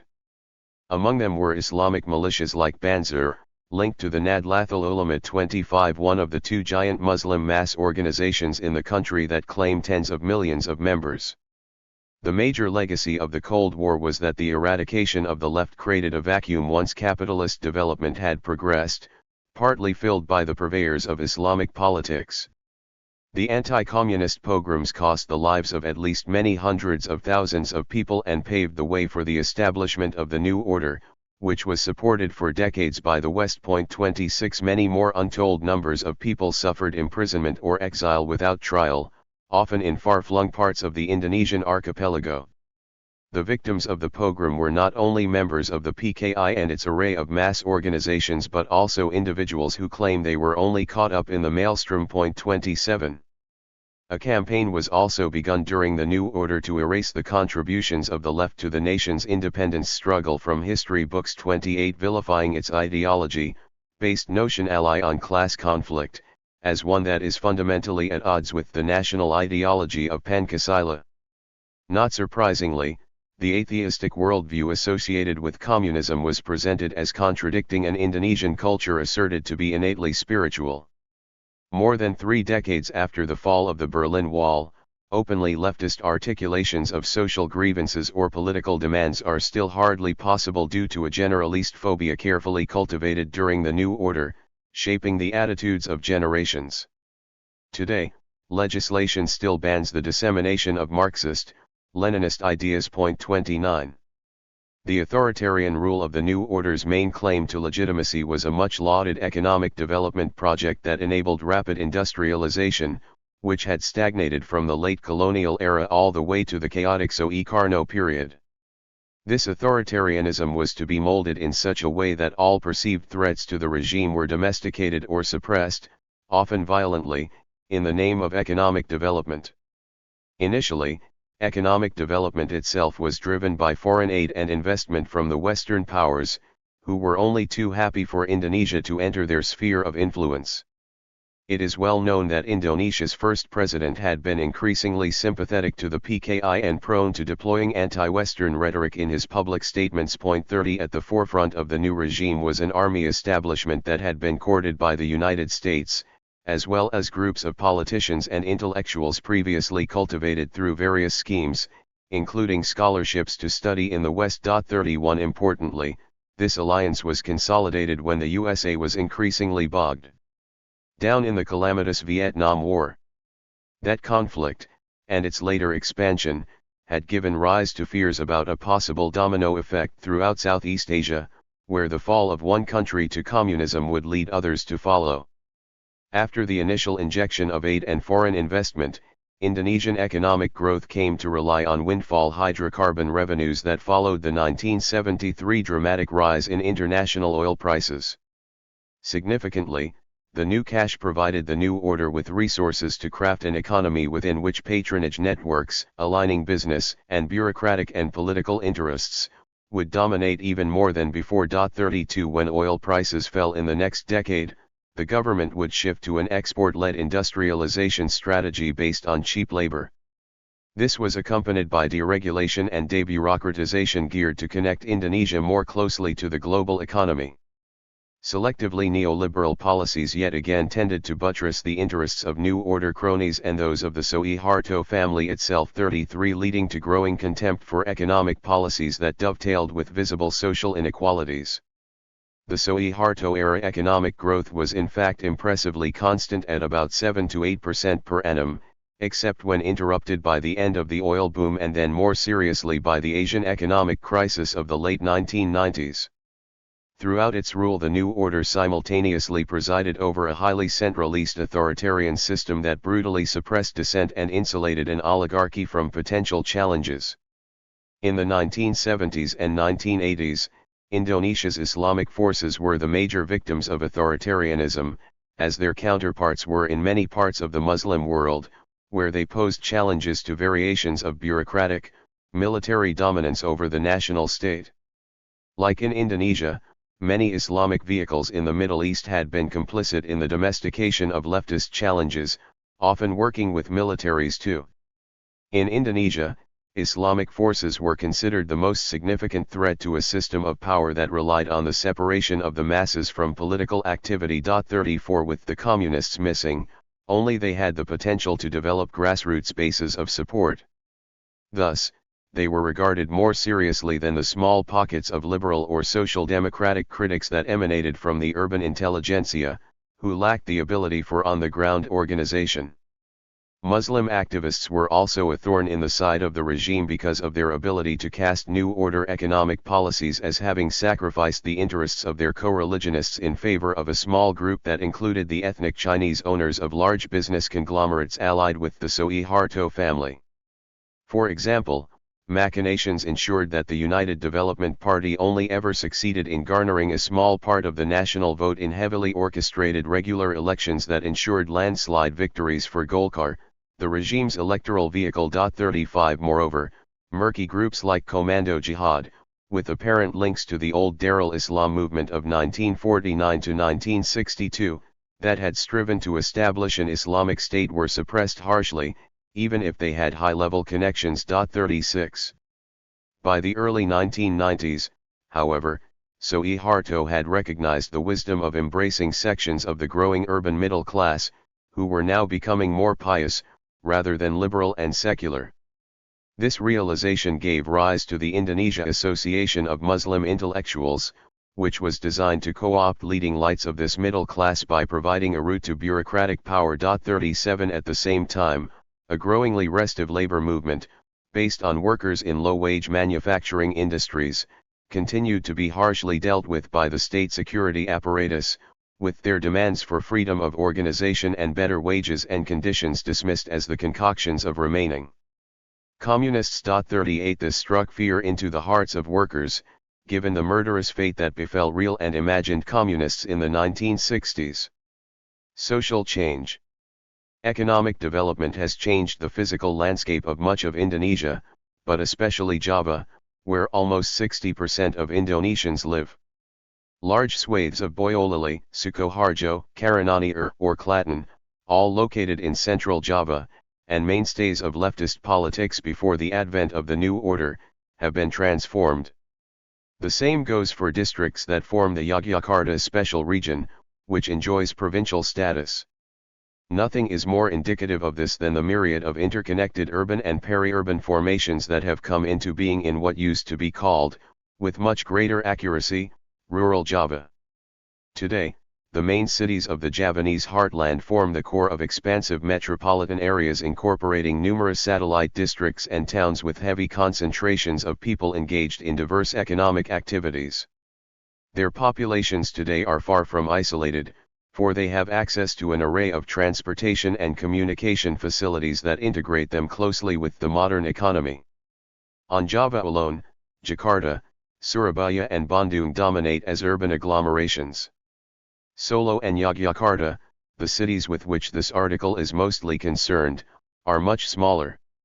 The municipality of Solo has a population of only around 500,000, yet it is organically connected to a broader and densely inhabited agglomeration, the Greater Solo region, of 6 million people. 39 Yogyakarta city has a population of around 400,000 people, but together with surrounding districts, the population of the geographical area stands at about 3.6 million. 40 While these are smaller than Jakarta, Surabaya, or Bandung, respectively the capital cities of Indonesia, East Java, and West Java, they are nevertheless surrounded by greatly peri-urbanist surroundings produced by similar social transformations.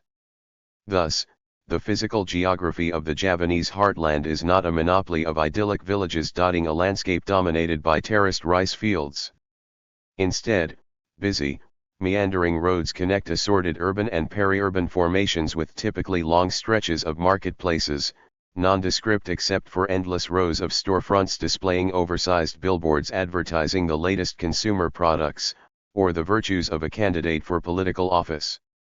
One significant byproduct of this transformation is that social inequalities have recently reached their highest recorded levels. 41 The macroeconomic data suggests that Indonesia went through a period of sustained growth in inequality between 1990 and 2012, a time span that covers the late New Order and the first decade and a half of democratization. 42 The Gini coefficient grew from 0.33 in 1990 to 0.41 in 2012. The World Bank suggests that the richest 1% of Indonesians have more wealth than the poorest 50%. 4 of Indonesia's tycoons could be worth as much as 100 million of their poorest compatriots even if absolute poverty has fallen considerably, down from 19.1% in 2043 to 9.82% in 2018.44. What such data cannot reveal are the life experiences of those who navigate daily through Indonesia's much transformed social landscape. They include new generations that bought into the promises of the modernization project, which are continually offered through the nation's expansive education system, but whose desires are continually obstructed. Discontent should be expected when the life chances, to borrow a Weberian term, of significant numbers of people clash with aspirations that have grown together with the rise of a modern consumer-oriented culture, especially among comparatively educated youths. While official unemployment stands at around 6.18%, 45 underemployment affects about one-third of the workforce. 46 At the same time, over 20% of Indonesian youths are regularly classified as being unemployed. 47. It has been observed 48 that the attendant social dislocations have provided opportunities for conservative Islamic groups that recruit followers among successive cohorts of discontented youths, though mostly males. Such youths resemble those in North Africa that Colas evocatively characterized as belonging to a highly alienated generation. He was speaking specifically of Algerians who were epitomized in the so-called Hittist, which refers to young urban men who prop up walls while listlessly watching life passing them by. 49 Similar youths can be found in many Indonesian localities, including in the Javanese heartlands. Here, chronically unemployed or underemployed young people are embroiled in life circumstances that can be best described as persistent precarity. 50 It is in such a context that the absence of vehicles representing leftist streams of politics has provided opportunities for Islamic vehicles, some of which have established bases of support through university campuses, mosques, and pesantren. While Islamic-oriented political forces have not triumphed, the effect of the growing Islamization of political dissent and social grievances should not be underestimated. At the national level, a disposition to uphold religious morality has become prevalent not just among Islamic parties and mass organizations but also among those who are nominally secular nationalist. It has been widely reported, for example, that many local governments that have enacted ordinances known as Perda Sharia have not been controlled by Islamic political parties. 51 The current president, Joko Widodo, who won re-election in 2019, had felt so vulnerable to attacks on his perceived lack of religious credentials that he appointed a conservative senior Muslim cleric as his running mate. 52 Local level lenses may help to make sense of these national developments. With its social landscape profoundly transformed, Sukoharjo, Central Java, is the site of the Al-Mukmin pesantren at the village of Engreki, identified as the springboard for the Jemaah Islamiyah network. 53 Nearby Boyolali is home to another, less well-known pesantren, Darasi Syahida, alleged to have been a training ground for terrorist recruits in the 1990s.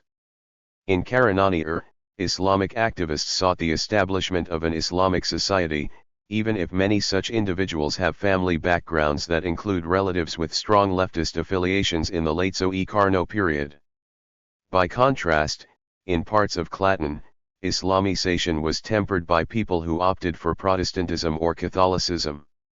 According to some accounts, there was competition between Christian missionaries and Islamic preachers in obtaining converts in the Javanese heartlands following the anti-communist pogrom. 54 It is not surprising that both religious groupings benefited from the fact that many who had adhered to traditional belief systems were enticed to adopt an official religion to escape being tarred by the communist brush.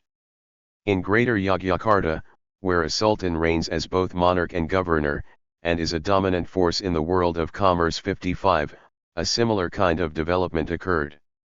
Though Yogyakarta too was associated with thriving syncretic forms of religious practices, it is here that Lasikar Jihad was born. 56 The militia that sent fighters to Maluku during the outbreak of conflict between Muslim and Christian communities in the early Reformasi years.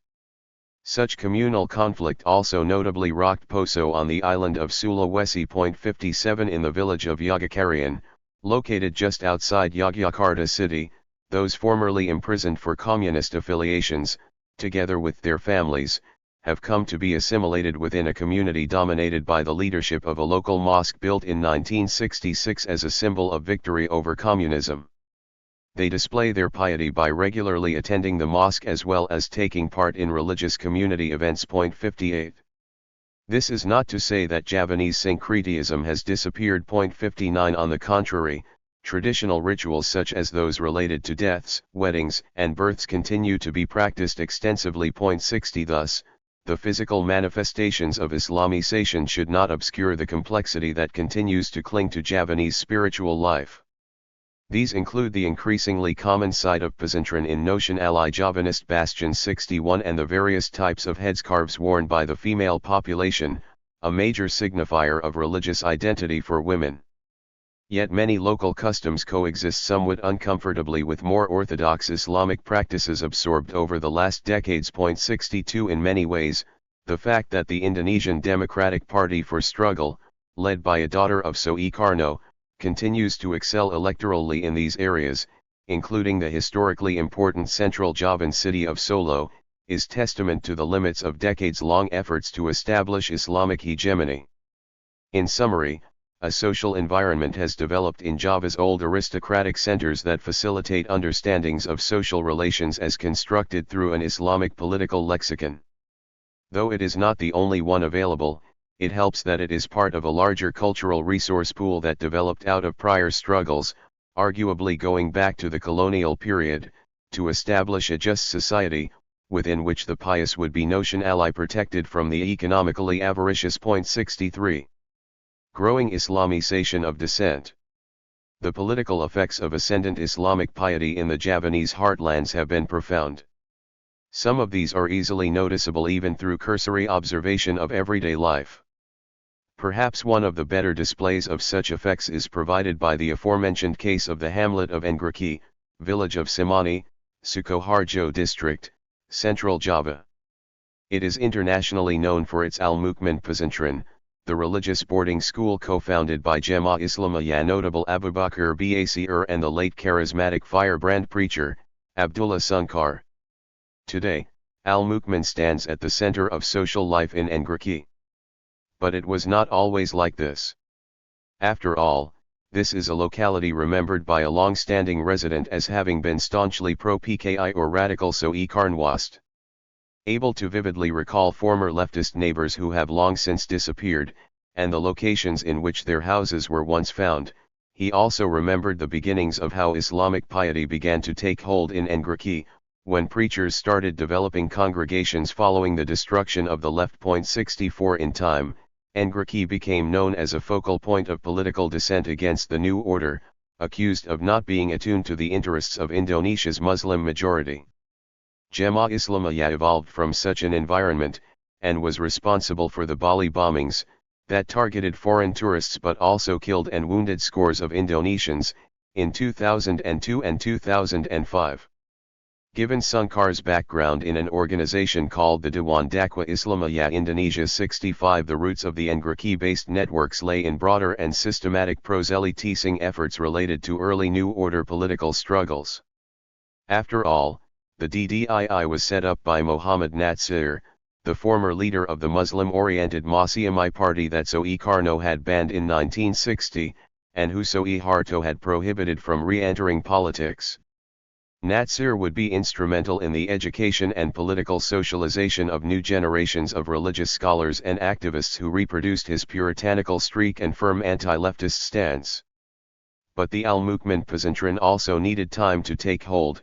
One of its co-founders, H.M. Amir, recalls how prayer congregations initially attracted only a few participants. 66 However, attendance improved as newer generations, partly made up of the children and grandchildren of former leftists, disengaged from their family histories and developed stronger Islamic self-identities. As mentioned, Yogyakarta provides another illustration of the Islamization of formerly communist-dominated localities, where generational change has produced a similar result.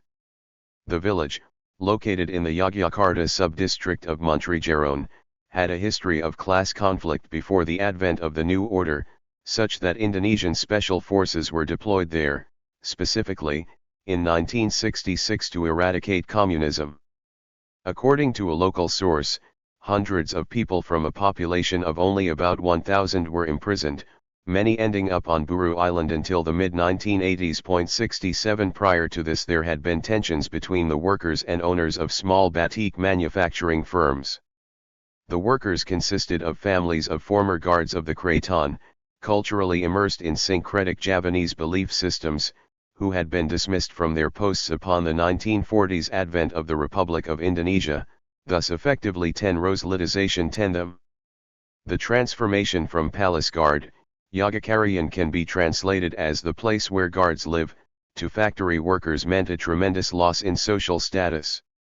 The owners of the factories in which they came to work were predominantly newcomers from the nearby community of Karangkajen who were mostly culturally Muslim small-scale entrepreneurs. It was the Indonesian military that paved the way here for Islamic organizations by encouraging efforts to cleanse the community of communist influence. 68 These included ten-Roslitisation by Muhammadiyah teachers arriving from existing pockets of Islamic piety in the vicinity. Conversion to Islam was facilitated by the provision of food and other basic needs to the local population in a time of hardship. Eventually, youth activists from organizations like the Indonesian Islamic Students and Muslim Students Association also became involved in cultivating religious consciousness, as were students from the nearby National Institute of Islamic Studies.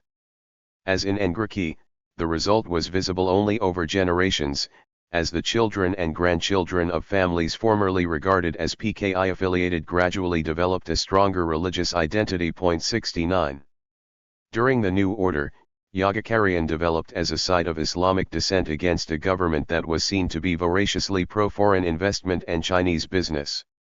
Today, with high youth unemployment and underemployment, there are tensions between wealthier residents, including newcomers, on the one hand, and the descendants of former batik factory-owning families who have gone on to become middle-class salaried employees, and the children of locals who rely on precarious work, on the other.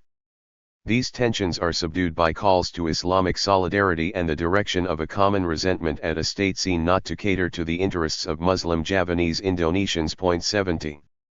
Additionally, in the district of Karananiar, about 1 hour's drive from Solo, there recently existed an organization called Forum Komunikasi Keluarga Daral. Now defunct because of the government's anti-terrorism campaign, it emerged in the sub-districts of Tawangmangu and Jatiyoso, former communist support bases in central Java. Comprised of individuals in their 20s and 30s who held strong views about the need for religious purity, it claimed to have members across villages in the two sub-districts. Ostensibly engaged in prayer and religious discussions, the FKKD also instigated campaigns against corrupt local officials. Yet its members mostly lacked formal religious training, and by their own admission, originated from families traditionally practicing syncretic Javanese belief systems and associated with local communist organizations. 71. Many members recounted the experience of having moved to nearby towns and cities, now much more easily accessible than they were decades ago, for education or work. One spoke of his encounter with a more genuine Islam when he moved to Solo as a teenager for educational purposes. It was in this city that he developed contacts with religious and political activists, after which, upon returning to his home village, he came to be repulsed by what he viewed as the impure religious practices of his own community and family. 72. But what were he and his fellow members reacting against? Significantly, besides feeling disdain for corrupt local officials, they greatly resented the social changes occurring in and around Tawangmangu, which had been transformed into a resort town for the affluent from nearby Javanese cities. The morality of these visitors, many of whom were ethnic Chinese and therefore outside the Ummah, was in question, due to their alleged propensity for alcohol consumption and for engaging in extramarital sex. To add salt to the wound, FKKD members claimed that the hotels and villas of Tawangmangu did not even employ many locals. 73. Yet such communities exist within a broader society in which ideological hegemony remains highly contested. While Islamic political parties have won elections in Yogyakaryan, now much more densely populated than it had been in the 1960s, they have not fared well generally. As alluded to before, the PDIP has decisively won all the most recent elections for local councils in the cities of Yogyakarta and Solo, as well as in the districts of Boyolali and Sukoharjo, much to the consternation of Islamic-oriented parties. This indicates that while Islamism has made strong inroads into the Javanese heartlands, nationalist politics as articulated by the PDIP, the main claimant to the Soe Carnwast legacy, remains formidable. At the same time, election results are not everything. Not when political parties that are regarded as secular, such as the PDIP and Golkar, have had to accommodate Islamist sentiment to preempt charges of a lack of Islamic morality, tied to discontent with the injustices of the prevailing social order. Organizations like Muhammadiyah and NU also struggle to keep up with fringe organizations that overtly talk of Islamic solidarity against oppressors of the notion ally undiversified Ummah. 74 The consequence is the mainstreaming of the supposed overarching concerns of the Ummah, e.g. its economic backwardness relative to a wealthy small alien minority and threats to public morality, in debates about the country's future. Conclusion. It has been suggested that political Islam is a major articulator of social justice issues in the face of contradictions associated with capitalist development in Indonesia. This role has not been uncontested but is starkly visible in the Cold War era former bastions of leftist politics, not just because of the elimination of the PKI, but also due to the absence of significant liberal or social democratic vehicles. It is no coincidence, after all, that in spite of the much-hyped rapid growth of the Indonesian middle class, no major middle-class-based liberal party has been able to make its mark on Indonesian democratic politics after the Suharto era. Communism, after all, was not the only victim of New Order authoritarianism, so were other isms that could be presented as being foreign and un-Indonesian or against the state ideology of Pancasila, which privileged harmony, even if partly through obedience routinized by fear.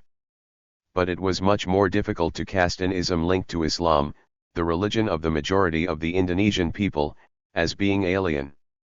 The article also supports the contention, previously unfashionable, that economic modernization may not always result in secularization but could lead instead to growing religiosity, including in the political sphere. 75 Mounting social grievances could be increasingly molded by religious cultural references but without the outcomes associated with Bayat's post-Islamism, where bureaucratic rationality as well as pluralist tendencies emerge anyway.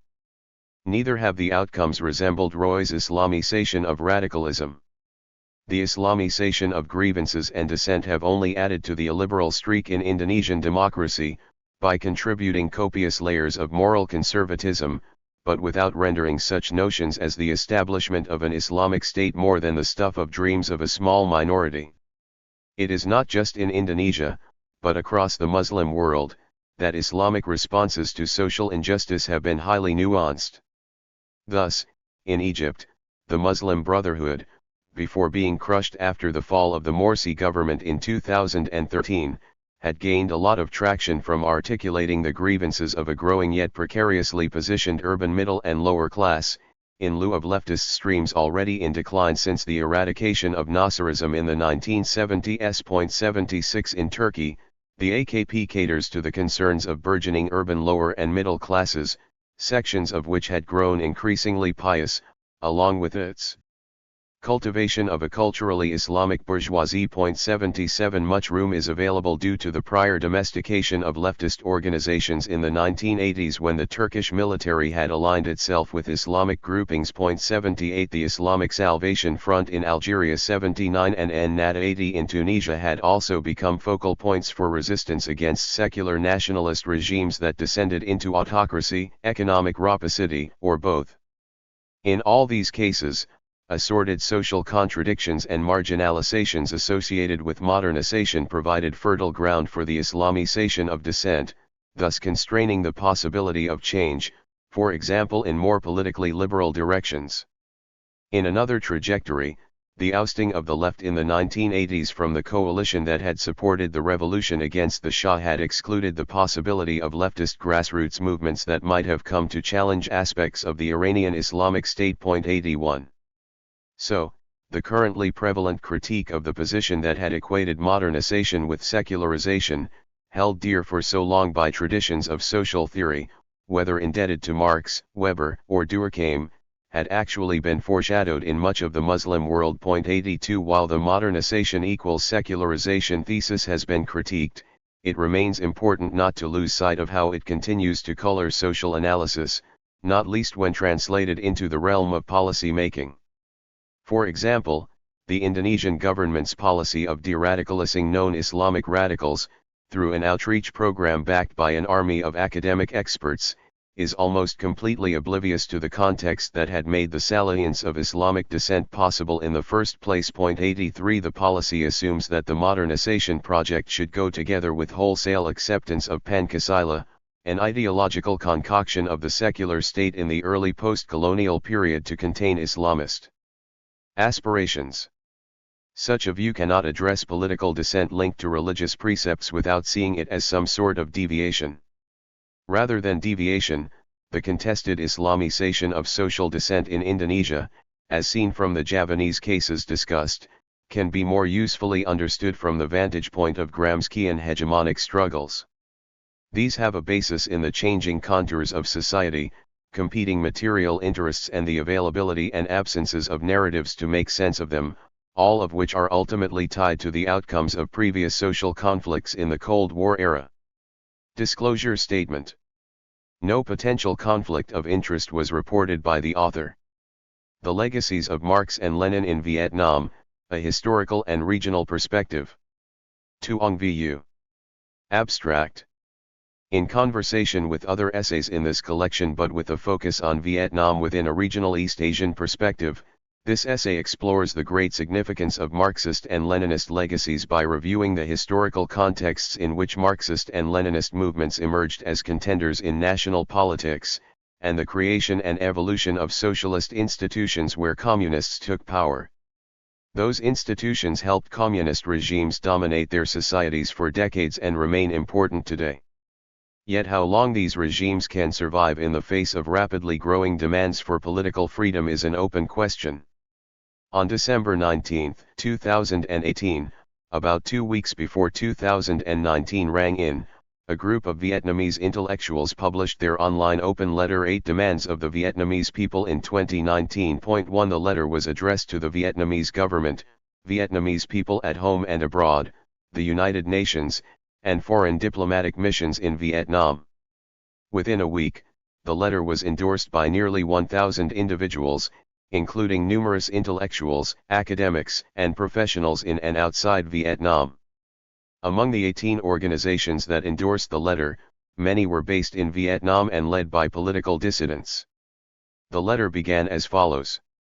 100 years ago, in 1919, a group of Vietnamese patriots under the collective name Nguyen the Patriots sent a letter to the Versailles Peace Conference organized by the victorious Allied powers in the First World War.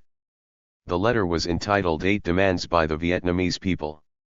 Those 8 demands included: general amnesty for all indigenous political prisoners, legal reforms in Indochina so that indigenous people enjoy the same protection as Europeans, the closing of all special courts that have been used as a tool for terrorizing and oppressing the most outspoken enemies, freedom of press and freedom of expression, freedom of association and organization, freedom to travel and reside abroad, freedom to study, establishment of technical and vocational schools in all provinces for the indigenous people, rule by law, not by decrees, elections for representatives of the indigenous at the French National Assembly. In the last 100 years, millions of the best sons and daughters of the Vietnamese nation have sacrificed their lives in the struggle for the above demands. The Vietnamese Communist Party, the ruling party in Vietnam today, has claimed that Ho Chi Minh, its founder, was the Nguyen Ai Quoc who signed the demands of 1919. However, 100 years have passed under the totalitarian rule of the Vietnamese Communist Party. The constitution of an independent Vietnam and the many international treaties the Vietnamese government has solemnly signed now incorporate most of the above demands. In reality, however, the rights and freedoms demanded in 1919 have been denied, sharply curtailed, manipulated, and even deliberately violated. The letter went on to list updated versions of the 8 demands that also included more specific contents, such as university autonomy, private newspapers, and free elections. Point 2. The letter was one of numerous acts of public criticism directed towards the Vietnamese Communist Party in recent years. Yet this act was uniquely controversial for its claim that, despite the passing of a century, independent Vietnam is not much different from colonist Annam as far as political rights are concerned. In support of its claim, the letter brought up the ghost of Ho Chi Minh, who claimed to be Nguyen Ai Quoc and whose mummified corpse is still on display in a grand, Soviet-built mausoleum in the heart of Hanoi, Vietnam's capital. 3 The letter also invoked the spirits of millions of Vietnamese who had sacrificed their lives in the three wars of the previous century, led by Ho and the VCP. The essays in this special issue focus on the legacies of socialism and communism in Asia and Africa, for which are arguably most conspicuous and significant in Vietnam, where communist rule has been around the longest among the 4 or 5 remaining formerly communist countries. Even though critics of the VCP are correct about this party's dismal record of political freedom, it is my view that contemporary Vietnam is quite different from colonist Annam. In that regard, the enduring legacies of socialism need to be reckoned with, and the dismal status of political freedom today is a case in point. Vietnamese did enjoy a brief period of openness between the March 1945 Japanese coup that overthrew French rule and the violent crackdown on the opposition by the Viet Minh government in mid-1946. Southern Vietnamese lived under the Republican regime from 1955 to 1975. This regime was not a liberal democracy, yet it allowed them far more political freedom than did the communist North. In conversation with other essays in this collection but with a focus on Vietnam, this essay offers a perspective informed by my research over nearly 2 decades on East Asian and Vietnamese politics. In my reflections here on the broad themes of the issue, I explore the great significance of Marxist and Leninist legacies in Vietnam and East Asia by first reconstructing the historical contexts in which Marxist and Leninist parties emerged as anti-colonial movements and subsequently served as political contenders in post-colonial politics. These contexts built up so much pressure and released so much violence that their impacts often lasted for decades and spilled across national borders.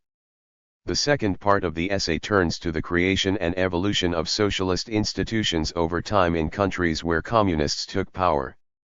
I argue that these institutions, or technologies of rule as Verhoeven calls them in his essay in this collection, helped socialist regimes dominate their societies for decades. Although I do not have space to go into detail on the post-Cold War period, I maintain that the power of those socialist institutions, however corrupted and delegitimized they were following market reforms, explains why socialist regimes have tried to retain these institutions in their quest for survival after the collapse of the Soviet bloc. When they will finally abandon those legacies is hard to predict. Scholars have debated intensely about how firmly socialist regimes still retain control over their fast-changing societies as new challenges to their authority continue to surface. 5 Unlike cases such as Somalia, Yemen, or Mali, but similarly to Mozambique, Ethiopia, and Tanzania, politically disentangling from the socialist past is a challenge for the surviving communist regimes in East Asia today. The past is not yet the past, the enduring salience of socialism in Asian states. To get a nuanced sense of what decades of socialism have actually amounted to, one needs to look under the surface. Western visitors to Vietnam today may be fooled by the economic hustle in its cities and quickly jump to the conclusion that the country has gone capitalist. It is true that a vibrant private sector has emerged after market reforms in the late 1980s. The economy, much of which was once controlled by the government, is now largely fueled by foreign investment and private entrepreneurship.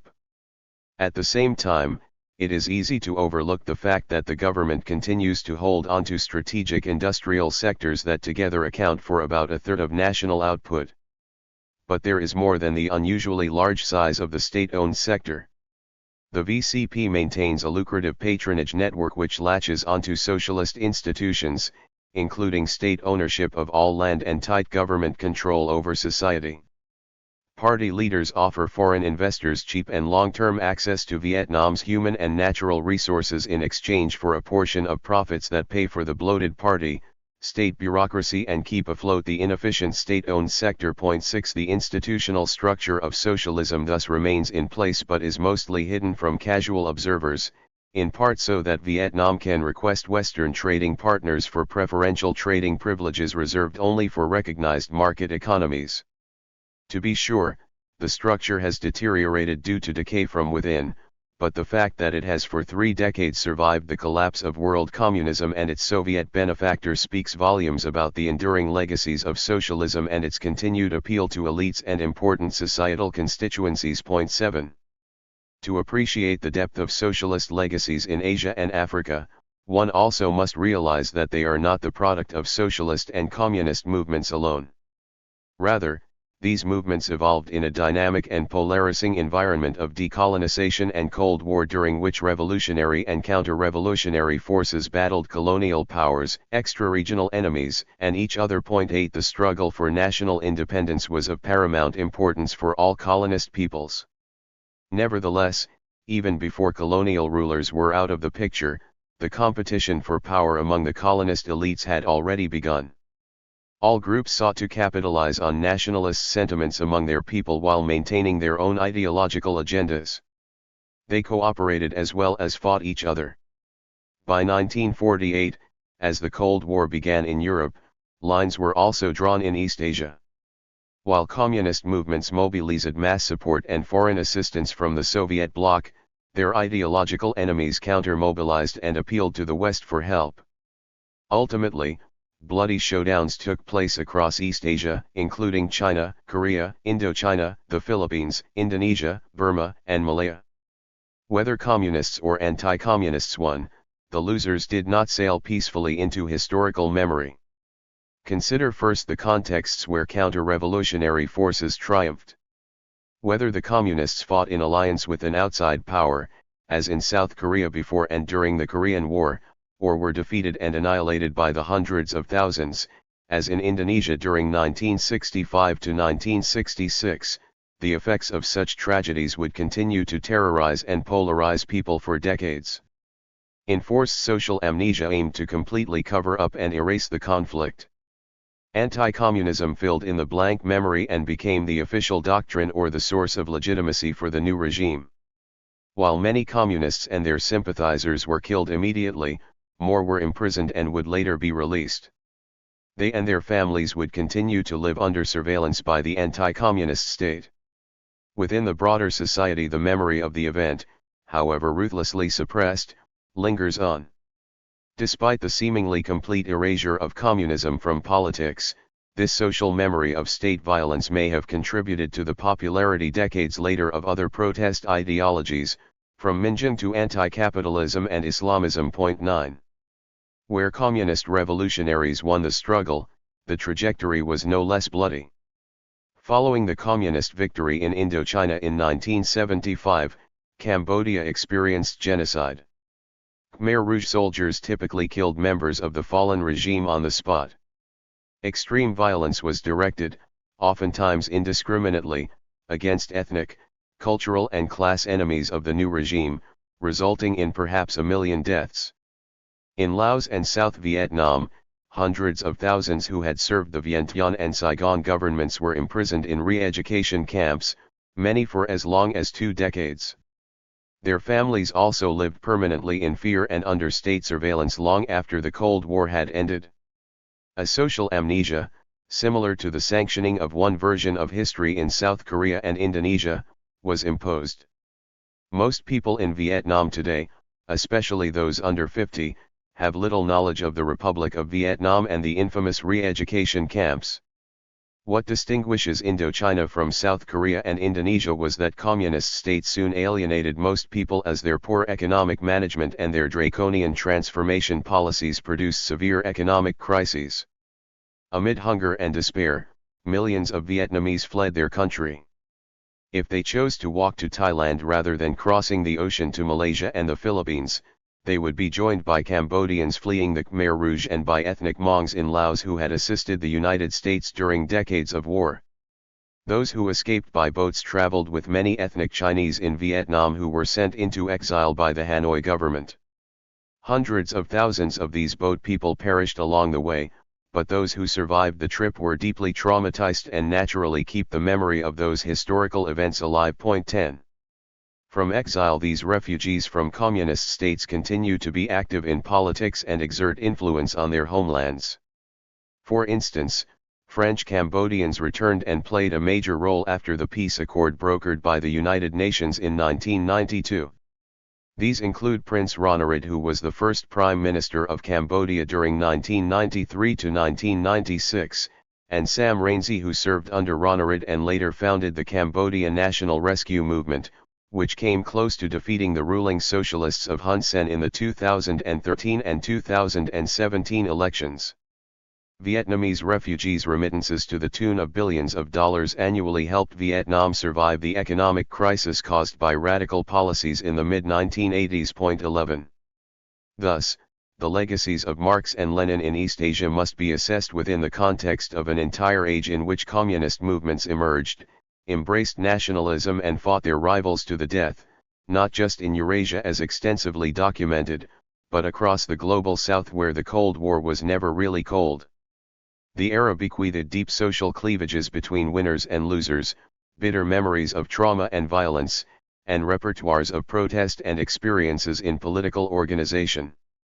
Existing scholarship commonly confers limited agency to Asian and African socialists and dismisses their ideological commitments as shallow or, post-1989, that they have sold out on them. The enduring legacies of the confrontations between communist movements and their opponents across the continents pose a serious challenge to such views. On the one hand, East Asian disciples of Marx and Lenin in China, North Korea, and Indochina came to power thanks in no small part to their ability to mobilize popular nationalist sentiments in support of their movement. Their efforts earned them significant legitimacy when they established their rule or when they waged wars to reunify their countries. On the other, nationalism did not offer a specific action program and was less useful than Marxism, Leninism to communist leaders once their power was firmly consolidated and they were deeply committed to class struggle. Leninist and Stalinist-inspired institutional and economic experiments brought vast changes to the socio-political landscape beyond the large number of dead, imprisoned and exiled people. Traditional institutions such as monarchy and village councils were forever destroyed. So were Western-educated elites and small but growing urban middle classes. Through the Communist Party and its nomenclatura, peasants were now placed in charge of uniformly poor but highly mobilized and militarist societies. 12. Political control and the Cold War, instituting the dictatorship of the proletariat. Where communist or communist-inspired rule was established, as in China, Vietnam, North Korea, and Laos, socialist ideology was institutionalized as an official religion and embedded in the institutional structure of the new state. As I have argued for the Vietnamese case, ideology played three roles in that country's communist revolution. It offered a vision of the future and a model in the form of the Soviet Union. It brought with it a network of socialist parties and countries that shared the same vision and that offered crucial assistance. And, finally, the ideology provided useful concepts and strategies for effective state building, or what Verhoeven in this collection calls the technologies of rule. In the East Asian cases, these technologies followed the example set by Lenin and Stalin in the Soviet Union in instituting a dictatorship of the proletariat.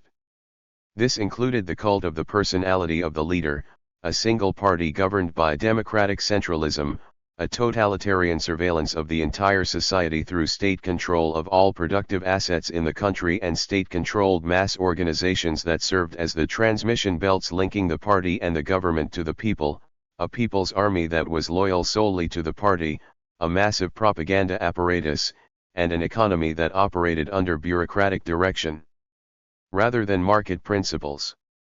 These technologies shaped the institutional and organizational structure of the socialist state. How elaborate and stable that structure was varied. China, Vietnam, and North Korea, whose communist parties received personal, direct guidance from Stalin, were the first generation of socialist states founded after the Soviet Union, together with the Eastern European communist states. Vietnam and North Korea were also deeply influenced by China. The institutional structure of these three communist states was uniformly closest to the Stalinist model. Communist states on other continents, such as Cuba, South Yemen, and Mozambique, emerged later and under different conditions. As a result, their socialist-inspired institutional structure displayed greater variations and less similarity to the Stalinist model, even if Lenin's recipes were identifiable in all. In the structure of the most Stalinist states, the supreme leader was transformed gradually into a popular deity of sorts. These leaders all oversaw bloody purges of class enemies, but their images, either standing alone or surrounded by children and young women, filled public space and gave a human touch to the faceless bureaucratic control and coercive transformation of society. Below the leader, the party was organically and thoroughly integrated into the state apparatus at all levels. Analytically, the two performed different functions, but in daily activities they were closely intertwined. The mass organizations, the People's Army, the security and propaganda apparatus, and the state-owned enterprises, were tightly bound to that party, state core. These institutional pillars spanned all social realms and had a wide and deep geographical reach, approaching the totalitarian ideal. Yet in East Asia, the various elements of the structure did not always work well together and often produced inconsistencies that threatened the system's very foundation. The cult of the supreme leader, for instance, overshadowed other elements of totalitarian control. For example, the cult of Mao nearly destroyed the Chinese state as Mao's abrasive leadership style resulted in conflict with his comrades, who were brutally purged during the Cultural Revolution. Kim's cult turned the North Korean state into his household fief which he could pass on to his son and grandson, to the extent that the end of the Kim dynasty will likely also mean the end of North Korea itself. Ho's more collaborative style did not create conflict within the Vietnamese state, and his ghost continues to be mobilized in service of the party today. Kaeson's cult was created by his successors only after his death, but the cult serves the same purpose as that of Ho. As these personality cults exemplify, socialist technologies of rule took at least a decade to develop and continued to evolve. In the late 1940s and early 1950s, when Stalin was still alive, he was revered as a secular pope in China, North Korea, and North Vietnam, while leaders in these countries were merely his students. Marx, Engels, and Lenin were at first treated as prophets, and later as gods, as the iconography of the time made clear, often fusing old religious motives with the worship of socialist deities. It took a massive purge during the land reform for the VCP to have full control over its bureaucracy, especially at the local level. North Korea began to distance itself from Moscow and Beijing as early as the mid-1950s, as Kim Il-sung purged the leadership of pro-Soviet and pro-China rivals following the Korean War. It is important to note that the class categories used in Ho Chi Minh's land reform, Kim's show trials of his rivals as traitors to the nation, and Mao's mass mobilizing techniques in the Cultural Revolution were all socialist-inspired tools of political struggle. On the whole, however, socialist-inspired technologies helped the communist states in East Asia dominate their society, economy, and culture for decades. They survived containment by the West, and North Vietnam actually defeated anti-communist South Vietnam.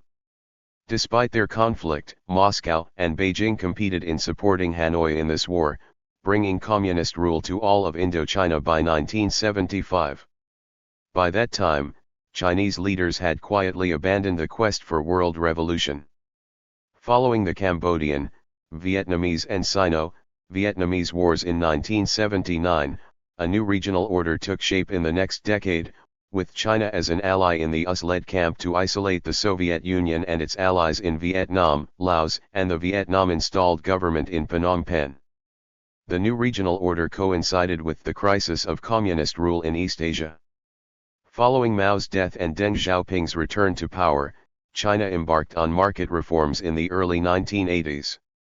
As China was slowly recovering from the Cultural Revolution, and Cambodia from the Khmer Rouge's killing fields, Vietnam and Laos sank into crisis when their forced marches to socialism destroyed already fragile war-ravaged economies in both countries. Both would take a similar course to China in the late 1980s by abandoning collectivist agriculture, legalizing private trade and industry, and opening up to foreign investment. North Korea flirted with economic opening in the early 1980s, not by domestic reform but by borrowing money from the West. This strategy quickly led to a ballooning foreign debt on which Pyongyang eventually defaulted. The experiment ended there and then. By the early 1990s, as Kim Il-sung was dying, famine killed nearly 1 million North Koreans as a result of the state's failure to provide food rations to its people. Under the rule of his son, Kim Jong-il, the government invested in developing nuclear weapons and rocket technologies while quietly letting local markets emerge. As Verhoeven argues in this collection, socialist-inspired technologies of rule are critical legacies that help the Ethiopian, Rwandan, and Mozambican regimes to stay in power in the post-Cold War world, and to thrive. For East Asia's ruling socialist regimes, this certainly remains true too. The institutional structure of these states and their domination of economy, society, and culture over decades have continued long after the shock from the collapse of world communism was overcome. The liberal moment of the 1990s and early 2000s came and went, and the party remains in charge. As in Mozambique, the party in China, Vietnam, and Laos survived the death of the Soviet bloc even though its legitimacy was seriously damaged. Its leaders remained loyal to socialist ideals and to the party's revolutionary past, which they all had devoted their entire careers to. This is a key difference between these East Asian regimes and their African counterparts. Their natural choice remains to tinker with the economy but not to abandon socialism or undertake political reforms. Practically, organizationally, and perhaps even emotionally, full transformation cannot be countenanced. After 3 decades of market reform, old socialist methods have been adapted to new demands in divergent ways. All surviving communist regimes have now sought alternative or additional bases of ideological legitimacy. North Korea has quietly dropped Marxism, Leninism from its constitution, leaving Kim Il-sungism and his concept of Jich as the sole state doctrine. Lao leaders remained loyal to socialism but replaced the gold star in the national emblem with a Buddhist symbol. Reusing a past tactic that helped it take power, the Chinese Communist Party has promoted a virulent nationalism to bolster regime legitimacy. In contrast, Vietnamese rulers have thus far suppressed popular calls for a closer relationship with the United States as a counterbalance to China, because such demands are often coupled with calls for democratization. Not being able to count on nationalism as in the past, the VCP may face stronger headwinds than its Chinese comrades. Securing regime survival through the tried and tested socialist technologies of rule remains paramount. The VCP still retains effective control over domestic entrepreneurs and workers to prevent the rise of autonomous capitalist and working classes who could challenge it. State enterprises in alliance with foreign capital dominate the economy, and no independent labor unions are tolerated. The VCP has not freed the press, publication houses, or universities from its grasp even if there is more wiggle room for journalists, writers, teachers and students today than under the dictatorship of the proletariat. That wiggle room is constantly monitored by Vietnam's unusually large military and security forces. Point 13 This may represent continuity with the revolutionary practice of armed propaganda when guns and grenades accompanied the pamphlets and the loudspeakers, but to what extent these methods are still relevant today is debatable. Conclusion: 1919 Redux. While their adaptability has helped socialist regimes to survive, changes such as liberalizing markets and opening up the economy to foreign investment have unleashed dynamics of their own.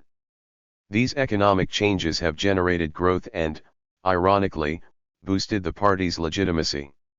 At the same time, the deepening of capitalist dynamism also corrupts officials, erodes the internal cohesion of the system, and further isolates the government from society. Point 14 Leaders have found their authority eroding as reform continues. Point 15 The dilemma of socialists in power in East Asia has always been how much to change, but this dilemma is arguably particularly acute today. This reluctance to embrace too much novelty is clearly manifest in Vietnam, where leaders of the party have repeatedly warned its members about the danger of peaceful evolution, an imagined conspiracy of the West to subvert communist countries by using propaganda to cause their people to reject socialism and adopt capitalism peacefully, as in the case of the Soviet Union and its Eastern European allies. This fear of evolution may sound ironical for a party proud of its revolutionary past, but it reflects a siege mindset and motivates an aversion to any politically risky reforms. The greatest irony, however, is the fact that a century has passed since 1919, yet those political freedoms demanded back then are still elusive, long after Vietnam has gained independence from France. This irony suggests that, for Vietnam and perhaps for other case studies in this collection, Marxism, Leninism as interpreted and implemented by Mao, Kim, Ho, Khe-son, or Pol Pot was a false doctrine of liberation.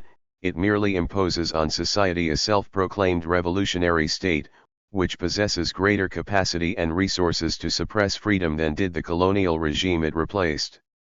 Nevertheless, like the French who were the target of the 8 demands of the Vietnamese people in 1919, and who ended up being expelled from Indochina, the VCP is ignoring the people's demands of 2019 at its own peril.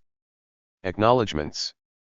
The author thanks Harry Verhoeven and several anonymous reviewers for their helpful suggestions. Disclosure statement. No potential conflict of interest was reported by the authors. Ambivalent Successes, Magnificent Failures, and Historical Afterlives, a postscript to Marx and Lenin in Africa and Asia. Julia C. Strauss. Abstract. This article concludes a remarkable collection on the left in Africa and Asia. Drawing on the contributions to this volume, it reasserts the importance of the left's sacred texts that, aligned to a takeover of the state, enabled the implementation of socialist programs. It also cautions that in most places the left was defeated, and posits that when it prevailed, it usually did so because of its ability, in joining unimpeachable leadership and organization with an anti-colonial struggle to overcome pre-existing cleavages of religion and ethnicity, to create a new imaginary of modernity and development. It concludes by suggesting that the legacies of the socialism in Asia and Africa live on today with the rise of China and the ways in which the ruling socialist parties of Asia and Africa are now welcoming in a China that continues to confound neoliberal expectations of development and modernity. Concluding a remarkable collection on the left in Africa and Asia seems to be as impossible a task as achieving socialism in post-colonial societies themselves.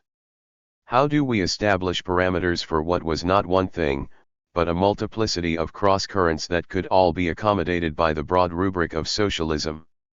How do we account for the ways in which the socialist left developed in very different environments, at different scales and with different degrees of linkage to the dominant but never exclusive leader of the left during the 20th century, the Soviet Union?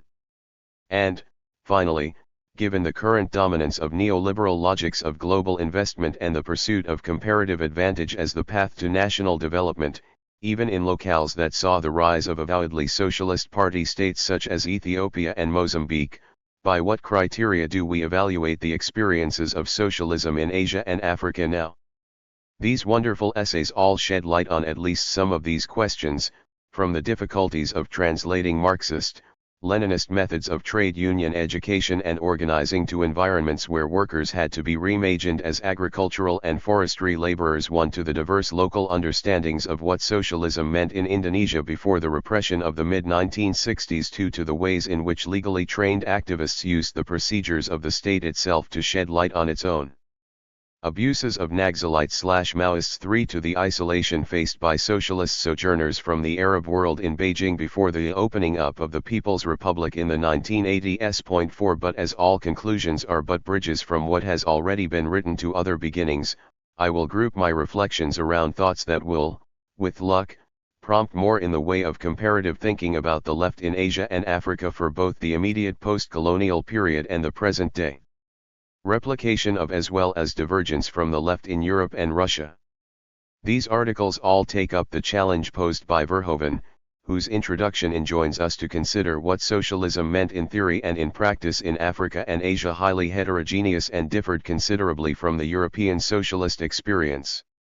African and Asian movements did not simply mimic the ideas and institutions of Soviet or European Marxists, but endeavored to define their own, experimenting with a variety of interpretations and in the process adapting doctrines and templates to their unique political and social contexts. 5. This collection is, as suits the subject matter, not only heterogeneous in specific topic, but varied in both method and unit of analysis. There is something to suit all tastes, from the macro and integrative that range across cases and time. 6. To the small and socially isolated. 7. To the relatively small groups active and engaging with the left in society, to the wide-ranging popularity of different leftist shades in a very large and diverse Indonesia before their rapid and bloody demise. 8. And, entirely reasonably, differences in subject matter and scale are the product of the availability of different kinds of sources, which themselves suggest very different kinds of methods, from Pond's close reading of legal reports in the public domain to the palpable excitement of the scholar with access to primary sources in hitherto unmined archives, as expressed in Yurdanov's demonstration of Syed Barr's partial embrace, then stark rejection of an alliance with the Soviet Union. 9. To Siracusano's discovery of a non-state archive shedding light on the activities of engaged European communists in Africa. 10. While the articles in this collection rightly emphasize the important and varied differences in which socialism were imagined and practiced in the post-colonial environments of Asia and Africa, if we are to speak of a left or socialism in Asia and Africa that is related to, yet distinct from, a left and socialism in the West, we need to consider the ways in which the left in Asia and Africa was similar to, as well as different from, the template first laid down in the West. Here I would suggest that the ways in which the politics of the left and socialism in Asia and Africa replicated earlier patterns in the West rather than departed from them points to important if problematic elements of the left/socialism in general.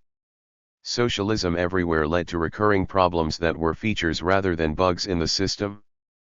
First, in all forms of socialism, sacred texts were part of foundational ideology. But given the diversity of thinking that went into the canon, which particular texts were to be emphasized was no small matter.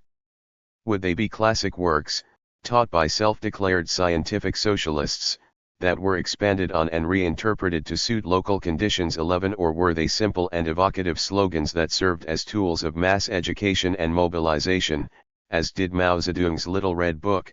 12. Even when there was an agreed-upon core interpretation and revision in light of the situation on the ground was necessary. This is often, and only partially correctly, referred to as the distinction between pure ideology and practical ideology. 13. Worse, these kinds of actions typically have had to be pursued under highly adverse circumstances. Repressive governments, secret police, and penetration by networks of informants were the norm, and even if governments were initially sympathetic to socialism, leaders such as Sékou Touré and Syed Barr could and did turn decisively against socialist organizing and socialist activities that appeared to threaten their rule. The societies that the left so desired to change often have been indifferent, if not actively hostile, to socialism, a point made explicitly by Vu and Yurdanov. 14. If socialism were ever to move beyond a small network of idealists and activists, the organizational capacity and coercive power that only a state could provide would be necessary. The reality of the state, and the de facto requirement of socialism to align itself with state power to make its ideals practicable led to two kinds of fracture within socialist circles. First was the degree to which socialism could, or normatively should, play by the rules of the state and within its organizations such as political parties, standing for elections, enacting legislation, and utilizing the state's legally constituted order through courts. Second was whether the ideals of socialism were fulfilled or betrayed in those rare cases in which revolutionaries succeeded in taking over the state. Key here was how power was taken, and what kinds of institutional capacities were either inherited from the old regime or built from the ground up in the years before the establishment of the new. Thus, as described well by Ankita Pandey, liberal legalism was the commitment of rules, the equal treatment of all citizens before the law, alongside a commitment to formal or procedural rather than substantive conceptions of justice wherein a whole generation saw their role not in destabilizing the political system, but in institutionalizing the radical aspirations of the left within the law and the Constitution in the fact-finding inquiries of the 1970s. 15 Liberal legalism thus accepted one of the most basic constituent elements of the state, its own laws and procedures. Such engagement with the often hostile, non-socialist state was prefigured 2 generations earlier by Marxist theorists and politicians such as Edward Bernstein, whose revisionism culminated in the achievement of socialism by peaceful means and trade unionism. It was also anticipated by orthodox Marxists like Karl Kautsky, who maintained the primacy of Marxist thinking and revolution while continuing to adhere to the rules of party politics. Where Marxist, Leninists did succeed in taking over the state rather than working within its established parameters, there was also replication of the 2 standard Marxist, Leninist paths to power. The Ethiopian Revolution repeated a broadly Soviet trajectory of sudden old regime collapse, followed by the coming to power of an ever more radical self-appointed revolutionary elite. Frelimo in Mozambique followed surprisingly closely the Chinese/Vietnamese pattern of making armed revolution in the countryside for years, establishing areas of control, and eventual takeover. 16. African and Asian socialisms, like those in Germany, Hungary, Italy, and the Balkans in the interwar period, were often suppressed with varying degrees of violence. As demonstrated by Siracusano, despite the best efforts of French and Italian cadres in organizing Marxist schools of trade unionism in West Africa, in both Guinea and Mali otherwise sympathetic governments insisted that trade unions be subservient to their ruling parties. 17 In other locales, left-leaning leaders like Nkrumah were overthrown.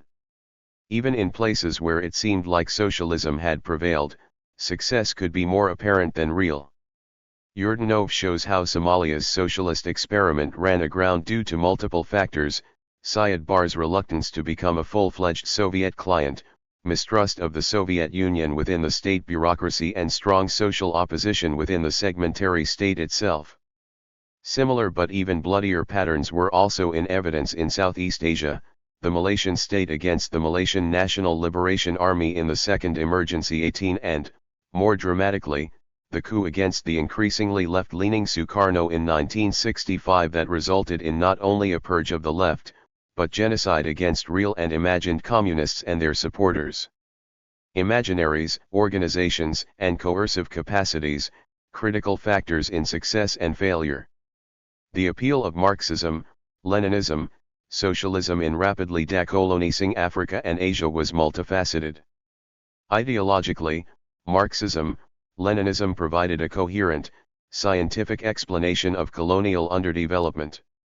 The demonstrated effects of a successful Marxist, Leninist revolution further boosted its ideological appeal.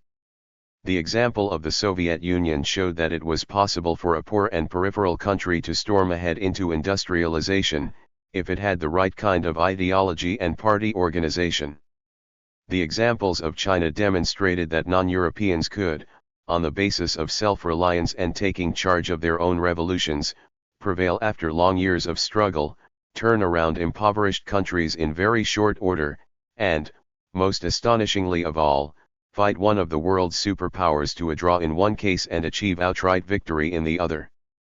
Given the relative unity of the socialist world in the 1950s, it isn't surprising that many of the first generation of post-colonial leaders, Gamal Abdel Nasser in Egypt, Julius Nyerere in Tanzania, Sukarno in Indonesia, and Kwame Nkrumah in Ghana, to mention 4 of the most prominent, would, as suggested by Verhoeven, find the imaginary of socialism to be a source of inspiration even when they were not Marxists, Leninists themselves, and would act on that inspiration to different degrees and in different ways. 19.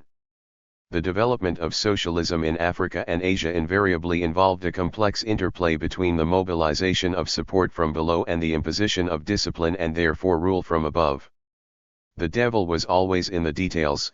On what basis were tactical decisions made about which sectors to engage with the limited resources available to either domestic revolutionaries or interested outsiders?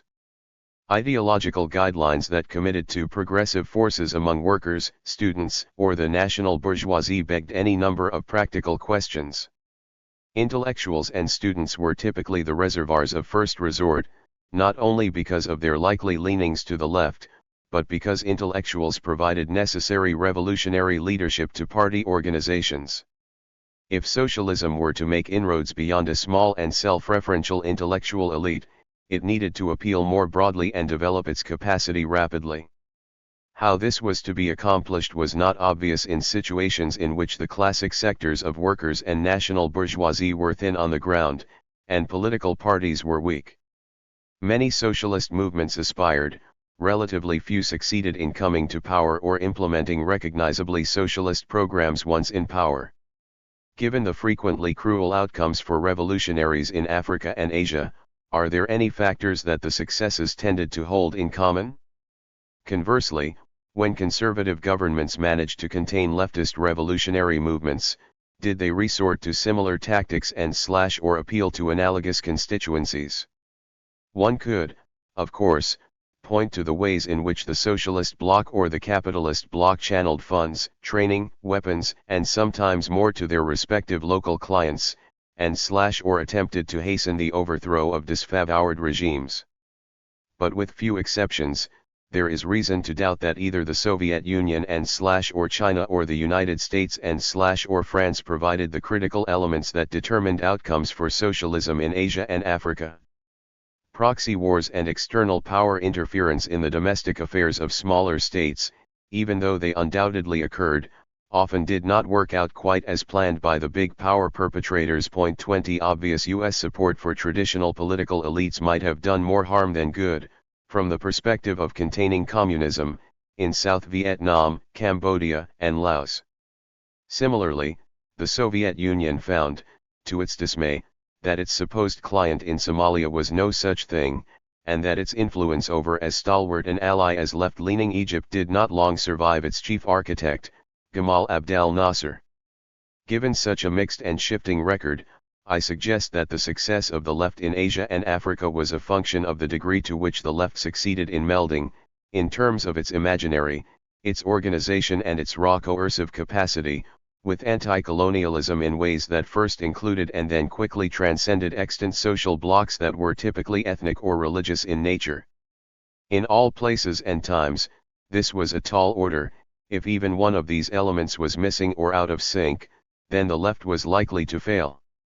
To illustrate this with a negative example in which the left was utterly rooted when by all accounts it should not have been, consider the case of Taiwan in the early 1950s.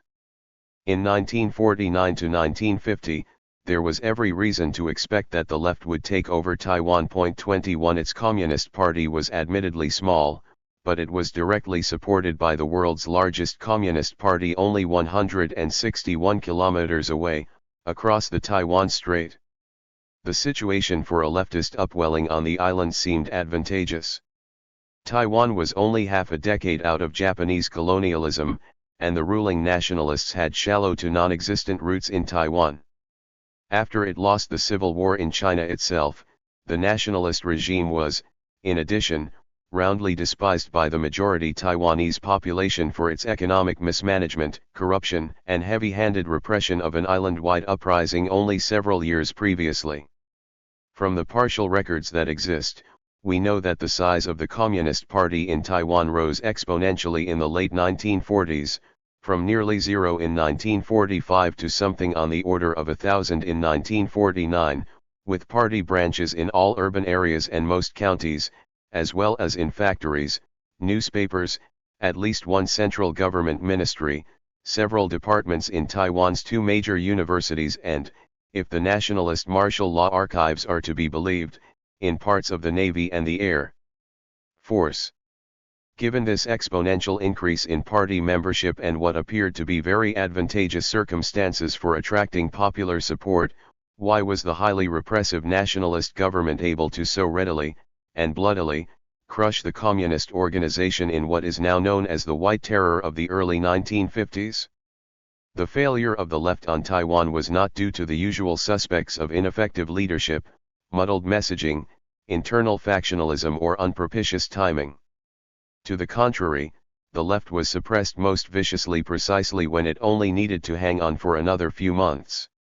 Despite all these natural advantages, timing, support, and direction from fairly nearby, effective leadership and a hated regime opponent, the left was well on the way to being wiped out even before the summer of 1950, when all expected that the People's Liberation Army would successfully invade Taiwan and conclude the Chinese Civil War.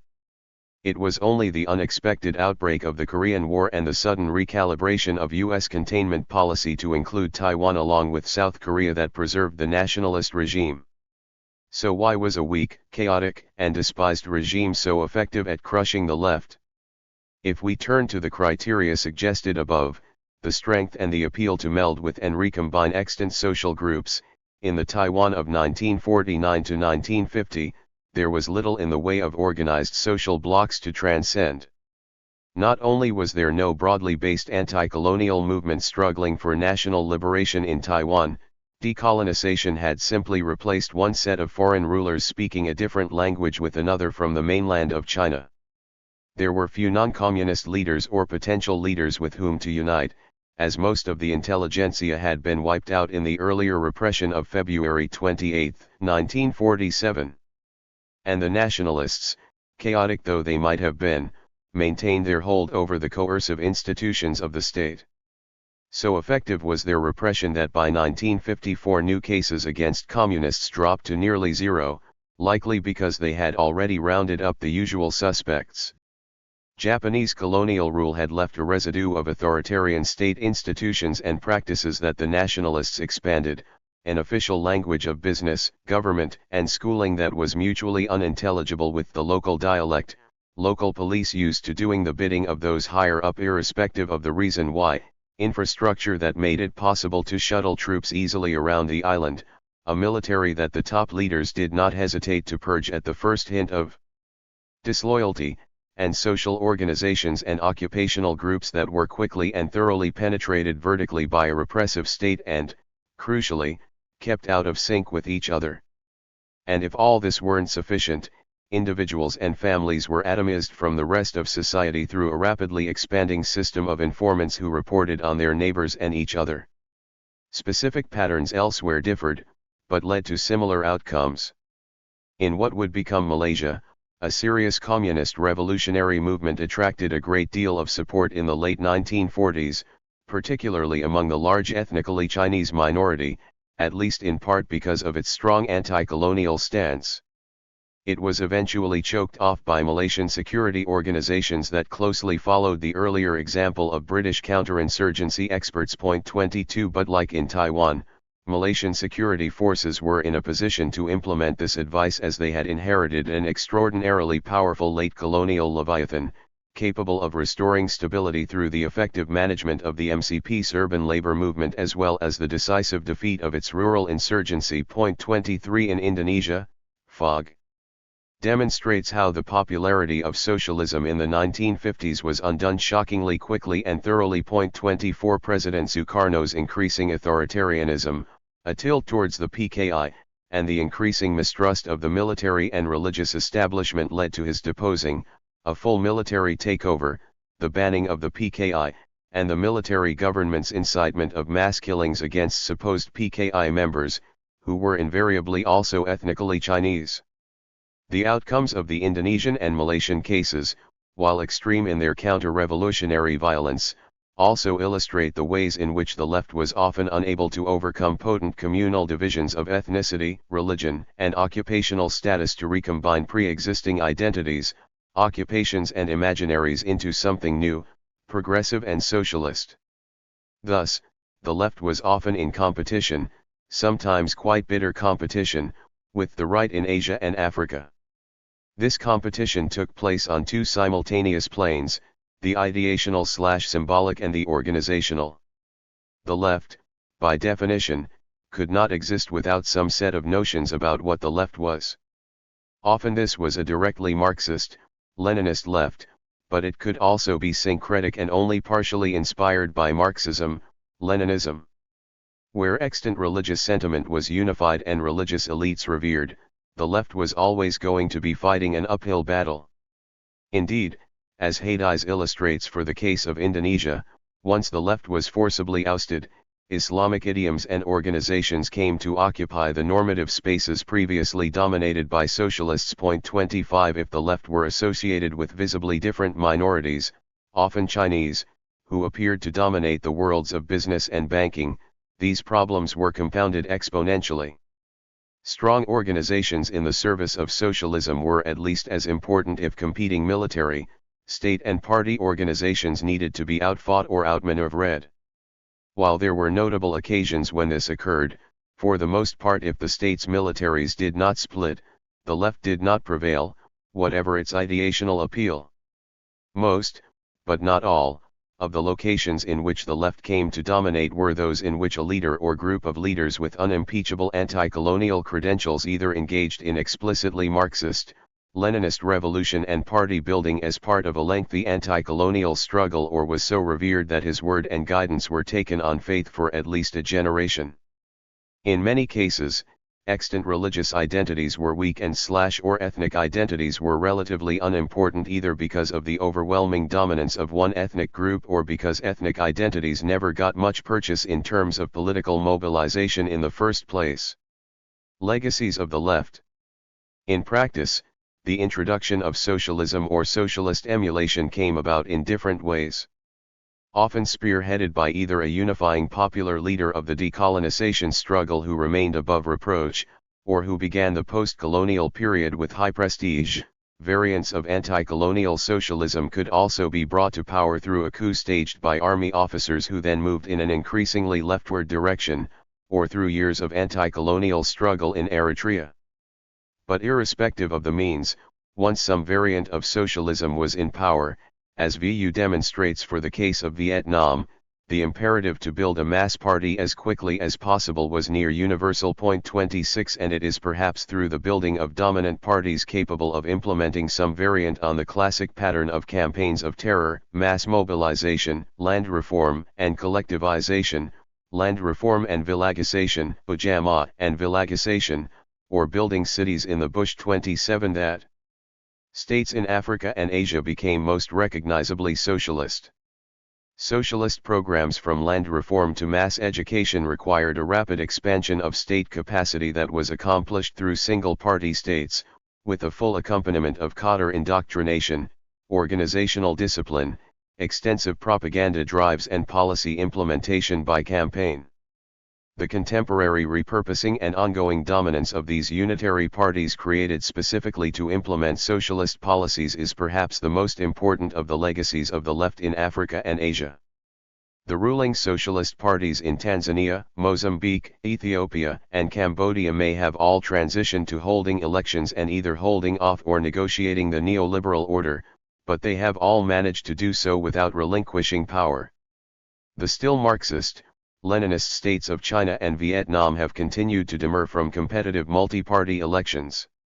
Remarkably, they have joined the neoliberal world economy with alacrity and, in the case of China, a success so extraordinary that it is now the world's second largest economy, has raised more millions out of absolute poverty more quickly than has ever before been the case, and is now poised to reshape much of the neoliberal order through new institutions, new multilateral development banks and its bold push for international development with Chinese characteristics that is now somewhat breathlessly branded as the Belt and Road Initiative. 28 While empirical work on the variety of ways in which China's BRI projects are negotiated, implemented, and received is still in its infancy. 29 It is at least possible that the organizational and institutional legacies of Marxism, Leninism in Africa and Asia, including de facto single-party rule, cadre indoctrination and training, and rapid state-led development with varying tinges of authoritarianism, provide unstated but nonetheless real frames of understanding between China and developing states with these histories.